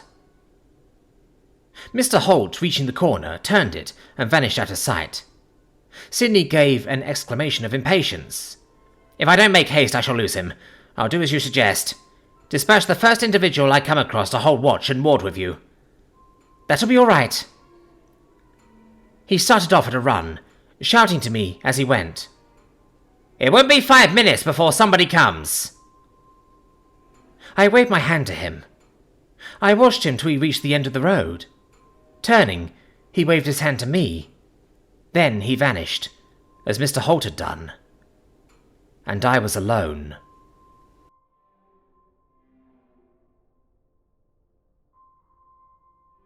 Chapter 31. The Terror by Day. My first impulse after Sidney's disappearance was to laugh. Why should he display anxiety on my behalf merely because I was to be the sole occupant of an otherwise empty house for a few minutes, more or less, and in broad daylight too? To say the least, the anxiety seemed unwarranted. I lingered at the gate for a moment or two, wondering what was at the bottom of Mr. Holt's singular proceedings, and what Sidney really proposed to gain by acting as a spy upon his wanderings. Then I turned to re-enter the house. As I did so, another problem suggested itself to my mind. What connection, of the slightest importance, could a man in Paul Lessingham's position have with the eccentric being who had established himself in such an unsatisfactory dwelling place? Mr. Holt's story I had only dimly understood. It struck me that it would require a deal of understanding. It was more like a farrago of nonsense, an outcome of delirium, than a plain statement of solid facts. To tell the truth, Sidney had taken it more seriously than I expected. He seemed to see something in it which I emphatically did not. What was double Dutch to me seemed clear as print to him. So far as I could judge, he actually had the presumption to imagine that Paul, my Paul, Paul Lessingham, the great Paul Lessingham, was mixed up in the very mysterious adventures of poor, weak-minded, hysterical Mr. Holt, in a manner which was hardly to his credit. Of course, any idea of the kind was purely and simply balderdash. Exactly what bee Sidney had got in his bonnet I could not guess, but I did know Paul. Only let me find myself face to face with the fantastic author of Mr. Holt's weird tribulations, and I, a woman, single-handed, would do my best to show him that whoever played pranks with Paul Lessingham trifled with edged tools. I had returned to that historical front room, which, according to Mr. Holt, had been the scene of his most disastrous burglarious entry. Whoever had furnished it had original notions of the resources of modern upholstery. There was not a table in the place, no chair or couch, nothing to sit down upon except the bed. On the floor there was a marvellous carpet, which was apparently of Eastern manufacture. It was so thick and so pliant to the tread that moving over it was like walking on 1,000-year-old turf. It was woven in gorgeous colours and covered with... When I discovered what it actually was covered with, I was conscious of a disagreeable sense of surprise. It was covered with beetles. All over it, with only a few inches of space between each, were representations of some peculiar kind of beetle. It was the same beetle, over and over and over. The artist had woven his undesirable subject into the warp and woof of the material with such cunning skill that, as one continued to gaze, one began to wonder if by any possibility the creatures could be alive. In spite of the softness of the texture, and the art, of a kind, which had been displayed in the workmanship, I rapidly arrived at the conclusion that it was the most uncomfortable carpet I had ever seen. I wagged my finger at the repeated portrayals of the, to me, unspeakable insect. If I had discovered that you were there before Sydney went, I think it just possible that I should have hesitated before I let him go. Then there came a revulsion of feeling. I shook myself. You ought to be ashamed of yourself, Marjorie Linden, to even think such nonsense. Are you all nerves and morbid imaginings? You, who have prided yourself on being so strong-minded? A pretty sort you are to do battle for anyone. Why, they're only make-believes. Half involuntarily, I drew my foot over one of the creatures. Of course, it was nothing but imagination. But I seemed to feel it squelch beneath my shoe. It was disgusting. "Come," I cried, "this won't do." As Sydney would phrase it, am I going to make an idiot of myself? I turned to the window, looking at my watch. It's more than 5 minutes ago since Sydney went. That companion of mine ought to be already on the way. I'll go and see if he is coming. I went to the gate. There was not a soul in sight. It was with such a distinct sense of disappointment that I perceived this was so, that I was in two minds what to do. To remain where I was, looking with gaping eyes for the policeman, or the cabman, or whoever it was Sydney was dispatching to act as my temporary associate, was tantamount to acknowledging myself a simpleton, while I was conscious of a most unmistakable reluctance to return within the house. Common sense, or what I took for common sense, however, triumphed, and after loitering for another 5 minutes, I did go in again. This time, ignoring to the best of my ability the beetles on the floor, I proceeded to expend my curiosity and occupy my thoughts in an examination of the bed.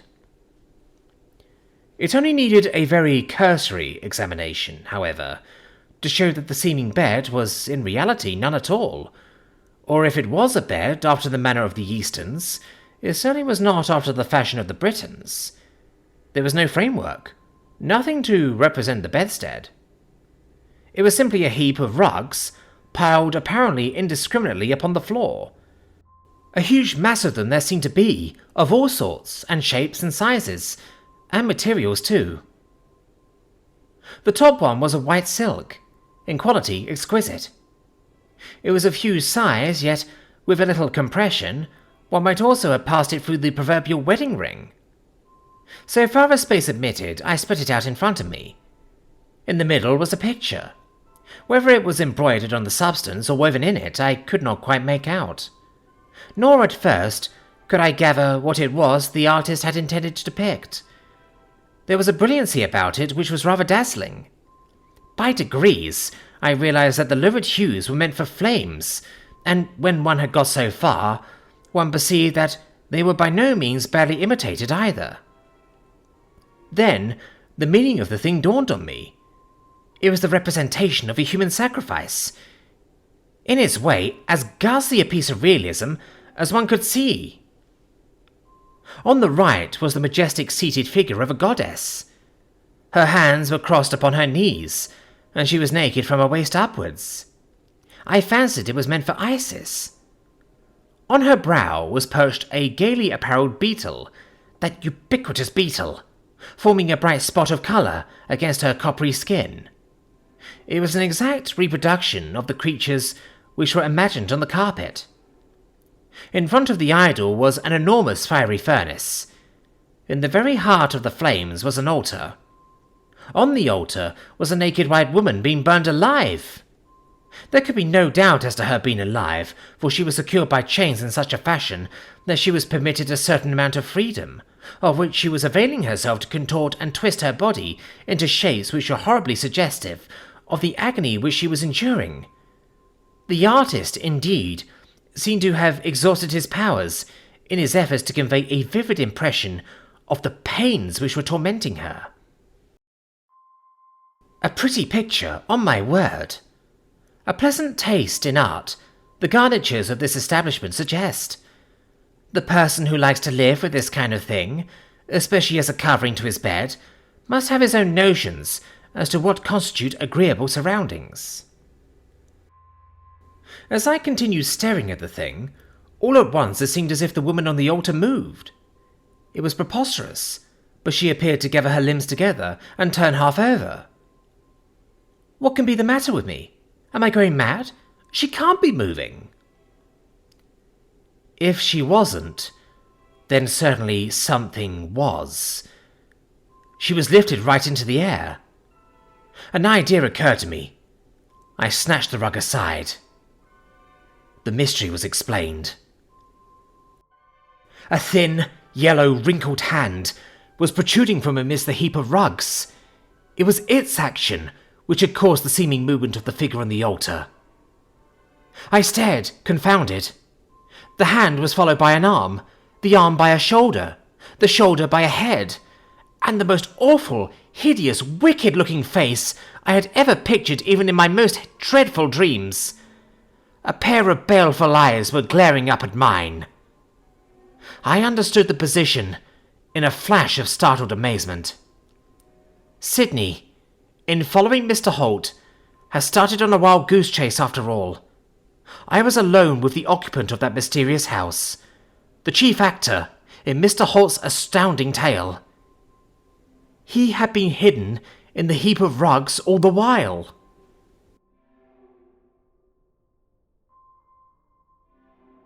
Book 4. In Pursuit. The conclusion of the matter is extracted from the casebook of the Honourable Augustus Champnell, confidential agent. Chapter 32. A New Client. On the afternoon of Friday, June 2nd, 18, I was entering in my casebook some memoranda having reference to the very curious matter of the Duchess of Datchet's deed box. It was about 2 o'clock. Andrews came in and laid a card upon my desk. On it was inscribed, Mr. Paul Lessingham. "Show Mr. Lessingham in." Andrews showed him in. I was, of course, familiar with Mr. Lessingham's appearance, but it was the first time I had had with him any personal communication. He held out his hand to me. "You are Mr. Champnell?" "I am." "I believe that I have not had the honour of meeting you before, Mr. Champnell, but with your father, the Earl of Glenlivet, I have the pleasure of some acquaintance." I bowed. He looked at me, fixedly, as if he were trying to make out what sort of man I was. "You are very young, Mr. Champnell." I have been told that an eminent offender, in that respect, once asserted that youth is not of necessity a crime. "And you have chosen a singular profession, one in which one hardly looks for juvenility." "You yourself, Mr. Lessingham, are not old. In a statesman one expects grey hairs. I trust that I am sufficiently ancient to be able to do you service." He smiled. "I think it possible. I have heard of you more than once, Mr. Champnell, always to your advantage, My friend Sir John Seymour was telling me only the other day that you have recently conducted for him some business of a very delicate nature, with much skill and tact, and he warmly advised me, if ever I found myself in a predicament, to come to you. I find myself in a predicament now." Again I bowed. "A predicament, I fancy, of an altogether unparalleled sort. I take it that anything I may say to you will be as though it was said to a father confessor?" "You may rest assured of that." "Good. Then, to make the matter clear to you, I must begin by telling you a story. If I may trespass on your patience to that extent, I will endeavour not to be more verbose than the occasion requires." I offered him a chair, placing it in such a position that the light from the window would have shone full upon his face. With the calmest possible air, as if unconscious of my design, he carried the chair to the other side of my desk, twisting it right round before he sat on it, so that now the light was at his back and on my face. Crossing his legs, clasping his hands about his knee, he sat in silence for some moments, as if turning something over in his mind. He glanced around the room. "I suppose, Mr. Champnell, that some singular tales have been told in here?" "Some very singular tales indeed. I am never appalled by singularity. It is my normal atmosphere. And yet, I should be disposed to wager that you have never listened to so strange a story as that which I am about to tell you now. So astonishing, indeed, is the chapter in my life which I am about to open out to you, that I have more than once had to take myself to task and fit the incidents together with mathematical accuracy in order to assure myself of its perfect truth." He paused.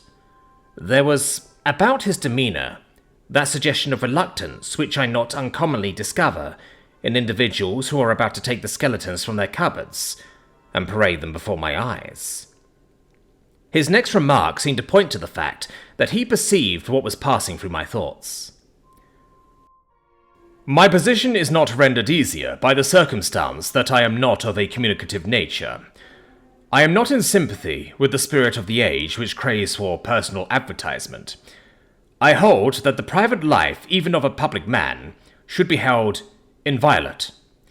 I resent, with peculiar bitterness, the attempts of prying eyes to peer into matters which, as it seems to me, concern myself alone. You must, therefore, bear with me, Mr. Champnell, if I seem awkward in disclosing to you certain incidents in my career which I had hoped would continue locked in the secret depository of my own bosom, at any rate till I was carried to the grave. I am sure you will suffer me to stand excused if I frankly admit that it is only an irresistible chain of incidents which has constrained me to make of you a confidant. My experience tells me, Mr. Lessingham, that no one ever does come to me until they are compelled. In that respect, I am regarded as something worse even than a medical man." A wintry smile flitted across his features. It was clear that he regarded me as a good deal worse than a medical man. Presently, he began to tell me one of the most remarkable tales which even I had heard. As he proceeded, I understood how strong and how natural had been his desire for reticence. On the mere score of credibility, he must have greatly preferred to have kept his own counsel. For my part, I own, unreservedly, that I should have deemed the tale incredible had it been told me by Tom, Dick, or Harry, instead of by Paul Lessingham.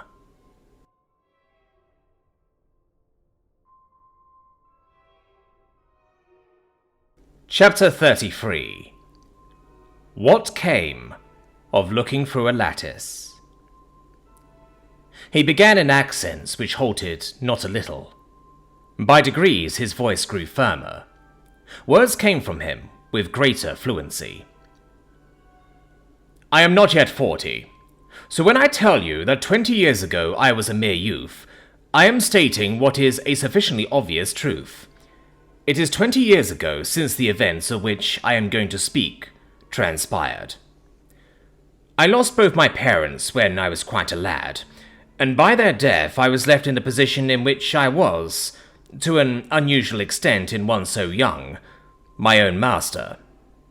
I was ever of a rambling turn of mind, and when, at the mature age of 18, I left school, I decided that I should learn more from travel than from sojourn at a university.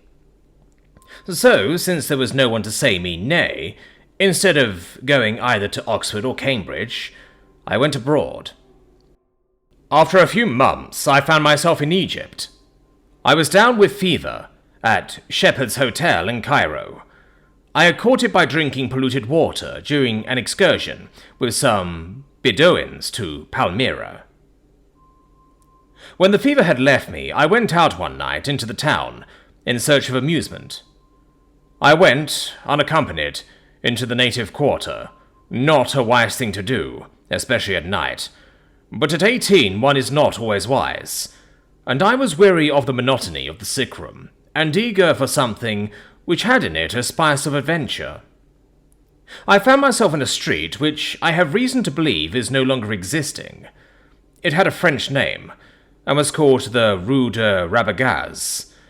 I saw the name on the corner as I turned into it, and it has left an impress on the tablets of my memory, which is never likely to be obliterated. It was a narrow street, and, of course, a dirty one, ill-lit, and, apparently, at the moment of my appearance, deserted. I had gone, perhaps, halfway down its tortuous length, blundering more than once into the kennel, wondering what fantastic whim had brought me into such unsavoury quarters, and what would happen to me if, as seemed extremely possible, I lost my way. On a sudden, my ears were saluted by sounds which proceeded from a house which I was passing, sounds of music and of singing. I paused. I stood a while to listen. There was an open window on my right, which was screened by lattice blinds. From the room which was behind these blinds the sounds were coming. Someone was singing, accompanied by an instrument resembling a guitar, singing uncommonly well. Mr. Lessingham stopped. A stream of recollection seemed to come flooding over him. A dreamy look came into his eyes. I remember it all as clearly as if it were yesterday. How it all comes back. The dirty street, the evil smells, the imperfect light, the girl's voice filling all at once the air. It was a girl's voice, full and round and sweet, an organ seldom met with, especially in such a place as that. She sang a little chansonnette, which, just then, half Europe was humming. It occurred in an opera which they were acting at one of the boulevard theatres, La Petite Voyageuse. The effect, coming so unexpectedly, was startling. I stood and heard her to an end. Inspired by I know not what impulse of curiosity, when the song was finished, I moved one of the lattice blinds a little aside, so as to enable me to get a glimpse of the singer. I found myself looking into what seemed to be a sort of cafe, one of those places which are found all over the continent, in which women sing in order to attract custom. There was a low platform at one end of the room, and on it were seated 3 women. One of them had evidently just been accompanying her own song. She still had an instrument of music in her hands, and was striking a few idle notes. The other 2 had been acting as audience. They were attired in the fantastic apparel which the women who are found in such places generally wear. An old woman was sitting knitting in a corner, whom I took to be the inevitable patronne. With the exception of these 4, the place was empty. They must have heard me touch the lattice, or seen it moving, for no longer did I glance within than the 3 pairs of eyes on the platform were raised and fixed on mine. The old woman in the corner alone showed no consciousness of my neighbourhood. We eyed one another in silence for a second or 2. Then the girl with the harp, the instrument she was manipulating, proved to be fashioned more like a harp than a guitar, called out to me. "Entrez, monsieur. Soyez bienvenue." I was a little tired. Rather curious as to whereabouts I was. The place struck me, even at that first momentary glimpse, as hardly in the ordinary line of that kind of thing, and not unwilling to listen to a repetition of the former song, or to be sung by the same singer. "On condition," I replied, "that you sing me another song." "Ah, monsieur, with the greatest pleasure in the world, I will sing you 20.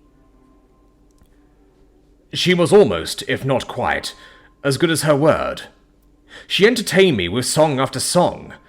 I may safely say that I have seldom, if ever, heard melody more enchanting. All languages seemed to be the same to her. She sang in French and Italian, German and English, in tongues with which I was unfamiliar.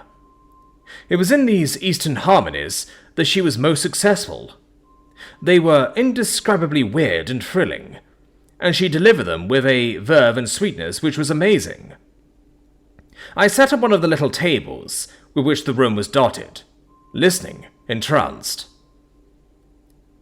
Time passed more rapidly than I supposed. While she sang, I sipped the liqueur with which the old woman had supplied me. So enthralled was I by the display of the girl's astonishing gifts that I did not notice what it was I was drinking. Looking back, I can only surmise that it was some poisonous concoction of the creature's own. That one small glass had on me the strangest effect. I was still weak from the fever which I had only just succeeded in shaking off, and that, no doubt, has something to do with the result. But as I continued to sit, I was conscious that I was sinking into a lethargic condition, against which I was incapable of struggling. After a while, the original performer ceased her efforts, and, her companions taking her place, she came and joined me at the little table. Looking at my watch, I was surprised to perceive the lateness of the hour. I rose to leave. She caught me by the wrist. "Do not go," she said. She spoke English of a sort, and with the queerest accent. "All is well with you. Rest a while."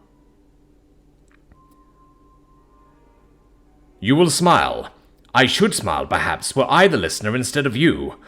But it is the simple truth that her touch had on me what I can only describe as a magnetic influence.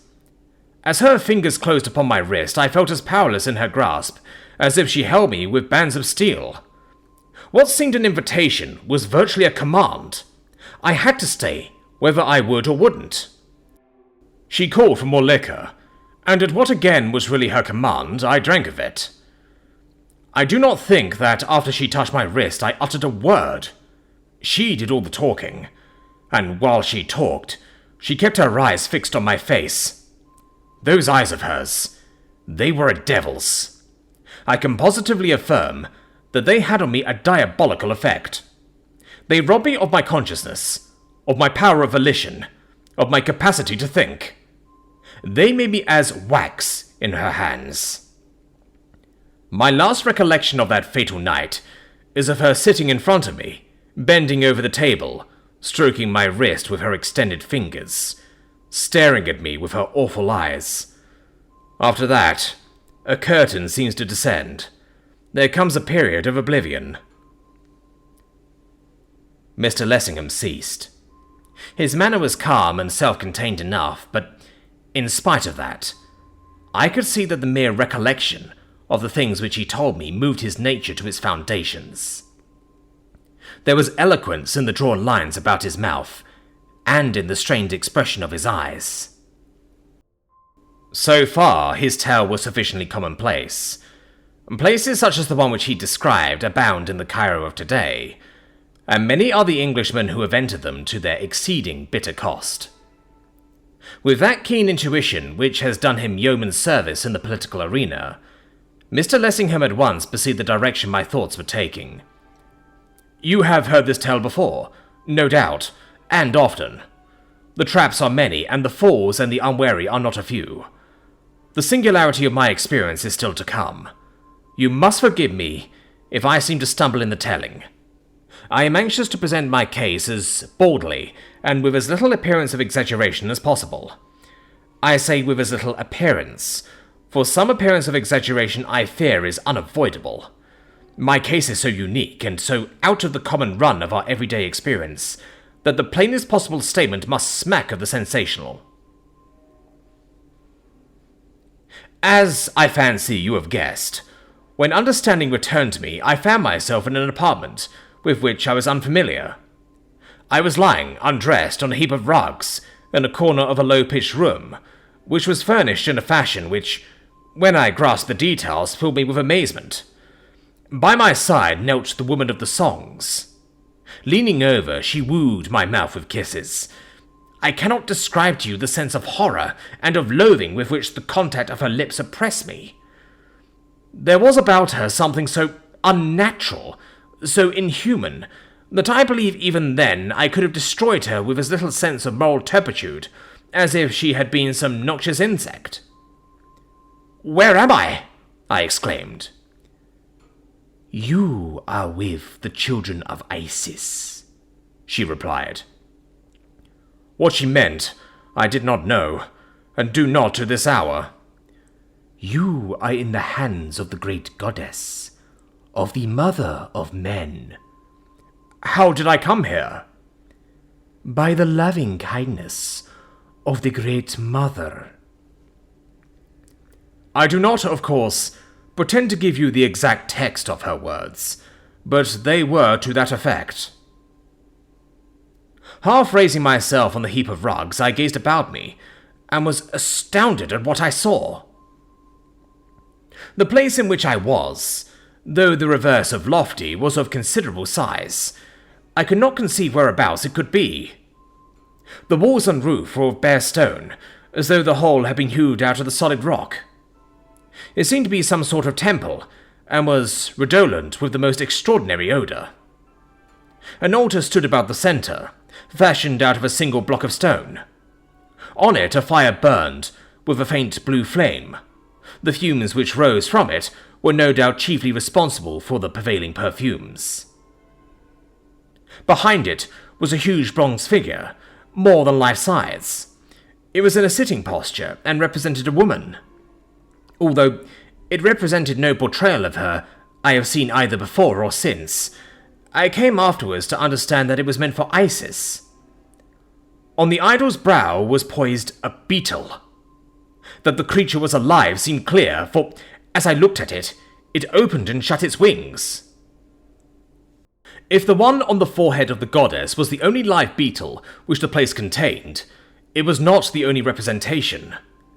It was modelled in the solid stone of the roof, and depicted in flaming colours on hangings which here and there were hung against the walls. Wherever the eye turned, it rested on a scarab. The effect was bewildering. It was as though one saw things through the distorted glamour of a nightmare.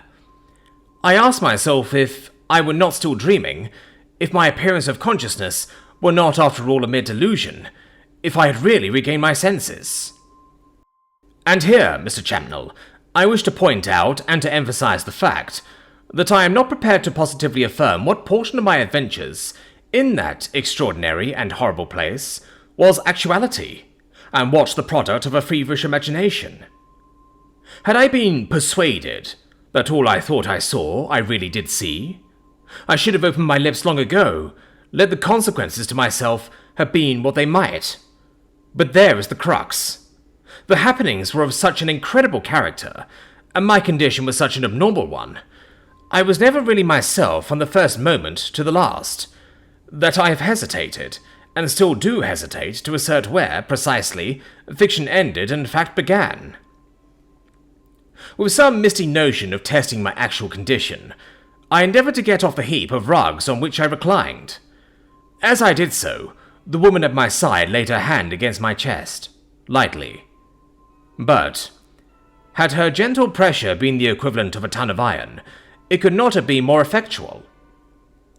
I collapsed, sank back upon the rugs, and lay there panting for breath, wondering if I had crossed the borderline which divides madness from sanity. "Let me get up! Let me go!" I gasped. "Nay," she murmured. Stay with me yet a while, O my beloved. And again she kissed me.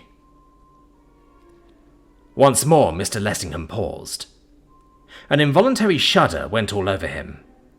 In spite of the evidently great effort which he was making to retain his self-control, his features were contorted by an anguished spasm. For some seconds he seemed at a loss to find words to enable him to continue. When he did go on, his voice was harsh and strained. I am altogether incapable of even hinting to you the nauseous nature of that woman's kisses. They filled me with an indescribable repulsion. I look back at them with a feeling of physical, mental, and moral horror, across an interval of 20 years. The most dreadful part of it was that I was wholly incapable of offering even the faintest resistance to her caresses. I lay there like a log. She did with me as she would, and in dumb agony I endured. He took his handkerchief from his pocket, and although the day was cool, with it he wiped the perspiration from his brow. To dwell in detail on what occurred during my involuntary sojourn in that fearful place is beyond my power. I cannot even venture to attempt it. The attempt, were it made, would be futile, and to me painful beyond measure. I seem to have seen all that happened as in a glass darkly, with about it all an element of unreality. As I have already remarked, the things which revealed themselves dimly to my perception seemed too bizarre, too hideous to be true. It was only afterwards, when I was in a position to compare dates, that I was enabled to determine what had been the length of my imprisonment. It appears that I was in that horrible den more than 2 months, 2 unspeakable months. And the whole time, there were comings and goings, a phantasmagoric array of eerie figures, continually passed to and fro before my hazy eyes. What I judged to have been religious services took place, in which the altar, the bronze image, and the beetle on its brow figure largely. Not only were they conducted with a bewildering confusion of mysterious rites, but if my memory is in the least degree trustworthy, there were orgies of nameless horrors. I seem to have seen things take place at them, at the mere thought of which the brain reels and trembles. Indeed, it is in connection with the cult of the obscene deity, to whom these wretched creatures paid their scandalous vows, that my most awful memories seem to have been associated. It may have been, I hope it was, a mirage born in my half-delirious state, but it seemed to me that they offered human sacrifices. When Mr. Lessingham said this, I pricked up my ears. For reasons of my own, which will immediately transpire, I had been wondering if he would make any reference to a human sacrifice. He noted my display of interest, but misapprehended the cause. I see you start. I do not wonder. But I repeat that unless I was the victim of some extraordinary species of double sight, in which case the whole business would resolve itself into the fabric of a dream, and I should indeed thank God, I saw on more than one occasion a human sacrifice offered on that stone altar, presumably to the grim image which looked down on it. And, unless I err, in each case the sacrificial object was a woman, stripped to the skin, as white as you or I, and before they burnt her they subjected her to every variety of outrage of which even the minds of demons could conceive. More than once since then, I have seemed to hear the shrieks of the victims ringing through the air, mingled with the triumphant cries of her frenzied murderers, and the music of their harps. It was the cumulative horrors of such a scene which gave me the strength, or the courage, or the madness, I know not which it was, to burst the bonds which bound me, and which even in the bursting made of me, even to this hour, a haunted man. There had been a sacrifice, unless, as I have repeatedly observed, the whole was nothing but a dream. A woman, a young and lovely Englishwoman, if I could believe the evidence of my own eyes, had been outraged and burnt alive, while I lay there helpless, looking on. The business was concluded. The ashes of the victim had been consumed by the participants. The worshippers had departed. I was left alone with the woman of the songs, who apparently acted as the guardian of that worse-than slaughterhouse. She was, as usual after such an orgy, rather a devil than a human being, drunk with an insatiate frenzy, delirious with inhuman longings. As she approached to offer to me her loathed caresses, I was on a sudden conscious of something which I had not felt before when in her company. It was as though something had slipped away from me, some weight which had oppressed me, some bond by which I had been bound. I was aroused all at once to a sense of freedom, to a knowledge that the blood which coursed from my veins was after all my own, that I was a master of my own honour. I can only suppose that, through all those weeks, she had kept me there in a state of mesmeric stupor, that, taking advantage of the weakness which the fever had left behind, by the exercise of her diabolical arts, she had not allowed me to pass out of a condition of hypnotic trance. Now, for some reason, the cord was loosed. Possibly her absorption in her religious duties had caused her to forget to tighten it. Anyhow, as she approached me, she approached a man, and one who, for the first time for many a day, was his own man. She herself seemed wholly unconscious of anything of the kind.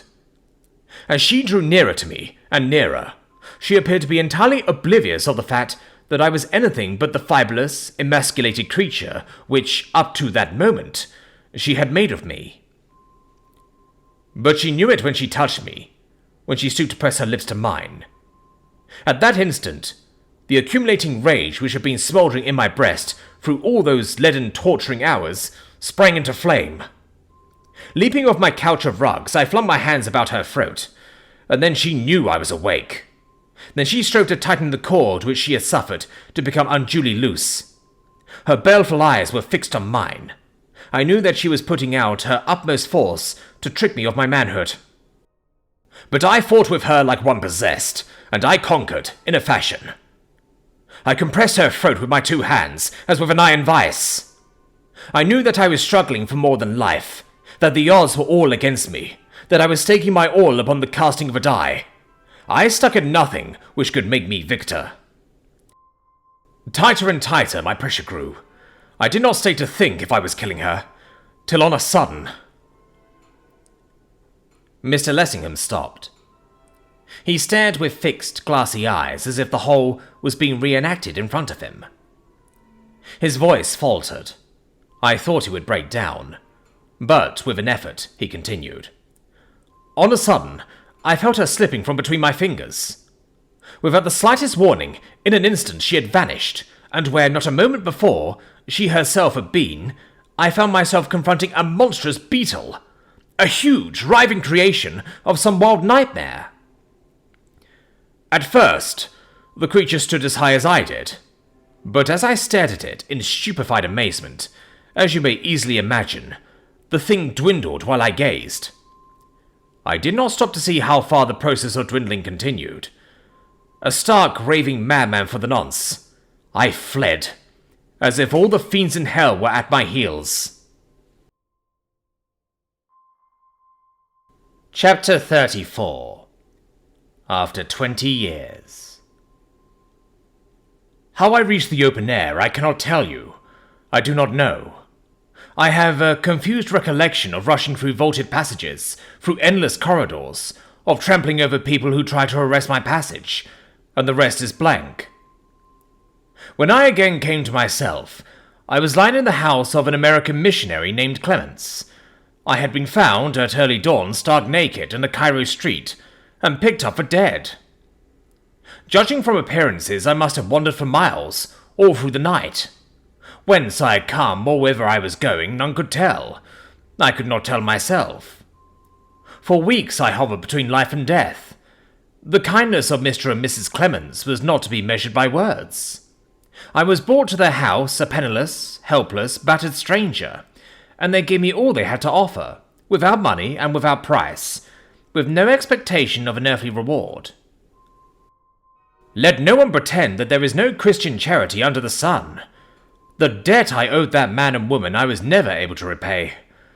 Before I was properly myself again, and in a position to offer some adequate testimony of the gratitude I felt, Mrs. Clements was dead, drowned during an excursion on the Nile, and her husband had departed on a missionary expedition into Central Africa, from which he never returned. Although, in a measure, my physical health returned, for months after I had left the roof of my hospitable hosts, I was in a state of semi-imbecility. I suffered from a species of aphasia. For days together I was speechless and could remember nothing, not even my own name. And when that stage had passed, and I began to move more freely among my fellows, for years I was but a wreck of my former self. I was visited at all hours of the day and night by frightful, I know not whether to call them visions. They were real enough to me, but since they were visible to no one but myself, perhaps that is the word which best describes them. Their presence invariably plunged me into a state of abject terror, against which I was unable to even make a show of fighting. To such an extent did they embitter my existence, that I voluntarily placed myself under the treatment of an expert in mental pathology. For a considerable period of time I was under his constant supervision, but the visitations were as inexplicable to him as they were to me. By degrees, however, they became rarer and rarer, until at last I flattered myself that I had once more become as other men. After an interval, to make sure, I devoted myself to politics. Thenceforward I have lived, as they phrase it, in the public eye. Private life, in any particular sense of the term, I have had none. Mr. Lessingham ceased. His tale was not uninteresting, and, to say the least of it, was curious. But I was at a loss to understand what it had to do with me, or what was the purport of his presence in my room. Since he remained silent, as if the matter, so far as he was concerned, was at an end, I told him so. I presume, Mr. Lessingham, that all this is but a prelude to the play. At present I do not see where it is that I come in. Still, for some seconds he was silent. When he spoke, his voice was grave and sombre, as if he were burdened by a weight of woe. Unfortunately, as you put it, all this has been but a prelude to the play. Were it not so, I should not now stand in such pressing want of the services of a confidential agent, that is, of an experienced man of the world, who has been endowed by nature with phenomenal perceptive faculties, and in whose capacity and honour I can place the completest confidence. I smiled. The compliment was a pointed one. I hope your estimate of me is not too high. I hope not, for my sake as well as for your own. I have heard great things of you. If ever man stood in need of all that human skill and acumen can do for him, I certainly am he. His words aroused my curiosity. I was conscious of feeling more interested than heretofore. I will do my best for you. Man can do no more. Only give my best a trial. I will, at once. He looked at me long and earnestly. Then, leaning forward, he said, lowering his voice perhaps unconsciously, "The fact is, Mr. Chamnell, that quite recently events have happened which threaten to bridge the chasm of 20 years, and to place me face to face with that plague spot of the past. At this moment, I stand in imminent peril of becoming again the wretched thing I was when I fled from that den of all the devils. It is to guard me against this that I have come to you. I want you to unravel the tangled thread which threatens to drag me to my doom, and, when unravelled, to sunder it, forever, if God wills, in twain." "Explain." To be frank, for the moment I thought him mad. He went on. 3 weeks ago, when I returned late one night from a sitting in the House of Commons, I found on my study table a sheet of paper on which there was a representation, marvellously like, of the creature into which, as it seemed to me, the woman of the songs was transformed, as I clutched her throat between my hands. The mere sight of it brought back one of those visitations of which I have told you, and which I thought I had done with forever. I was convulsed by an agony of fear, thrown into a state approximating to a paralysis, both of mind and body. But why? I cannot tell you. I only know that I have never dared to allow my thoughts to recur to that last dread scene, lest the mere recurrence should drive me mad. What was this you found upon your study table? Merely a drawing? It was a representation. Produced by what process, I cannot say, which was so wonderfully, so diabolically like the original, that for a moment I thought the thing itself was on my table. Who put it there? That is precisely what I wish you to find out. What I wish you to make it your instant business to ascertain.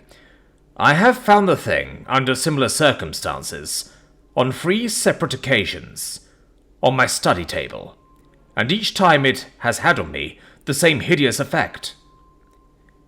Each time after you have returned from a late sitting in the House of Commons. Exactly. Where are these, what shall I call them, delineations?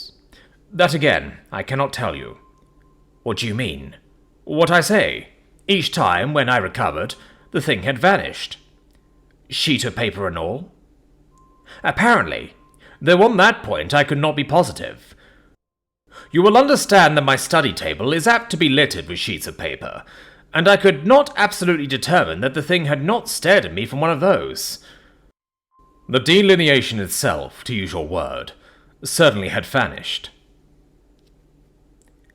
I began to suspect that this was a case rather for a doctor than for a man of my profession, and hinted as much.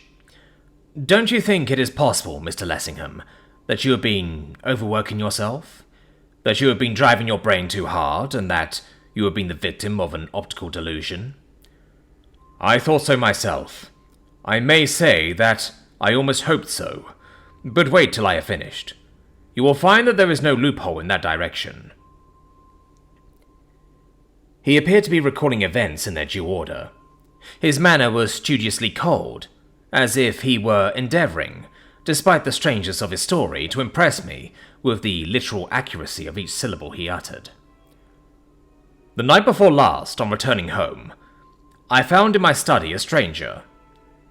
A stranger. Yes. In other words, a burglar. A burglar. I see. Go on. He had paused. His demeanour was becoming odder and odder. On my entry, he was engaged in forcing an entry into my bureau. I need hardly say that I advanced to seize him, but I could not. You could not. How do you mean you could not? I mean simply what I say. You must understand that this was no ordinary felon. Of what nationality he was, I cannot tell you. He only uttered 2 words, and they were certainly in English, but apart from that he was dumb. He wore no covering on his head or feet. Indeed, his only garment was a long, dark, flowing cloak, which, as it fluttered about him, revealed that his limbs were bare. A unique costume for a burglar. The instant I saw him, I realized that he was in some way connected with that adventure in the Rue de Rabagaz. What he said and did proved it to the hilt. What did he say and do? As I approached to effect his capture, he pronounced aloud 2 words, which recalled that awful scene, the recollection of which always lingers in my brain, and of which I never dared to permit myself to think. Their very utterance threw me into a sort of convulsion. What were the words?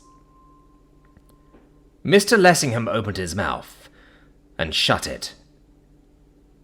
A marked change took place in the expression of his countenance. His eyes became fixed and staring, resembling the glassy orbs of the somnambulist. For a moment I feared that he was going to give me an object lesson in the visitations of which I had heard so much. I rose with a view of offering him assistance. He motioned me back. "Thank you. It will pass away." His voice was dry and husky, unlike his usual silvern tones. After an uncomfortable interval, he managed to continue. "You see for yourself, Mr. Chamnell, what a miserable weakling, when this subject is broached, I still remain. I cannot utter the words the stranger uttered. I cannot even write them down.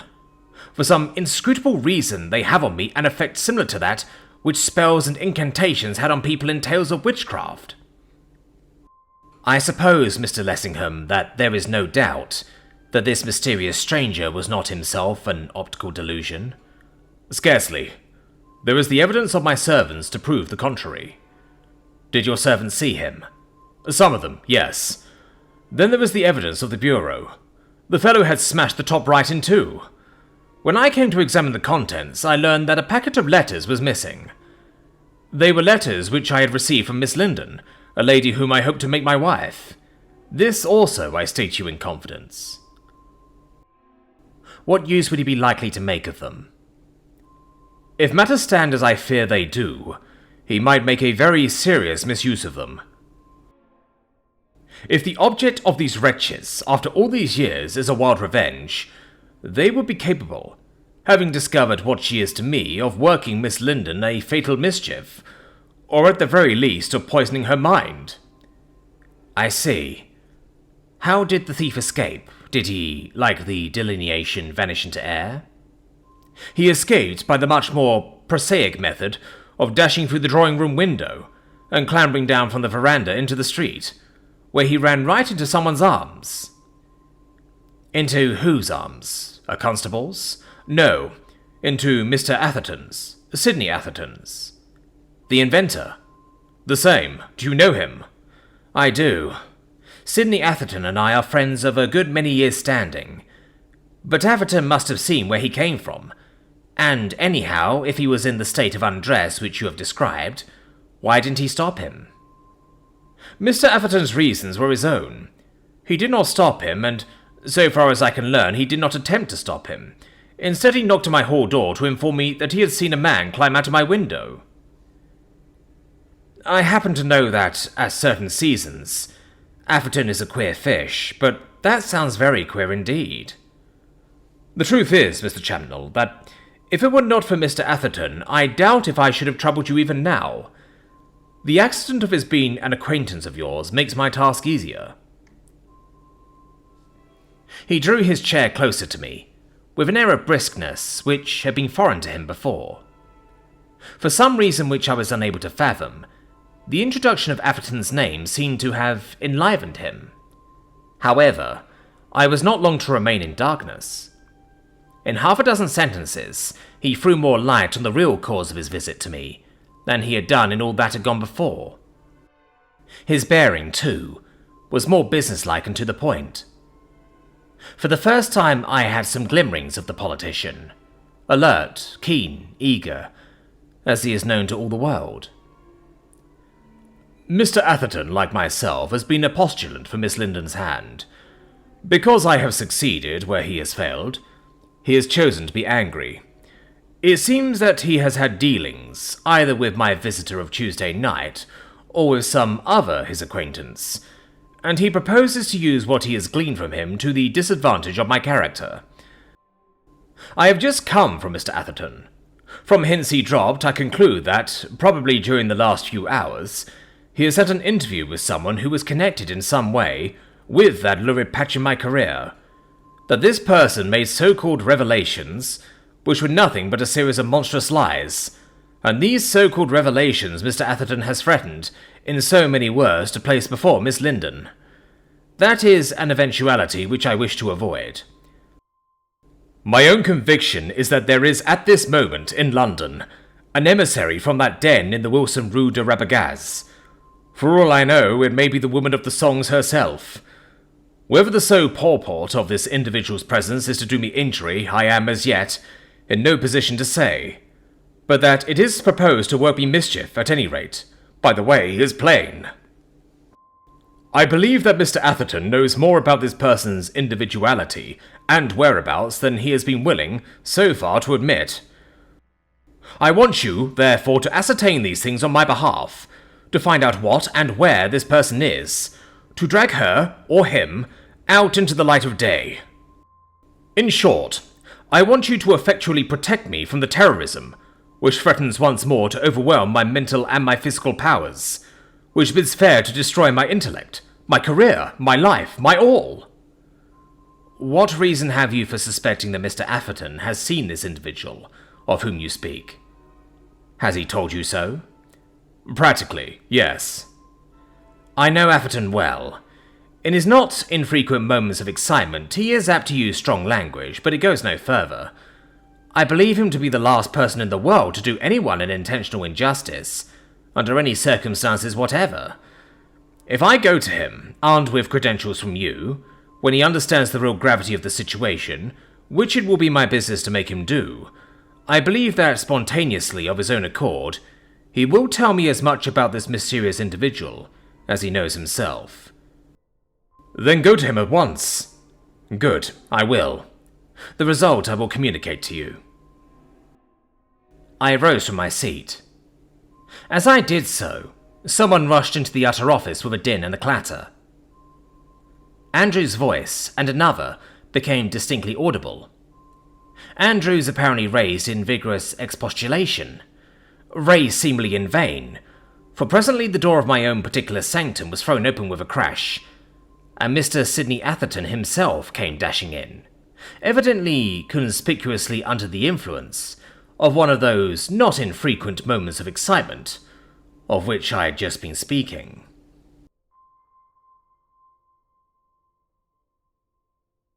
Chapter 35. A Bringer of Tidings.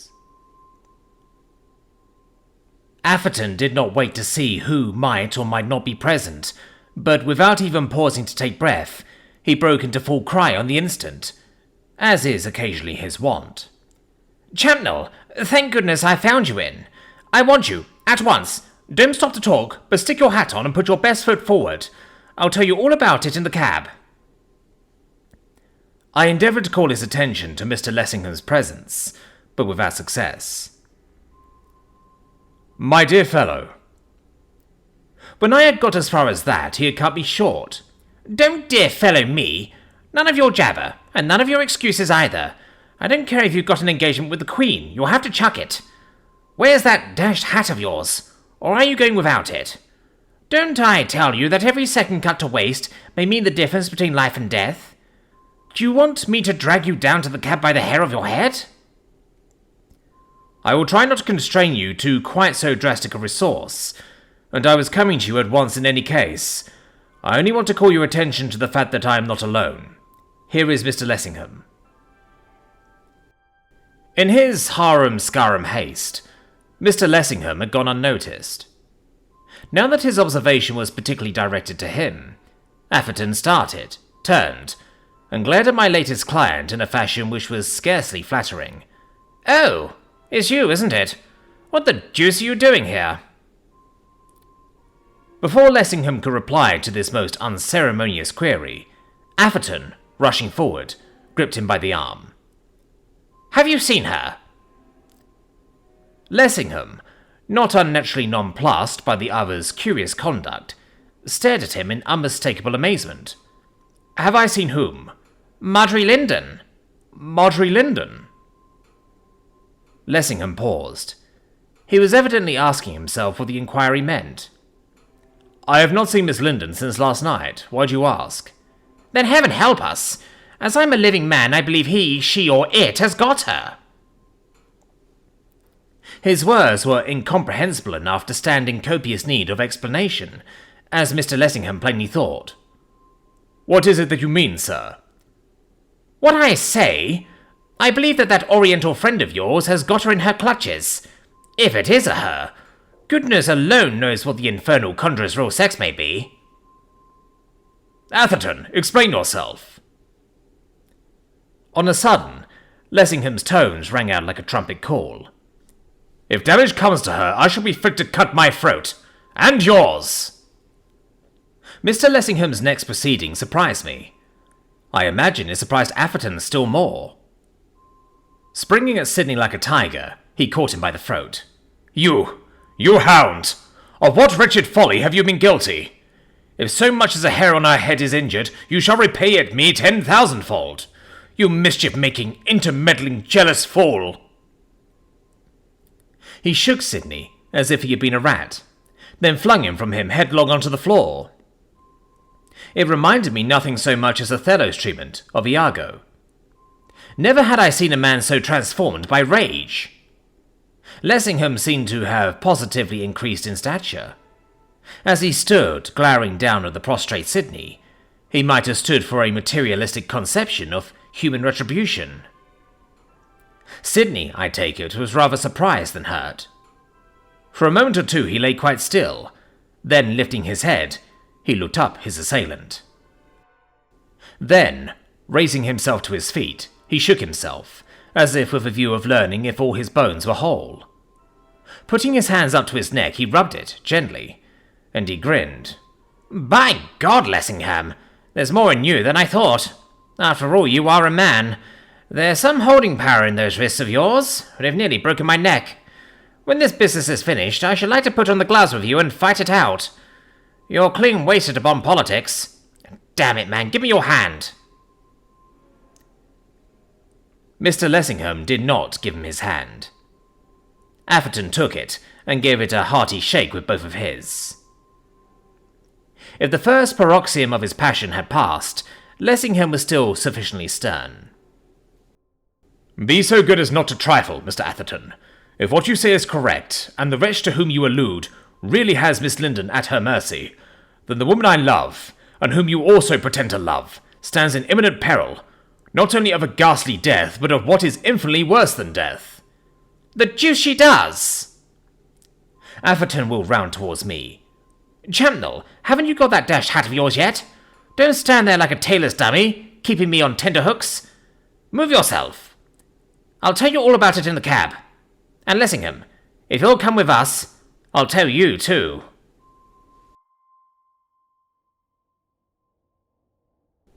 Chapter 36. What the Tidings Were. Free and a hansom cab is not, under all circumstances, the most comfortable method of conveyance. When one of the trio happens to be Sidney Atherton in one of his moments of excitement, it is distinctly the opposite, as, on that occasion, Mr. Lessingham and I both quickly found. Sometimes he sat on my knees, sometimes on Lessingham's, and frequently when he unexpectedly stood up and all but precipitated himself onto the horse's back. On nobody's. In the eagerness of his gesticulations, first he knocked off my hat, then he knocked off Lessingham's, then his own, then all three together. Once his own hat rolling into the mud. He sprang into the road without previously going through the empty form of advising the driver of his intention to pick it up. When he turned to speak to Lessingham, he thrust his elbow into my eye, and when he turned to speak to me, he thrust it into Lessingham's. Never for one solitary instant was he at rest, or either of us at ease. The wonder is that the gymnastics in which he incessantly indulged did not sufficiently attract public notice to induce a policeman to put at least a momentary period to our progress. Had speed not been of primary importance, I should have insisted on the transference of the expedition to the somewhat wider limits of a four-wheeler. His elucidation of the causes of his agitation was apparently more comprehensible to Lessingham than it was to me. I had to piece this and that together under considerable difficulties. By degrees did I arrive at something like a clear notion of what had actually taken place. He commenced by addressing Lessingham, and thrusting his elbow into my eye. "Did Marjorie tell you about the fellow she found in the street?" Up went his arm to force the trapdoor open overhead, and off went my hat. "Now then, William Henry, let her go. If you kill the horse, I'll buy you another." We were already going much faster than legally we ought to have done, but that, seemingly to him, was not a matter of the slightest consequence. Lessingham replied to his inquiry. "She did not." "You know the fellow I saw coming out of your drawing-room window?" "Yes." "Well, Marjorie found him the morning after, in front of her breakfast-room window, in the middle of the street. Seems he had been wandering about all night unclothed in the rain and the mud, and all the rest of it, in a condition of hypnotic trance." "Who is the gentleman you are alluding to?" "Says his name's Holt. Robert Holt." "Holt? Is he an Englishman?" "Very much so. City quill driver out of a shop. Stone broke, absolutely. Got the chuck from the casual ward, wouldn't let him in. House full and that sort of thing, poor devil. Pretty passes you politicians bring men to. Are you sure? Of what? Are you sure that this man, Robert Holt, is the same person whom, as you put it, you saw coming out of my drawing-room window? Sure, of course I'm sure. Think I didn't recognize him? Besides, there was the man's own tale, owned to it himself, besides all the rest, which sent one rushing Fulham way. You must remember, Mr. Atherton, that I am wholly in the dark as to what has happened. What has the man, Holt, to do with the errand on which we are bound? Am I not coming to it? If you would let me tell the tale in my own way, I should get there in less than no time, but you will keep on cutting in. How the deuce do you suppose Champnell is to make head or tail of the business if you will persist in interrupting? Marjorie took the beggar in. He told his tale to her. She sent for me. That was just now. Called me on the steps after I had been lunching with Dora Grayling. Holt redished his yarn. I smelt a rat, saw that a connection possibly existed between the thief who'd been playing confounded conjuring tricks off onto me and this interesting party down Fulham Way. What party down Fulham Way? This friend of Holt's. Am I not telling you? There you are, you see. Won't let me finish. When Holt slipped through the window, which is the most sensible thing he seems to have done, if I'd been in his shoes I'd have slipped through 40 windows. Dusky-coloured charmer caught him on the hop, doctored him, sent him out to commit burglary by deputy. I said to Holt, show us this agreeable little crib, young man. Holt was game. Then Marjorie chipped in. She wanted to go and see it too. I said, you'll be sorry if you do. That settled it. After that, she'd have gone if she died. I never did have a persuasive way with women. So off we toddled. Marjorie, Holt and I in a growler. Spotted the crib in less than no time. Invited ourselves in by the kitchen window. House seemed empty. Presently, Holt became hypnotized before my eyes. The best established case of hypnotism by suggestion I ever yet encountered. Started off on a pilgrimage of one. Like an idiot I followed, leaving Marjorie to wait for me. Alone? Alone! Am I not telling you? Great Scott, Lessingham, in the House of Commons, they must be hazy to think you smart. I said, I'll send the first sane soul I meet to keep you company. As luck would have it, I never met one. Only kids and a baker, who wouldn't leave his cart or take it with him either. I'd covered pretty nearly 2 miles before I came across a peeler, and when I did, the man was cracked, and he thought me mad or drunk or both. By the time I got myself within nodding distance of being run in for obstructing the police in the execution of their duty, without inducing him to move a single one of his 24-inch feet, Holt was out of sight. So, since all my pains in his direction were clean thrown away, there was nothing left for me but to scurry back to Marjorie. So I scurried, and I found the house empty. No one there, and Marjorie gone. But I don't quite follow. Atherton impetuously declined to allow Mr. Lessingham to conclude. Of course you don't quite follow, and you'll follow still less if you will keep getting in front. I went upstairs and downstairs, inside and out, shouting myself hoarse as a crow. Nothing was to be seen of Marjorie, or heard, until, as I was coming down the stairs for about the 5th and 50th time, I stepped on something hard which was lying in the passage. I picked it up. It was a ring. This ring. Its shape is not just what it was. I'm not as light as Gossamer, especially when I come jumping downstairs 6 at a time, but what's left of it is here. Sidney held something in front of him. Mr. Lessingham wriggled to one side to enable him to see. Then he made a snatch at it. It's mine. Sidney dodged it out of his reach. What do you mean it's yours? It's the ring I gave Marjorie for an engagement ring. Give it me, you hound, unless you wish me to do you violence in the cab. With complete disregard of the limitations of space, or of my comfort, Lessingham thrust him vigorously aside. Then, gripping Sidney by the wrist, he seized the gourd, Sidney yielding it just in time to save himself from being precipitated into the street. Ravished of his treasure, Sidney turned and surveyed the ravisher with something like the glance of admiration. Hang me, Lessingham! If I don't believe there is some warm blood in those fish-like veins of yours, please the piper, I'll live to fight you after all. With the bare ones, sir, as a gentleman should do. Lessingham seemed to pay no attention to him whatsoever. He was surveying the ring, which Sydney had trampled out of shape, with looks of the deepest concern. Marjorie's ring, the one I gave her. Something serious must have happened to her before she would have dropped my ring and left it lying where it fell. Atherton went on. That's it! What has happened to her? I'll be dashed if I know.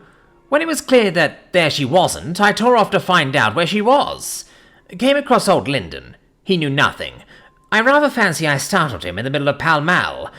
When I left, he stared after me like one possessed, and his hat was lying in the gutter. Went home, she wasn't there. Asked Dora Grayling, she's seen nothing of her. No one has seen anything of her. She had vanished into air. Then I said to myself, you're a first-class idiot, on my honour. Well, you're looking for her like a lost sheep. The betting is that the girl's in Holt's friend's house the whole jolly time. When you were there, the chances are that she just stepped out for a stroll, and that now she's back again, and wondering where on earth you've gone. So I made up my mind that I'd fly back and see, because the idea of her standing on the front doorstep looking for me, while I was going off my nut looking for her, commended itself to what I call my sense of humour. And on my way it struck me that it would be the part of wisdom to pick up Champnell, because if there is a man who can be back to find a needle in any amount of haystacks, it is the great Augustus. That horse has moved itself, after all, because here we are. Now, cabman, don't go driving further on. You'll have to put a girdle round the earth if you do, because you'll have to reach this point again before you get your fare. This is the magician's house.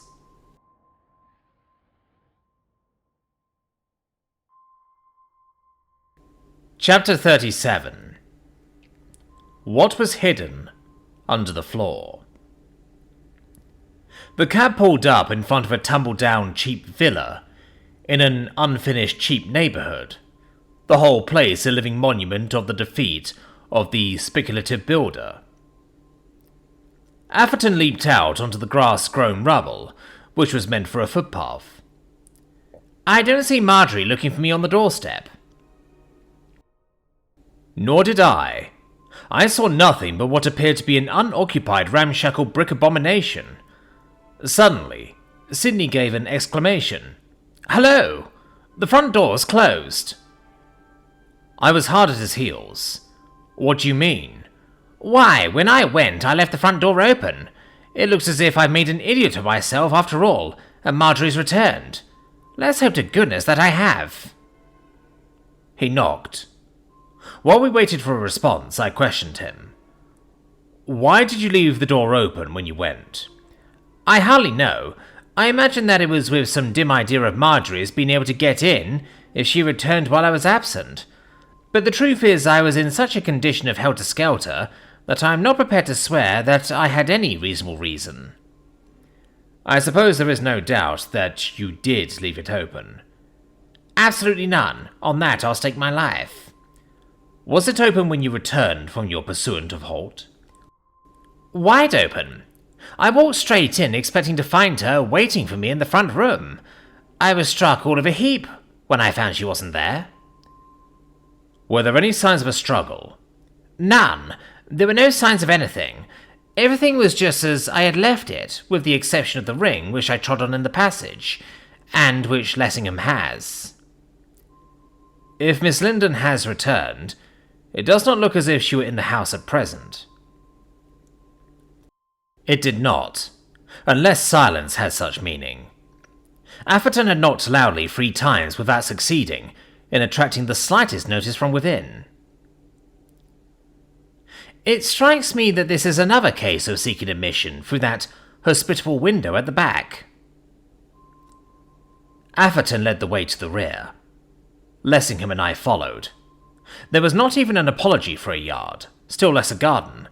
There was not even a fence of any sort, to serve as an enclosure, and to shut off the house from the wilderness of wasteland. The kitchen window was open. I asked Sydney if he had left it so. I don't know. I dare say we did. I don't fancy that either of us stood on the order of his coming. While he spoke, he scrambled over the sill. We followed. When he was in, he shouted at the top of his voice, "Marjorie! Marjorie! Speak to me, Marjorie! It is I, Sydney!" The words echoed through the house. Only silence answered. He led the way to the front room. Suddenly he stopped. "Hello!" he cried. "The blind's down!" I had noticed when we were outside that the blind was down at the front room window. It was up when I went, that I'll swear. That someone has been here is pretty plain. Let's hope it's Marjorie. He had only taken a step forward into the room, when he again stopped short to exclaim, "My stars! Here's a sudden clearance. Why, the place is empty. Everything's clean gone." "What do you mean? Was it furnished when you left?" The room was empty enough then. "Furnished? I don't know that it was exactly what you'd call furnished. The party who ran this establishment had a taste in upholstery, which is all his own. But there was a carpet and a bed and lots of things. For the most part, I should have said distinctly Eastern curiosities. They seem to have evaporated into smoke, which may be a way which is common enough among Eastern curiosities, though it's queer to me." Atherton was staring about him, as if he found it difficult to credit the evidence of his own eyes. "How long ago is it since you left?" He referred to his watch. "Something over an hour, possibly an hour and a half. I couldn't swear to the exact moment, but it certainly isn't more." "Did you notice any signs of packing up?" "Not a sign." Going to the window, he drew up the blind, speaking as he did so. "The queer thing about this business is that when we first got in, this blind wouldn't draw up a little bit, so since it wouldn't go up, I pulled it down, roller and all. Now it draws up as easily and smoothly as if it had always been the best blind that ever lived." Standing at Sydney's back, I saw that the cabman on his box was signalling to us with his outstretched hand. Sydney perceived him too. He threw up the sash. "What's the matter with you?" "Excuse me, sir, but who's the old gent?" "What old gent?" "Why, the old gent peeping through the window of the room upstairs." The words were hardly out of the driver's mouth when Sydney was through the door and flying up the staircase. I followed rather more soberly. His methods were a little too flightly for me. When I reached the landing, dashing out of the front room, he rushed into the one at the back, then through a door at the side. He came out shouting, "What's the idiot mean, with his old gent? I'd old gent him if I got him. There's not a creature about the place." He returned into the front room, I at his heels. That certainly was empty, and not only empty, but it showed no traces of recent occupation. The dust lay thick upon the floor. There was that mouldy, earthy smell which is so frequently found in apartments which have been long untenanted. "Are you sure, Atherton, that there is no one at the back?" "Of course I'm sure. You can go and see for yourself if you like. Do you think I'm blind?" "Jehu's drunk." Throwing up the sash, he addressed the driver. "What do you mean with your old gent at the window? What window?" "That window, sir." "Go to, you're dreaming, man. There's no one here." "Begging your pardon, sir, but there was someone there not a minute ago." "Imagination, cabman. The slant of the light on the glass. Or your eyesight's defective." "Excuse me, sir, but it's not my imagination, and my eyesight's as good as any man's in England. And as for the slant of the light on the glass, there ain't much glass for the light to slant on. I saw him peeping through that bottom broken pane on your left hand, as plainly as I see you. He must be somewhere about. He can't have gotten away. He's at the back. Ain't there a cupboard nor nothing where he could hide?" The cabman's manner was so extremely earnest that I went myself to see. There was a cupboard on the landing, but the door of that stood wide open, and that obviously was bare. The room behind was small, and despite the splintered glass in the window frame, stuffy. Fragments of glass kept company with the dust on the floor, together with a choice collection of stones, brickbats, and other missiles, which not improbably were the cause of their being there. In the corner stood a cupboard, but a momentary examination showed that that was as bare as the other. The door at the side, which Sydney had left wide open, opened onto a closet, and that was empty. I glanced up. There was no trap door which led to the roof, no practicable nook or cranny in which a living being could lie concealed, was anywhere at hand. I returned to Sydney's shoulder to tell the cabman so. There is no place in which anyone could hide, and there is no one in either of the rooms. You must have been mistaken, driver. The man waxed wroth. Don't tell me. How could I come to think I saw something when I didn't? One's eyes are apt to play us tricks. How could you see what wasn't there? That's what I want to know. As I drove up before you told me to stop, I saw him looking through the window, the one I wish you are. He'd got his nose glued to the broken pane and was staring as hard as he could stare. When I pulled up, off he started. I saw him get up off his knees and go to the back of the room. When the gentleman took to knocking, back he came to the same old spot and flopped down on his knees. I didn't know what caper you was up to. You might be bum bailiffs for all I knew. And I suppose that he wasn't so anxious to let you in as you might be to get inside, and that was why he didn't take no notice of your knocking, while all the while he kept an eye on what was going on. When you goes round to the back, up he gets again, and I reckon that he was going to meet you, and perhaps give you a bit of his mind, and that presently I should hear a shindy, or that something would happen. But when you pulls up the blind downstairs, to my surprise, back he comes once more. He shoves his old nose right through the smash in the pane, and wags his old head at me like a chattering magpie. That didn't seem to me quite the civil thing to do. I hadn't done no harm in him, so I gives you the office, and lets you know that he was there. But for you to say that he wasn't there, and never has been, blimey, that cops the biscuit. If he wasn't there, all I can say is I ain't here, and my horse ain't here, and my cab ain't neither, damn it. The house ain't here, and nothing ain't. He settled himself on his perch, with an air of the most extreme ill-usage. He had been standing up to tell his tale. That the man was serious was unmistakable. As he himself suggested, what inducement could he have had to tell a lie like that? That he believed himself to have seen what he declared he saw was plain. But, on the other hand, what could have become, in the space of 50 seconds, of his old gent? Atherton put a question. What did he look like, this old gent of yours? Well, that I shouldn't hardly like to say. It wasn't much of his face I could see, only his face and his eyes, and they wasn't pretty. He kept a thing over his head all the time, as if he didn't want too much to be seen. What sort of a thing?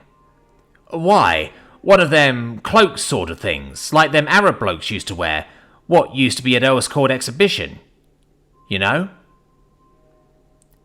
This piece of information seemed to interest my companions, more than anything he had said before. A burnoose, do you mean?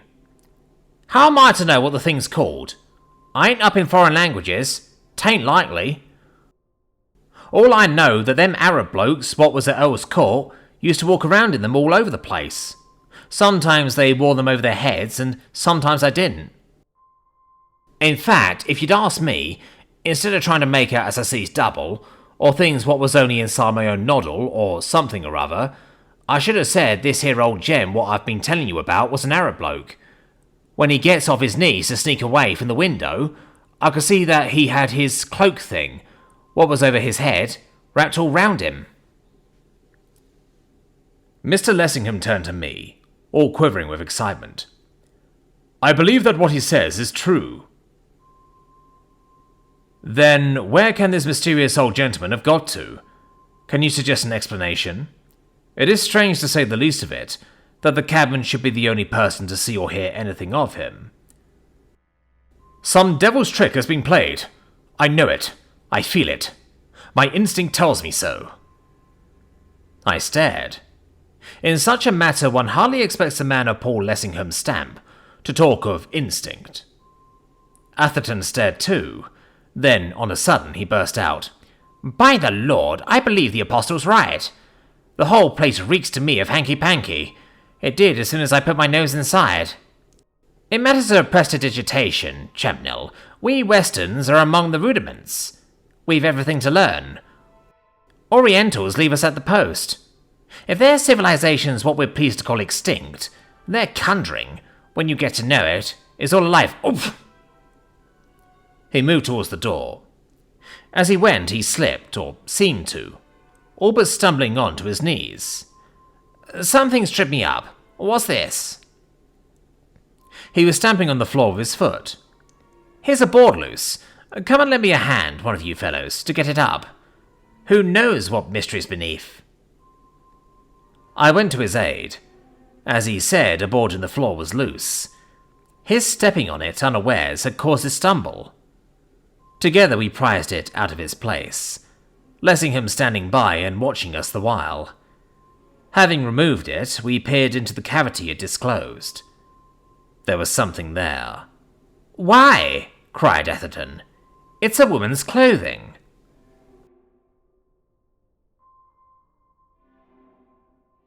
Chapter 38. The rest of the find.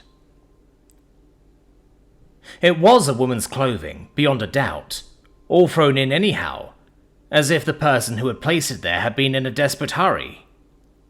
An entire outfit was there, shoes, stockings, body linen, corsets and all, even to hat, gloves and hairpins. These latter were mixed up with the rest of the garments in strange confusion. It seemed plain that whoever had worn those clothes had been stripped to the skin. Lessingham and Sidney stared at me in silence as I dragged them out and laid them on the floor. The dress was at the bottom. It was an alpaca, of a pretty shade in blue, bedecked with lace and ribbons as is the fashion of the hour, and lined with sea green silk. It had perhaps been a charming confection once, and that a very recent one, but now it was all soiled and creased and torn and tumbled. The two spectators made a simultaneous pounce at it as I brought it to the light. "My God!" cried Sidney. "It's Marjorie's. She was wearing it when I saw her last." "It's Marjorie's," gasped Lessingham. He was clutching at the ruined costume, staring at it like a man who has just received sentence of death. "She wore it when she was with me yesterday. I told her how it suited her and how pretty it was." There was silence. It was an eloquent find. It spoke for itself. The two men gazed at the heap of feminine glories. It might have been the most wonderful sight they had ever seen. Lessingham was the first to speak. His face had all at once grown grey and haggard. "What has happened to her?" I replied to his question with another. "Are you sure this is Miss Linden's dress?" "I am sure, and were proof needed, here it is." He had found the pocket and was turning out the contents. There was a purse which contained money and some visiting cards, on which were her name and address, a small bunch of keys with her nameplate attached, a handkerchief with her initials in a corner. The question of ownership was placed beyond a doubt. "You see," said Lessingham, exhibiting the money which was in the purse, "it is not robbery which has been attempted. Here are two £10 notes and one for £5, besides gold and silver, over £30 in all." Atherton, who had been turning over the accumulation of rubbish between the joists, proclaimed another find. "Here are her rings and watch and a bracelet. No, it certainly does not look as if theft had been an object." Lessingham was glowering at him, with knitted brows. "I have to thank you for this." Sidney was unwontedly meek. "You are hard on me, Lessingham, harder than I deserve. I'd rather have thrown away my own life than to have suffered misadventure to have come to her." "Yours are idle words. Had you not meddled, this would not have happened. A fool works more mischief with his folly than of malice prepense. If hurt has befallen Marjorie Linden, you shall account for it to me with your life's blood." "Let it be so," says Sidney. "I am content. If hurt has come to Marjorie, God knows that I am willing enough that death should come to me." While they wrangled, I continued to search. A little to one side, under the flooring, which was still intact, I saw something gleam. By stretching out my hand, I could just manage to reach it. It was a long plait of woman's hair. It had been cut off at the roots, so close to the head in one place that the scalp itself had been cut, so that the hair was clotted with blood. They were so occupied with each other that they took no notice of me. I had to call their attention to my discovery. "Gentlemen, I fear that I have here something which will distress you. Is not this Miss Linden's hair?" They recognized it on the instant. Lessingham, snatching it from my hands, pressed it to his lips. "This is mine. I shall at least have something." He spoke with a grimness, which was a little startling. He held the silken tresses at arm's length. "This points to murder. Foul, cruel, causeless murder. As I live, I will devote my all, money, time, reputation, to gaining vengeance on the wretch who did this deed." Atherton chimed in. "To that I say amen." He lifted his hand. "God is my witness." It seems to me, gentlemen, that we move too fast. To my mind, it does not by any means of necessity point to murder. On the contrary, I doubt if murder has been done. Indeed, I don't mind owning that I have a theory of my own, which points all the other way. Lessingham caught me by the sleeve. "Mr. Chamnell, tell me your theory." "I will, a little later. Of course, it may be altogether wrong, though I fancy it is not. I will explain my reasons when we come to talk of it, but, at present, there are things which must be done." "I vote for tearing up every board in the house," cried Sidney, "and for putting the whole infernal place to pieces. It's a conjurer's den. I shouldn't be surprised if Cabby's old gent is staring at us all the while from some peephole of his own." We examined the entire house, methodically, so far as we were able, inch by inch. Not another board proved loose. To lift those which were nailed down required tools, and those we were without. We sounded all the walls, with the exception of the party walls. They were the usual lath and plaster constructions, and showed no signs of having been tampered with. The ceilings were intact. If anything was concealed in them, it must have been there some time. The cement was old and dirty. We took the closet to pieces, examined the chimneys, and peered into the kitchen oven and the copper.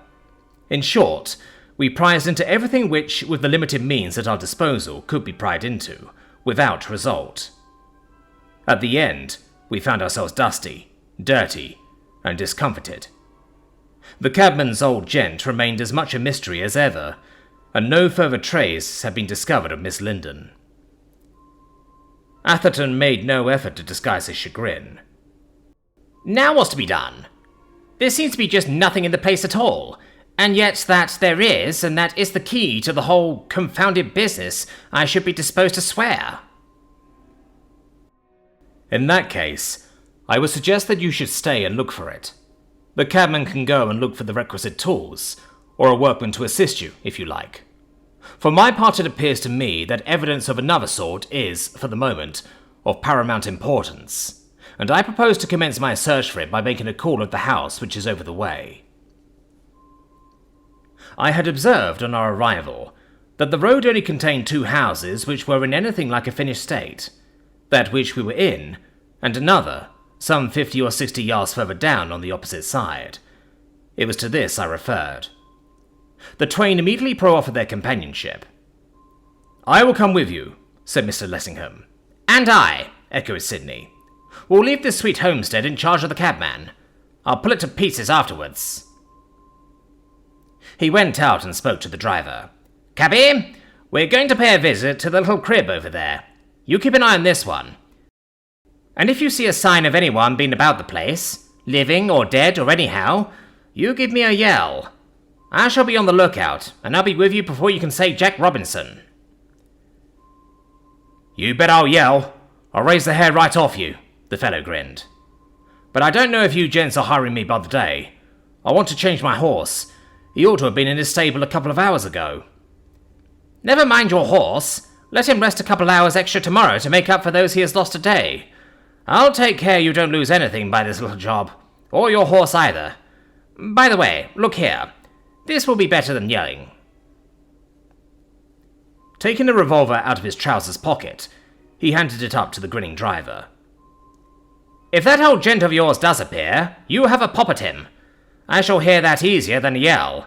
You can put a bullet through him if you like. I give you my word it won't be murder. I don't care if it is, declared the cabman, handling the weapon, like one who was familiar with arms of precision. I used to fancy my revolver shooting when I was with the colours, and if I do get a chance I'll put a shot through the old hunks, if only to prove to you that I'm no liar. Whether the man was in earnest or not, I could not tell, nor whether Atherton meant what he said in answer. If you shoot him, I'll give you £50. All right, the driver laughed. I'll do my best to earn that 50. Chapter 39. Miss Louisa Coleman. That the house over the way was tenanted was plain to all the world. At least one occupant sat gazing through the window of the first-floor front room. An old woman in a cap, one of those large old-fashioned caps which our grandmothers used to wear, tied with strings under the chin. It was a bow window, and as she was seated in the bay looking right in our direction, she could hardly have failed to see us as we advanced. Indeed, she continued to stare at us all the while with placid calmness. Yet I knocked once, twice, and yet again without the slightest notice being taken of my summons. Sidney gave expression to his impatience in his own peculiar vein. Knockers in this part of the world seem intended for ornament only. Nobody seems to pay any attention to them when they're used. The old lady upstairs must be either deaf or dotty. He went out into the road to see if she was still there. She's looking at me as calmly as you please. What does she think we're doing here, I wonder? Playing a tune on her front door by way of a little amusement? Madam! He took off his hat and waved it to her. Madam, might I observe that if you won't condescend to notice that we're here, your front door will run the risk of being severely injured. She don't care for me any more than if I was nothing at all. Sound another tattoo upon that knocker. Perhaps she's so deaf that nothing short of a cataclysmic uproar will reach her auditory nerves. She immediately proved, however, that she was nothing of the sort. Hardly had the sounds of my further knocking died away than, throwing up the window, she thrust out her head and addressed me in a fashion which, under the circumstances, was as unexpected as it was uncalled for. Now, young man, you needn't be in such a hurry. Sidney explained. Pardon me, madam. It's not so much a hurry we're in as press for time. This is a matter of life and death. She turned her attention to Sidney, speaking with a frankness for which, I imagine, he was unprepared. I don't want none of your imperence, young man. I've seen you before. You've been hanging about here the whole day long, and I don't like the looks of you. And so I'll let you know. That's my front door, and that's my knocker. I'll come down and open when I like, but I'm not going to be hurried. And if the knocker so much as touched again, I won't come down at all. She closed the window with a bang. Sidney seemed divided between mirth and indignation. That's a nice old lady, on my honour. One of the good old crusty sort. Agreeable characters this neighbourhood seems to grow. A sojourn hereabouts should do one good. Unfortunately, I don't feel disposed just now to stand and kick my heels in the road.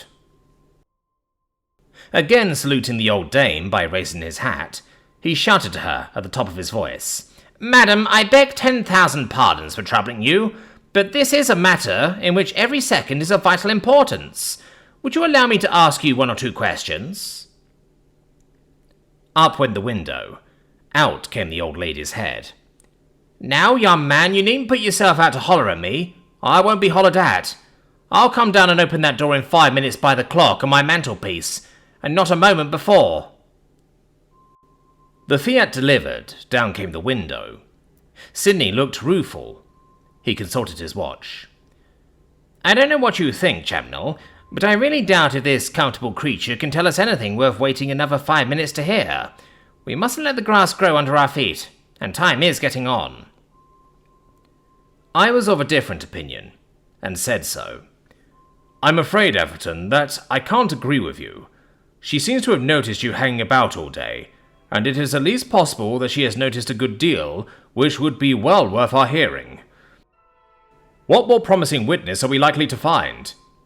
Her house is the only one which overlooks the one we have just quitted. I am of opinion that it may not only prove well worth our while to wait 5 minutes, but also that it would be as well, if possible, not to offend her by the way. She's not likely to afford us the information we require, if you do." "Good. If that's what you think, I'm sure I'm willing to wait. Only it's to be hoped that that clock upon her mantelpiece moves quicker than its mistress." Presently, when about a minute had gone, he called to the cabman. "Seen a sign of anything?" The cabman shouted back, "Ne'er a sign. You'll hear a sound of pop guns when I do." Those 5 minutes did seem long ones, but at last, Sidney, from his post of vantage in the road, informed us that the old lady was moving. "She's getting up. She's leaving the window. Let's hope to goodness she's coming down to open the door. That's been the longest 5 minutes I've known." I could hear uncertain footsteps descending the stairs. They came along the passage. The door was opened, on the chain. The old lady peered at us through an aperture of about 6 inches. "I don't know what you young men think you're after, but have all 3 of you in my house, I won't. I'll have him and you." A skinny finger was pointed to Lessingham and me. Then it was directed towards Atherton. "But have him I won't. So if it's anything particular you want to say to me, you'll just tell him to go away." On hearing this, Sidney's humility was abject. His hat was in his hand. He bent himself double. "Suffer me to make you a million apologies, madam, if I have in any way offended you. Nothing, I assure you, could have been farther from my intention, or from my thoughts." "I don't want none of your apologies, and I don't want none of you, neither. I don't like the looks of you, and so I tell you, before I let anybody into my house, you'll have to sling your hook." The door was banged in our faces. I turned to Sidney. "The sooner you go, the better it will be for us. You can wait for us over the way." He shrugged his shoulders and groaned, half in jest, half in earnest. "If I must, I suppose I must. It's the first time I've been refused admittance to a lady's house in all my life. What have I done to deserve this thing? If you keep me waiting long, I'll tear that infernal den to pieces." He sauntered across the road, viciously kicking the stones as he went. The door reopened. "Has that other young man gone?" "He has." "Then now I'll let you in. Have him inside my house, I won't." The chain was removed. Lessingham and I entered. Then the door was refastened and the chain replaced. Our hostess showed us into the front room, on the ground floor. It was sparsely furnished and not too clean, but there were chairs enough for us to sit upon, which she insisted on our occupying. "Sit down, do. I can't abide to see folks standing. It gives me the fidgets." So soon as we were seated, without any overture on our parts, she plunged in medias res. "I know what it is you've come about. I know. You want me to tell you who it is as lives in the house over the road? Well, I can tell you, and I dare bet a shilling that I'm about the only one who can." I inclined my head. "Indeed. Is that so, madam?" She was huffed at once. "Don't madam me. I can't bear none of your lip service. I'm a plain-spoken woman, that's what I am, and I like other people's tongues to be as plain as mine. My name's Miss Louisa Coleman, but I'm generally called Miss Coleman. I'm only called Louisa by my relatives." Since she was apparently between 70 and 80, and looked every year of her apparent age, I deemed that possible. Miss Coleman was evidently a character. If one was desirous of getting information out of her, it would be necessary to allow her to impart it in her own manner. To endeavour to induce her to impart it in anybody else's would be time clean wasted. We had Sydney's fate before our eyes. She started with a sort of roundabout preamble. This property is mine. It was left me by my uncle, the late George Henry Jobson. He's buried in Hammersmith Cemetery just over the way. He left me the whole of it. It's one of the finest building sites near London, and it increases in value every year. And I'm not going to let it for another 20, by which time the value would have more than trebled. So if that is what you've come about, as heaps of people do, you might have saved yourself the trouble. I'll keep the board standing just to let people know that the ground is to let, though, as I say, it won't be for another 20 years, when it'll be for the erection of high-class mansions only, same as there is in Grosvenor Square. No shops or public houses, and none of your shanties. I live in this place just to keep an eye upon the property, and as for the house over the way, I've never tried to let it, and it never has been let. Not until a month ago, when one morning I had this letter. You can see it if you like. She handed me a greasy envelope, which she ferreted out of her capacious pocket, which was suspended from her waist, and which she had to lift up her skirt to reach. The envelope was addressed, in uniformed characters, Miss Louisa Coleman, The Rhododendrons, Convolvulus Avenue, High Oaks Park, West Kensington. I felt if the writer had not been of a humorous turn of mind, and drawn on his imagination, and this really was the lady's correct address, then there must be something in a name. The letter within was written in the same straggling, characterless calligraphy. I should have said, had I been asked offhand, that the whole thing was the composition of a servant girl. The composition was about on par with the writing. The undersigned would be obliged if Miss Coleman would let her empty house. I do not know the rent, but send £50. If more, will send. Please address Mohammed El Kair, Post Office, Sligo Street, London. It struck me as being as singular an application for a tenancy as I remember to have encountered. When I passed it on to Lessingham, he seemed to think so too. "This is a curious letter, Miss Coleman." So I thought, and still more so when I found the £50 inside. There were 5 £10 notes, all loose, and the letter not even registered. If I had been asked what was the rent of the house, I should have said, at the most, not more than £20, because between you and me, it wants a good bit of doing up, and is hardly fit to live in as it stands. I had had sufficient evidence of the truth of this altogether, apart from the landlady's frank admission. Why, for all he could have done to help himself, I might have kept the money, and only sent him a receipt for a quarter. And some folks would have done, but I'm not one of that sort myself, and shouldn't care to be. So I sent this here party, I never could pronounce his name, and never shall, a receipt for a year. Miss Coleman paused to smooth her apron, and consider. Well, the receipt should have reached this here party on the Thursday morning, as it were.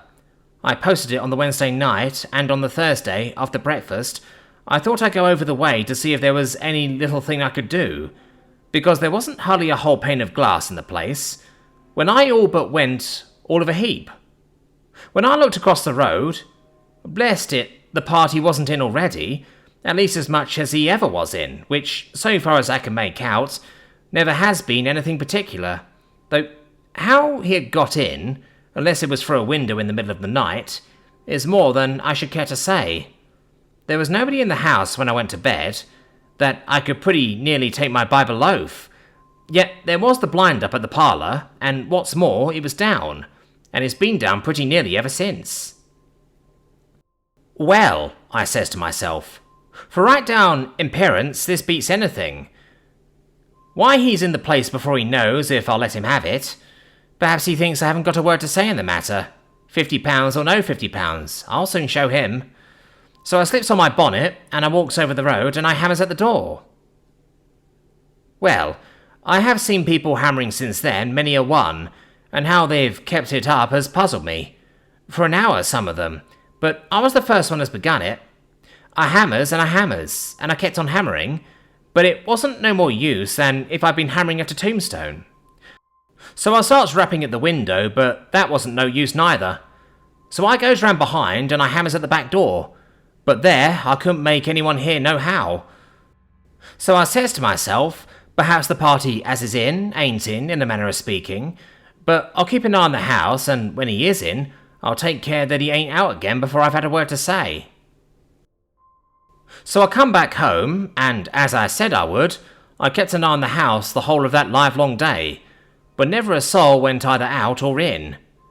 But the next day, which it was a Friday, I got out of bed about 5 o'clock to see if it was raining, through my having an idea of taking a little excursion if the weather was fine, when I see a party coming down the road. He had on one of them dirty coloured bed cover sort of things, and it was wrapped all over his head and round his body, like, as I have been told, them their Arabs wear. And indeed, I've seen them in them myself at West Brompton, when they was in the exhibition there. It was quite fine, and broad day, and I see him as plainly as I see you. He comes skimming along at a tear of a pace, pulls up at the house over the way, opens the front door and lets himself in. So, I says to myself, there you are. Well, Mr. Arab, or whatever, or whoever you may be, I'll take good care that you don't go out again before you've had a word from me. I'll show you that landladies have their rights like other Christians in this country, however it may be in yours. So I kept an eye on the house to see that he didn't go out again, and nobody never didn't. And between 7 and 8 I goes and I knocks at the door, because I thought to myself that the earlier I was, the better it might be. If you'll believe me, no more notice was taken of me than if I was one of the dead. I hammers and I hammers till my wrist was aching. I dare say I hammered 20 times, and then I went round to the back door and I hammers at that. But it wasn't the least good in the world. It was that provoked to think I should be treated as if I was nothing and nobody by a dirty foreigner who went about in a bedgown through the public streets, that it was all I could do to hold myself. I comes round to the front again, and I starts hammering at the window, with every knuckle on my hands, and I calls out, I'm Miss Louisa Coleman, and I'm the owner of this house, and you can't deceive me. I saw you come in, and you're in now, and if you don't come and speak to me this moment, I'll have the police. All of a sudden, when I was least expecting it, and was harrying my very hardest at the pane, up goes the blind, and up goes the window too, and the most awful-looking creature ever I heard of, not to mention seen, puts his head right into my face. He was more like a hideous baboon than anything else, let alone a man. I was struck all of a heap, and plumps down on the little wall, and all but tumbles head over heels backwards. And he starts shrieking in a kind of English, and in such a voice as I'd never heard the like. It was like a rusty steam engine. Go away! Go away! I don't want you. I will not have you. Never! You have your £50. You have your money. That is the whole of you. That is all you want. You come to me no more. Never. Never no more, or you be sorry. Go away! I did go away, and that as fast as ever my legs would carry me, what with his looks, and what with his voice, and what with the way that he went on. I was nothing but a mass of trembling. As for answering him back, or giving him a piece of my mind, as I had meant to, I wouldn't have done it not for £1,000. I don't mind confessing between you and me that I had to swallow 4 cups of tea right straight away, before my nerves were steady. Well, I says to myself, when I did feel, as it might be, a little more easy, you never have let that house before, and now you've let it with a vengeance, so you have. If that there new tenant of yours isn't the greatest villain that ever went unhung, it must be because he's got near relations what's as bad as himself. Because 2 families like his, I'm sure there can't be. A nice sort of Arab party to have sleeping over the road he is. But after a time I cools down, as it were, because I'm one of them sorts as likes to see on both sides of a question. After all, I says to myself, he has paid his rent, and £50 is £50. I doubt if the whole house is worth much more, and he can't do much damage to it, whatever he does. I shouldn't have minded so far as that went. If he'd set fire to the place, or between ourselves, it insured for a good bit over its value, so I decided that I'd let things be as they were, and see how they went on. But from that hour to this, I've never spoken to the man, and never wanted to, and wouldn't, not of my own free will, not for a shilling in time. That face of his will haunt me if I live till Noah, as the saying is. I've seen him going in and out at all hours of the day and night. That Arab party's a mystery, if ever there was one. He always goes tearing along as if he's flying for his life. Lots of people have come to the house, all sorts and kinds, men and women. They've been mostly women, and even little children. I've seen them hammer and hammer at that front door, but never a one have I seen let in, or yet seen taken any notice of. And I think I may say, and yet tell no lie, that I've scarcely took my eye off the house since he's been inside it. Over and over again in the middle of the night have I got up to take a look, so that I've not missed much that has took place. What's puzzled me is the noises that's come from the house.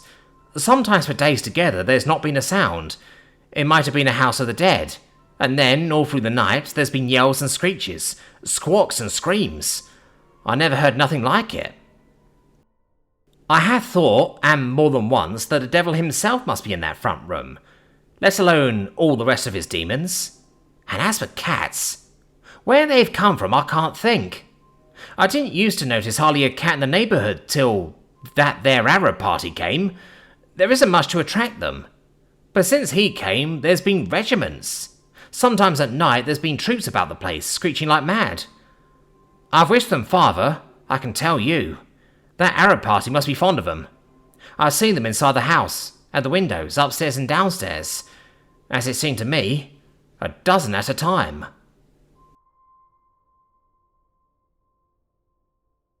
Chapter 40. What Miss Coleman saw through the window.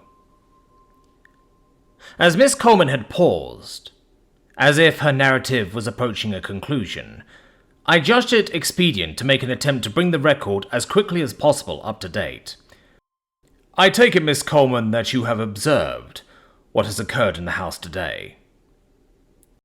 She tightened her nutcracker jaws and glared at me disdainfully. Her dignity was ruffled. I'm coming to it, aren't I? If you'll let me. If you've got no manners, I'll loan you some. One doesn't like to be hurried at my time of life, young man. I was meekly silent. Plainly, if she was to talk, everyone else must listen. During the last few days, there have been some queer goings-on over the road. Out of the common queer, I mean. For goodness knows that they always have been queer enough. That Arab party has been flitting about like a creature possessed. I've seen him going in and out 20 times a day. This morning...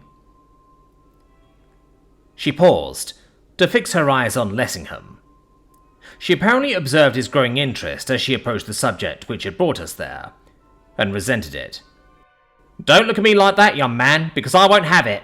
And as for questions, I may answer questions when I'm done, but don't you dare to ask me one before, because I won't be interrupted. Up to then, Lessingham had not spoken a word, but it seemed as if she was endowed with the faculty of perceiving the huge volume of the words which he had left unuttered. This morning, as I've said already... She glanced at Lessingham, as if she defied his contradiction. When that Arab party came home, it was just on the stroke of 7. I know what was the exact time, because when I went to the door to the milkman, my clock was striking the half hour, and I always keep it 30 minutes fast. As I was taking the milk, the man said to me, "Hello, Miss Coleman, here's your friend coming along." "What friend?" I says, for I ain't got no friends, as I know round here, nor yet, I hope no enemies neither. And I looks around, and there was the Arab party coming tearing down the road, his bed cover thing all flying in the wind, and his arm straight out in front of him. I never did see anyone go at such a pace. "My goodness," I says, "I wonder he don't do himself an injury." "I wonder someone else don't do him an injury," says the milkman. "The very sight of him is enough to make my milk go sour." And he picked up his pail and went away quite grumpy, though what that Arab party's done to him is more than I can say. I've always noticed that milkman's temper is short like his measure. I wasn't best pleased with him for speaking of that Arab party as my friend, which he never has been, and never won't be, and never could be neither. 5 persons went to the house after the milkman was gone, and that their Arab party was safe inside. 3 of them was commercials. That I know because afterwards they came to me. But of course they none of them got no chance with that their Arab party, except of hammering at his front door, which ain't what you might call a paying game, nor nice for the temper. But for that, I don't blame him, for if once those commercials do begin talking, they'll talk forever. Now I'm going to this afternoon. I thought it was about time, though for the life of me I did not dare to hint as much. Well, it might have been 3, or it might have been past. Anyhow, it was thereabouts, when up there comes 2 men and a woman, which one of the men was that young man what's a friend of yours. Oh, I says to myself, here's something new in callers. I wonder what it is they're wanting. That young man what was a friend of yours, he starts hammering and hammering, as the custom was with everyone who came, and as usual no more notice was taken of him than nothing, though I knew that all the time the Arab party was indoors. At this point, I felt that at all hazards I must interpose a question. You are sure he was indoors? She took it better than I feared she might. Of course I'm sure. Hadn't I seen him come in at 7, and he never hadn't gone out since, for I don't believe that I'd taken my eyes off the place, not for 2 minutes together, and I never had a sight of him. If he wasn't indoors, where was he then? For the moment, so far as I was concerned, the query was unanswerable. She triumphantly continued. Instead of doing what most did, when they'd had enough of hammering and going away, these 3 they went round to the back, and I'm blessed if they mustn't have gotten through the kitchen window, women and all, for all of a sudden the blind in the front room was pulled not up but down. Dragged down it was, and there was that young man what's a friend of yours standing with it in his hand. Well, I says to myself, if that ain't cool, I should like to know what is. If, when you ain't let in, you can let yourself in, and that without so much as saying by your leave or with your leave, things is coming to a pretty pass. Wherever can that Arab party be, and whatever can he be thinking of to let them go on like that, because that he's the sort to allow a liberty to be took with him and say nothing, I don't believe. Every moment I expects to hear a noise and see a row begin, but so far as I could make out, all was quiet and there wasn't nothing of the kind. So I says to myself, there's more in this than meets the eye, and them 3 parties must have right upon their side, or they wouldn't be doing what they are doing in the way they are. There'd be a shindy. Presently, in about 5 minutes, the front door opens, and a young man, not the one what's your friend, but the other, comes sailing out, and through the gate, and down the road as stiff and upright as a grenadier. I never see anyone walk more upright, and few as fast. At his heels comes the young man what is your friend, and it seems to me that he couldn't make out what this other was a-doing of. I says to myself, there's been a quarrel between them 2, and him as has gone has hooked it. This young man what is your friend, he stood at the gate, all of a fidget, staring after the other with all his eyes, as if he couldn't think what to make of him. And the young woman, she stood on the doorstep, staring after him too. As the young man what had hooked it turned the corner, and was out of sight, all at once your friend he seemed to make up his mind, and he started off running as hard as he could pelt, and the young woman was left alone. I expected every minute to see him come back with the other man, and the young woman, by the way she hung about the gate, she seemed to expect it too. But no, nothing of the kind. So when, as I expect, she'd had enough of waiting, she went into the house again, and I see her pass the front room window. After a while, back she comes to the gate, and stands looking and looking, but nothing was to be seen of either of them young men. When she'd been at the gate, I dare say 5 minutes, back she goes into the house, and I never saw nothing of her again. You never saw anything of her again? Are you sure she went back into the house? As sure as I am that I see you. I suppose that you didn't keep a constant watch upon the premises. But that's just what I did do.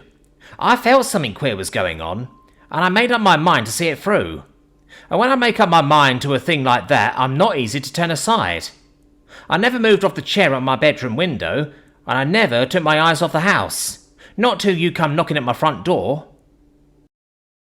But since the young lady is certainly not in the house at present, she must have eluded your observation, and in some manner have left it without your seeing her. I don't believe she did. I don't see how she could have done it. There's something queer about that house, since that Arab party's been inside it. But though I didn't see her, I did see someone else. Who was that? A young man. A young man? Yes, a young man, and that's what puzzled me, and what's been puzzling me ever since. For see him go in, I never did do. Can you describe him?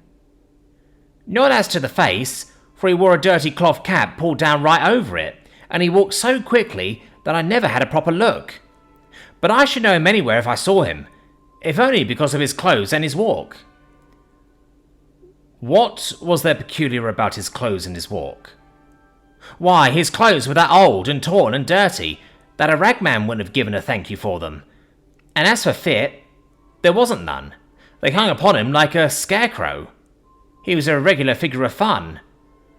I should think the boys would call after him if they saw him in the street. As for his walk, he walked off just like the first young man had done. He strutted along with his shoulders back and his head in the air, and that stiff and straight that my kitchen poker would have looked crooked beside of him. Did nothing happen to attract your attention between the young ladies going back into the house and the coming out of this young man? Miss Coleman cogitated. Now you mention it, there did, though I should have forgotten all about it if you haven't asked me. That comes of your not letting me tell the tale in my own way. About 20 minutes after the young woman had gone in, someone put up the blind in the front room, which that young man had dragged right down. I couldn't see who it was, for the blind was between us, and it was about 10 minutes after that young man came marching out. And then what followed? Why, in about another 10 minutes, that Arab party himself comes scooting through the door. The Arab party? Yes, the Arab party. The sight of him took me clean aback. Where he'd been and what he'd been doing with himself, while them there people played high-spy-high about his premises, I'd have given a shilling out of my pocket to have known. But there he was, as large as life, and carrying a bundle. A bundle? A bundle, on his head, like a muffin man carries his tray. It was a great thing. You never would have thought he could have carried it, and it was easy to see that it was as much as he could manage. It bent him nearly double, and he went crawling along like a snail. It took him quite a time to get to the end of the road. Mr. Lessingham leaped up from his seat, crying, "Marjorie was in that bundle!" "I doubt it," I said. He moved about the room distractedly, wringing his hands. "She was. She must have been. God help us all." "I repeat that I doubt it. If you will be advised by me, you will wait a while before you arrive at any such conclusion." All at once there was a tapping at the window pane. Atherton was staring at us from without. He shouted through the glass, "Come out of that, you fossils! I've news for you!"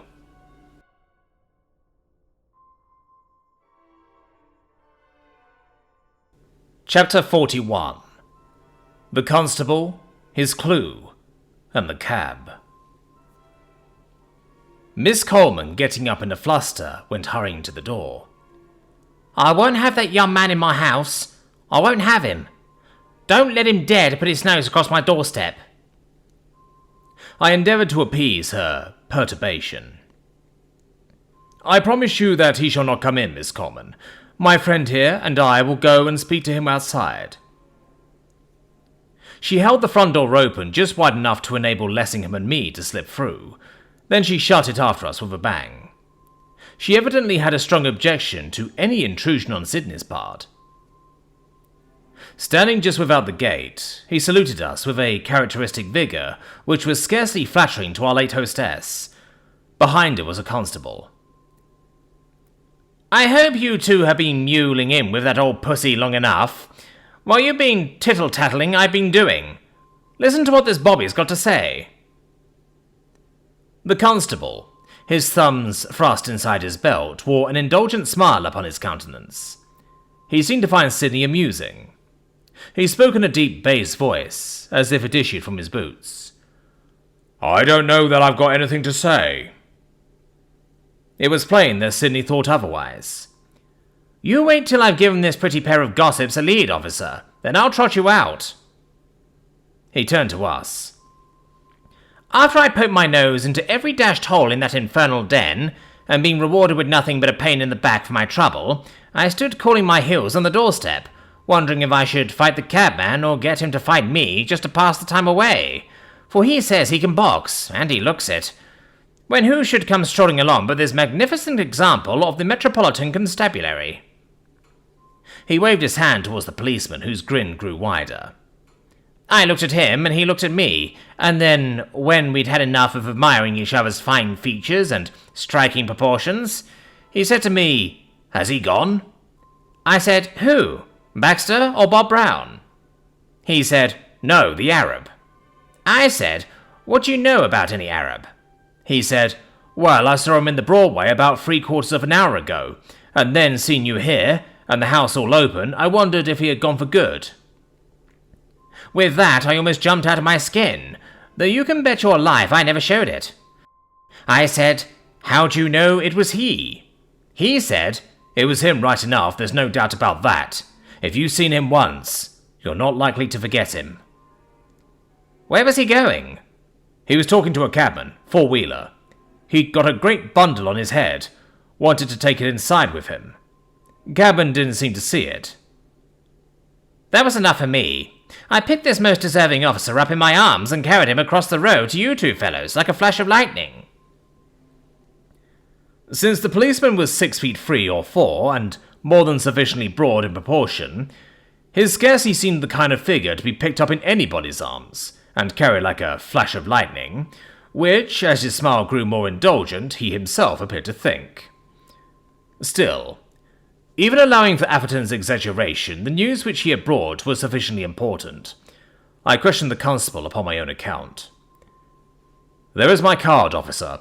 Probably before the day is over, a charge of a very serious character will be preferred against the person who has been residing in the house over the way. In the meantime, it is of the utmost importance that a watch should be kept upon his movements. I suppose you have no sort of doubt that the person you saw in the Broadway was the one in question?" "Not a morsel. I know him as well as I do my own brother. We all do upon this beat. He's known amongst us as the Arab. I've had my eye on him ever since he came to this place. A queer fish he is. I always have said that he's up to some game or other. I never came across one like him for flying about in all sorts of weather, at all hours of the night, always tearing along as if for his life. As I was telling this gentleman, I saw him in the Broadway. Well, now it's about an hour since, perhaps a little more. I was coming on duty when I saw a crowd in front of the district railway station, and there was the Arab, having a sort of argument with the cabman. He had a great bundle on his head, 5 or 6 feet long, perhaps longer. He wanted to take this great bundle with him into the cab, and the cabman, he didn't see it." "You didn't wait to see him drive off?" "No, I hadn't time. I was due at the station. I was cutting it pretty fine as it was." "You didn't speak to him, or to the cabman?" "No, it wasn't any business of mine, you understand. The whole thing just caught my eye as I was passing." "And you didn't take the cabman's number?" "No, well, as far as that goes, it wasn't needed. I know the cabman, his name, and all about him. His stable's in Bradmore." I whipped out my notebook. "Give me his address." "I don't know what his Christian name is. Tom, I believe, but I'm not sure. Anyhow, his surname's Ellis, and his address is Church Mews, St. John's Road, Bradmore. I don't know his number, but anyone will tell you which is his place. If you ask for Four-Wheel Ellis, that's the name he's known by among his pals because of his driving a four-wheeler." "Thank you, officer. I am obliged to you." 2 half-crowns changed hands. "If you will keep an eye on the house and advise me at the address, which you will find on my card, of anything which takes place there during the next few days, you will do me a service." We had clambered back into the hansom. The driver was just about to start, when the constable was struck by a sudden thought. "One moment, sir. Blessed if I wasn't going to forget the most important bit of all. I did hear him tell Ellis where to drive him. He kept saying it over and over again, in that queer lingo of his." Waterloo Railway Station. Waterloo Railway Station. All right, says Ellis. I'll drive you to Waterloo Railway Station right enough. Only I'm not going to have that bundle of yours inside my cab. There isn't room for it, so you put it on the roof. To Waterloo Railway Station, said the Arab. I take my bundle with me to Waterloo Railway Station. I take it with me. Who says you don't take it with you? Said Ellis. You can take it, and 20 more besides for all I care, only you don't take it inside my cab. Put it on the roof. I take it with me to Waterloo Railway Station, said the Arab. And there they were, wrangling and jangling, and neither seemed to be able to make out what the other was after, and the people all laughing. Waterloo Railway Station. You are sure that was what he said? I'll take my oath to it, because I said to myself when I heard it, I wonder what you'll have to pay for that little lot for the district railway stations outside the 4-mile radius. As we drove off, I was inclined to ask myself, a little bitterly, and perhaps unjustly, if it were not characteristic of the average London policeman to almost forget the most important part of his information, at any rate to leave it to the last and only to bring it to the front, on having his palm crossed with silver. As the hansom bowed along, we three had what occasionally approached a warm discussion. Marjorie was in that bundle, began Lessingham, in the most lugubrious of tones, and with the most woebegone of faces. I doubt it, I observed. She was, I feel it, I know it. She was either dead and mutilated, or gagged and drugged and helpless. All that remains is vengeance. I repeat that I doubt it. Atherton struck in. I am bound to say, with the best will in the world to think otherwise, that I agree with Lessingham. You are wrong. It's all very well for you to talk in that cocksure way, but it's easier for you to say I'm wrong than to prove it. If I am wrong, and if Lessingham's wrong, how do you explain his extraordinary insistence on taking it inside the cab with him, which the bobby describes? If there wasn't something horrible, awful in that bundle of his, of which he feared the discovery, why was he so reluctant to have it placed upon the roof? There probably was something in it which he was particularly anxious should not be discovered, but I doubt if it was anything of the kind which you suggest. Here is Marjorie in a house alone. Nothing has been seen of her since. Her clothing, her hair, is found hidden away under the floor. This scoundrel sallies forth with a huge bundle on his head. The bobby speaks of it being 5 or 6 feet long, or longer. A bundle which he regards with so much solicitude that he insists on never allowing it to go, for a single instant, out of his sight and reach. What is in the thing? Don't all the facts most unfortunately point in one direction? Mr. Lessingham covered his face with his hands and groaned. I fear that Mr. Atherton is right. I differ from you both. Sidney at once became heated. Then perhaps you can tell us what was in the bundle. I fancy I could make a guess at the contents. Oh, you could you then? Perhaps for our sakes you'll make it, and not play the oracular owl. Lessingham and I are interested in this business after all. It contained the bearer's personal property. That and nothing more. Stay. Before you jeer at me, suffer me to finish.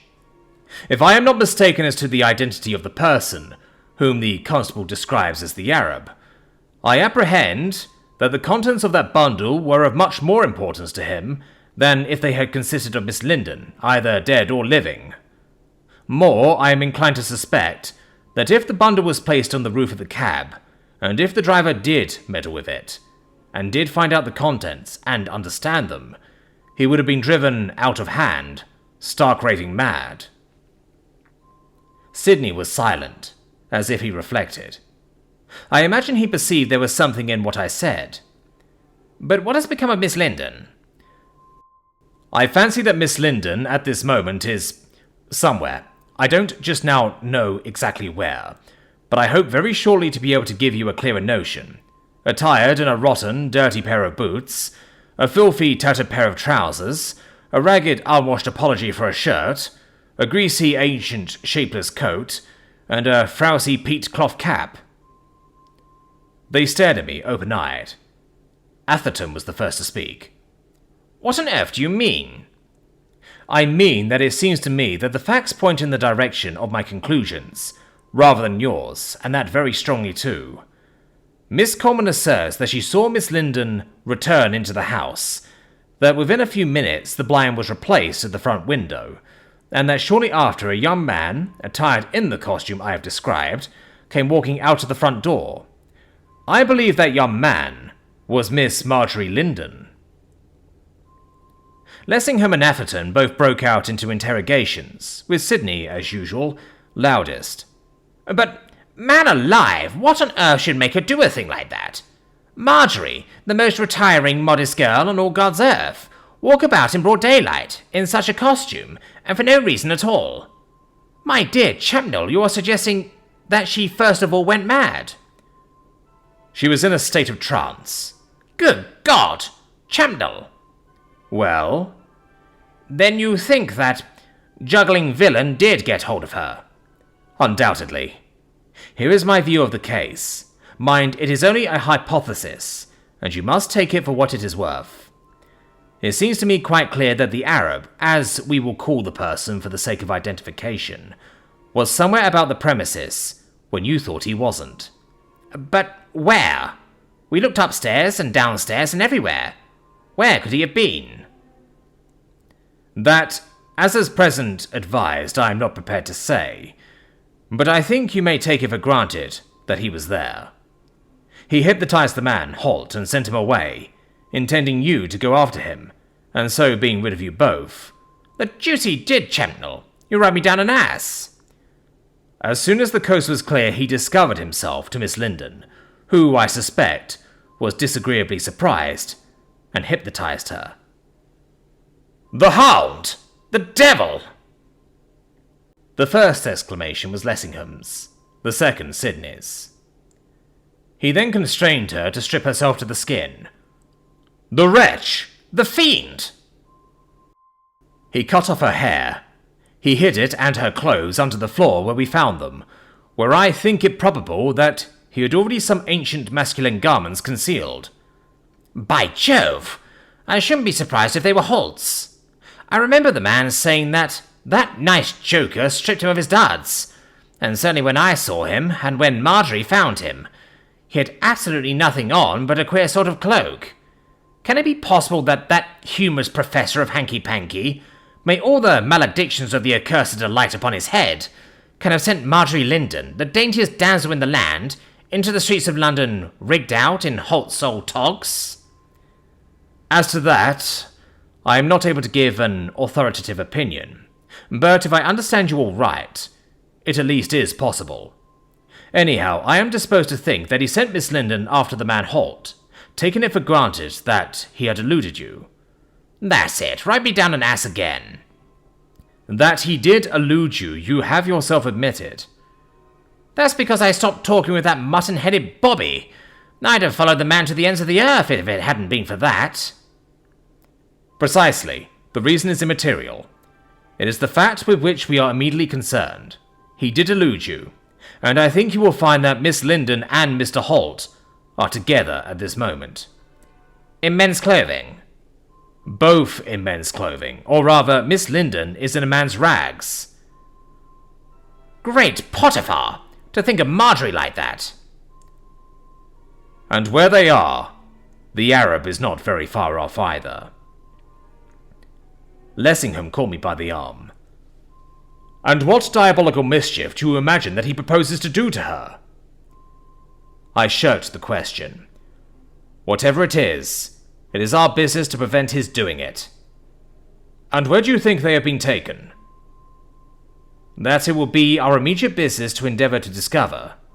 And here, at any rate, we are at Waterloo.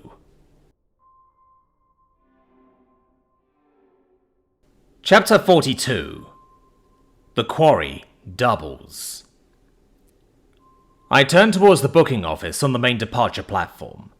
As I went, the chief platform inspector, George Bellingham, with whom I had some acquaintance, came out of his office. I stopped him. Mr. Bellingham, Will you be so good as to step with me to the booking office and instruct the clerk in charge to answer 1 or 2 questions, which I wish to put to him?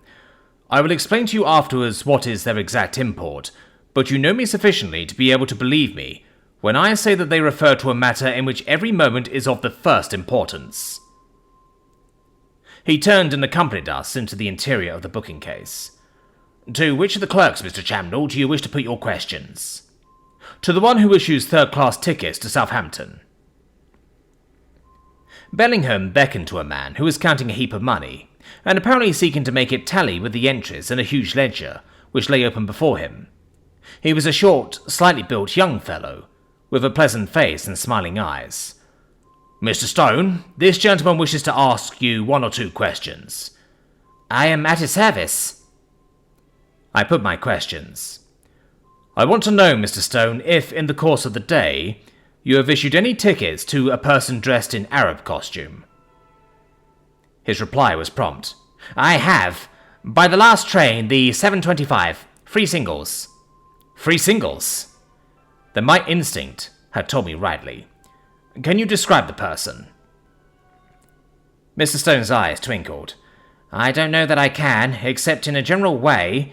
He was uncommonly old and uncommonly ugly, and he had a pair of the most extraordinary eyes I ever saw. They gave me a sort of all-overish feeling when I saw them glaring at me through the pigeonhole. But I can tell you one thing about him.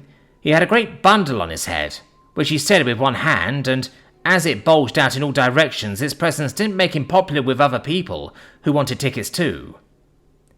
Undoubtedly, this was our man. "You are sure he asked for free tickets?"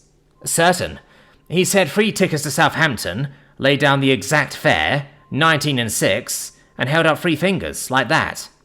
3 nasty-looking fingers they were, with nails as long as talons." "You didn't see who were his companions?" I didn't try to look. I gave him his tickets and off he went, with the people grumbling at him because that bundle of his kept getting in their way." Bellingham touched me on the arm. "I can tell you about the Arab of whom Mr. Stone speaks. My attention was called to him by his insisting on taking his bundle with him into the carriage. It was an enormous thing. He could hardly squeeze it through the door. It occupied the entire seat. But as there wasn't as many passengers as usual, and he wouldn't or couldn't be made to understand that his precious bundle would be safe in the luggage van, along with the rest of the luggage, and as he wasn't the sort of person you could argue with to any advantage, I had him put into an empty compartment, bundle and all." "Was he alone then?" "I thought so at the time. He said nothing about having more than 1 ticket or any companions. But just before the train started, 2 other men, Englishmen, got into his compartment. And as I came down the platform, the ticket inspector at the barrier informed me that these 2 men were with him, because he held tickets for the 3, which, as he was a foreigner, and they seemed English, struck the inspector as odd." "Could you describe the 2 men?" "I couldn't, not particularly, but the man who had charge of the barrier might. I was at the other end of the train when they got in. All I noticed was that one seemed to be a commonplace-looking individual, and that the other was dressed like a tramp, all rags and tatters. A disreputable-looking object he appeared to be." "That," I said to myself, "was Miss Marjorie Linden, the lovely daughter of a famous house, the wife-elect of a coming statesman." To Bellingham I remarked aloud, "I want you to strain a point, Mr. Bellingham, and to do me a service which I assure you, you shall never have any cause to regret. I want you to wire instructions down the line to detain this Arab and his companions, and to keep them in custody until the receipt of further instructions. They are not wanted by the police as yet, but they will be, as soon as I am able to give certain information to the authorities at Scotland Yard, and wanted very badly. But as you will perceive for yourself, until I am able to give that information, every moment is important. Where's the station superintendent?" "He's gone. At present I'm in charge." "Then will you do this for me? I repeat that you shall never have any reason to regret it." "I will if you'll accept all responsibility." "I'll do that with the greatest pleasure." Bellingham looked at his watch. "It's about 20 minutes to 9. The train's scheduled for Basingstoke at 9:06. If you wire to Basingstoke at once, they ought to be ready for them when they come." "Good." The wire was sent. We were shown into Bellingham's office to await results. Lessingham paced agitatedly to and fro. He seemed to have reached the limits of his self-control, and to be in a condition in which movement of some sort was an absolute necessity. The mercurial Sidney, on the contrary, leaned back in a chair, his legs stretched out in front of him, his hands thrust deep into his trouser pockets, and stared at Lessingham, as if he found relief to his feelings in watching his companion's restlessness. I, for my part, drew up as full a precis of the case as I deemed advisable, and as time permitted, which I dispatched by one of the company's police to Scotland Yard. Then I turned to my associates. Now, gentlemen, it's past dinner time. We may have a journey in front of us. If you take my advice, you'll have something to eat. Lessingham shook his head. I want nothing. Nor I, echoed Sidney. I started up. You must pardon my saying nonsense, but surely you, of all men, Mr. Lessingham, should be aware that you will not improve the situation by rendering yourself incapable of seeing it through. Come and dine. I hauled them off with me, willy-nilly, to the refreshment room. I dined, after a fashion. Mr. Lessingham swallowed with difficulty a plate of soup. Sidney nibbled at a plate of the most unpromising-looking chicken and ham. He proved, indeed, more intractable than Lessingham, and was not to be persuaded to tackle anything easier of digestion. I was just about to take cheese after chop when Bellingham came hastening in his hand an open telegram. "The birds have flown," he cried. Flown? How? In reply, he gave me the telegram. I glanced at it. It ran, Persons described, not in the train. Guard says they got out at Vauxhall. Have wired Vauxhall to advise you. That's a level-headed chap, said Bellingham, the man who sent the telegram.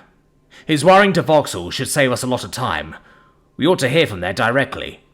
Hello, what's this? I shouldn't be surprised if this is it. As he spoke, a porter entered. He handed an envelope to Bellingham. We all three kept our eyes fixed on the inspector's face as he opened it. When he perceived the contents, he gave an exclamation of surprise. This Arab of yours and his two friends seem rather a curious lot, Mr. Chamnell. He passed the paper on to me. It took the form of a report. Lessingham and Sidney, regardless of forms and ceremonies, leaned over my shoulder as I read it. Passengers by 7:30 Southampton, on arrival of train, complained of noises coming from a compartment in coach 8964, stated that there had been shrieks and yells ever since the train left Waterloo, as if someone was being murdered. An Arab and two Englishmen got out of the compartment in question. Apparently the party referred to in wire just a hand from Basingstoke. All three declared that there was nothing the matter, that they had been shouting for fun. Arab gave up 3 third singles for Southampton, saying, in reply to questions, that they had changed their minds and did not want to go any further. As there were no signs of a struggle or of violence, nor apparently any definite cause for detention, they were allowed to pass. They took a four-wheeler, number 09435. The Arab and one man went inside, and the other man on the box. They asked to be driven to Commercial Road, Limehouse. The cab has since returned. Driver says he put the 3 men down, at their request, in Commercial Road, at the corner of Sutcliffe Street, near the East India Docks. They walked up Sutcliffe Street, the Englishman in front, and the Arab behind, took the first turning to the right, and after that he saw nothing of them. The driver further states that all the way the Englishman inside, who was so ragged and dirty that he was reluctant to carry him, kept up a sort of wailing noise which so attracted his attention that he twice got off his box to see what was the matter, and each time he said it was nothing. The cabman is of opinion that both the Englishmen were of weak intellect. We were of the same impression here. They said nothing, except at the seeming instigation of the Arab, but when spoken to stared and gaped like lunatics. It may be mentioned that the Arab had with him an enormous bundle, which he persisted, in spite of all remonstrances, on taking with him inside the cab. As soon as I had mastered the contents of the report, and perceived what I believe to be, unknown to the writer himself, its hideous inner meaning. I turned to Bellingham. With your permission, Mr. Bellingham, I will keep this communication. It will be safe in my hands. You will be able to get a copy, and it may be necessary that I should have the original to show to the police. If any inquiries are made for me from Scotland Yard, tell them that I have gone to the Commercial Road, and that I will report my movements from Limehouse Police Station. In another minute, we were once more traversing the streets of London, free in a hansom cab.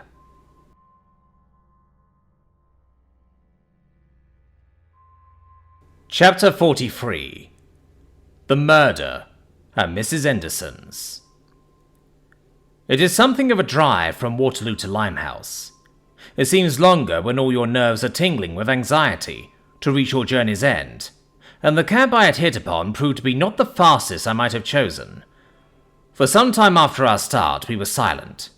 Each was occupied with his own thoughts. Then Lessingham, who was sitting at my side, said to me, "Mr. Chamnell, you have that report?" "I have." "Will you let me see it once more?" I gave it to him.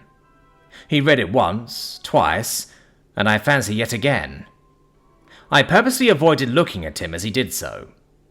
Yet all the while I was conscious of his pallid cheeks, the twitched muscles of his mouth, the feverish glitter of his eyes.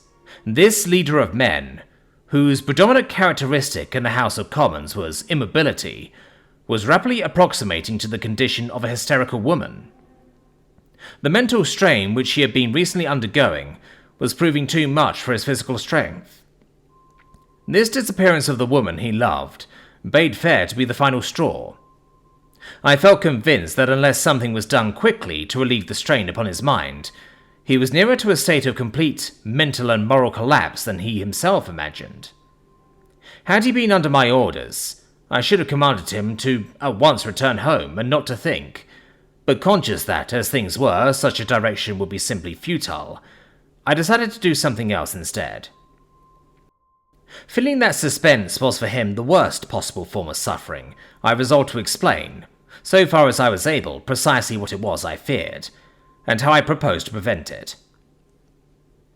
Presently, there came the question for which I had been waiting, in a harsh, broken voice, which no one who had heard him speak on a public platform or in the House of Commons would have recognized as his.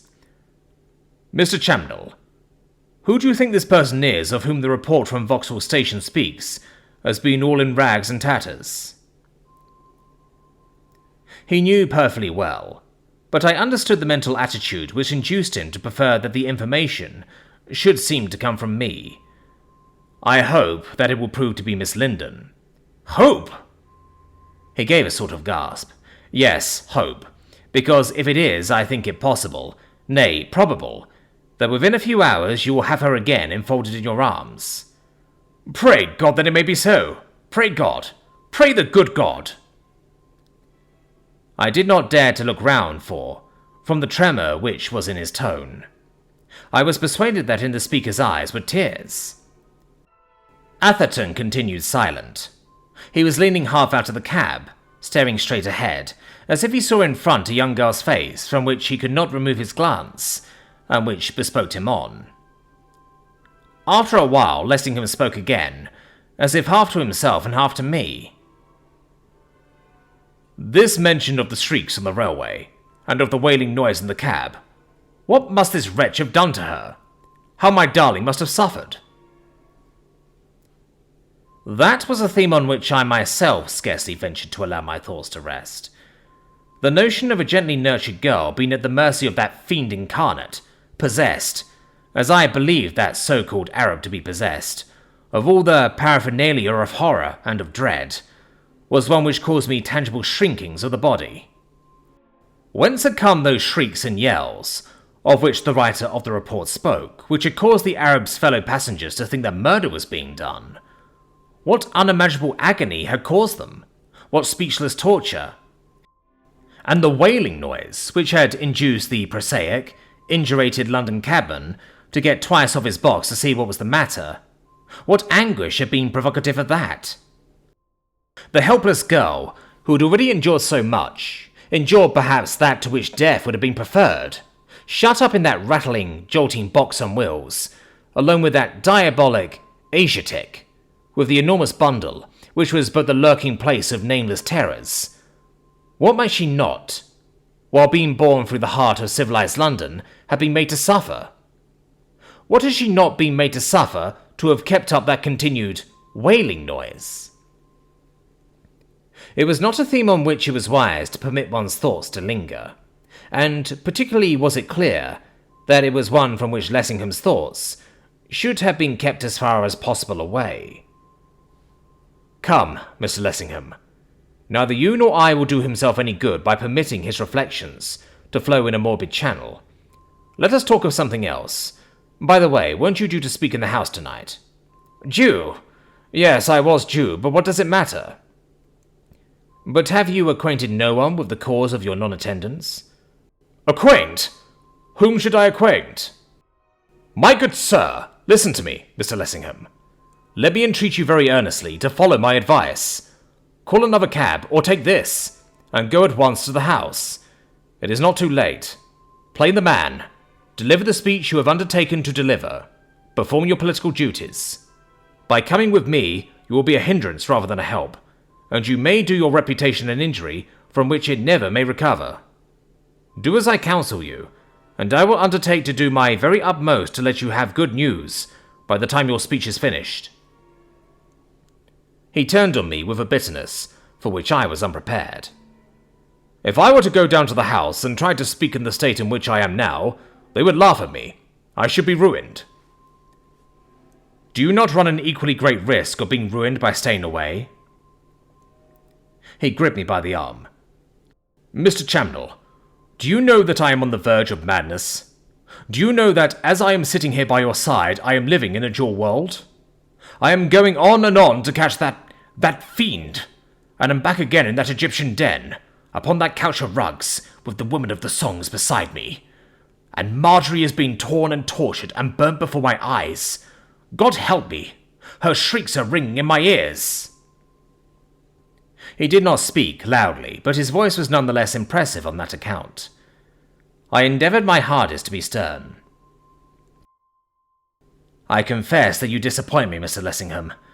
I have always understood that you were a man of unusual strength. You appear instead to be a man of extraordinary weakness, with an imagination so ill-governed that its ebullitions remind me of nothing so much as feminine hysterics. Your wild language is not warranted by circumstances. I repeat that I think it quite possible that by tomorrow morning she will be returned to you. Yes, but how? As the Marjorie I have known? As I saw her last? Or how? That was the question which I had already asked myself. In what condition would she be when we had succeeded in snatching her from her captor's grip? It was a question to which I had refused to supply an answer. To him, I lied by implication. Let us hope that, with the exception of being a trifle scared, she will be as sound and hale and hearty as even in her life. Do you yourself believe that she'll be like that? Untouched, unchanged, unstained? Then I lied right out. It seemed to me necessary to calm his growing excitement. I do. You don't. Mr. Lessingham! Do you think that I can't see your face, and read it in the same thoughts which trouble me? As a man of honour, do you care to deny that when Marjorie Linden is restored to me, if she ever is, you fear she will be but the mere soiled husk of the Marjorie whom I knew and loved? Even supposing that there may be a modicum of truth in what you say, which I am far from being disposed to admit, what good purpose do you propose to serve by talking in such a strain? None. No good purpose, unless it be the desire of looking the truth in the face. For, Mr. Chamnell, you must not seek to play with me the hypocrite, nor try to hide things from me as if I were a child. If my life is ruined, it is ruined. Let me know it, and look the knowledge in the face. That, to me, is to play the man. I was silent. The wild tale he had told me of that Cairene inferno, oddly enough, yet why oddly, for the world is all coincidence, had thrown a flood of light on certain events which had happened some 3 years previously, and which ever since has remained shrouded in mystery. The conduct of the business afterwards came into my hands, and briefly, what had occurred was this. 3 persons, 2 sisters and their brother, who was younger than themselves, members of a decent English family, were going on a trip round the world. They were young, adventurous, and, not to put too fine a point on it, foolhardy. The evening after their arrival in Cairo, by way of what is called a lark, in spite of the protestations of people who were better informed than themselves, they insisted on going, alone, for a ramble through the native quarter. They went, but they never returned. Or rather, the 2 girls never returned. After an interval, the young man was found again, what was left of him. A fuss was made when there were no signs of their reappearance, but as there were no relations, nor even friends of theirs, but only casual acquaintances on board the ship by which they had travelled, perhaps not so great a fuss as might have been was made. Anyhow, nothing was discovered. Their widowed mother, alone in England, wondering how it was that beyond the receipt of a brief wire, acquainting her with their arrival at Cairo, she had heard nothing further of their wanderings, placed herself in communication with the diplomatic people over there, to learn that, to all appearances, her 3 children had vanished from off the face of the earth. Then a fuss was made, with a vengeance. So far as one can judge, the whole town and neighbourhood was turned pretty well upside down, but nothing came of it. So far as any results were concerned, the authorities might just as well have left the mystery of their vanishment alone. It continued where it was in spite of them. However, some 3 months afterwards, a youth was brought to the British Embassy by a party of friendly Arabs, who asserted that they had found him naked and nearly dying in some remote spot in the Wadi Haifa desert. It was the brother of the 2 lost girls. He was as nearly dying as he very well could be without being actually dead when they brought him to the embassy, and in a state of indescribable mutilation. He seemed to rally for a time under careful treatment, but he never again uttered a coherent word. It was only from his delirious ravings that any idea was formed of what had really occurred. Shorthand notes were taken of some of the utterances of his delirium. Afterwards, they were submitted to me. I remembered the substance of them quite well, and when Mr. Lessingham began to tell me of his own hideous experiences, they came back to me more clearly still. Had I laid those notes before him, I have little doubt but that he would have immediately perceived that 17 years after the adventure, which had left such an indelible scar upon his own life, this youth, he was little more than a boy, had seen the things which he had seen, and suffered the nameless agonies and degradations which he had suffered. The young man was perpetually raving about some indescribable den of horror, which was own brother to Lessingham's temple, and about some female monster, whom he regarded with such fear and horror that every allusion he made to her was followed by a convulsive paroxysm, which taxed all the ingenuity of his mental attendants to bring him out of. He frequently called upon his sisters by name, speaking of them in a manner which inevitably suggested that he had been an unwilling and helpless witness of hideous tortures which they had undergone. And then he would rise in bed screaming, "They're burning them! They're burning them! Devils! Devils!" And at those times, it required all the strength of those who were in attendance to restrain his maddened frenzy. The youth died in one of these fits of great preternatural excitement, without, as I have previously written, having given utterance to one single coherent word, and by some of those who were best able to judge it, was held to have been a mercy that he did die, without having been restored to consciousness. And presently, tales began to be whispered about some idolatrous sect, which was stated to have its headquarters somewhere in the interior of the country. Some located it in this neighbourhood and some in that, which was stated to still practice, and to always have practiced, in unbroken historical continuity, the debased, unclean, mystic, and bloody rites of a form of idolatry, which had had its birth in a period of the world's story which was so remote, that to all intents and purposes it might be described as prehistoric. While the ferment was still at its height, a man came to the British Embassy who said that he was a member of a tribe which had its habitat on the banks of the White Nile. He asserted that he was in association with this very idolatrous sect, though he denied that he was one of the actual sectaries. He did admit, however, that he had assisted more than once at their orgies, and declared that it was their constant practice to offer young women as sacrifices, preferably white Christian women, with a special preference, if they could get to them, to young English women. He vowed that he himself had seen with his own eyes English girls burnt alive.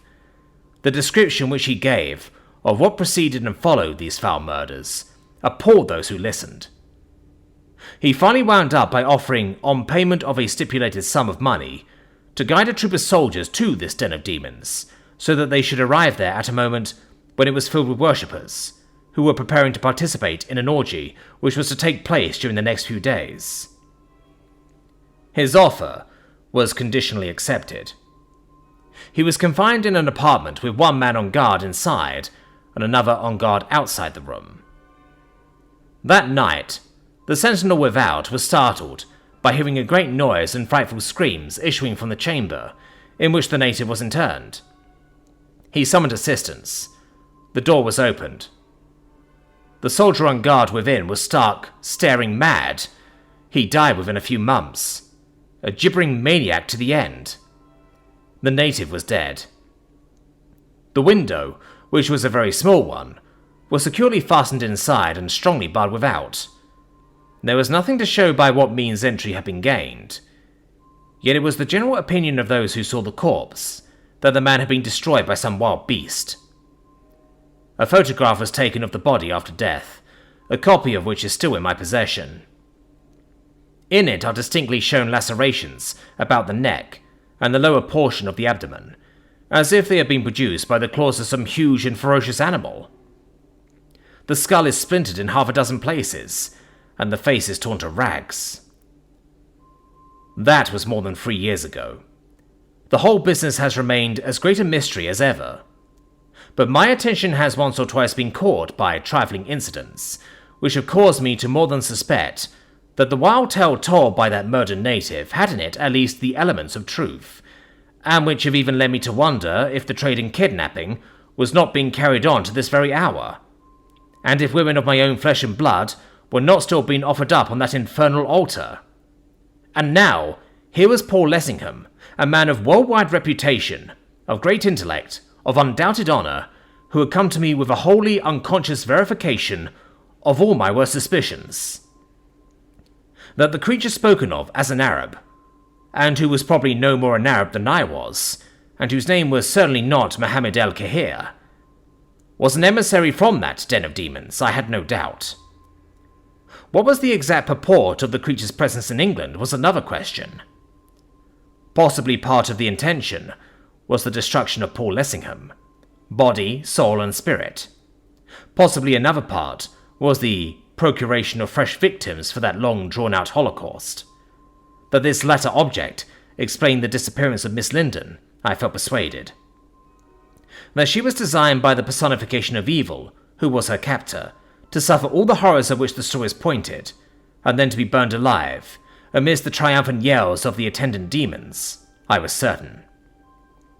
That the wretch, aware that the pursuit was in full cry, was tearing, twisting, doubling, and would stick at nothing which would facilitate the smuggling of the victim out of England, was clear. My interest in the quest was already far other than a merely professional one. The blood in my veins tingled at the thought of such a woman as Miss Linden being in the power of such a monster. I may assuredly claim that throughout the whole business I was urged forward by no thought of fee or of reward. To have had a share in rescuing that unfortunate girl, and in the destruction of her noxious persecutor, would have been reward enough for me. One is not always, even in strictly professional matters, influenced by strictly professional instincts. The cab slowed. A voice descended through the trapdoor. "This is Commercial Row, sir. What part of it do you want? Drive me to Limehouse Police Station. We were driven there. I made my way to the usual inspector behind the usual pigeonhole. My name is Chamnell. Have you received any communication from Scotland Yard tonight, having reference to a matter in which I am interested? Do you mean about the Arab? We received a telephonic message about half an hour ago. Since communicating with Scotland Yard, this has come to hand from the authorities at Vauxhall Station. Can you tell me if anything has been seen of the person in question by the men of your division?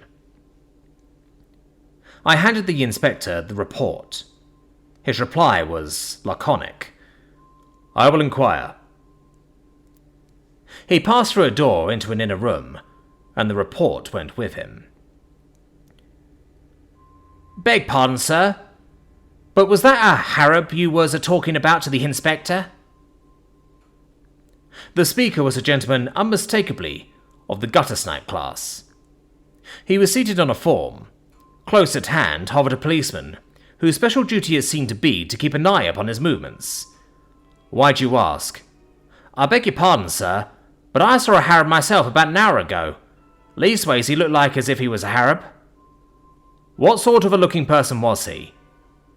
I can't hardly tell you that, sir, because I didn't never have a proper look at him. But I know he had a blooming great bundle on his head. It was like this, here. I was coming round the corner as he was passing. I never see him till I was right atop of him, so that I accidentally run again. My hay didn't even give me a downer. I was down on the back of me head in the middle of the road before I knew where I was, and he was at the other end of the street. If he hadn't knocked me more than half silly, I'd have been after him, sharp, I tell you, and asked him what I thought he was doing of. But before my senses were back again, he was out of sight, clean. You are sure he had a bundle on his head? I noticed it most peculiar. How long ago did you say this was, and where? About an hour ago. Perhaps more, perhaps less. Was he alone? It seemed to me as if a cove was a-following.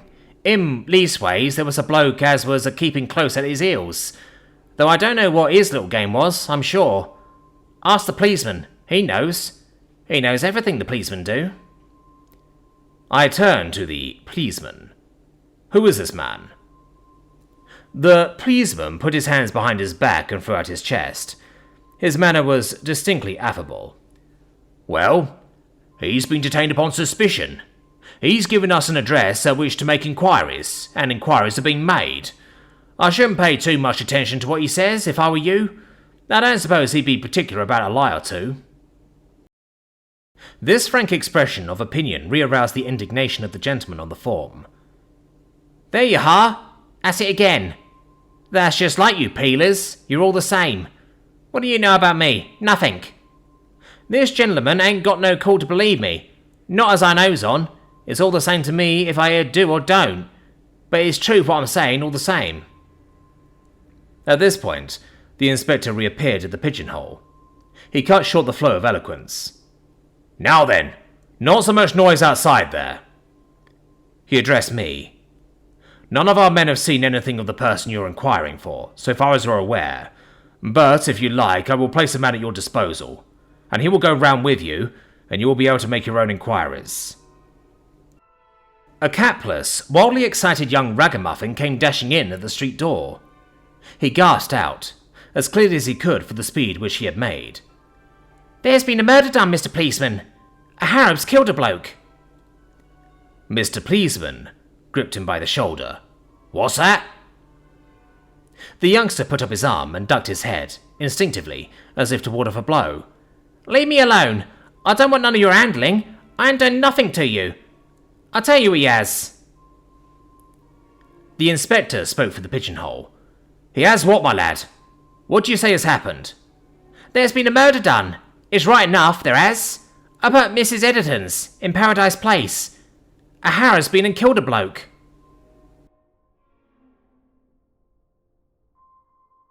Chapter 44. The Man Who Was Murdered. The inspector spoke to me. If what the boy says is correct, it sounds as if the person whom you are seeking may have had a finger in the pie. I was of the same opinion, as apparently were Lessingham and Sidney. Atherton collared the youth by the shoulder, which Mr. Pleasman had left disengaged. "What sort of looking bloke is it who's been murdered?" "I don't know. I haven't seen him. Mrs. Enderson, she says to me, 'Gustus Barley,' she says, 'a bloke's been murdered. That there Herod, what I chucked out half an hour ago, been and murdered him, and left him behind up in my back room.' You run as hard as you can tear, and tell them they're dratted please, what's so fond of shoving their dirty noses into respectable people's houses. So I comes and tells you, that's all I knows about it." We went four in the hansom, which had been waiting in the street, to Mrs. Henderson's in Paradise Place, the inspector and we three. Mr. Pleasman and Gustus Barley followed on foot. The inspector was explanatory. "Mrs. Henderson keeps a sort of lodging house, a sailor's home as she calls it, but no one could call it sweet. It doesn't bear the best of characters, and if you ask me what I thought of it, I shall say in plain English that it was a disorderly house." Paradise Place proved to be within 300 or 400 yards of the station house. So far as could be seen in the dark, it consisted of a row of houses of considerable dimensions, and also of considerable antiquity. They opened on to 2 or 3 stone steps, which led directly into the street. At one of the doors stood an old lady with a shawl drawn over her head. This was Mrs. Henderson. She greeted us with garrulous volubility. "So, you have come, have you? I thought you never was a-coming, that I did." She recognised the inspector. "It's you, Mr. Phillips, is it?" Perceiving us, she drew a little back. "Who's them here parties? They ain't coppers." Mr. Phillips dismissed her inquiry curtly. "Never you mind who they are. What's this about someone being murdered?" "Shh!" The old lady glanced around. "Don't you speak so loud, Mr. Phillips. No one don't know nothing about it as yet. The parties what's in my house is most respectable. Most. And they couldn't abide the notion of there being police about the place." "We quite believe that, Mrs. Henderson." The inspector's tone was grim. Mrs. Henderson led the way up a staircase, which would have been distinctly the better for repairs. It was necessary to pick one's way as one went, and as the light was defective, stumbles were not infrequent. Our guide paused outside a door on the topmost landing. From some mysterious recess in her apparel, she produced a key. "It's in here. I'll lock the door so that nothing might have been disturbed. I know how particular you policemen is." She turned the key. We all went in. We, this time, in front, and she behind. A candle was guttering on a broken and dilapidated single wash-hand stand. A small iron bedstead stood by its side, the clothes on which were all tumbled and tossed. There was a rush-seated chair with a hole in the seat, and that, with the exception of 1 or 2 chipped pieces of stoneware, and a small round mirror which was hung on a nail against the wall, seemed to be all that the room contained. I could see nothing in the shape of a murdered man, nor, it appeared, could the inspector either. "What's the meaning of this, Mrs. Henderson? I don't see anything here." "It's beyond the bed, Mr. Phillips. I left him just where I found him. I wouldn't have touched him, not for nothing, nor yet have let nobody else have touched him neither, because, as I say, I know how particular you policemen is." We all four went hastily forward. Atherton and I went to the head of the bed. Lessingham and the inspector, leaning right across the bed, peeped over the side. There, on the floor, in the space which was between the bed and the wall, lay the murdered man. At sight of him, an exclamation burst from Sidney's lips. "It's Holt!" "Thank God!" cried Lessingham. "It isn't Marjorie." The relief in his tone was unmistakable. That the one was gone was plainly nothing to him, in comparison with the fact that the other was left. Thrusting the bed more into the centre of the room, I knelt down beside the man on the floor. A more deplorable spectacle than he presented I have seldom witnessed. He was decently clad in a grey tweed suit, white hat, collar and necktie, and it was perhaps that fact which made his extreme attenuation, the more conspicuous. I doubt if there was an ounce of flesh on the whole of his body. His cheeks and the sockets of his eyes were hollow. The skin was drawn tightly over the cheekbones. The bones themselves were staring through. Even his nose was wasted, so that nothing but a ridge of cartilage remained. I put my arm beneath his shoulder and raised him from the floor. No resistance was offered by the body's gravity. He was as light as a little child. "I doubt," I said, "if this man has been murdered. It looks to me like a case of starvation or exhaustion, possibly a combination of both." "What's that on his neck?" asked the inspector. He was kneeling at my side. He referred to 2 abrasions of the skin, one on either side of the man's neck. "They look to me like scratches. They seem pretty deep, but I don't think they're sufficient in themselves to cause death." "They might be, joined to an already weakened constitution. Is there anything in his pockets? Let's lift him onto the bed." We lifted him onto the bed. A featherweight he was to lift.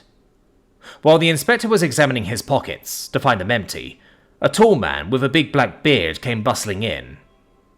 He proved to be Dr. Glossop, the local police surgeon, who had been sent for before our quitting the station house. His first pronouncement, made as soon as he commenced his examination, was, under the circumstances, sufficiently startling. "I don't believe the man's dead. Why didn't you send for me directly you found him?" The question was put to Mrs. Henderson.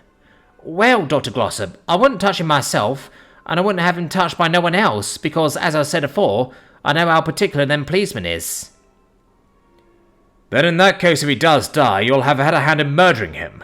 That's all." The lady sniggered. "Of course, Dr. Glossop. We all knows you always have your joke." "You'll find it a joke if you have to hang, as you ought to," the doctor said, what he did say to himself under his breath. I doubt if it was flattering to Mrs. Henderson. "Have you got any brandy in the house?" "We've got everything in the house for them as likes to pay for it. Everything." Then, suddenly remembering that the police were present, and that hers were not exactly licensed premises, "Leastways we can send out for it, for them parties as gives us the money, being, as is well known, always willing to oblige." "Then send for some, to the tap downstairs, if that's the nearest. If this man dies before you brought it, I'll have you locked up as sure as you're a living woman."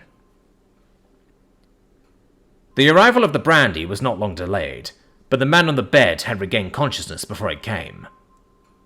Opening his eyes, he looked up at the doctor, bending over him. "Hello, my man. That's more like the time of day. How are you feeling?"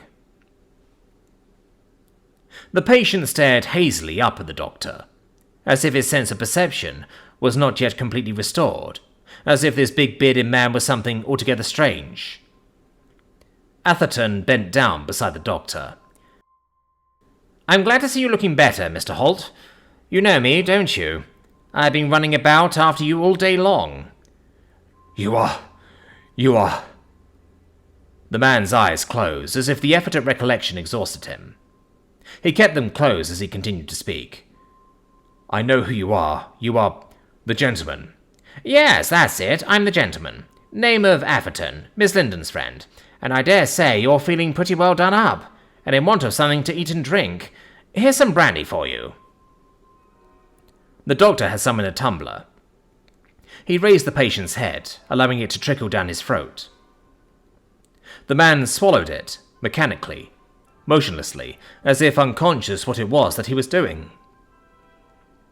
His cheeks flushed. The passing glow of colour caused their condition of extraordinary, and indeed extravagant, attenuation to be more prominent than ever. The doctor laid him back upon the bed, feeling his pulse with one hand, while he stood and regarded him in silence. Then, turning to the inspector, he said to him in an undertone, "If you want him to make a statement, he'll have to make it now. He's going fast. You won't be able to get much out of him. He's too far gone, and I shouldn't bustle him, but get what you can." The inspector came to the front, a notebook in his hand. "I understand from this gentleman," signifying Atherton, "that your name's Robert Holt." I'm an inspector of police, and I want you to tell me what has brought you into this condition. Has anyone been assaulting you?" Holt, opening his eyes, glanced up at the speaker, mistily, as if he could not see him clearly, still less understand what it was that he was saying. Sidney, stooping over him, endeavoured to explain. "The inspector wants to know how you got here. Has anyone been doing anything to you? Has anyone been hurting you?" The man's eyelids were partially closed. Then they opened wider and wider. His mouth opened too. On his skeleton features there came a look of panic fear. He was evidently struggling to speak. At last, words came. "The Beetle!" He stopped. Then, after an effort, spoke again. "The Beetle!" "What's he mean?" asked the inspector. "I think I understand," Sidney answered. Then turning again to the man in the bed. "Yes, I hear what you say, the Beetle. Well, has the Beetle done anything to you?" "It took me by the throat." "Is that the meaning of the marks upon your neck?" "The Beetle killed me." The lids closed. The man relapsed into a state of lethargy. The inspector was puzzled, and said so. "What's he mean about a beetle?" Atherton replied, "I think I understand what he means, and my friends do too. We'll explain afterwards. In the meantime, I think I'd better get as much out of him as I can, while there's time." "Yes," said the doctor, his hand upon the patient's pulse. "While there's time. There isn't much, only seconds." Sidney endeavoured to rouse the man from his stupor. "You've been with Miss Linden all the afternoon and evening, haven't you, Mr. Holt?" Atherton had reached a chord in the man's consciousness. His lips moved in painful articulation. "Yes, all the afternoon and evening. God help me." "I hope God will help you, my poor fellow. You've been in need of his help if ever man was. Miss Linden is disguised in your old clothes, isn't she?" "Yes, in my old clothes. My God!" "And where is Miss Linden now?" The man had been speaking with his eyes closed. Now he opened them, wide. There came into them the former staring horror. He became possessed by uncontrollable agitation, half raising himself in bed. Words came from his quivering lips, as if they were only drawn from him by the force of his anguish. "The Beetle is going to kill Miss Linden." A momentary paroxysm seemed to shake the very foundations of his being. His whole frame quivered. He fell back onto the bed, ominously. The doctor examined him in silence, while we too were still. "This time he's gone for good. There'll be no conjuring him back again." I felt a sudden pressure on my arm, and found that Lessingham was clutching me, with probably unconscious violence. The muscles of his face were twitching. He trembled. I turned to the doctor. "Doctor, if there is any of that brandy left, will you let me have it for my friend?" Lessingham disposed of the remainder of the shilling's worth. I rather fancy it saved us from a scene. The inspector was speaking to the woman of the house. "Now, Mrs. Enderson, perhaps you'll tell us what all this means. Who is this man, and how did he come in here, and who came in with him, and what do you know about it altogether? If you've got anything to say, say it, only you'd better be careful, because it's my duty to warn you that anything you do say may be used against you." Chapter 45. All that Mrs. Enderson knew. Mrs. Henderson put her hands under her apron and smirked. "Well, Mr. Phillips, it do sound strange to hear you talking to me like that. Anybody'd think I'd done something as I didn't ought to have done to hear you going on. As for what's happened, I'll tell you all I know with the greatest willingness on earth. And as for being careful, there ain't no call for you to tell me to be that, for that I always am, as by now you ought to know." "Yes, I do know. Is that all you have to say?" "Really, Mr. Phillips, what a man you are for catching people up, you really are. Of course that ain't all I've got to say. Ain't I just a-coming to it?" "Then come." "If you presses me so, you'll muddle of me up.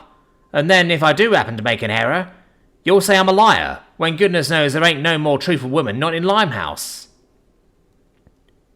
Words plainly trembled on the inspector's lips, which he refrained from uttering. Mrs. Henderson cast her eyes upwards, as if she sought for inspiration from the filthy ceiling.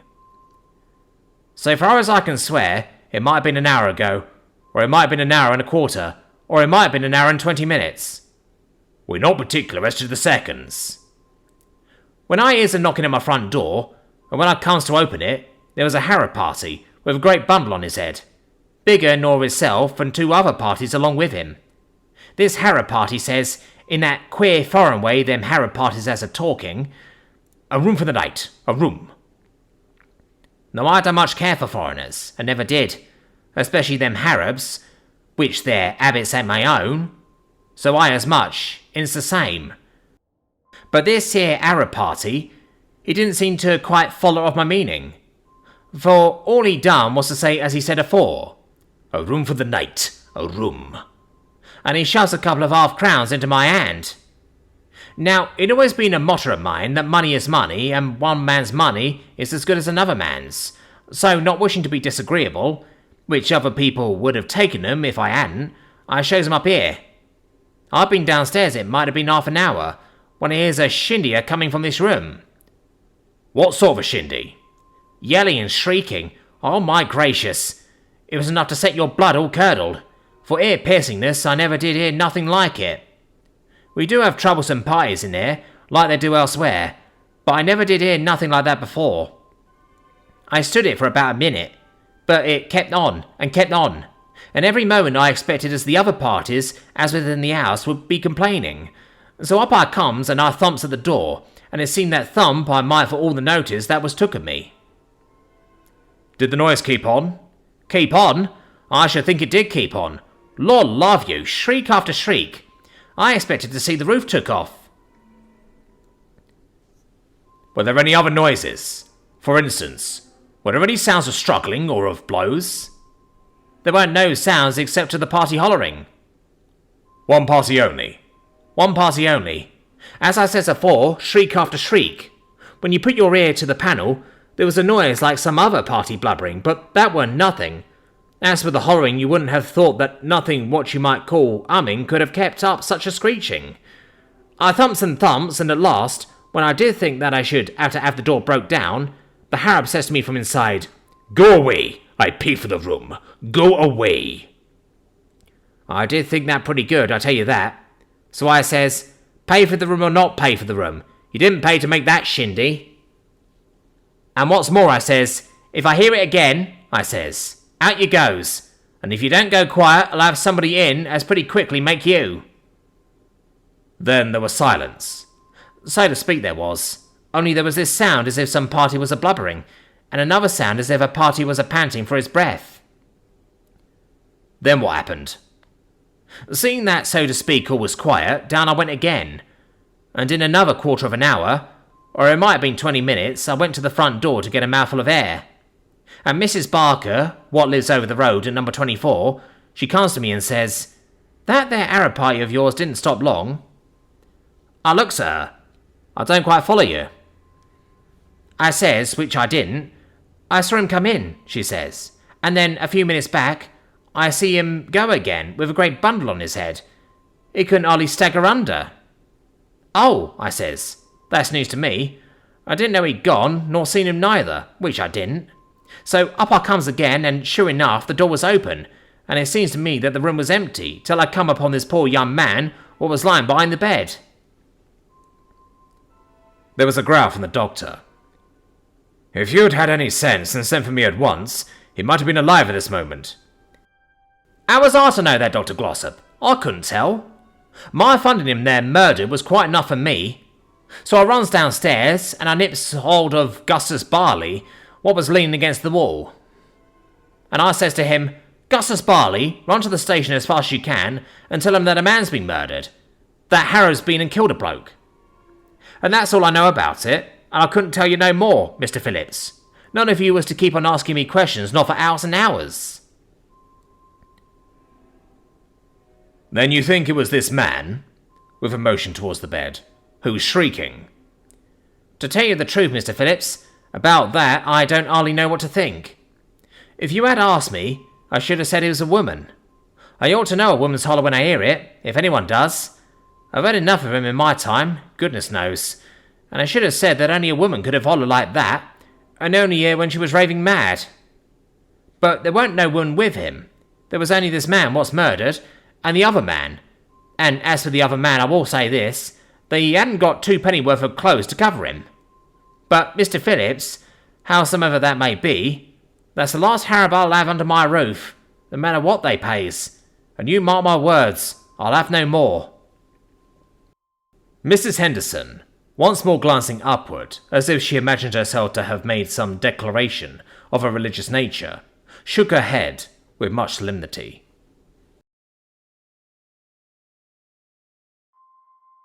Chapter 46. The Sudden Stopping. As we were leaving the house, a constable gave the inspector a note. Having read it, he passed it to me. It was from the local office. Message received that an Arab with a big bundle on his head has been noticed loitering about the neighbourhood of St. Pancras Station. He seemed to be accompanied by a young man who had the appearance of a tramp. Young man seemed ill. They appeared to be waiting for a train, probably to the north. Shall I advise detention? I scribbled on the flyleaf of the note. Have them detained. If they have gone by train, have a special in readiness. In a minute, we were again in the cab. I endeavoured to persuade Lessingham and Atherton to allow me to conduct the pursuit alone, in vain. I had no fear of Atherton's succumbing, but I was afraid for Lessingham. What was more almost than the expectation of his collapse was the fact that his looks and manner, his whole bearing, so eloquent of the agony and agitation of his mind, was beginning to tell upon my nerves. A catastrophe of some sort I foresaw. Of the curtain's fall upon one tragedy, we had just been witness. That there was worse, much worse to follow, I did not doubt. Optimistic anticipations were out of the question. That the creature we were chasing would relinquish the prey uninjured, no one, after what we had seen and heard, could by any possibility suppose. Should a necessity suddenly arise for prompt and immediate action, that Lessingham would prove a hindrance rather than a help, I felt persuaded. But since moments were precious, and Lessingham was not to be persuaded to allow the matter to proceed without him, all that remained was to make the best of his presence. The great arch of St. Pancras was in darkness. An occasional light seemed to make the darkness still more visible. The station seemed deserted. I thought at first that there was not a soul about the place, that our errand was in vain, that the only thing for us to do was to drive to the police station and to pursue our inquiries there. But as we turned towards the booking office, our footsteps ringing out clearly through the silence and the night, a door opened, a light shone out from the room within, and a voice inquired, "Who's that?" "My name's Chamnell. Has a message been received from me by the Limehouse police station?" "Step this way." We stepped that way, into a snug enough office, of which one of the railway inspectors was apparently in charge. He was a big man with a fair beard. He looked me up and down as if doubtfully. Lessingham he recognised at once. He took off his cap to him. "Mr. Lessingham, I believe." "I am Mr. Lessingham. Have you any news for me?" I fancied by his looks that the official was struck by the pallor of the speaker's face, and by his tremulous voice. "I am instructed to give certain information to a Mr. Augustus Chamnell." "I am Mr. Chamnell. What's your information?" "With reference to the Arab about whom you have been making inquiries. A foreigner, dressed like an Arab, with a great bundle on his head, took 2 single thirds for Hull by the midnight express." "Was he alone?" "It is believed that he was accompanied by a young man of very disreputable appearance. They were not together at the booking office, but they had been seen together previously. A minute or so after the Arab had entered the train, this young man got into the same compartment. They were in the front wagon." "Why were they not detained?" "We had no authority to detain them, nor any reason. Until your message was received a few minutes ago, we at this station were not aware that inquiries were being made for them." "You say he booked to Hull. Does the train run through to Hull?" "No, it doesn't go to Hull at all.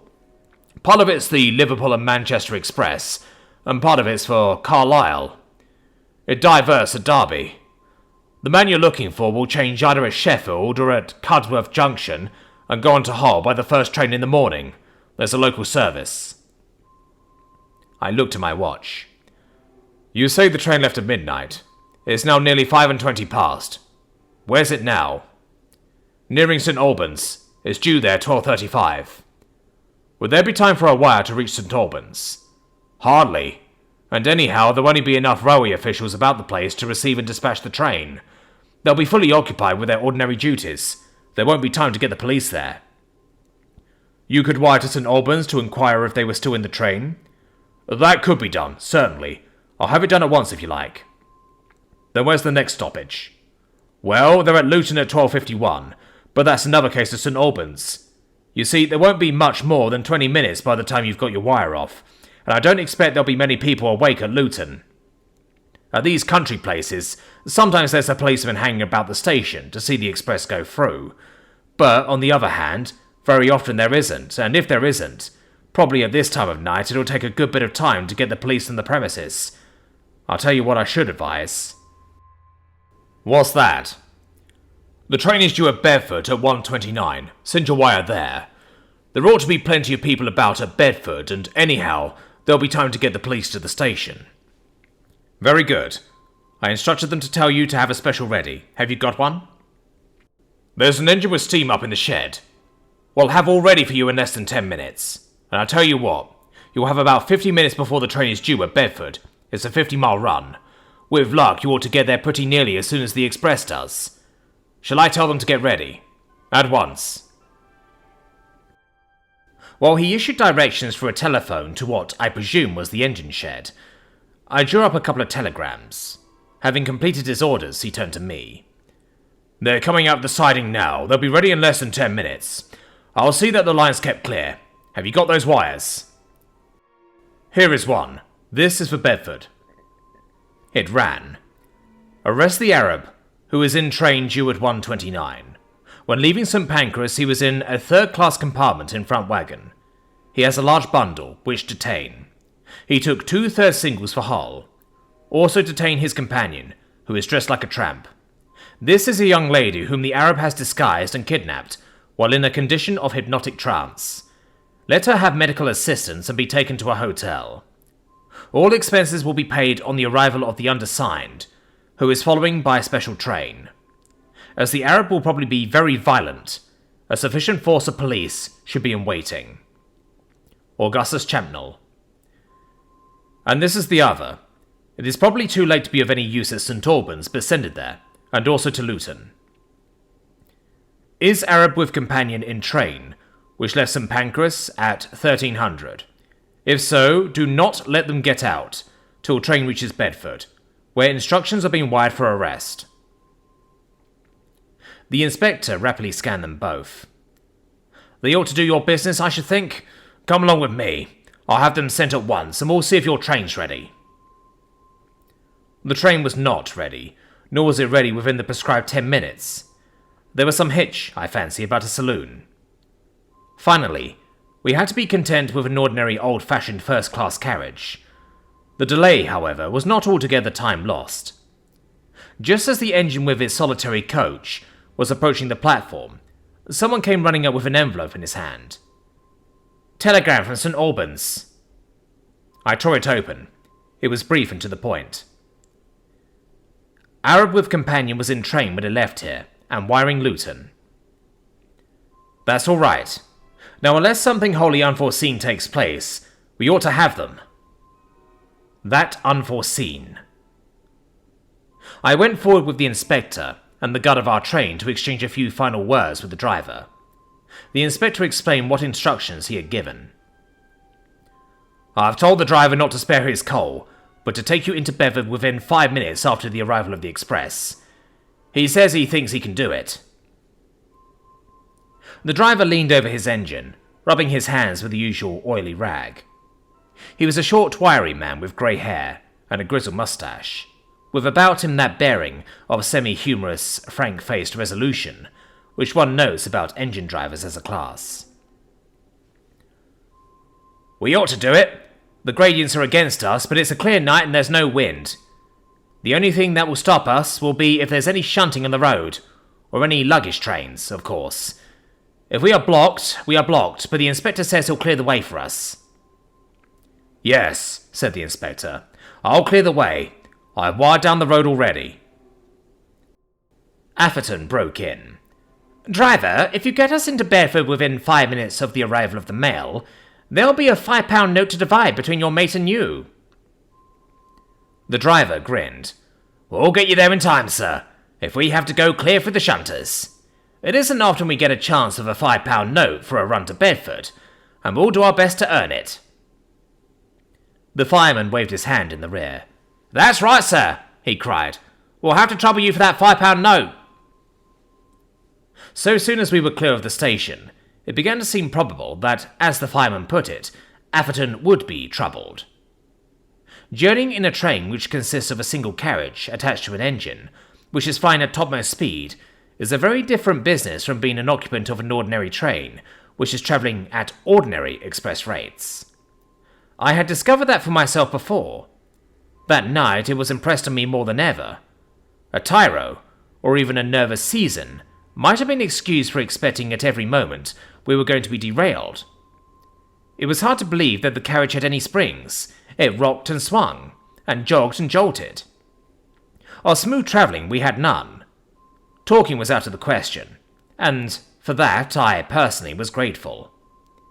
Quite apart from the difficulty we experienced in keeping our seats, and when every moment our position was being altered, and we were jerked backwards and forwards, up and down, this way and that was a business which required care. The noise was deafening. It was as though we were being pursued by a legion of shrieking, bellowing, raging demons. "George!" shrieked Atherton. "He does mean to earn that £5. I hope I'll be alive to pay it him." He was only at the other end of the carriage, but though I could see by the distortion of his visage that he was shouting at the top of his voice, and he has a voice, I only caught here and there a word or two of what he was saying. I had to make sense of the whole. Lessingham's contortions were a study. Few of that large multitude of persons, who are acquainted with him only by means of the portraits which have appeared in the illustrated papers, would then have recognized the rising statesman. Yet I believe that few things could have better fallen in with his mood than that while travelling. He might have been almost shaken to pieces, but the very severity of the shaking served to divert his thoughts from the one dread topic which threatened to absorb them to the exclusion of all else beside. Then there was the tonic influence of the element of risk. The pick-me-up effect of a spice of peril. Actual danger there quite probably was none, but there very rarely seemed to be. And one thing was absolutely certain, that if we did come to smash while going at their speed, we should come to as everlasting smash as the heart of man could, by any possibility desire. It is probable that the knowledge that this was so warmed the blood in Lessingham's veins. At any rate, as to use what in this case was simply a form of speech, I sat and watched him. It seemed to me that he was getting a firmer hold of the strength which had all but escaped him, and that with every jog and jolt he was becoming more and more of a man. On and on we went, dashing, clashing, smashing, roaring, rumbling. Atherton, who had been endeavouring to peer through the window, strained his lungs again in the effort to make himself audible. "Where the devil are we?" Looking at my watch, I screamed back at him. "It's nearly 1, so I suppose we're somewhere in the neighbourhood of Luton. Hullo! What's the matter?" That something was the matter seemed certain. There was a shrill whistle from the engine. In a second, we were conscious, almost too conscious, of the application of the Westinghouse brake. Of all the jolting that was ever jolted, the mere reverberation of the carriage threatened to resolve our bodies into their component parts. Feeling what we felt then helped us to realize the retardatory force which that vacuum brake must be exerting. It did not seem at all surprising that the train should have been brought to an almost instant standstill. Simultaneously, all three of us were on our feet. I let down my window and Atherton let down his, he shouting out, "I should think that inspector's wire hasn't had its proper effect. Looks as if we're blocked, or else we stopped at Luton. It can't be Bedford." It wasn't Bedford. So much seemed clear. Though at first from my window I could make out nothing. I was feeling more than a trifle dazed. There was a singing in my ears. The sudden darkness was impenetrable. Then I became conscious that the guard was opening the door of his compartment. He stood on the step for a moment, seeming to hesitate. Then, with a lamp in his hand, he descended onto the line. "What's the matter?" I asked. "Don't know, sir. It seems as if there was something on the road. What's up there?" This was to the man on the engine. The fireman replied, "Someone in front there's waving a red light like mad. Lucky I caught sight of him. We should have been clean on top of him in another moment. Looks as if there was something wrong. Here he comes." As my eyes grew more accustomed to the darkness, I became aware that someone was making what haste he could along the 6-foot way, swinging a red light as he came. Our guard advanced to meet him, shouting as he went, "What's the matter? Who's that?" A voice replied, "My God! Is that George Hewitt? I thought you were coming right on top of us." Our guard again, "What? Jim Branson? What the devil are you doing here? What's wrong? I thought you were on the 12 out. We're chasing you." "Are you? Then you've caught us. Thank God for it. We're a wreck." I had already opened the carriage door. With that, we all three clambered out onto the line.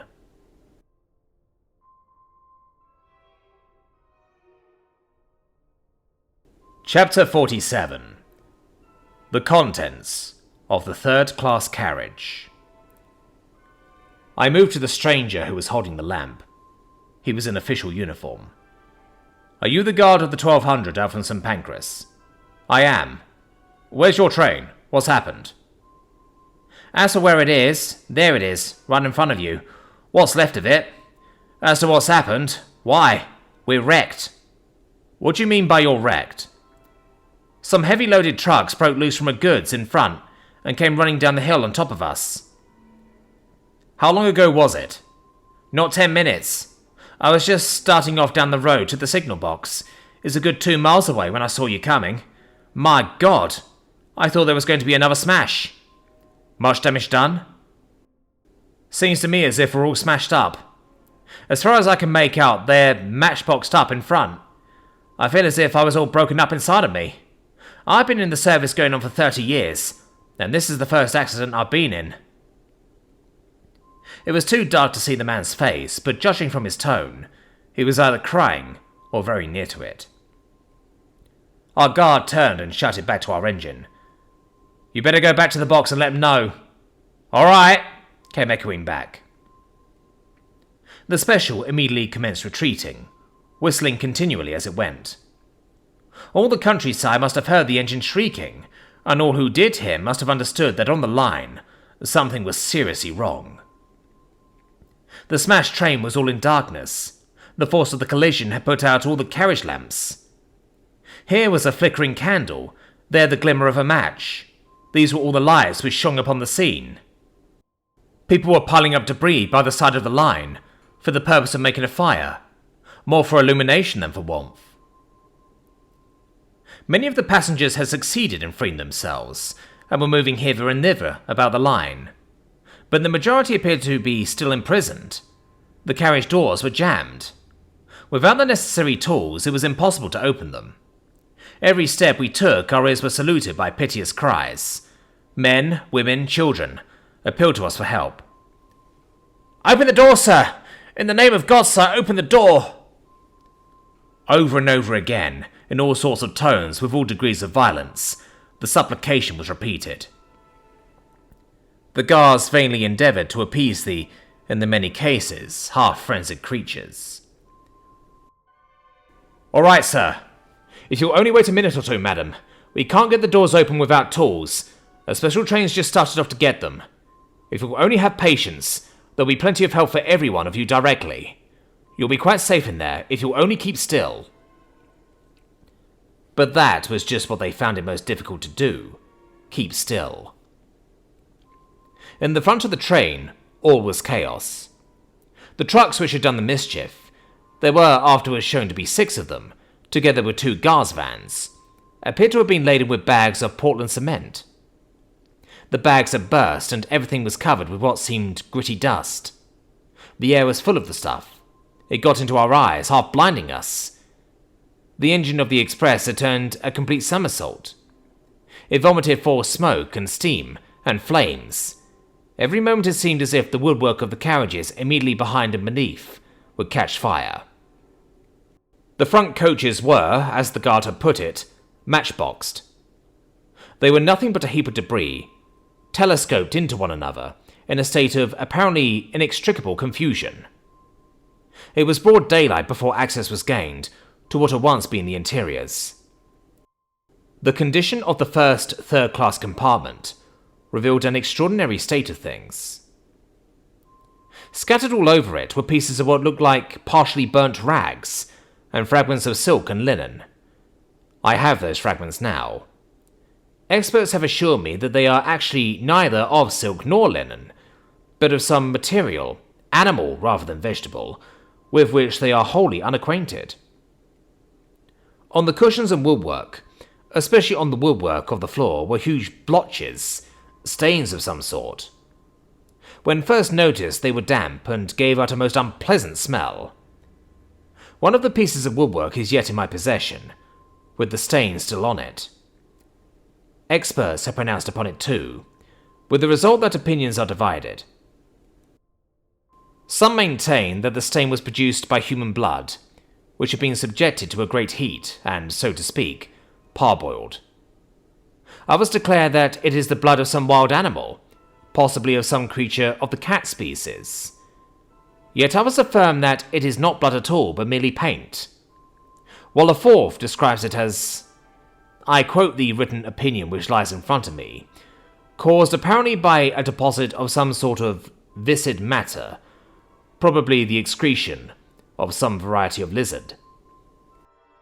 In a corner of the carriage was the body of what seemed a young man, costumed like a tramp. It was Marjorie Linden. So far as a most careful search revealed, that was all the compartment contained.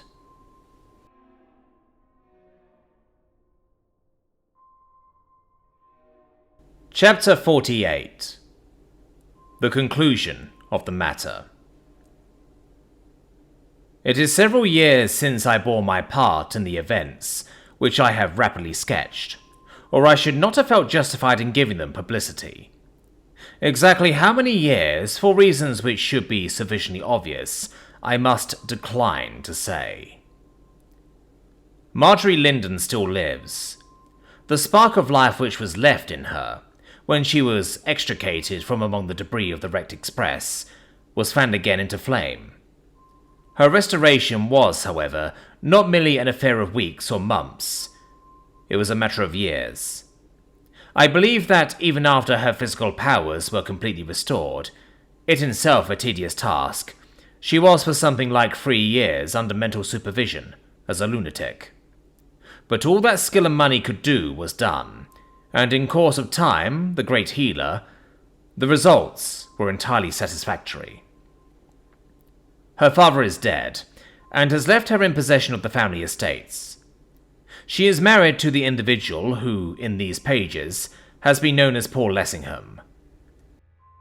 Were his real name divulged, she would be recognized as the popular and universally reverenced wife of one of the greatest statesmen the age has seen. Nothing has been said to her about the fateful day on which she was, consciously or unconsciously, paraded through London in the tattered, masculine habiliments of a vagabond. She herself has never once alluded to it. With the return of reason, the affair seems to have passed from her memory, as wholly as if it had never been, which, although she may not know it, is not the least cause she has for thankfulness. Therefore, what actually transpired will never, in all human probability, be certainly known, and particularly what precisely occurred in the railway carriage during that dreadful moment of sudden passing from life unto death. What became of the creature who all but did her to death Who he was, if it was a he, which is extremely doubtful, whence he came, whither he came, what was the purport of his presence here. To this hour, these things are puzzles. Paul Lessingham has not since been troubled by his old tormentor. He has ceased to be a haunted man. Nonetheless, he continues to have what seems to be a constitutional derelish for the subject of beetles, nor can he himself be induced to speak of them. Should they be mentioned in a general conversation, should he be unable to immediately bring about a change of theme, he will, if possible, get up and leave the room. More on this point, he and his wife are one. The fact may not be generally known, but it is so. Also, I have reason to believe that there still are moments in which he harks back, with something like physical shrieking, to that awful nightmare of the past, and in which he prays God that as it is distant from him now, so may it be kept far off from him forever. Before closing, one matter may be casually mentioned. The tale has never been told, but I have unimpeachable authority for its authenticity. During the recent expeditionary advance towards Dongola, a body of native troops which was encamped at a remote spot in the desert was aroused one night by what seemed to be the sound of a large explosion. The next morning, at a distance of about a couple of miles from the camp, a huge hole was discovered in the ground, as if blasting operations on an enormous scale had recently been carried on. In the hole itself and round about it were found fragments of what seemed bodies.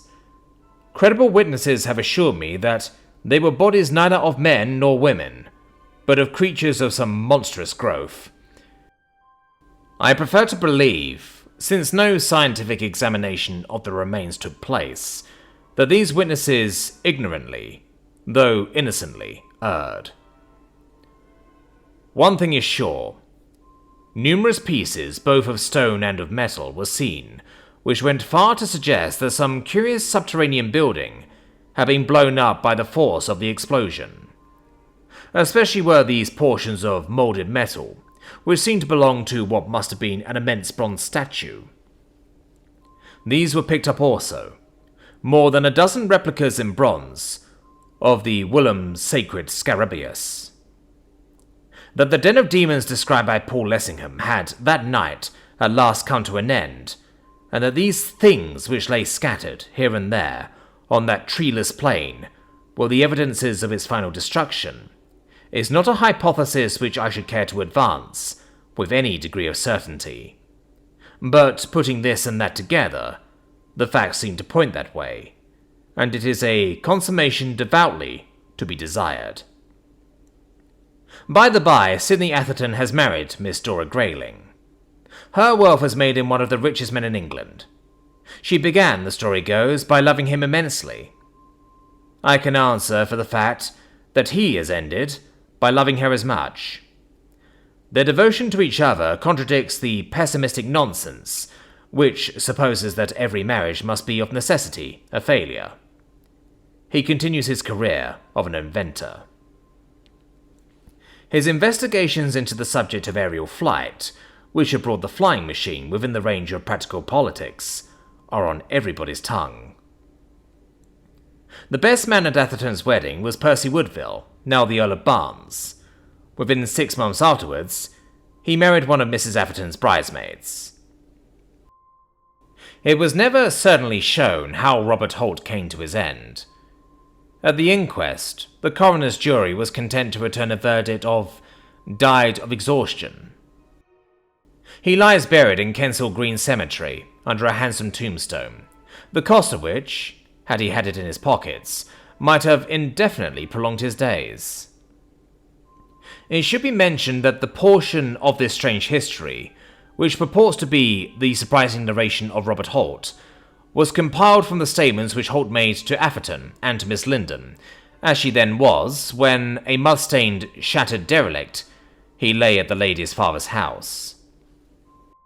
Miss Linden's contribution towards the elucidation of the mystery was written with her own hand. After her physical strength had come back to her, and while mentally she still hovered between the darkness and the light, her one relaxation was writing. Although she would never speak of what she had written, it was found that her theme was always the same.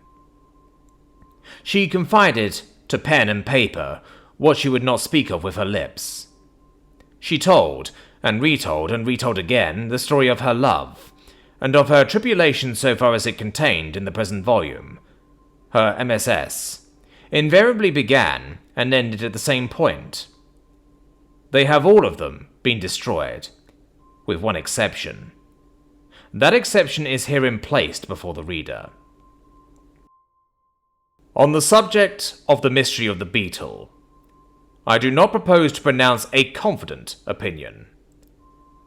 Atherton and I have talked it over many and many a time, and at the end we have got no forrarder. So far as I am personally concerned, experience has taught me that there are indeed more things in heaven and earth than are dreamed of in our philosophy, and I am quite prepared to believe that the so-called Beetle, which others saw but I never, was, or is, for it cannot be certainly shown that the thing is not still existing, a creature born neither of God nor man. The end.